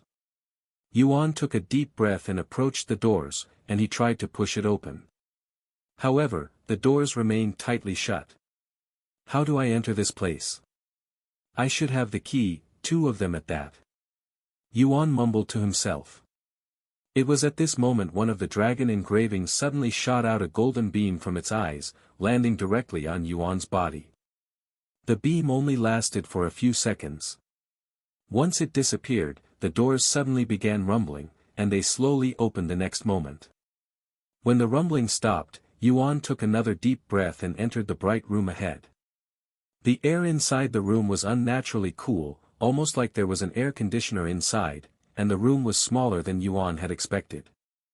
Inside the treasure room that was only slightly larger than an ordinary store, there were around a dozen display cases placed orderly around the room.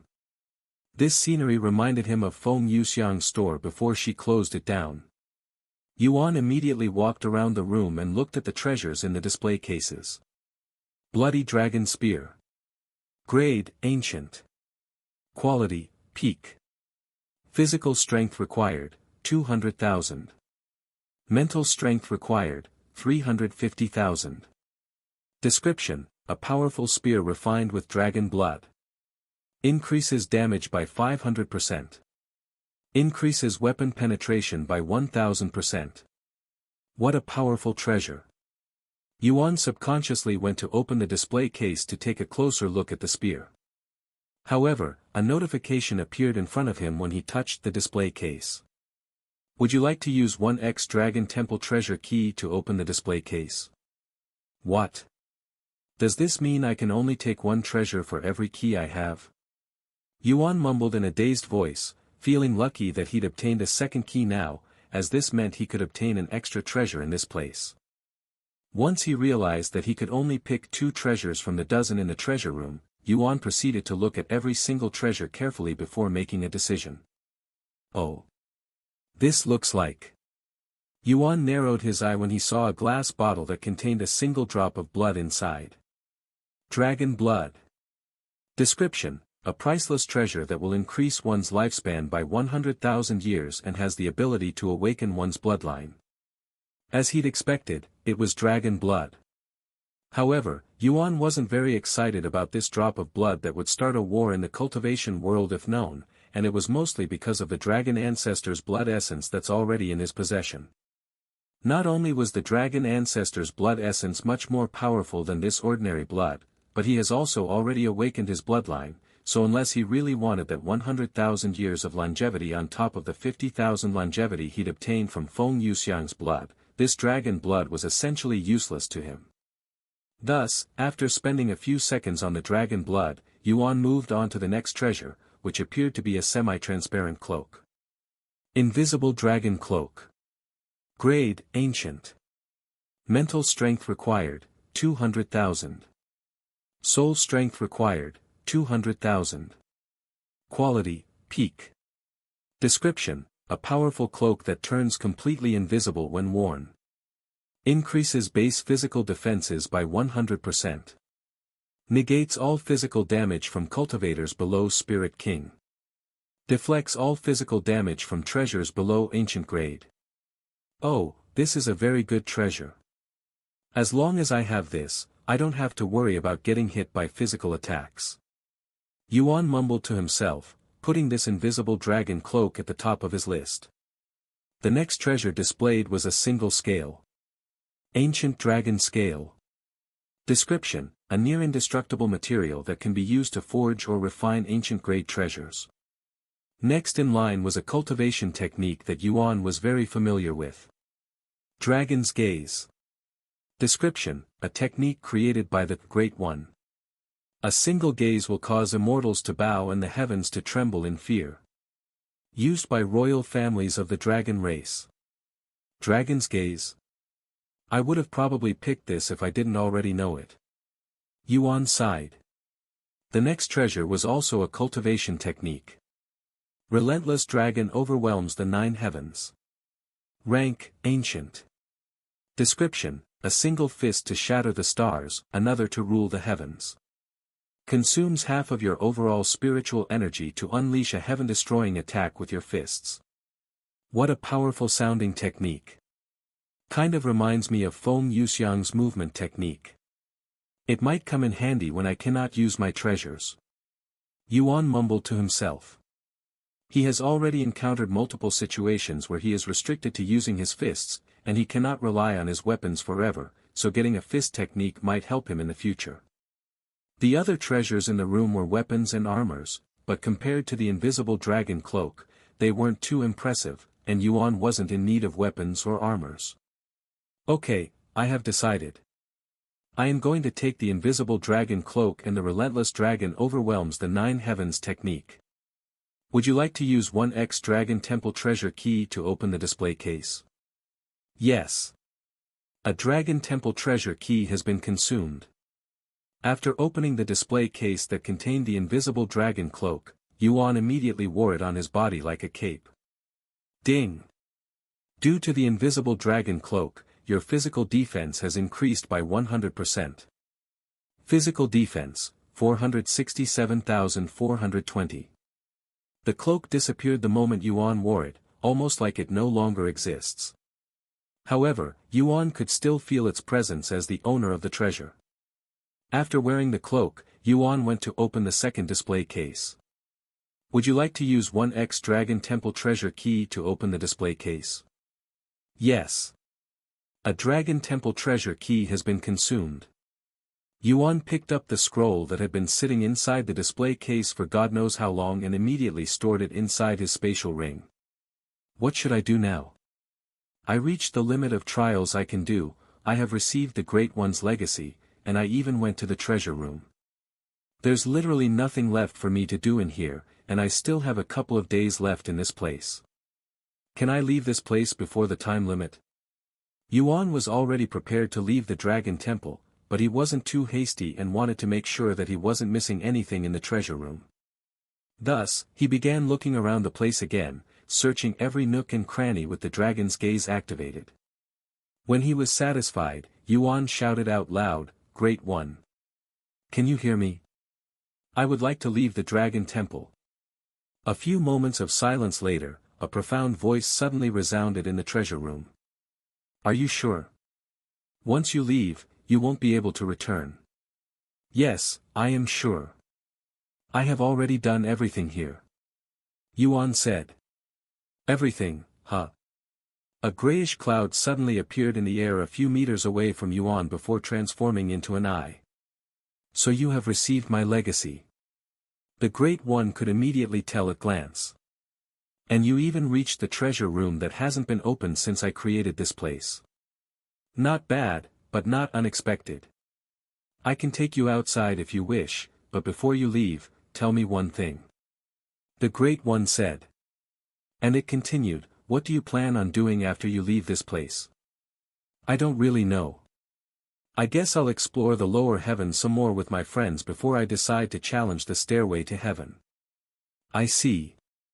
The Great One didn't say anything else, and its eyes suddenly flickered with a profound light.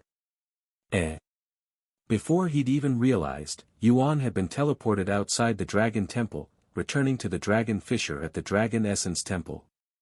Disciple Yuan. A surprised voice called out to him, causing him to turn around, and when he realized her identity, he mumbled in a low voice, Senior Song. Where did you come from? You startled me for a second there. Song Linger said to him in a dazed voice. And she continued, what happened to the Dragon Temple? You're out earlier than I'd expected. I finished it earlier than I had expected as well.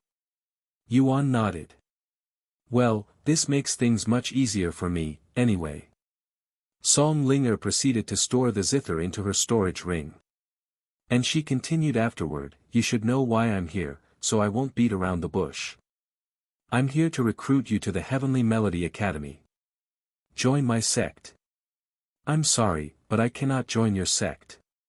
Yuan immediately refused her offer. Song Linger wasn't surprised by his response. In fact, she had expected it. After taking a deep breath, she asked him, what do I have to do in order for you to join my sect?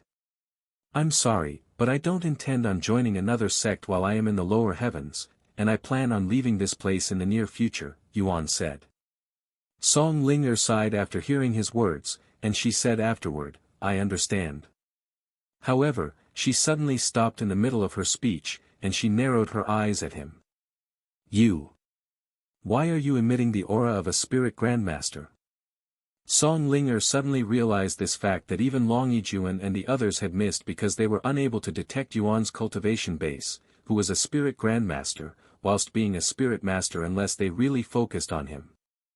I am currently at the 3rd level spirit grandmaster, Yuan revealed his cultivation base in a casual voice, making it sound like it was normal for a young man like him to be a spirit grandmaster. 3rd level spirit grandmaster. That's 2 whole levels higher than mine. Song Linger exclaimed. Did the mystic realm affect your cultivation that much? You were only a 1st level spirit master before you entered. Yuan nodded, yes, a lot of things happened while I was inside, and my cultivation benefited a lot from it. Good heavens. And to think you were only a spirit warrior during the Zither competition. At this rate, you'll reach Spirit Lord by next month. Song Linger said, feeling all of her motivation to recruit him shattering into 1,000 pieces. After all, who in their right mind would be shameless enough to ask a spirit grandmaster to become a disciple? If Yuan joins the Heavenly Melody Academy, he wouldn't be joining as a disciple but as the sect master instead. Young master. You're out already. The door to the building a few meters from them suddenly opened, and Feng Yuxiang and the others could be seen walking out of the building a moment later. Yuan. I thought you had an entire week inside. Did something happen? Meishou asked him. Yuan shook his head and said, no, I have accomplished everything I could inside, and it would simply be a waste of time if I continued to stay inside when there's nothing else to do, so I decided to leave early. Does this mean you'll be leaving the Dragon Essence Temple now? Xiao Hua asked him. Yuan nodded, yes, but I cannot just leave without saying anything. I still have to let the sect master and the others know. Wait. You're leaving the Dragon Essence Temple already? Song Linger asked him in a dumbfounded voice. Yes. What are you going to do after you leave? I'm going to explore the lower heavens some more with my friends before I ascend, he said. After a moment of silence, Song Linger sighed, fine. I give up trying to recruit you. And she continued, however, I have another offer for you now. Before you leave the lower heavens, can you visit the Heavenly Melody Academy at least once? That I can do. Yuan quickly accepted her offer. I am also interested in what a sect that's focused on music is like. Great. Let me know before you arrive so I can prepare for it. Song Linger reached into her robes and retrieved a jade slip before handing it to Yuan. This is my communication jade slip. You can contact me for other things if you wish. Song Linger said. Okay. I will definitely visit the Heavenly Melody Academy once before I leave. Yuan nodded. It's a promise. Then I will see you then. Song Linger said before flying away. After Song Linger left the scene, Feng Yuxiang turned to look at Yuan and asked him, did you obtain anything good in the Dragon Temple? Yuan nodded, I will tell you all about it, but let's sit down first. They proceeded to enter the building Yuan left behind. Once they were all seated, Yuan began recalling his experience in the Dragon Temple. Although they were surprised about the priceless treasures he'd obtained, they were more shocked about the Shadow Realm and the banished immortals within. Immortals from the primordial era. That's a really long time ago, and I mean really, really long ago. Feng Yuxiang said. How long are we talking about? A few 100,000 years? Yuan asked. Feng Yuxiang chuckled and said, more like a few 100 million years ago. What?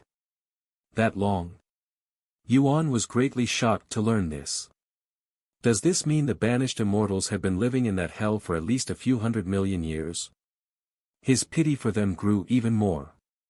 As for what they said regarding the Celestial Emperor. Indeed, that has happened in the past. It was called the Heavenly War of Immortals and Gods, and it was one of the first large-scale wars to happen in the 9 heavens.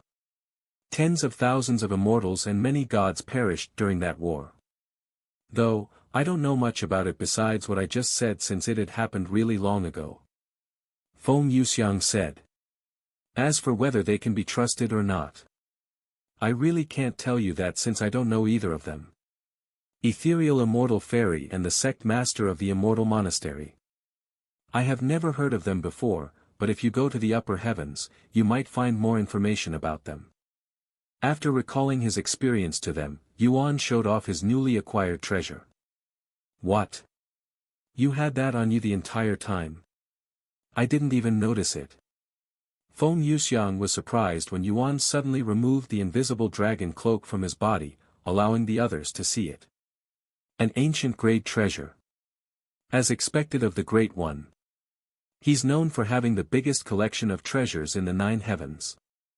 Feng Yuxiang sighed in admiration, as she has heard of countless legends about the Great One in the upper heavens.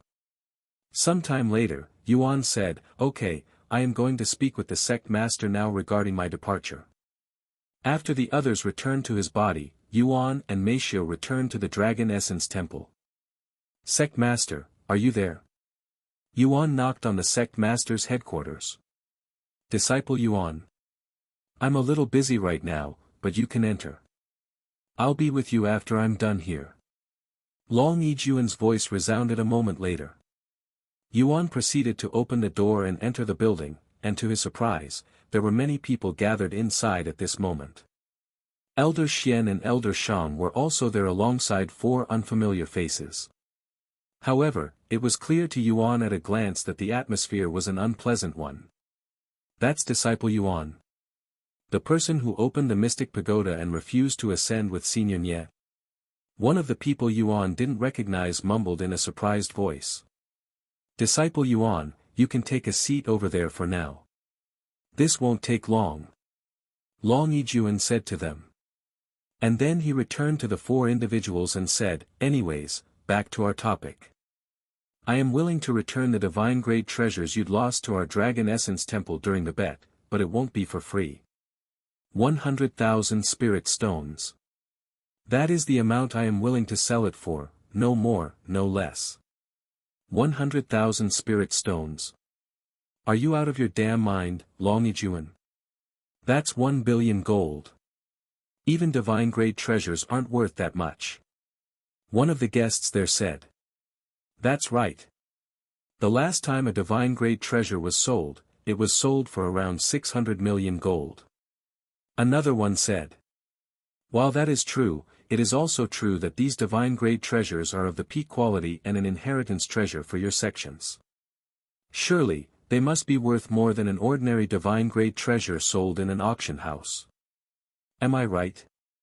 Long Yijuan said to them, refusing to lower the cost. If he manages to sell these 4 divine grade treasures for 400,000 spirit stones, that would supply their sect for many years to come. The 4 sect masters was speechless. As much as they wanted to refute Long Yijuan's claims, they weren't in the position. After all, they must reclaim their sect's treasure at all cost, or their ancestors might curse them from their graves. Look, I am not the one standing between you and your treasure, you are. If you just hand over 100,000 spirit stones, I would be more than happy to return your treasures that I'd rightfully won. Long Yijuan continued to speak.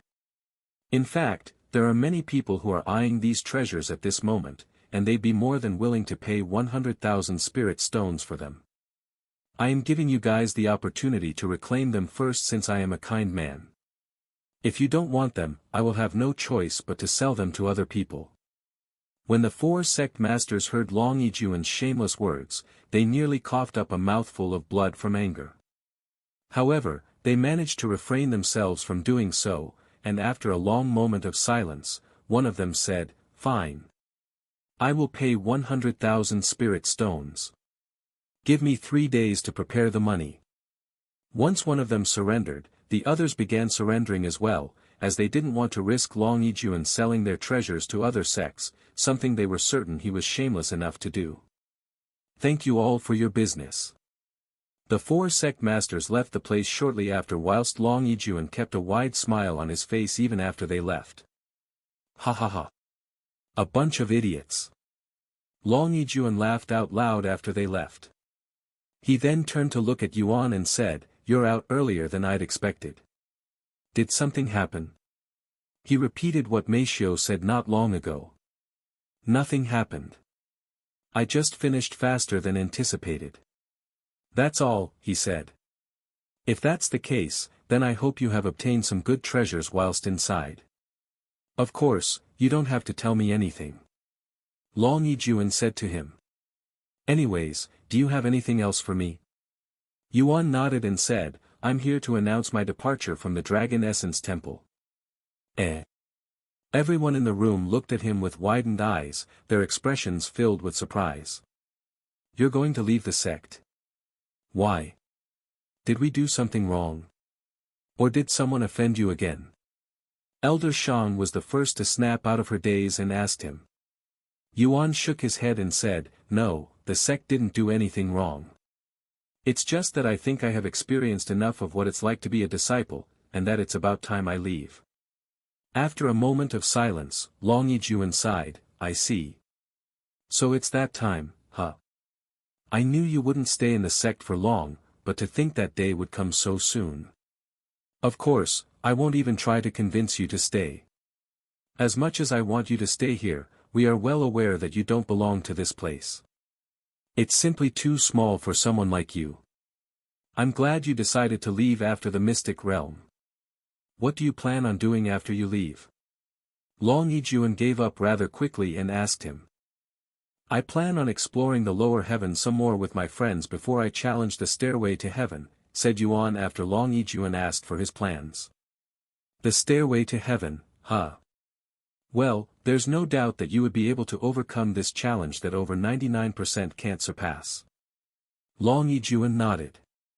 And he continued, "When do you plan on leaving?" "I would like to say goodbye to a few people before I leave, but I should leave within the next few days," Yuan said. "I understand," Long Yijuan said. "If you need anything from us, just let us know. Although you may be leaving, your contribution to the sect is worth more than what every single disciple has contributed in the last 100 years combined." Yuan nodded, and he left with Meishio shortly after. Once Yuan left the scene, Long Yijuan sat down and sighed. The Dragon Essence Temple won't feel the same without him, even though he only recently joined the sect. At least he's not leaving our sect to join another sect, as that would be devastating.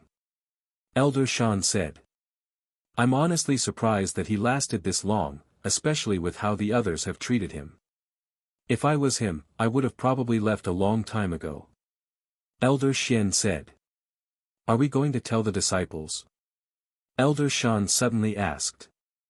After all, if someone like Yuan suddenly disappeared from the sect, the disciples would question it, as Yuan was someone who'd obtained the Obsidian Dragon Medallion. There's no need for them to know, as that would undoubtedly reach the ears of our competitors. If they know Yuan is gone, who knows what they'll do? Long Yijuan said. But they will find out eventually. Elder Xian said. Someone as famous as Disciple Yuan, even if nobody knows his real identity or face, they will sooner or later realize that he's missing from the sect. What are we going to do then? Elder Shan asked. I am well aware that we cannot keep this a secret forever. However, the longer we keep this a secret, the more time we have to prepare for whatever comes at us. That makes sense. Elder Shan agreed. Let the other high-ranking sect elders know of Disciple Yuan's departure. The disciples may not need to know, but it's better if the others in the circle knew about it. Okay. Meanwhile, after Yuan left the sect master's headquarters, he returned to his own living quarters, but he didn't go inside. Instead, he went to knock on Disciple Min's door. "Disciple Yuan. You've finished already?" Minli was pleasantly surprised to see him so quickly, as she was prepared to wait at least a few weeks before speaking with him again. Yuan nodded and said, "I am also here to announce that I will be leaving the Dragon Essence Temple soon, probably within the next few days." "I see." Minli wasn't surprised when she heard that he was leaving, as he'd already shared this with her before he entered the Dragon Temple. "What should I do now? Do you want me to leave the sect as well?" Minli asked him. "No, you don't need to do that." Yuan shook his head and said, "You can stay in the Dragon Essence Temple and continue to train yourself. Once it's time for me to challenge the stairway to heaven, I will return to take you with me. You promise?" Minli said with a slightly worried frown on her face, as she was worried that Yuan might forget about her or even worse, abandon her, and her life's basically in his hands now due to her situation. "I promise," Yuan said in a sincere voice. "Okay, I will trust you." Minli nodded. Sometime later, Yuan logged off the game with Meishio.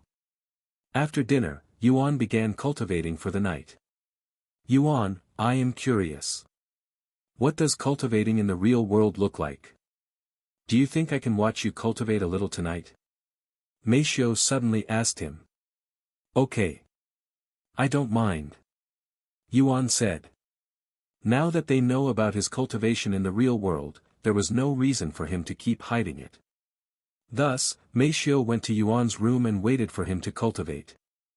After taking a deep breath, Yuan began circulating his dantian and absorbing the spiritual energy in the air.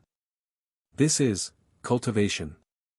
Meishio was speechless when a small gust of wind suddenly picked up in the room despite the closed windows, and the wind appeared to be gathering around the bed Yuan was sleeping on. Furthermore, there appeared to be a subtle glow around Yuan's body that would grow brighter as he continued to cultivate longer. Sometime later, once she'd seen enough, Meishio returned to her own room to sleep, yet she couldn't stop thinking about Yuan cultivating, as it was so mythical. The following morning, after breakfast, Yuan and Meishio entered Cultivation Online together. "I'm going to say goodbye to Disciple Xian and Disciple Fei today," Yuan said to Minli when he saw her looking at him from the window. Minli nodded and didn't say anything else. Yuan decided to go see Fei Yuyan first, and on his way to Fei Yuyan's living quarters, every disciple in the sect would either greet him from afar or approach him and greet him. "Good morning, Senior Apprentice Brother Yuan." "Good morning, Senior Disciple Yuan." By now, every single disciple in the sect knew about the unrivaled genius known as Disciple Yuan and his unique appearance, as Yuan would always wear a mask wherever he went. In fact, besides a few people, nobody knew what Yuan looked like behind his mask. Although they were certainly curious, nobody actually dared to ask him to remove his mask, as they feared that it might offend him. Once he reached the border separating the outer court and the inner court, the sect elder guarding the entrance allowed Yuan to enter the inner court without any problems, and Yuan continued to make his way to Fei Yuyan's living quarters. Yuan knocked on Fei Yuyan's door after arriving at her doorsteps.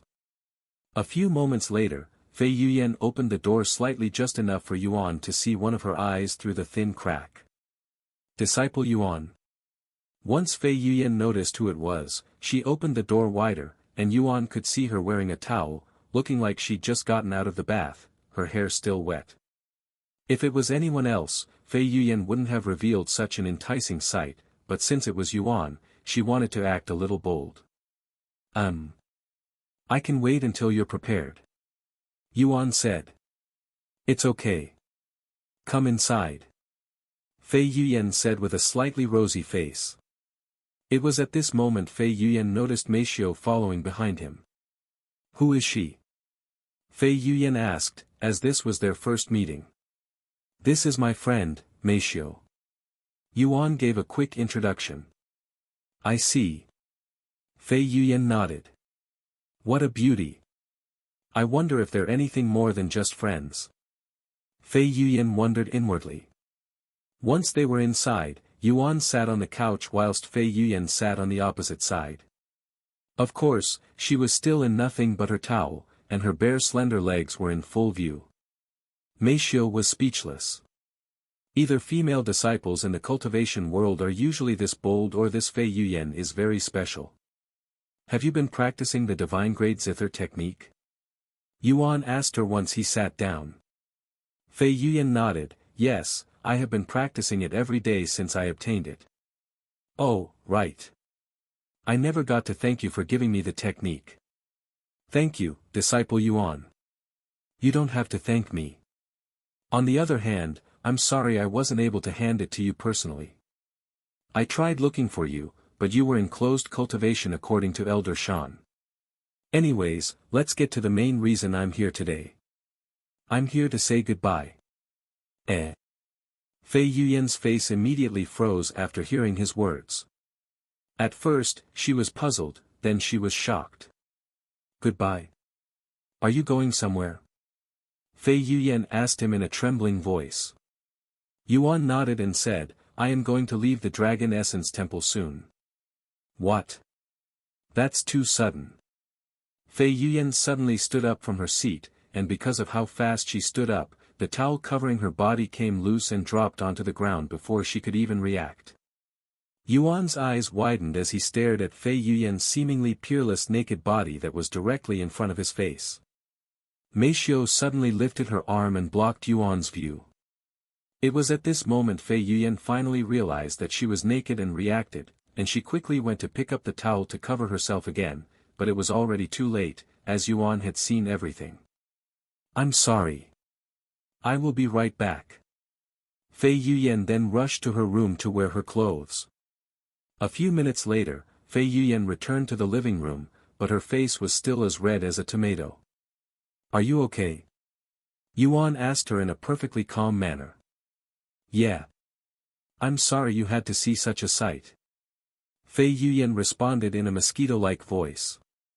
Anyways, you're going to leave the sect soon, right? Can I ask why? She quickly changed the subject. Yuan nodded and said, I don't really have a particular reason. It's just that I think I have enough experience. Experience? Yes. I joined the Dragon Essence Temple for experience since I wanted to know what it was like to be a disciple. I never intended to stay very long, either. Can I ask what you're going to do afterward? I am going to explore the lower heavens some more with my friends before I ascend through the stairway to heaven. Stairway to heaven. You're really different from the rest of us. I cannot even imagine challenging it, yet you're already going to challenge it soon. Fei Yuyan sighed. She then looked up at the ceiling and sighed, Spirit heaven, huh? To be completely honest, I also want to ascend, but with my talents, I know it's not going to happen. If you want, I can take you with me. Yuan suddenly suggested. What? Fei Yuyan looked at him with wide eyes. I will be bringing disciple men with me when I challenge the stairway to heaven, and it won't make much of a difference if I take you with me as well. I think. Yuan said. I don't know what to say, really. Fei Yuyan mumbled in a dazed voice. You don't have to make a decision now. I will ask you again when I return to pick up disciple Min. Yuan said. Okay. Fei Yuyan nodded with a serious look on her face. Sometime later, after speaking some more with Fei Yuyan, Yuan left her place and headed to Xian Wuhan's living quarters. He saw me naked. What a blunder. Fei Yuyan laid on the couch in a dazed manner for many minutes even after Yuan left her place. After leaving Fei Yuyan's place, Yuan realized that he's never been to Xian Wuhan's living quarters. Thus, he contacted Elder Xian to ask for directions. Thank you, Senior Xian. Once he knew where to go, Yuan went directly to Xian Wuhan's living quarters. However, on his way to Xian Wuhan's place, Yuan stopped his tracks when an unfamiliar face suddenly walked in front of him and blocked his path. Your disciple Yuan, right? This handsome young man asked him. Yes, but who are you? Yuan asked. Name's Gu Tan from one of the 7 legacy families, the Gu family, and I am here to recruit you to the Gu family. This young man introduced himself. And because of his impression of the Min family, Yuan immediately frowned after hearing that he was from one of the 7 legacy families. Sorry, but I am going to have to refuse. Yuan immediately rejected the Gu family's invitation, leaving Gu Tan speechless. Wait. Let's not be so hasty. You haven't even given me a chance to explain the benefits. Gu Tan immediately began panicking, as he didn't expect to be rejected so quickly. I don't need to hear the benefits because I won't join the Gu family no matter what you offer me. Sorry. Yuan rejected him once again, this time being more stern, even a little brutal. Gu Tan began sweating profusely after hearing this, and he asked, "See, can I at least ask why you're refusing us? Did you already join another family?" No. I just don't want to join any families, especially the 7 legacy families. Yuan answered. Gu Tan wondered if one of the 7 legacy families had offended him. It seems like something has happened between one of the 7 legacy families and you, but I can promise you that our Gu family is different. Gu Tan tried a different approach. However, Yuan still shook his head and said, "Don't bother. I won't join." And without waiting for Gu Tan to respond, Yuan walked around him and continued his journey to Xian Wuhan's living quarters.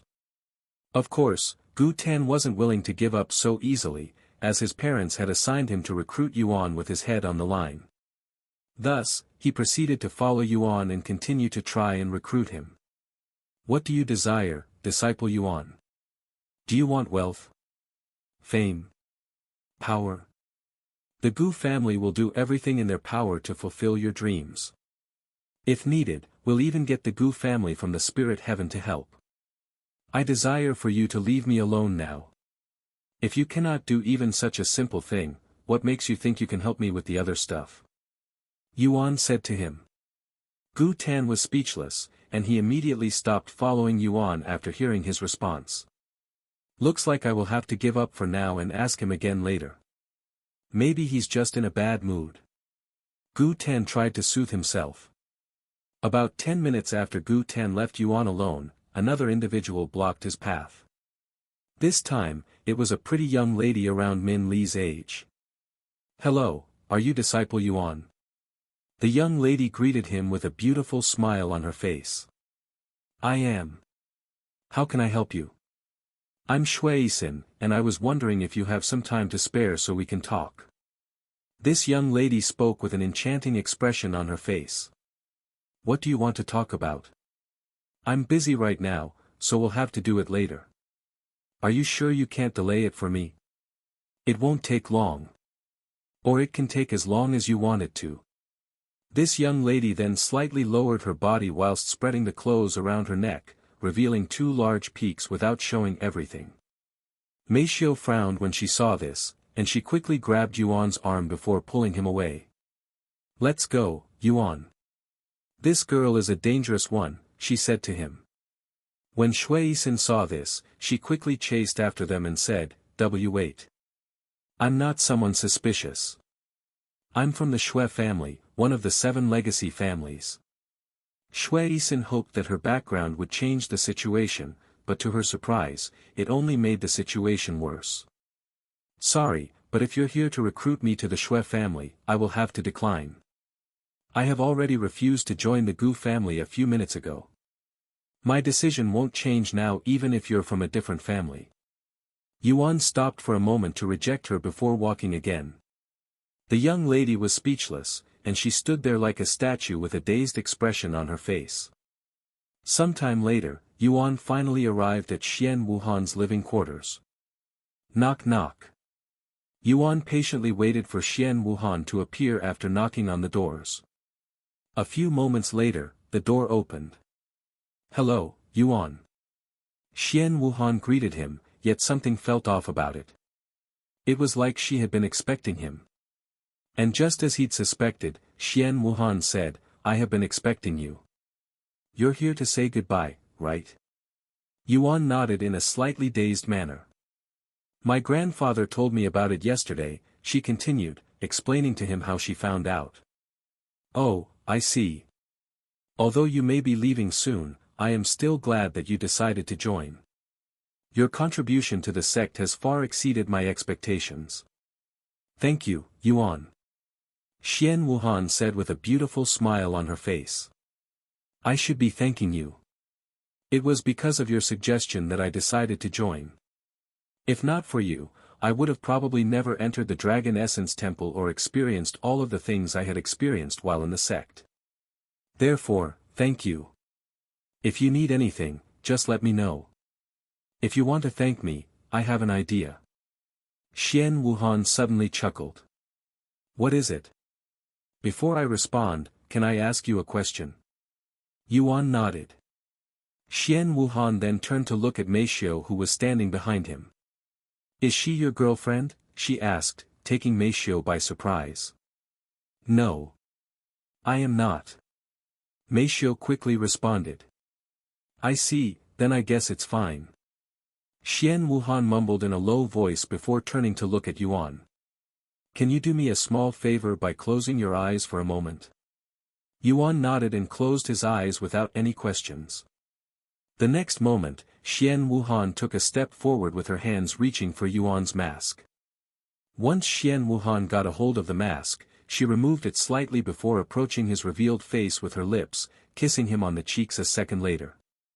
Yuan opened his eyes when he suddenly felt a soft sensation pressing against the left side of his cheeks, but by the time his eyes opened, Xian Wuhan had already removed her lips and stepped back with a rosy complexion on her face. Goodbye, Yuan. This is the best I can do for now, but if you come back later, I might be prepared to do a little more by then. Xian Wuhan said with an embarrassed yet bright smile on her face before running back inside the building and slamming the door shut, leaving Yuan and Meishio speechless. After Xian Wuhan kissed him on the cheeks and went back inside her house, Yuan touched the spot she kissed with a dazed look on his face, the sensation of her soft lips still lingering on his cheeks. What was that about? He mumbled in a low voice. The girls in the cultivation world. They are truly bold. Meishio sighed inwardly. If she had such boldness, what would her situation be like right now? After standing in front of Xian Wuhan's living quarters for a couple of moments, Yuan and Meishio left the scene. Are you sure about this decision? Inside Xian Wuhan's living quarters, Elder Xian sat on the couch with a cup of tea in his hands. A bittersweet smile appeared on Xian Wuhan's face, and she said, I am satisfied with just that. I know my limits. He and I, we live in two separate worlds. There's no way I am worthy to follow him. You're thinking too much. It's not about your worth, but whether he'll accept you or not, and if you don't ask him, how will he know, much less accept you? I think I was pretty obvious with my actions just now. Xian Wuhan said in a dumbfounded voice. Ha! You underestimate him, Wuhan. Yuan. He's a special fellow who's also quite naive and innocent. He probably won't understand the meaning behind your actions unless you tell him straight. Xian Wuhan sighed, it is what is it? I have already said my goodbyes. Even I don't have the guts to approach him after what happened just now. I will need at least a few months to recover.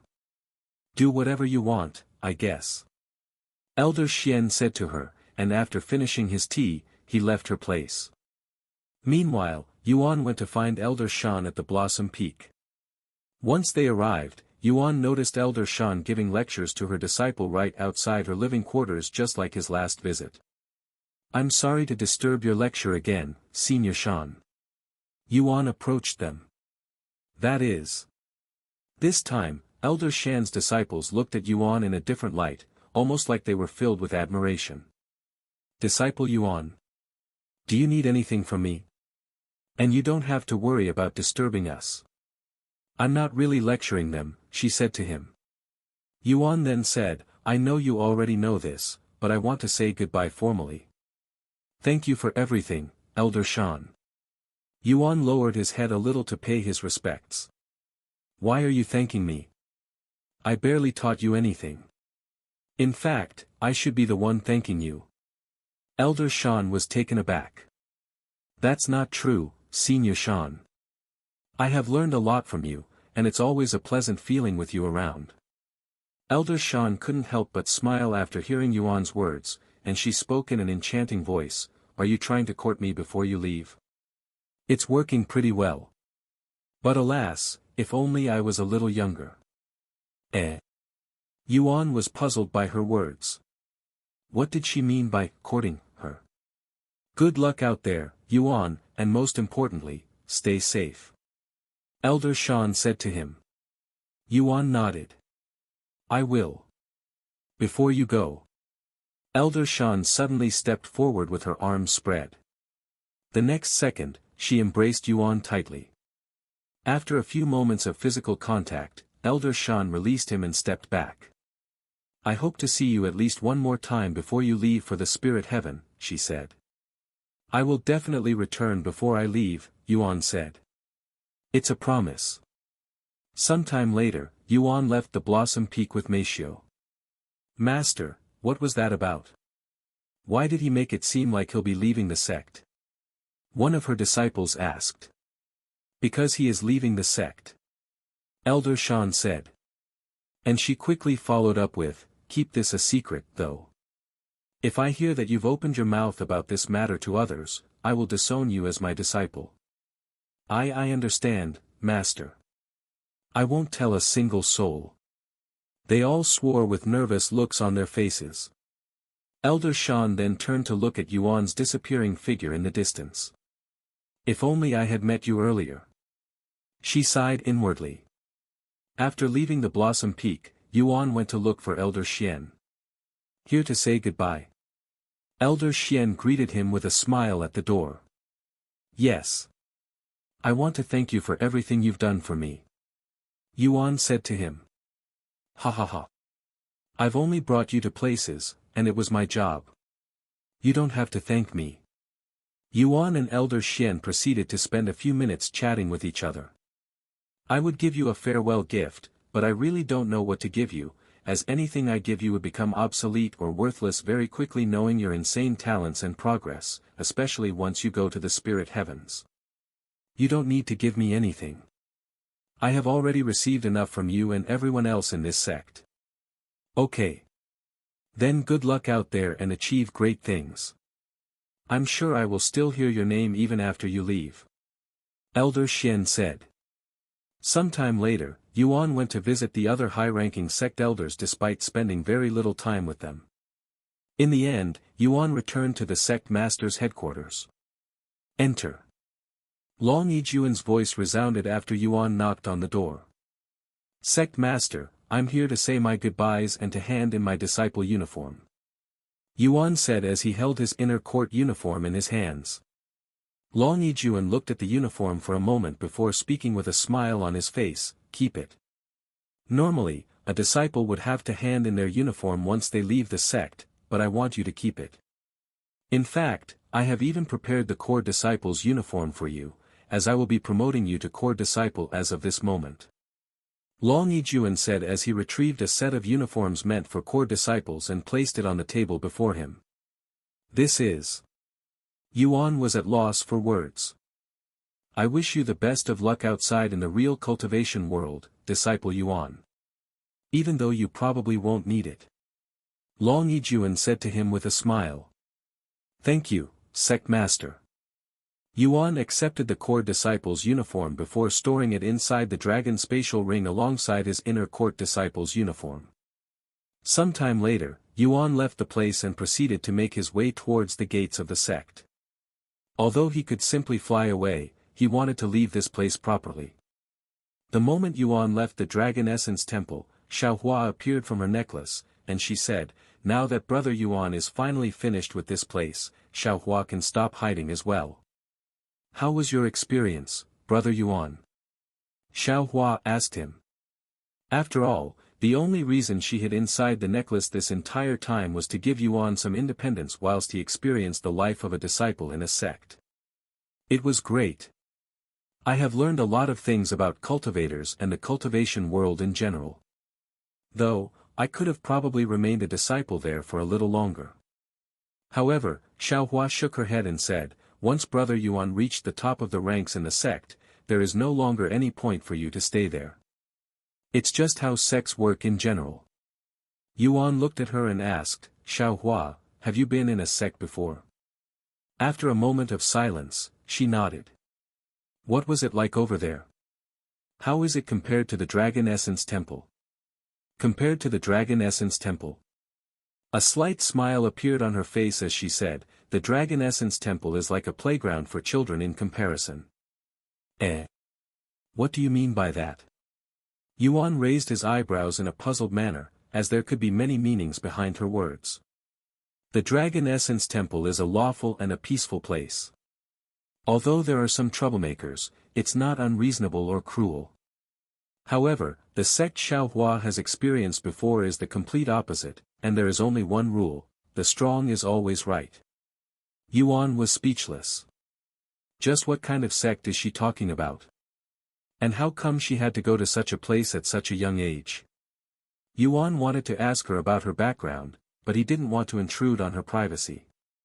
Furthermore, he'd already said that he would patiently wait until she willingly told him herself. What are we going to do now, young master? Feng Yuxiang's voice suddenly resounded as she appeared in front of him. We're going to find Meishio a cultivation technique now. Where are we going to look for a cultivation technique? It's not easy finding a good cultivation technique, and the ones you can find easily are generally low-rank cultivation techniques that aren't much better than the basic qi gathering technique. Feng Yuxiang said.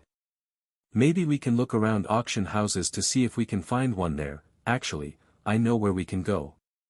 Where? The myriad of techniques. It's also where I obtained the demon sealing strike and Rose technique. I think we'll be able to find a good cultivation technique for Meishio if we go there. The myriad of techniques, huh?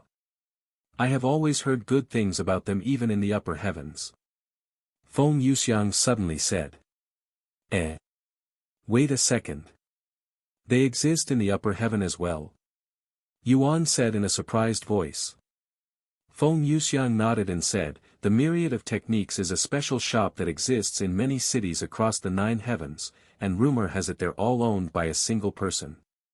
However, nobody really knows the identity of that person, as they have never seen him or her before. I see.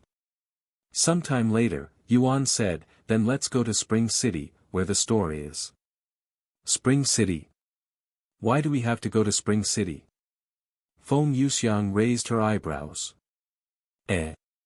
Because that's where the myriad of techniques is. But there's one even closer. It's in Longqin City. Oh, really? I didn't know that, nor did we see it when we went there last time. Yuan said. Then let's go to Longqin City.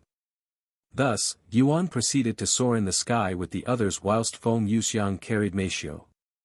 Xiaohua, I have always wanted to fly beside you without needing the flying sword ever since we flew together. I didn't think I'd get the chance to do so this quickly. Yuan said to her as they flew towards Longqin City. Xiaohua didn't expect Brother Yuan to grow so fast either, she nodded. Yuan suddenly retrieved his flying sword and began flying on it instead. I think I still like flying on a sword better. It has a different feeling to it that flying normally doesn't. Yuan said. Once they arrived at Longqin City a few minutes later, they entered the city and began looking for the store. After asking around, they found the myriad of techniques somewhat hidden in a narrow path in the middle of the city. Myriad of techniques. Xiaohua looked at the storefront with a slight frown on her face, as she could still remember their last visit to this place and that powerful girl who greeted them at the door. A few moments later, Yuan opened the door and entered the store. Welcome to Myriad of Techniques. A beautiful girl with a familiar face greeted them but stopped halfway through her sentence. You're that little spirit king from the last time. The beautiful girl looked at Xiaohua with a pleasantly surprised look on her face. You're Zhu Yueying. What are you doing here? Yuan was surprised to see the same girl who greeted them in Spring City in this store as well. Did she change locations? What a coincidence. Huh. That voice. You're the one who broke the divine crystal of heavenly fortune last time. Zhu Yueying didn't immediately recognize Yuan because of the mask covering his face, and his cultivation base and aura were vastly different. However, she recognized his voice. Zhu Yueying was surprised to see Yuan again, but most importantly, she was shocked to see that he'd somehow managed to reach Spirit Grandmaster in such a short time when he was still in the lower heavens. It has only been a few weeks since their last visit, and he was only at the Spirit Warrior at that time. To think he achieved Spirit Grandmaster in such a short time, not even her friends would believe her if she told them about Yuan. Why you? How did your cultivation rise so quickly? Zhu Yueying couldn't help but ask him. It just happened. Yuan shrugged. It just happened, you say? Zhu Yueying raised her eyebrows. Nobody just happens to increase their cultivation by 2 whole realms in such a short time unless they have experienced and survived many life or death situations. Zhu Yueying cannot imagine how many trials Yuan had to pass in order to receive such a boost. He probably had to crawl through burning ground and survive countless near-death situations. Zhu Yueying sighed inwardly in an admiring manner, completely oblivious of the truth. By the way, did you decide to change locations? What happened at the store in Spring City? Yuan asked her. Zhu Yueying chuckled and said, I didn't change locations, silly. Every single myriad of techniques in the 9 heavens are connected to each other through a single powerful formation, so no matter which store you go to, you will always end up in the same place. However, there is more to it. It's a little complicated, but I will try my best to explain it to you. She cleared her throat and said, depending on which of the 9 heavens you come from, you will be teleported to a certain part of the myriad of techniques. There are only 3 floors in the store right now, but there are actually more floors, 9 to be exact. If you come from the lower heavens, you can only access the first 3 floors. In order to access the higher floors, you must enter the store from the upper heavens, so if you enter from the spirit heaven, you will be able to access the 4th floor of the store. So you're technically not in the lower heavens right now but in some other dimension, which is why I can talk to people in the lower heavens, as I am not really in the lower heaven right now. I see. Although it's a little complicated, I think I understand the system. Yuan mumbled with a pondering look on his face. Anyways, if you have already had your destiny examined, you don't need to do it again. Zhu Yueying showed them the divine crystal of heavenly fortune and continued to speak, and I don't want you breaking it again. This crystal ball isn't cheap, after all. A guilty smile appeared on Yuan's face when he recalled that incident. Zhu Yueying proceeded to explain things to Meishio and the others. A few moments later, Meishio and Feng Yuxiang placed their hands on the divine crystal of heavenly fortune, and to Zhu Yueying's surprise, they both had a heavenly destiny. You too. Zhu Yueying suddenly said as she glanced at Yuan's wrist after Meishio and Feng Yuxiang's turn, obviously talking to Lan Yingying. Lan Yingying transformed into her human form and asked, do I have to do it even though I won't be buying anything?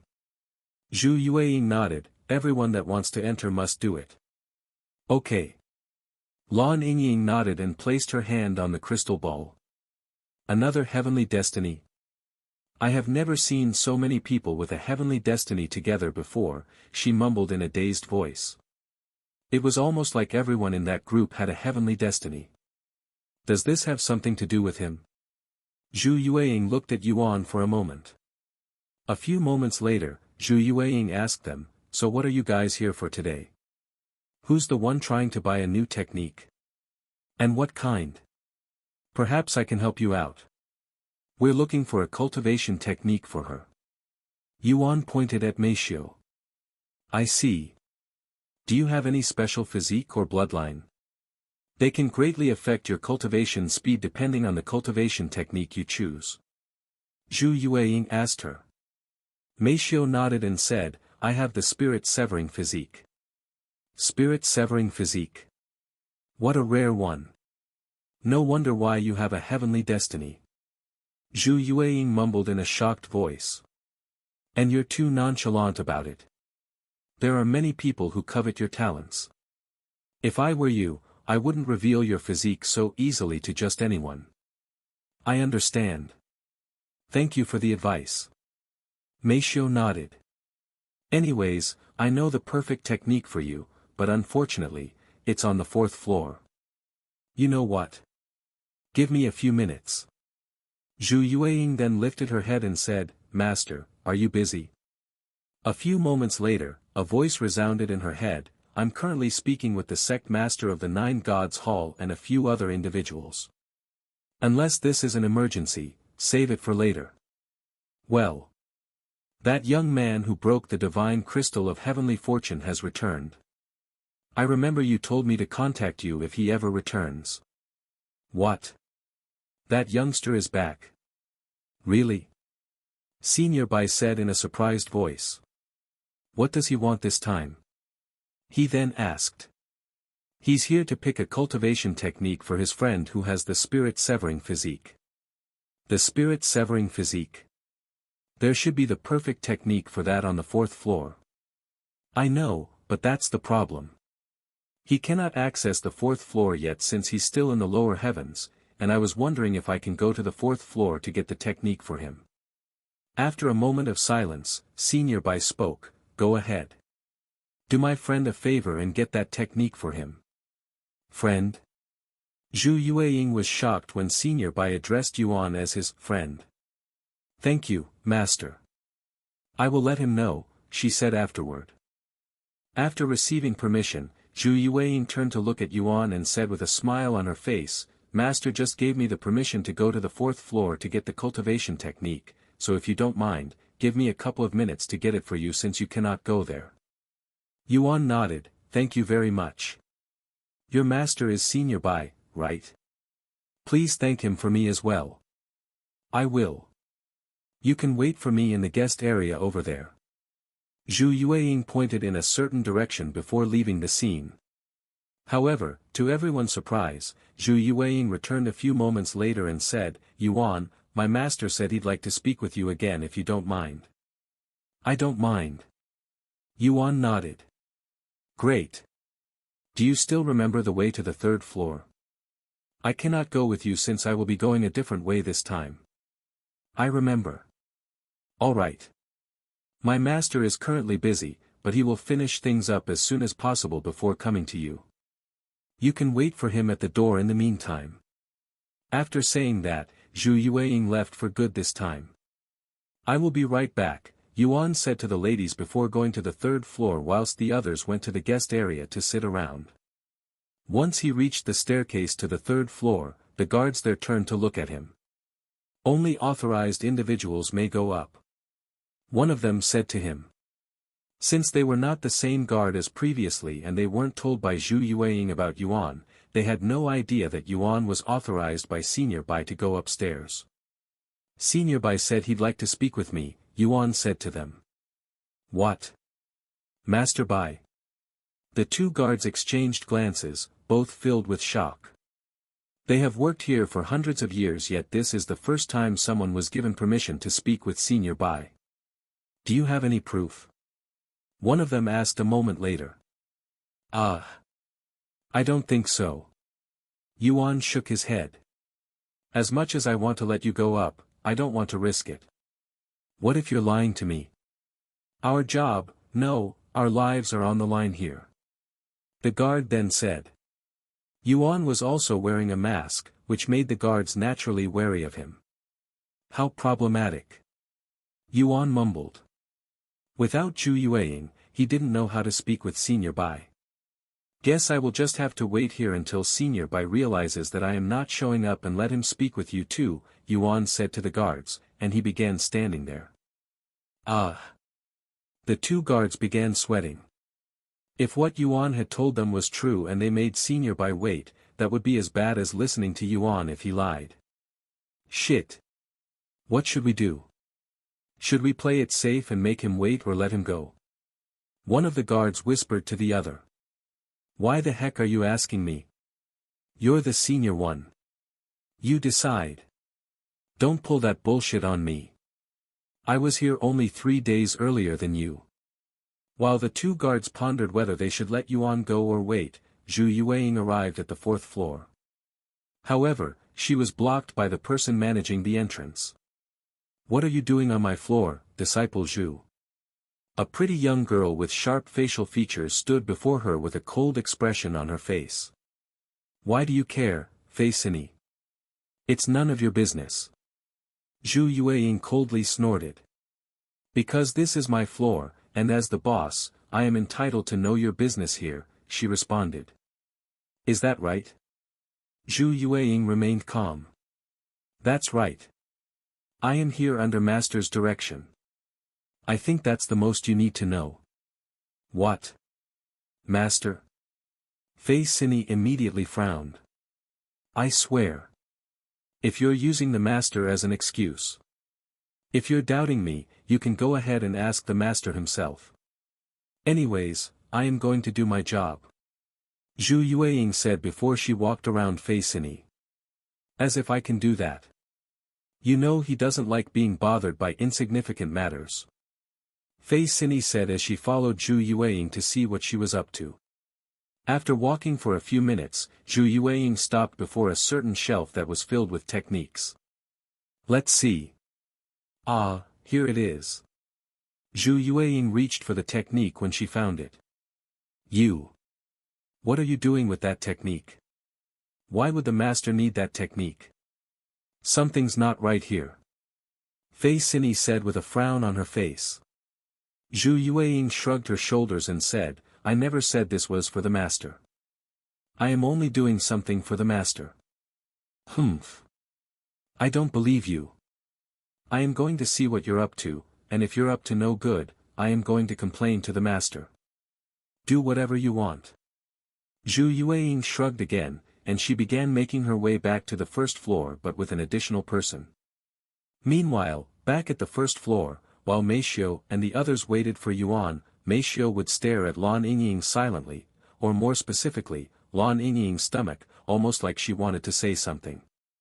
Lan Yingying noticed this and asked her, "Is there something on me?" "No.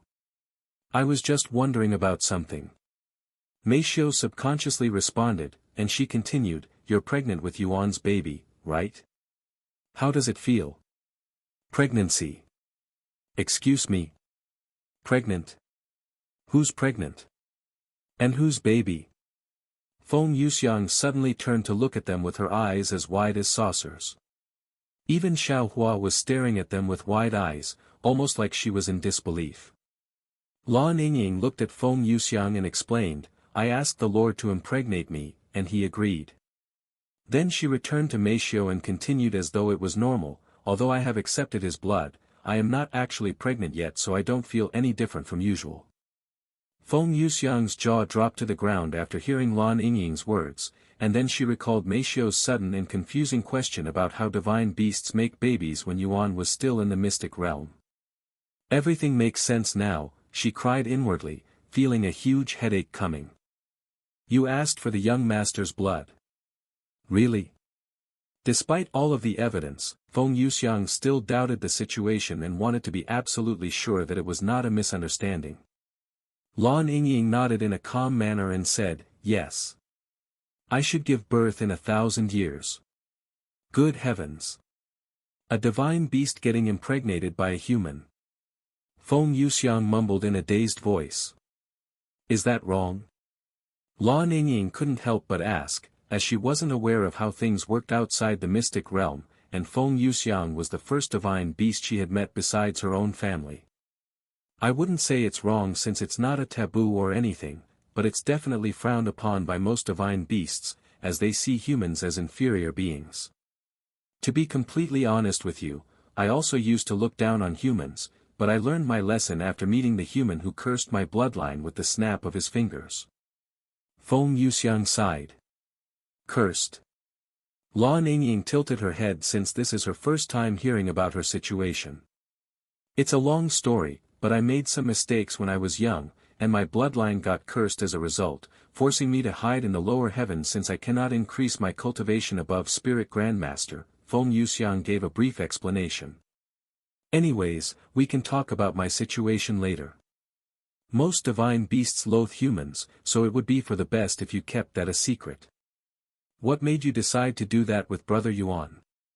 Xiao Hua suddenly asked. Lan Yingying then explained her situation to them, everything about the demons, and how she had to continue the legacy. Sometime later, Feng Yuxiang mumbled, since the young master agreed to impregnate you, there's a good chance that he might agree to impregnate me if I asked.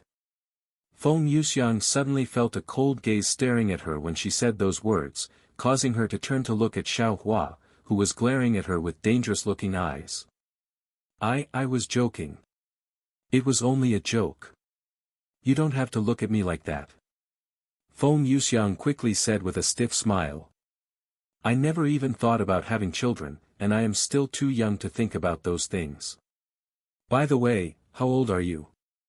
Feng Yuxiang then asked Lan Yingying. 26 years old, she answered. Feng Yuxiang jumped out of her seat after hearing this, and she exclaimed, What? Only 26 years old?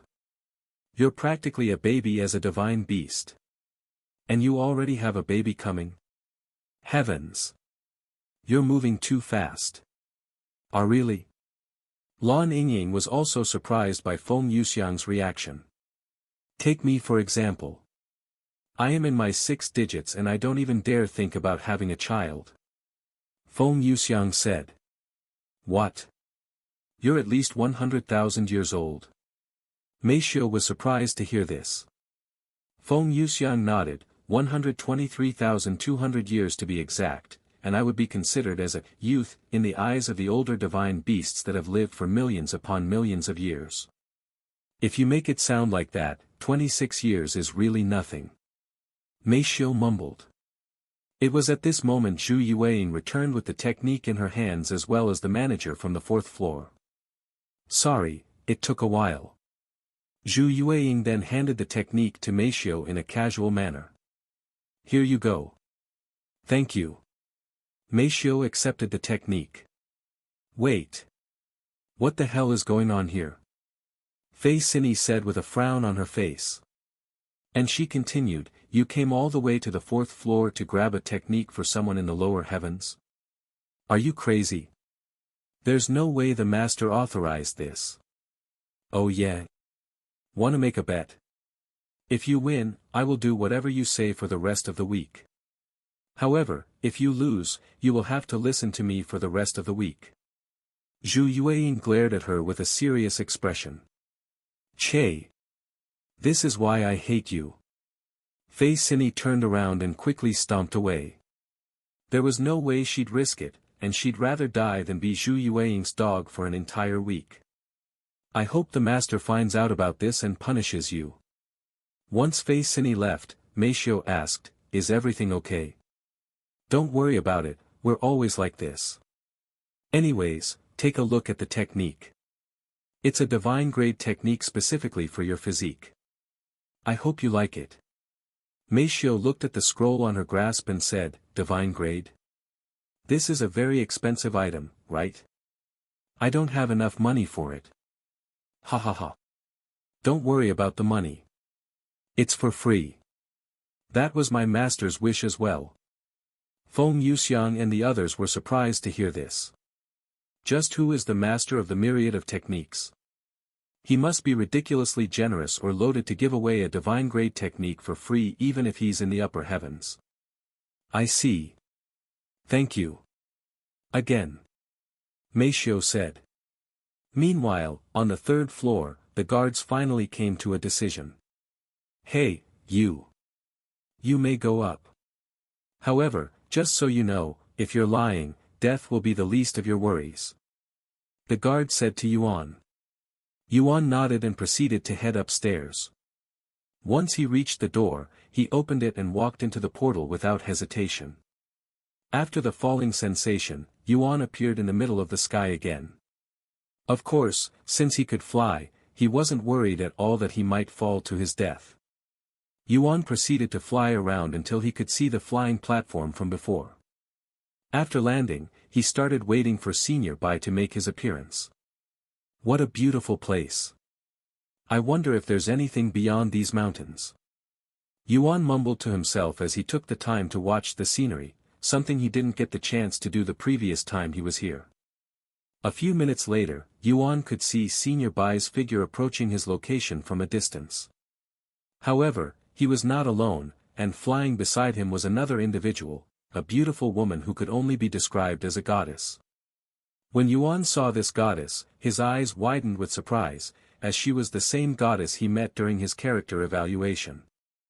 Many minutes before Senior Bai went to meet Yuan and shortly after he'd spoken with Zhu Yueying, Senior Bai was sitting around a large round table with 8 other individuals.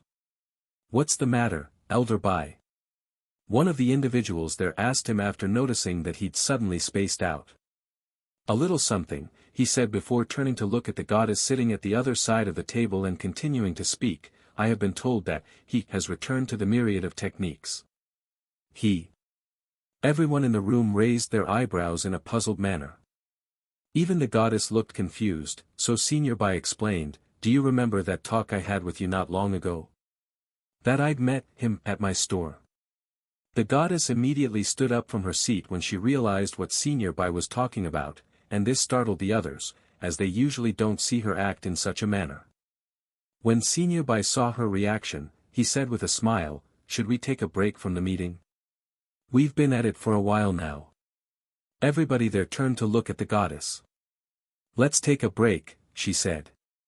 And she continued, "Elder Bai, I would like to get a breath of fresh air. I know just the place." Senior Bai said with a smile on his face. He then retrieved some sort of device before tossing it on the floor, creating a portal that was shaped like a door. And without saying anything, the goddess began walking towards the portal, entering it a moment later. "What is going on, Elder Bai?" the other 7 individuals there asked him. However, he merely shook his head and said, "I don't dare to say it. If you really want to know, ask her yourself." The people there exchanged looks with each other. Ask the goddess? As curious as they were, none of them wanted to unnecessarily stick their noses in her business, as they might make her angry, and nobody there wanted to see that. "I will be back," Senior Bai then said to them before entering the portal as well. The portal closed after Senior Bai entered it. On the other side of the portal that led them to another dimension, the goddess had been waiting for Senior Bai. "What took you so long? Let's go," she said to him in a seemingly impatient manner. Senior Bai smiled and said, "Is this what you look like when you're excited? I don't think I have seen you like this before." Senior Bai forcefully closed his mouth when he saw the dangerous look the goddess was giving him. "Let's go," he said with a bittersweet smile before flying to the hovering platform a few minutes away from their location. Once they got close, they were able to see a masked figure standing on the platform and seemingly admiring the scenery, and he was emitting a profound aura that was similar to dragons. "Spirit Grandmaster. Why am I not surprised?" Senior Bai smiled when he saw the powerful aura around Yuan. However, the goddess behind him remained nonchalant and with a cold expression on her face. Meanwhile, Yuan was filled with surprise when he saw the goddess, as he didn't expect to see her in this place. "I didn't expect to see you so soon after our last meeting, Yuan," Senior Bai said to him after they arrived in front of him. "Hello, Senior Bai An." Yuan didn't know how to address the goddess and waited for her to speak. "Su Jiechi, that is my name," she said. Yuan nodded and continued, "It's nice to see you again, Miss Su. I didn't think I'd see you again until I reached the upper heavens." "Miss Su." Senior Bai raised his eyebrow after hearing this, as he has never heard someone address her so casually. However, Su Jiechi didn't seem to mind and said, "I also didn't expect to see you so soon." "So you've only reached Spirit Grandmaster, huh?" Su Jiechi wasn't surprised by his insane progress speed. In fact, she even sounded a little disappointed. "Are you still in the lower heavens?" she suddenly asked him. "Yes. What have you been doing this entire time?" If it was anyone else with that physique, they would have been a spirit king by now. "Stop fooling around and come to the upper heavens already, you're wasting your talents," she continued. But there's no reason for me to rush things. I want to enjoy the cultivation world, and there are still things I must do in the lower heavens," Yuan said. Su Jieqi's eyebrows twitched after hearing Yuan's response. It's been a very long time since someone has dared to talk back to her. People would usually just follow her words and won't say anything back. However, she wasn't angry even in the slightest like she normally would. Miss Su, you seem to know a lot about my physique. Can you tell me more about it? Yuan suddenly asked her. After a moment of silence, she spoke, what do you want to know about it? Anything at all. But I am interested in its origins and what else I can do with this physique. I know that I can consume monster cores and demon cores, but that's about it. And does my physique have a limit? Su Jieqi narrowed her eyes at Yuan, and she spoke after a moment of silence, I don't mind telling you, but only if you promise to join my faction once you reach the upper heavens. Your faction? What's that? Is it anything like a sect? Yuan asked. Allow me to explain. Senior Bai said, and he continued, factions are similar to families, but you follow rules as though it's a sect, so it's something like a mixture of both. Also, there's no real obligation, so you can leave whenever you want. A mixture of families and sects. What is the purpose of a faction? Yuan then asked. Factions are essential in the upper heavens because without one, you will be vulnerable in a world where the majority of people have a faction. You may think immortals, even gods are invincible, but in the upper heavens where there are other immortals and gods, nobody is safe. Senior Bai explained to him. If you join a powerful faction, unless the other factions want to risk a war, they won't dare to touch you. Immortals, gods, even powerful sects, they all belong to a faction. Do you understand the importance of factions now? Senior Bai asked him. Yuan nodded, yes, I understand. Now that you understand what factions are, what is your answer? Su Jieqi asked him again. My faction, the Celestial Overlords, is one of the most powerful factions in the entire 9 heavens with many peak experts and legendary figures. As long as you promise to join us, I will tell you everything I know about the heaven refining physique. However, if you refuse, I won't tell you anything, as you could be a potential threat to us in the future. Friend or foe, you choose. The Celestial Overlords. Yuan mumbled in a low voice. He then turned to look at Senior Bai and asked him, are you also part of the Celestial Overlords? Senior Bai nodded with a smile on his face. If Senior Bai is part of this faction, it should be fine if I join as well since he's a good person. Furthermore, I get to learn more about my physique. After pondering for a few moments, Yuan nodded and said, okay, I will join the Celestial Overlords. A subtle smile appeared on Su Jieqi's face when she heard Yuan's words, but that smile quickly disappeared, and she said afterward, then starting from this point forth, you are a member of the Celestial Overlords. Su Jieqi suddenly raised her hand and snapped her fingers. A few seconds later, somewhere in the upper heavens, a large jade tablet began glowing before a complex symbol emerged from the jade tablet. This symbol disappeared shortly after it emerged from the jade tablet, appearing on Su Jieqi's palms the next second. Su Jieqi showed Yuan this golden symbol and said, this is proof that you're part of the Celestial Overlords. You will be starting at the bottom of the ranks since you just joined. In order to raise your rank, you must contribute to the faction by doing good deeds and making a name for yourself. The ranks are as followed from the lowest to the highest, apprentice, warrior, captain, general, commander, overlord, and lastly, Celestial Overlord. The higher your rank in the faction, the more authority and benefits you obtain. There are also rules you must follow as a member of the faction. 1. You cannot tarnish or damage our faction's reputation. 2. You must listen to those above your rank as long as it's a lawful order. 3. You cannot seriously harm or kill a fellow member of the faction. And lastly, you cannot betray the faction and its members. Of course, there are exceptions to these rules, but ultimately, it will be the higher-ups who will determine whether you will be punished or not. If you have any problems, whether it's about another member or something else, you can make an official complaint and we will hear you out. If you wish to leave the faction, you must also speak with someone at least 3 ranks above you. Do you have any questions so far? Su Jieqi asked him afterward. Yuan shook his head. Then accept this symbol if you're ready and you'll officially become a member of the Celestial Overlords.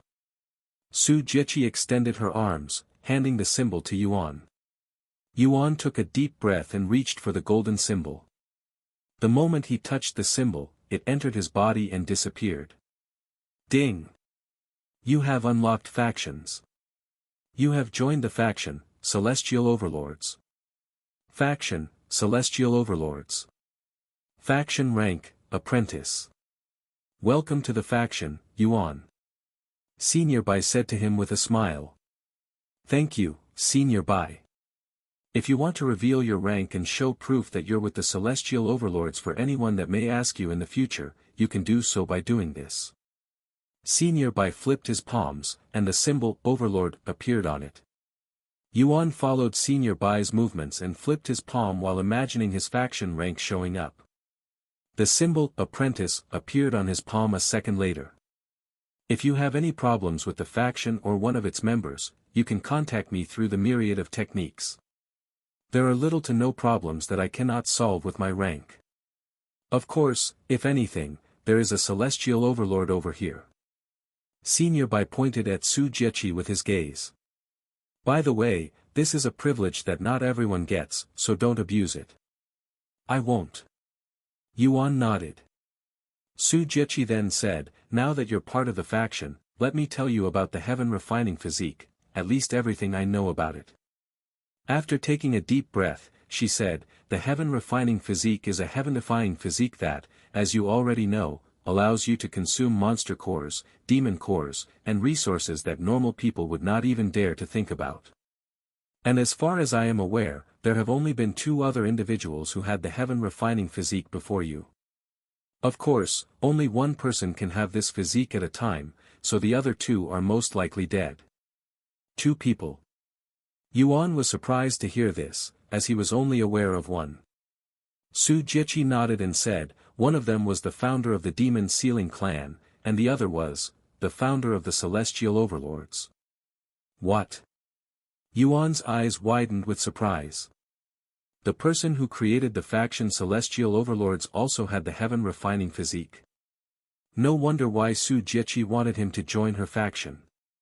It turns out that his physique has a history within the faction, and it was a pretty significant one. After revealing that the founder of their faction also had the heaven refining physique, Su Jieqi continued to speak, as you can already guess by now, both of these people that used to have the heaven refining physique had achieved great things in their life, so I am hoping you'd be the same. Yuan then asked, what about its limits? I have a few treasures with me that might help me reach Spirit King or above if I consumed them, but I was told that my body would not be able to handle it, as I'd be gaining too much spiritual energy at once. There is a limit.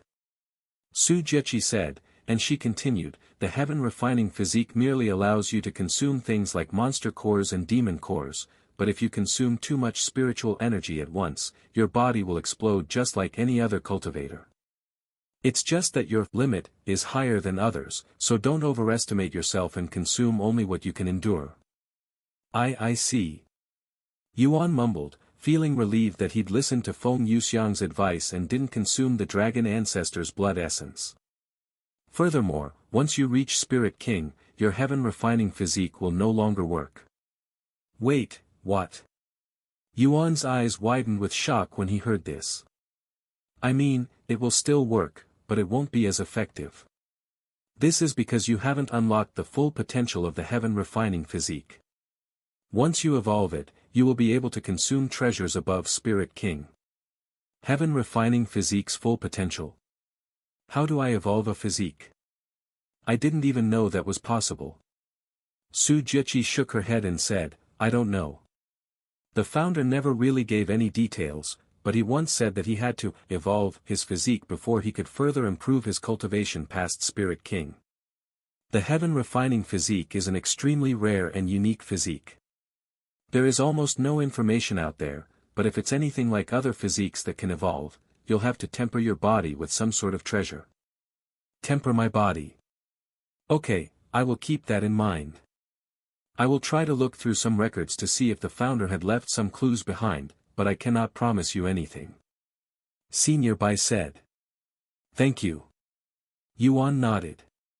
If you go to the Demon Sealing clan, they might have some answer since their founder had the same physique, but it's going to be a challenge trying to approach them. Su Jiqi suddenly said. Though, since you have their founder's physique, maybe it'll be easier for you. Su Jiqi then asked, do you have any more questions? Is there anything else I can consume besides monster cores and demon cores? Yuan then asked. Su Jiqi pondered before speaking. The founder usually consumes monster cores and demon cores, but I have seen him consume spirit stones at times. Obviously, cultivators don't normally consume spirit stones. Spirit stones, huh? Sometime later, Su Jiqi asked him, by the way, do you still have my ancient spirit jade? I do, but I don't have it on me. Do you want it back? Yuan said to her. You don't have it on you? Even though I told you to keep it close to you. What if you lose it? That thing isn't cheap, you know. In fact, it's worth more than everything in the lower heavens combined. Su Jiqi quickly began lecturing him. It's okay, my friend is keeping it safe for me. Since she's much stronger than me, it's safer to let her protect it. You gave it to somebody. How can you be so trusting? I highly doubt this friend of yours won't take advantage of your kindness and steal it from you. She won't do that. We have been together since the beginning, and I trust her fully. Oh really? Who's this friend of yours and what's her background? Su Jiqi suddenly inquired about Xiaohua. Her name is Xiaohua, but I don't really know her background. Su Jiqi coldly snorted after hearing this and said, how can you trust somebody when you don't even know their background? Laughable. And judging from your aura right now, you can kill even a spirit lord with some effort. As if there's someone stronger than you in the lower heavens. It's true. She's a spirit king. Spirit king. How can there possibly be a spirit king in the lower heavens? Su Jiqi frowned. I think it has something to do with her legacy, but she never told me the details. Though, she did tell me that her mission was to bring me to the supreme heavens. The supreme heavens? The frown on Su Jiqi's face grew deeper, and she spoke after a moment of silence, the legacy your friend has. Is it the supreme heavens legacy? You know about her legacy? Yuan asked with a surprised look on his face. Haa. Su Jiqi suddenly sighed before rubbing her eyes. Even Senior Bai shook his head with a complicated expression on his face. I won't say too much since it's none of my business, but your friend. You should separate yourself from her as soon as possible. Why? Yuan was baffled by her warning. Because she's an exile. Su Jiqi said in a cold voice. An exile? What is? However, before Yuan could ask about it, he suddenly experienced a sharp pain in his chest. Ah! Yuan suddenly released a painful cry, startling Senior Bai and Su Jiqi. Hey! What happened? Su Jiqi asked him, but Yuan was no longer conscious. Seeing Yuan's body falling to the ground, Su Jiqi subconsciously reacted and went to catch his body. Elder Bai! Su Jiqi suddenly shouted his name. Senior Bai quickly appeared beside her and touched Yuan's forehead with his finger to examine his body. He's just unconscious. His body isn't harmed. Senior Bai said a moment later. What happened to him? I don't know. Let me examine his condition some more. While Senior Bai examined his condition, Yuan himself was completely unaware that he was unconscious. In fact, after experiencing the sudden pain, Yuan found himself in an unfamiliar place, almost like he had been teleported to somewhere. In this new place, the sky was dark and somewhat red with red lightning striking the ground every second. Yuan looked around, and to his surprise, even shock, there were bloodied corpses in every direction that piled up like mountains. It was a horrific sight that would terrify even the most cold-hearted cultivators in the world. However, for some reason, Yuan didn't feel anything when he saw this bloody scene. Yuan lifted his arms when he realized that he was holding onto something in his hands. What the? Why am I holding this sword? Yuan was speechless when he realized that he had a sword that was still dripping with blood in his grasp. Suddenly, a loud roar that caused the place to tremble resounded behind him, causing Yuan to turn around. When Yuan turned around, he saw a person wearing clothes soaked in blood and a bloodied face flying at him. Yuan didn't recognize this person, but it was clear to him that this person was trying to harm him. And without thinking, almost as though his body reacted instinctively, Yuan swung his arm, slicing the man cleanly in half. The dead man's body fell onto the ground and immediately blended in with the environment that was littered with countless corpses. Pathetic ants. A cold voice came from Yuan's mouth after killing the unknown attacker, yet the voice didn't belong to Yuan. What is going on? Yuan wondered inwardly, as his situation was quite bizarre, but this isn't his first time being in this kind of situation, as he would have these dreams every once in a while after he unlocked his bloodline. However, the only difference was that these dreams would happen in the real world while he slept. This is the first time he's having one of these realistic dreams while playing Cultivation Online. Furthermore, this dream was vastly different compared to his other dreams. It was much more bloody and more sinister in nature. Since this is a dream, does this mean I am actually unconscious right now? What bad timing. Yuan sighed. As much as he wanted to wake up from this dream, he knew that it was impossible to wake up by himself, as these dreams would not stop until he experiences all of it. Sometime later, the person Yuan was dreaming of suddenly flew off the ground and towards the darkened sky. Yuan looked down at the sea of corpses and blood beneath him, and he wondered what caused this carnage. Yuan continued to fly straight for many hours, and there would be someone attacking him every few minutes. Of course, these attackers were instantly slain by Yuan before they could even get close. A few hours later, Yuan stopped after he arrived in front of this floating temple that was the most magnificent building Yuan has ever seen, as it was so grand and luxurious that it made him speechless. However, right before he reached the doors, even more people surrounded him, and all of them appeared to be extremely powerful people. Hundreds, thousands, millions of people appeared out of the blue to surround him. Yuan could see the mouth of these people moving, yet he wasn't able to hear their voices for some reason. After a few minutes, these people flew at him with their weapons raised. Yuan closed his eyes and sighed. When he opened his eyes again, half of the people surrounding him had disappeared, and thousands of lifeless bodies could be seen falling to the ground. Those that were still alive held terrified expressions on their faces, almost like they were looking at the devil himself. Suddenly, a bright light appeared in the distance. This light flew in their direction and stopped a few miles away from Yuan. The light began disappearing once it stopped moving, revealing a few figures inside. However, right as Yuan turned to look at these newcomers' faces, his vision turned black, and he could hear familiar voices coming from beside him. Meanwhile, back at Senior Bai's world, after examining Yuan's body, he said, "There's really nothing wrong with his body, but for some odd reason, his symbol is emitting this aura I have never seen before." Aura? Let me see it.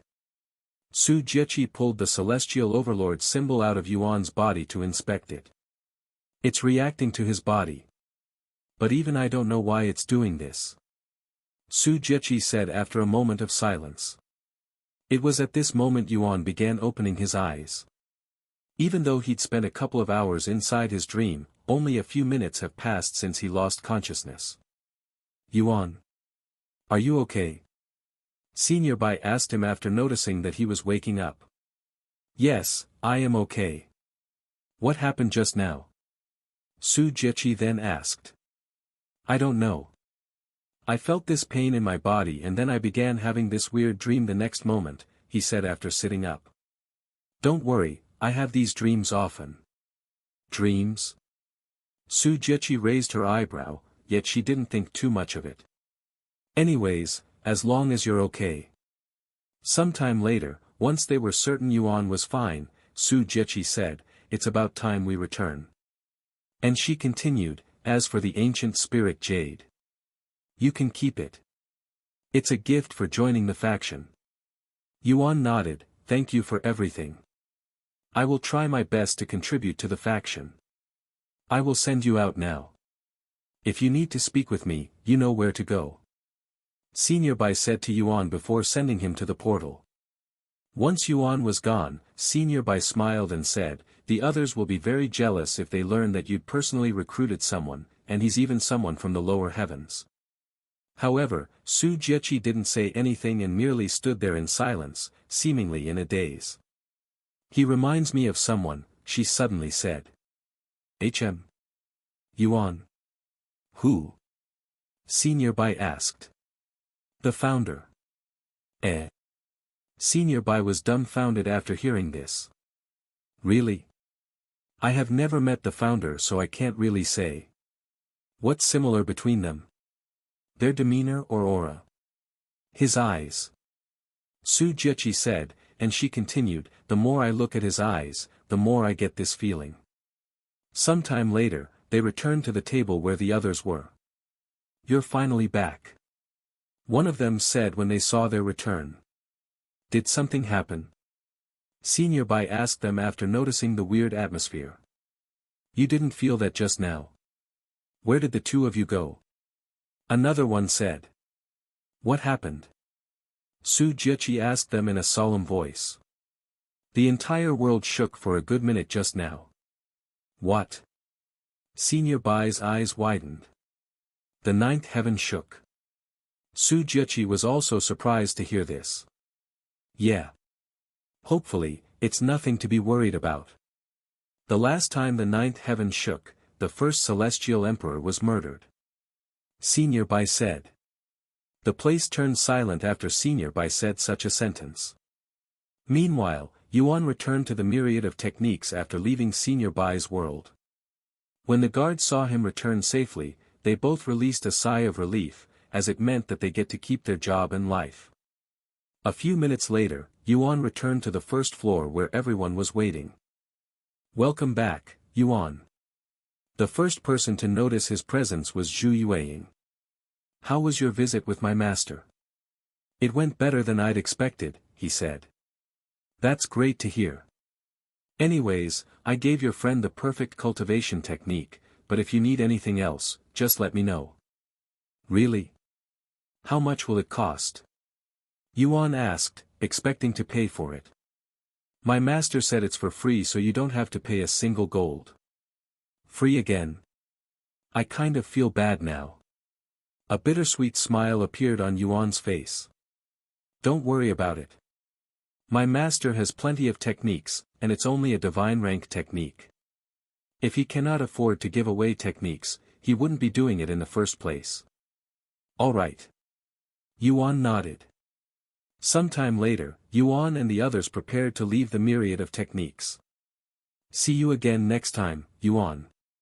Though, I will be replaced in a few weeks, so I might not be able to see you until you reach the fifth heaven. The fifth heaven? Yuan asked. There are 9 heavens, and the place you're at right now is the first heaven, also known as the lower heavens. I see. But that might take a while. It's okay. I can wait.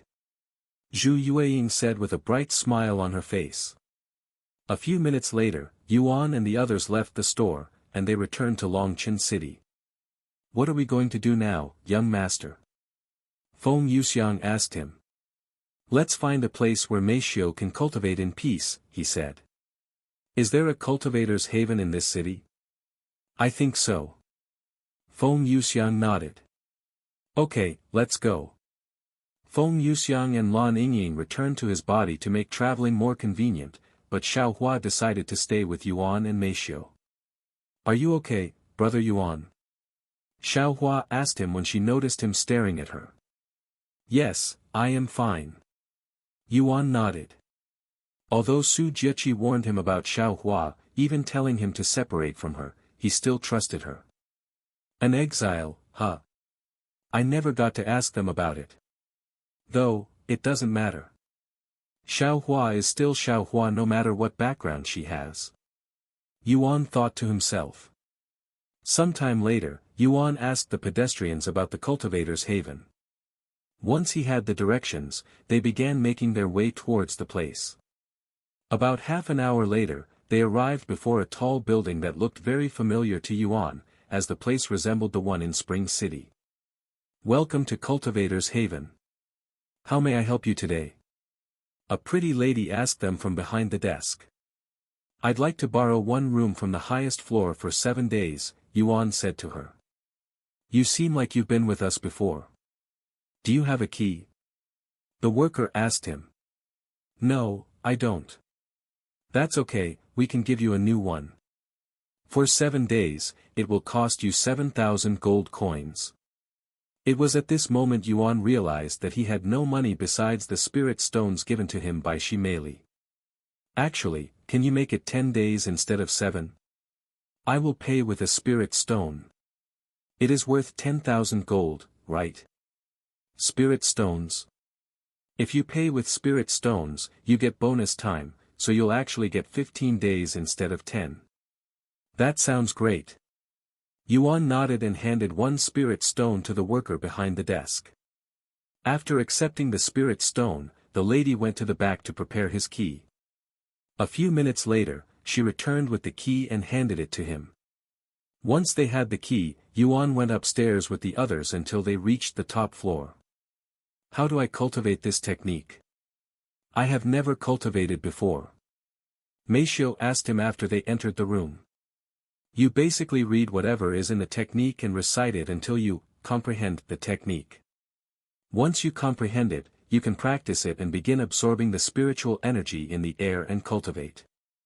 "Okay." Meishio then took a seat in the middle of the room and opened the scroll in her hands. "Spirit Severing Scripture. It has the same name as my physique." Meishio mumbled. It was no wonder Zhu Yueying picked this cultivation technique for her, as the technique seemed like it was literally created for her physique. Meishio began to read the scripture. Although the words were foreign and she has never seen them before, Meishio was able to comprehend the words for some reason and read the scripture without a problem. And a few minutes later, after reading through the spirit-severing scripture just once, a notification appeared before Meishio. "Ding! You have learned spirit-severing scripture. Spirit-severing scripture. Rank, Divine. Mastery level, 1. Description, absorbs 5 chi per second. If used during spirit form, you will absorb 50 chi per second instead." Once she learned the cultivation technique, Meishio closed her eyes and began reciting the technique inside her mind. Soon, her breathing patterns changed. "You have cultivated for the first time, unlocking chi experience. Due to chi gathering array, your chi absorption rate has increased slight. Less than 24 out of 5,000. In just a couple of minutes after Meishio started cultivating, she reached her first breakthrough. You have succeeded in breaking through your mortal shackles, becoming a spirit apprentice. Physical strength, physical defense plus 75. Mental strength, mental defense plus 150. Name, Meishio. Cultivation, first level spirit apprentice. Legacy, none. Bloodline, none. Physique, spirit severing physique. Physical strength, 157. Mental strength, 1870. Soul strength, 555. Physical defense, 109. Mental defense, 300. Wow, she made a breakthrough already. That was faster than I'd expected. This cultivation technique was definitely made for her. Yuan mumbled in a low voice when he saw Meishio absorbing spiritual energy after a single read and breaking through mere minutes after she started cultivating.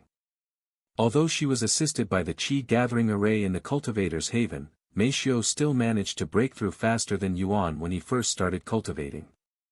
"Yuan, I had a breakthrough," Meishio stopped cultivating and said to him with a slightly excited feeling in her chest. "I noticed. Congratulations on becoming a cultivator," Yuan said with a smile. "What do I do now?" she then asked. You continue to cultivate, I guess. When should I stop? Whenever you like or feel like the progress is starting to slow down significantly. I understand. I will try to cultivate some more. Meishio nodded and returned to her cultivation. She's probably the most talented person behind Brother Yuan that Xiaohua has seen in the lower heavens. Not including the divine beasts. Xiaohua said sometime after Meishio continued her cultivation. This is the first time I've seen you approve of someone, Yuan said with a smile. Xiaohua nodded silently. About 5 hours later, Meishio reached the 4th level spirit apprentice. You have absorbed enough qi for a breakthrough. You have reached 2nd level spirit apprentice. Physical strength, physical defense plus 100. Mental strength, mental defense plus 175. You have absorbed enough qi for a breakthrough. You have reached 3rd level spirit apprentice. Physical strength, physical defense plus 125. Mental strength, mental defense plus 200. You have absorbed enough qi for a breakthrough. You have reached 4th level spirit apprentice. Physical strength, physical defense plus 150. Mental strength, mental defense plus 225. How long have I been cultivating? Meishio asked him after she lost track of time. About 5 hours, Yuan said after he looked at the time left on the key. 5 hours? Meishio was surprised to hear that so much time had passed because it didn't feel that long for her. If you want to continue cultivating, I don't mind. We don't really have anything else planned, anyway. Yuan said to her. Meishio nodded, okay. I will continue to cultivate for some more or until Yu calls us to play, but let me cook dinner first. Let's leave this room first before we log off so that we don't waste our limited time, Yuan said. See you later, Xiaohua, Yuan said to her before they logged off the game. Once they left the game, Meishio went to prepare for dinner whilst Yuan cultivated in the real world. After dinner, Meishio helped Yuan take a quick shower. Sometime later, Meishio sat on her bed and tried to cultivate the spirit-severing scripture. However, unlike Cultivation Online, she was unable to succeed in just a few minutes. Yuan, are you awake? Meishio knocked on his door after seeing no progress, hoping he'd have some advice for her. I'm still up. Yuan's voice resounded a moment later. I am having trouble with my cultivation, she said. What do you need help with? There's very little I can do to help you in this world, unfortunately. I am trying to use the spirit-severing scripture, but every time I try to recall it, it's like I cannot remember it, she said.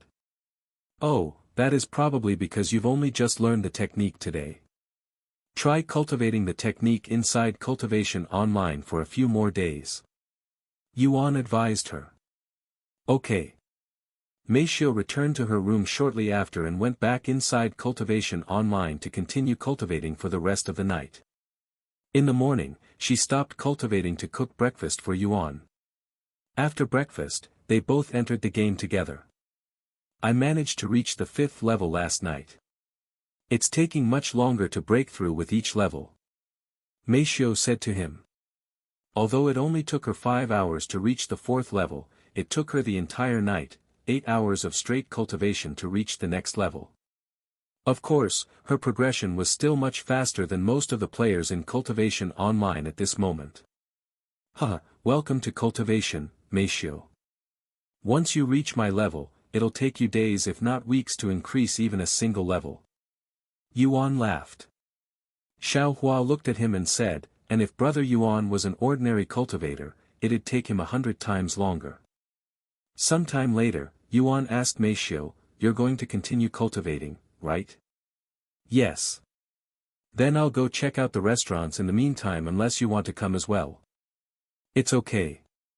I will stay here to cultivate. Meishio said. All right. Have fun. I'll be back in a few hours. Thus, Yuan left the cultivator's haven with Xiaohua while Meishio stayed behind to cultivate. What do you want to eat today, Xiaohua? Yuan asked her. Anything Brother Yuan wants, she responded almost immediately. What about Feng Feng and Ying Ying? Anything specific that you two would like to eat? Yuan asked them next. All up to you, young master. It also doesn't matter to me what we eat. Lan Ying said. Okay. Guess I will just look around and see what's available. Thus, Yuan began walking around the city until he found a decent restaurant. Once they decided to eat there, Feng Yuxiang and Lan Ying appeared so they could eat as well. Welcome to Lotus Gourmet, esteemed guests. The receptionist was startled by Feng Yuxiang and Lan Ying's beauty, not to mention the noble-like aura around Yuan and Xiaohua. It was not just the receptionist. Everyone in the store seemingly froze when they noticed their group's presence, almost like they were looking at royalty.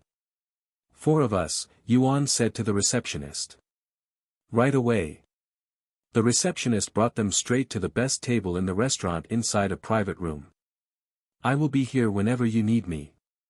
The receptionist said to them. Yuan began looking through the menu, but before he could even finish the menu, he placed it down and said, let me just get everything on the menu. Everything? The receptionist looked at him with wide eyes. There were at least 200 dishes on the menu, and with only 4 people in their group, it seemed unlikely that they would be able to finish it. However, the receptionist didn't say anything and nodded with a smile on his face, right away, esteemed guests. About 15 minutes after Yuan ordered the entire menu, the workers returned with dishes in their hands. Allow me to welcome you all to the Lotus Gourmet once again, esteemed guests. I am the manager of this place. If there's anything you need from us, just let us know.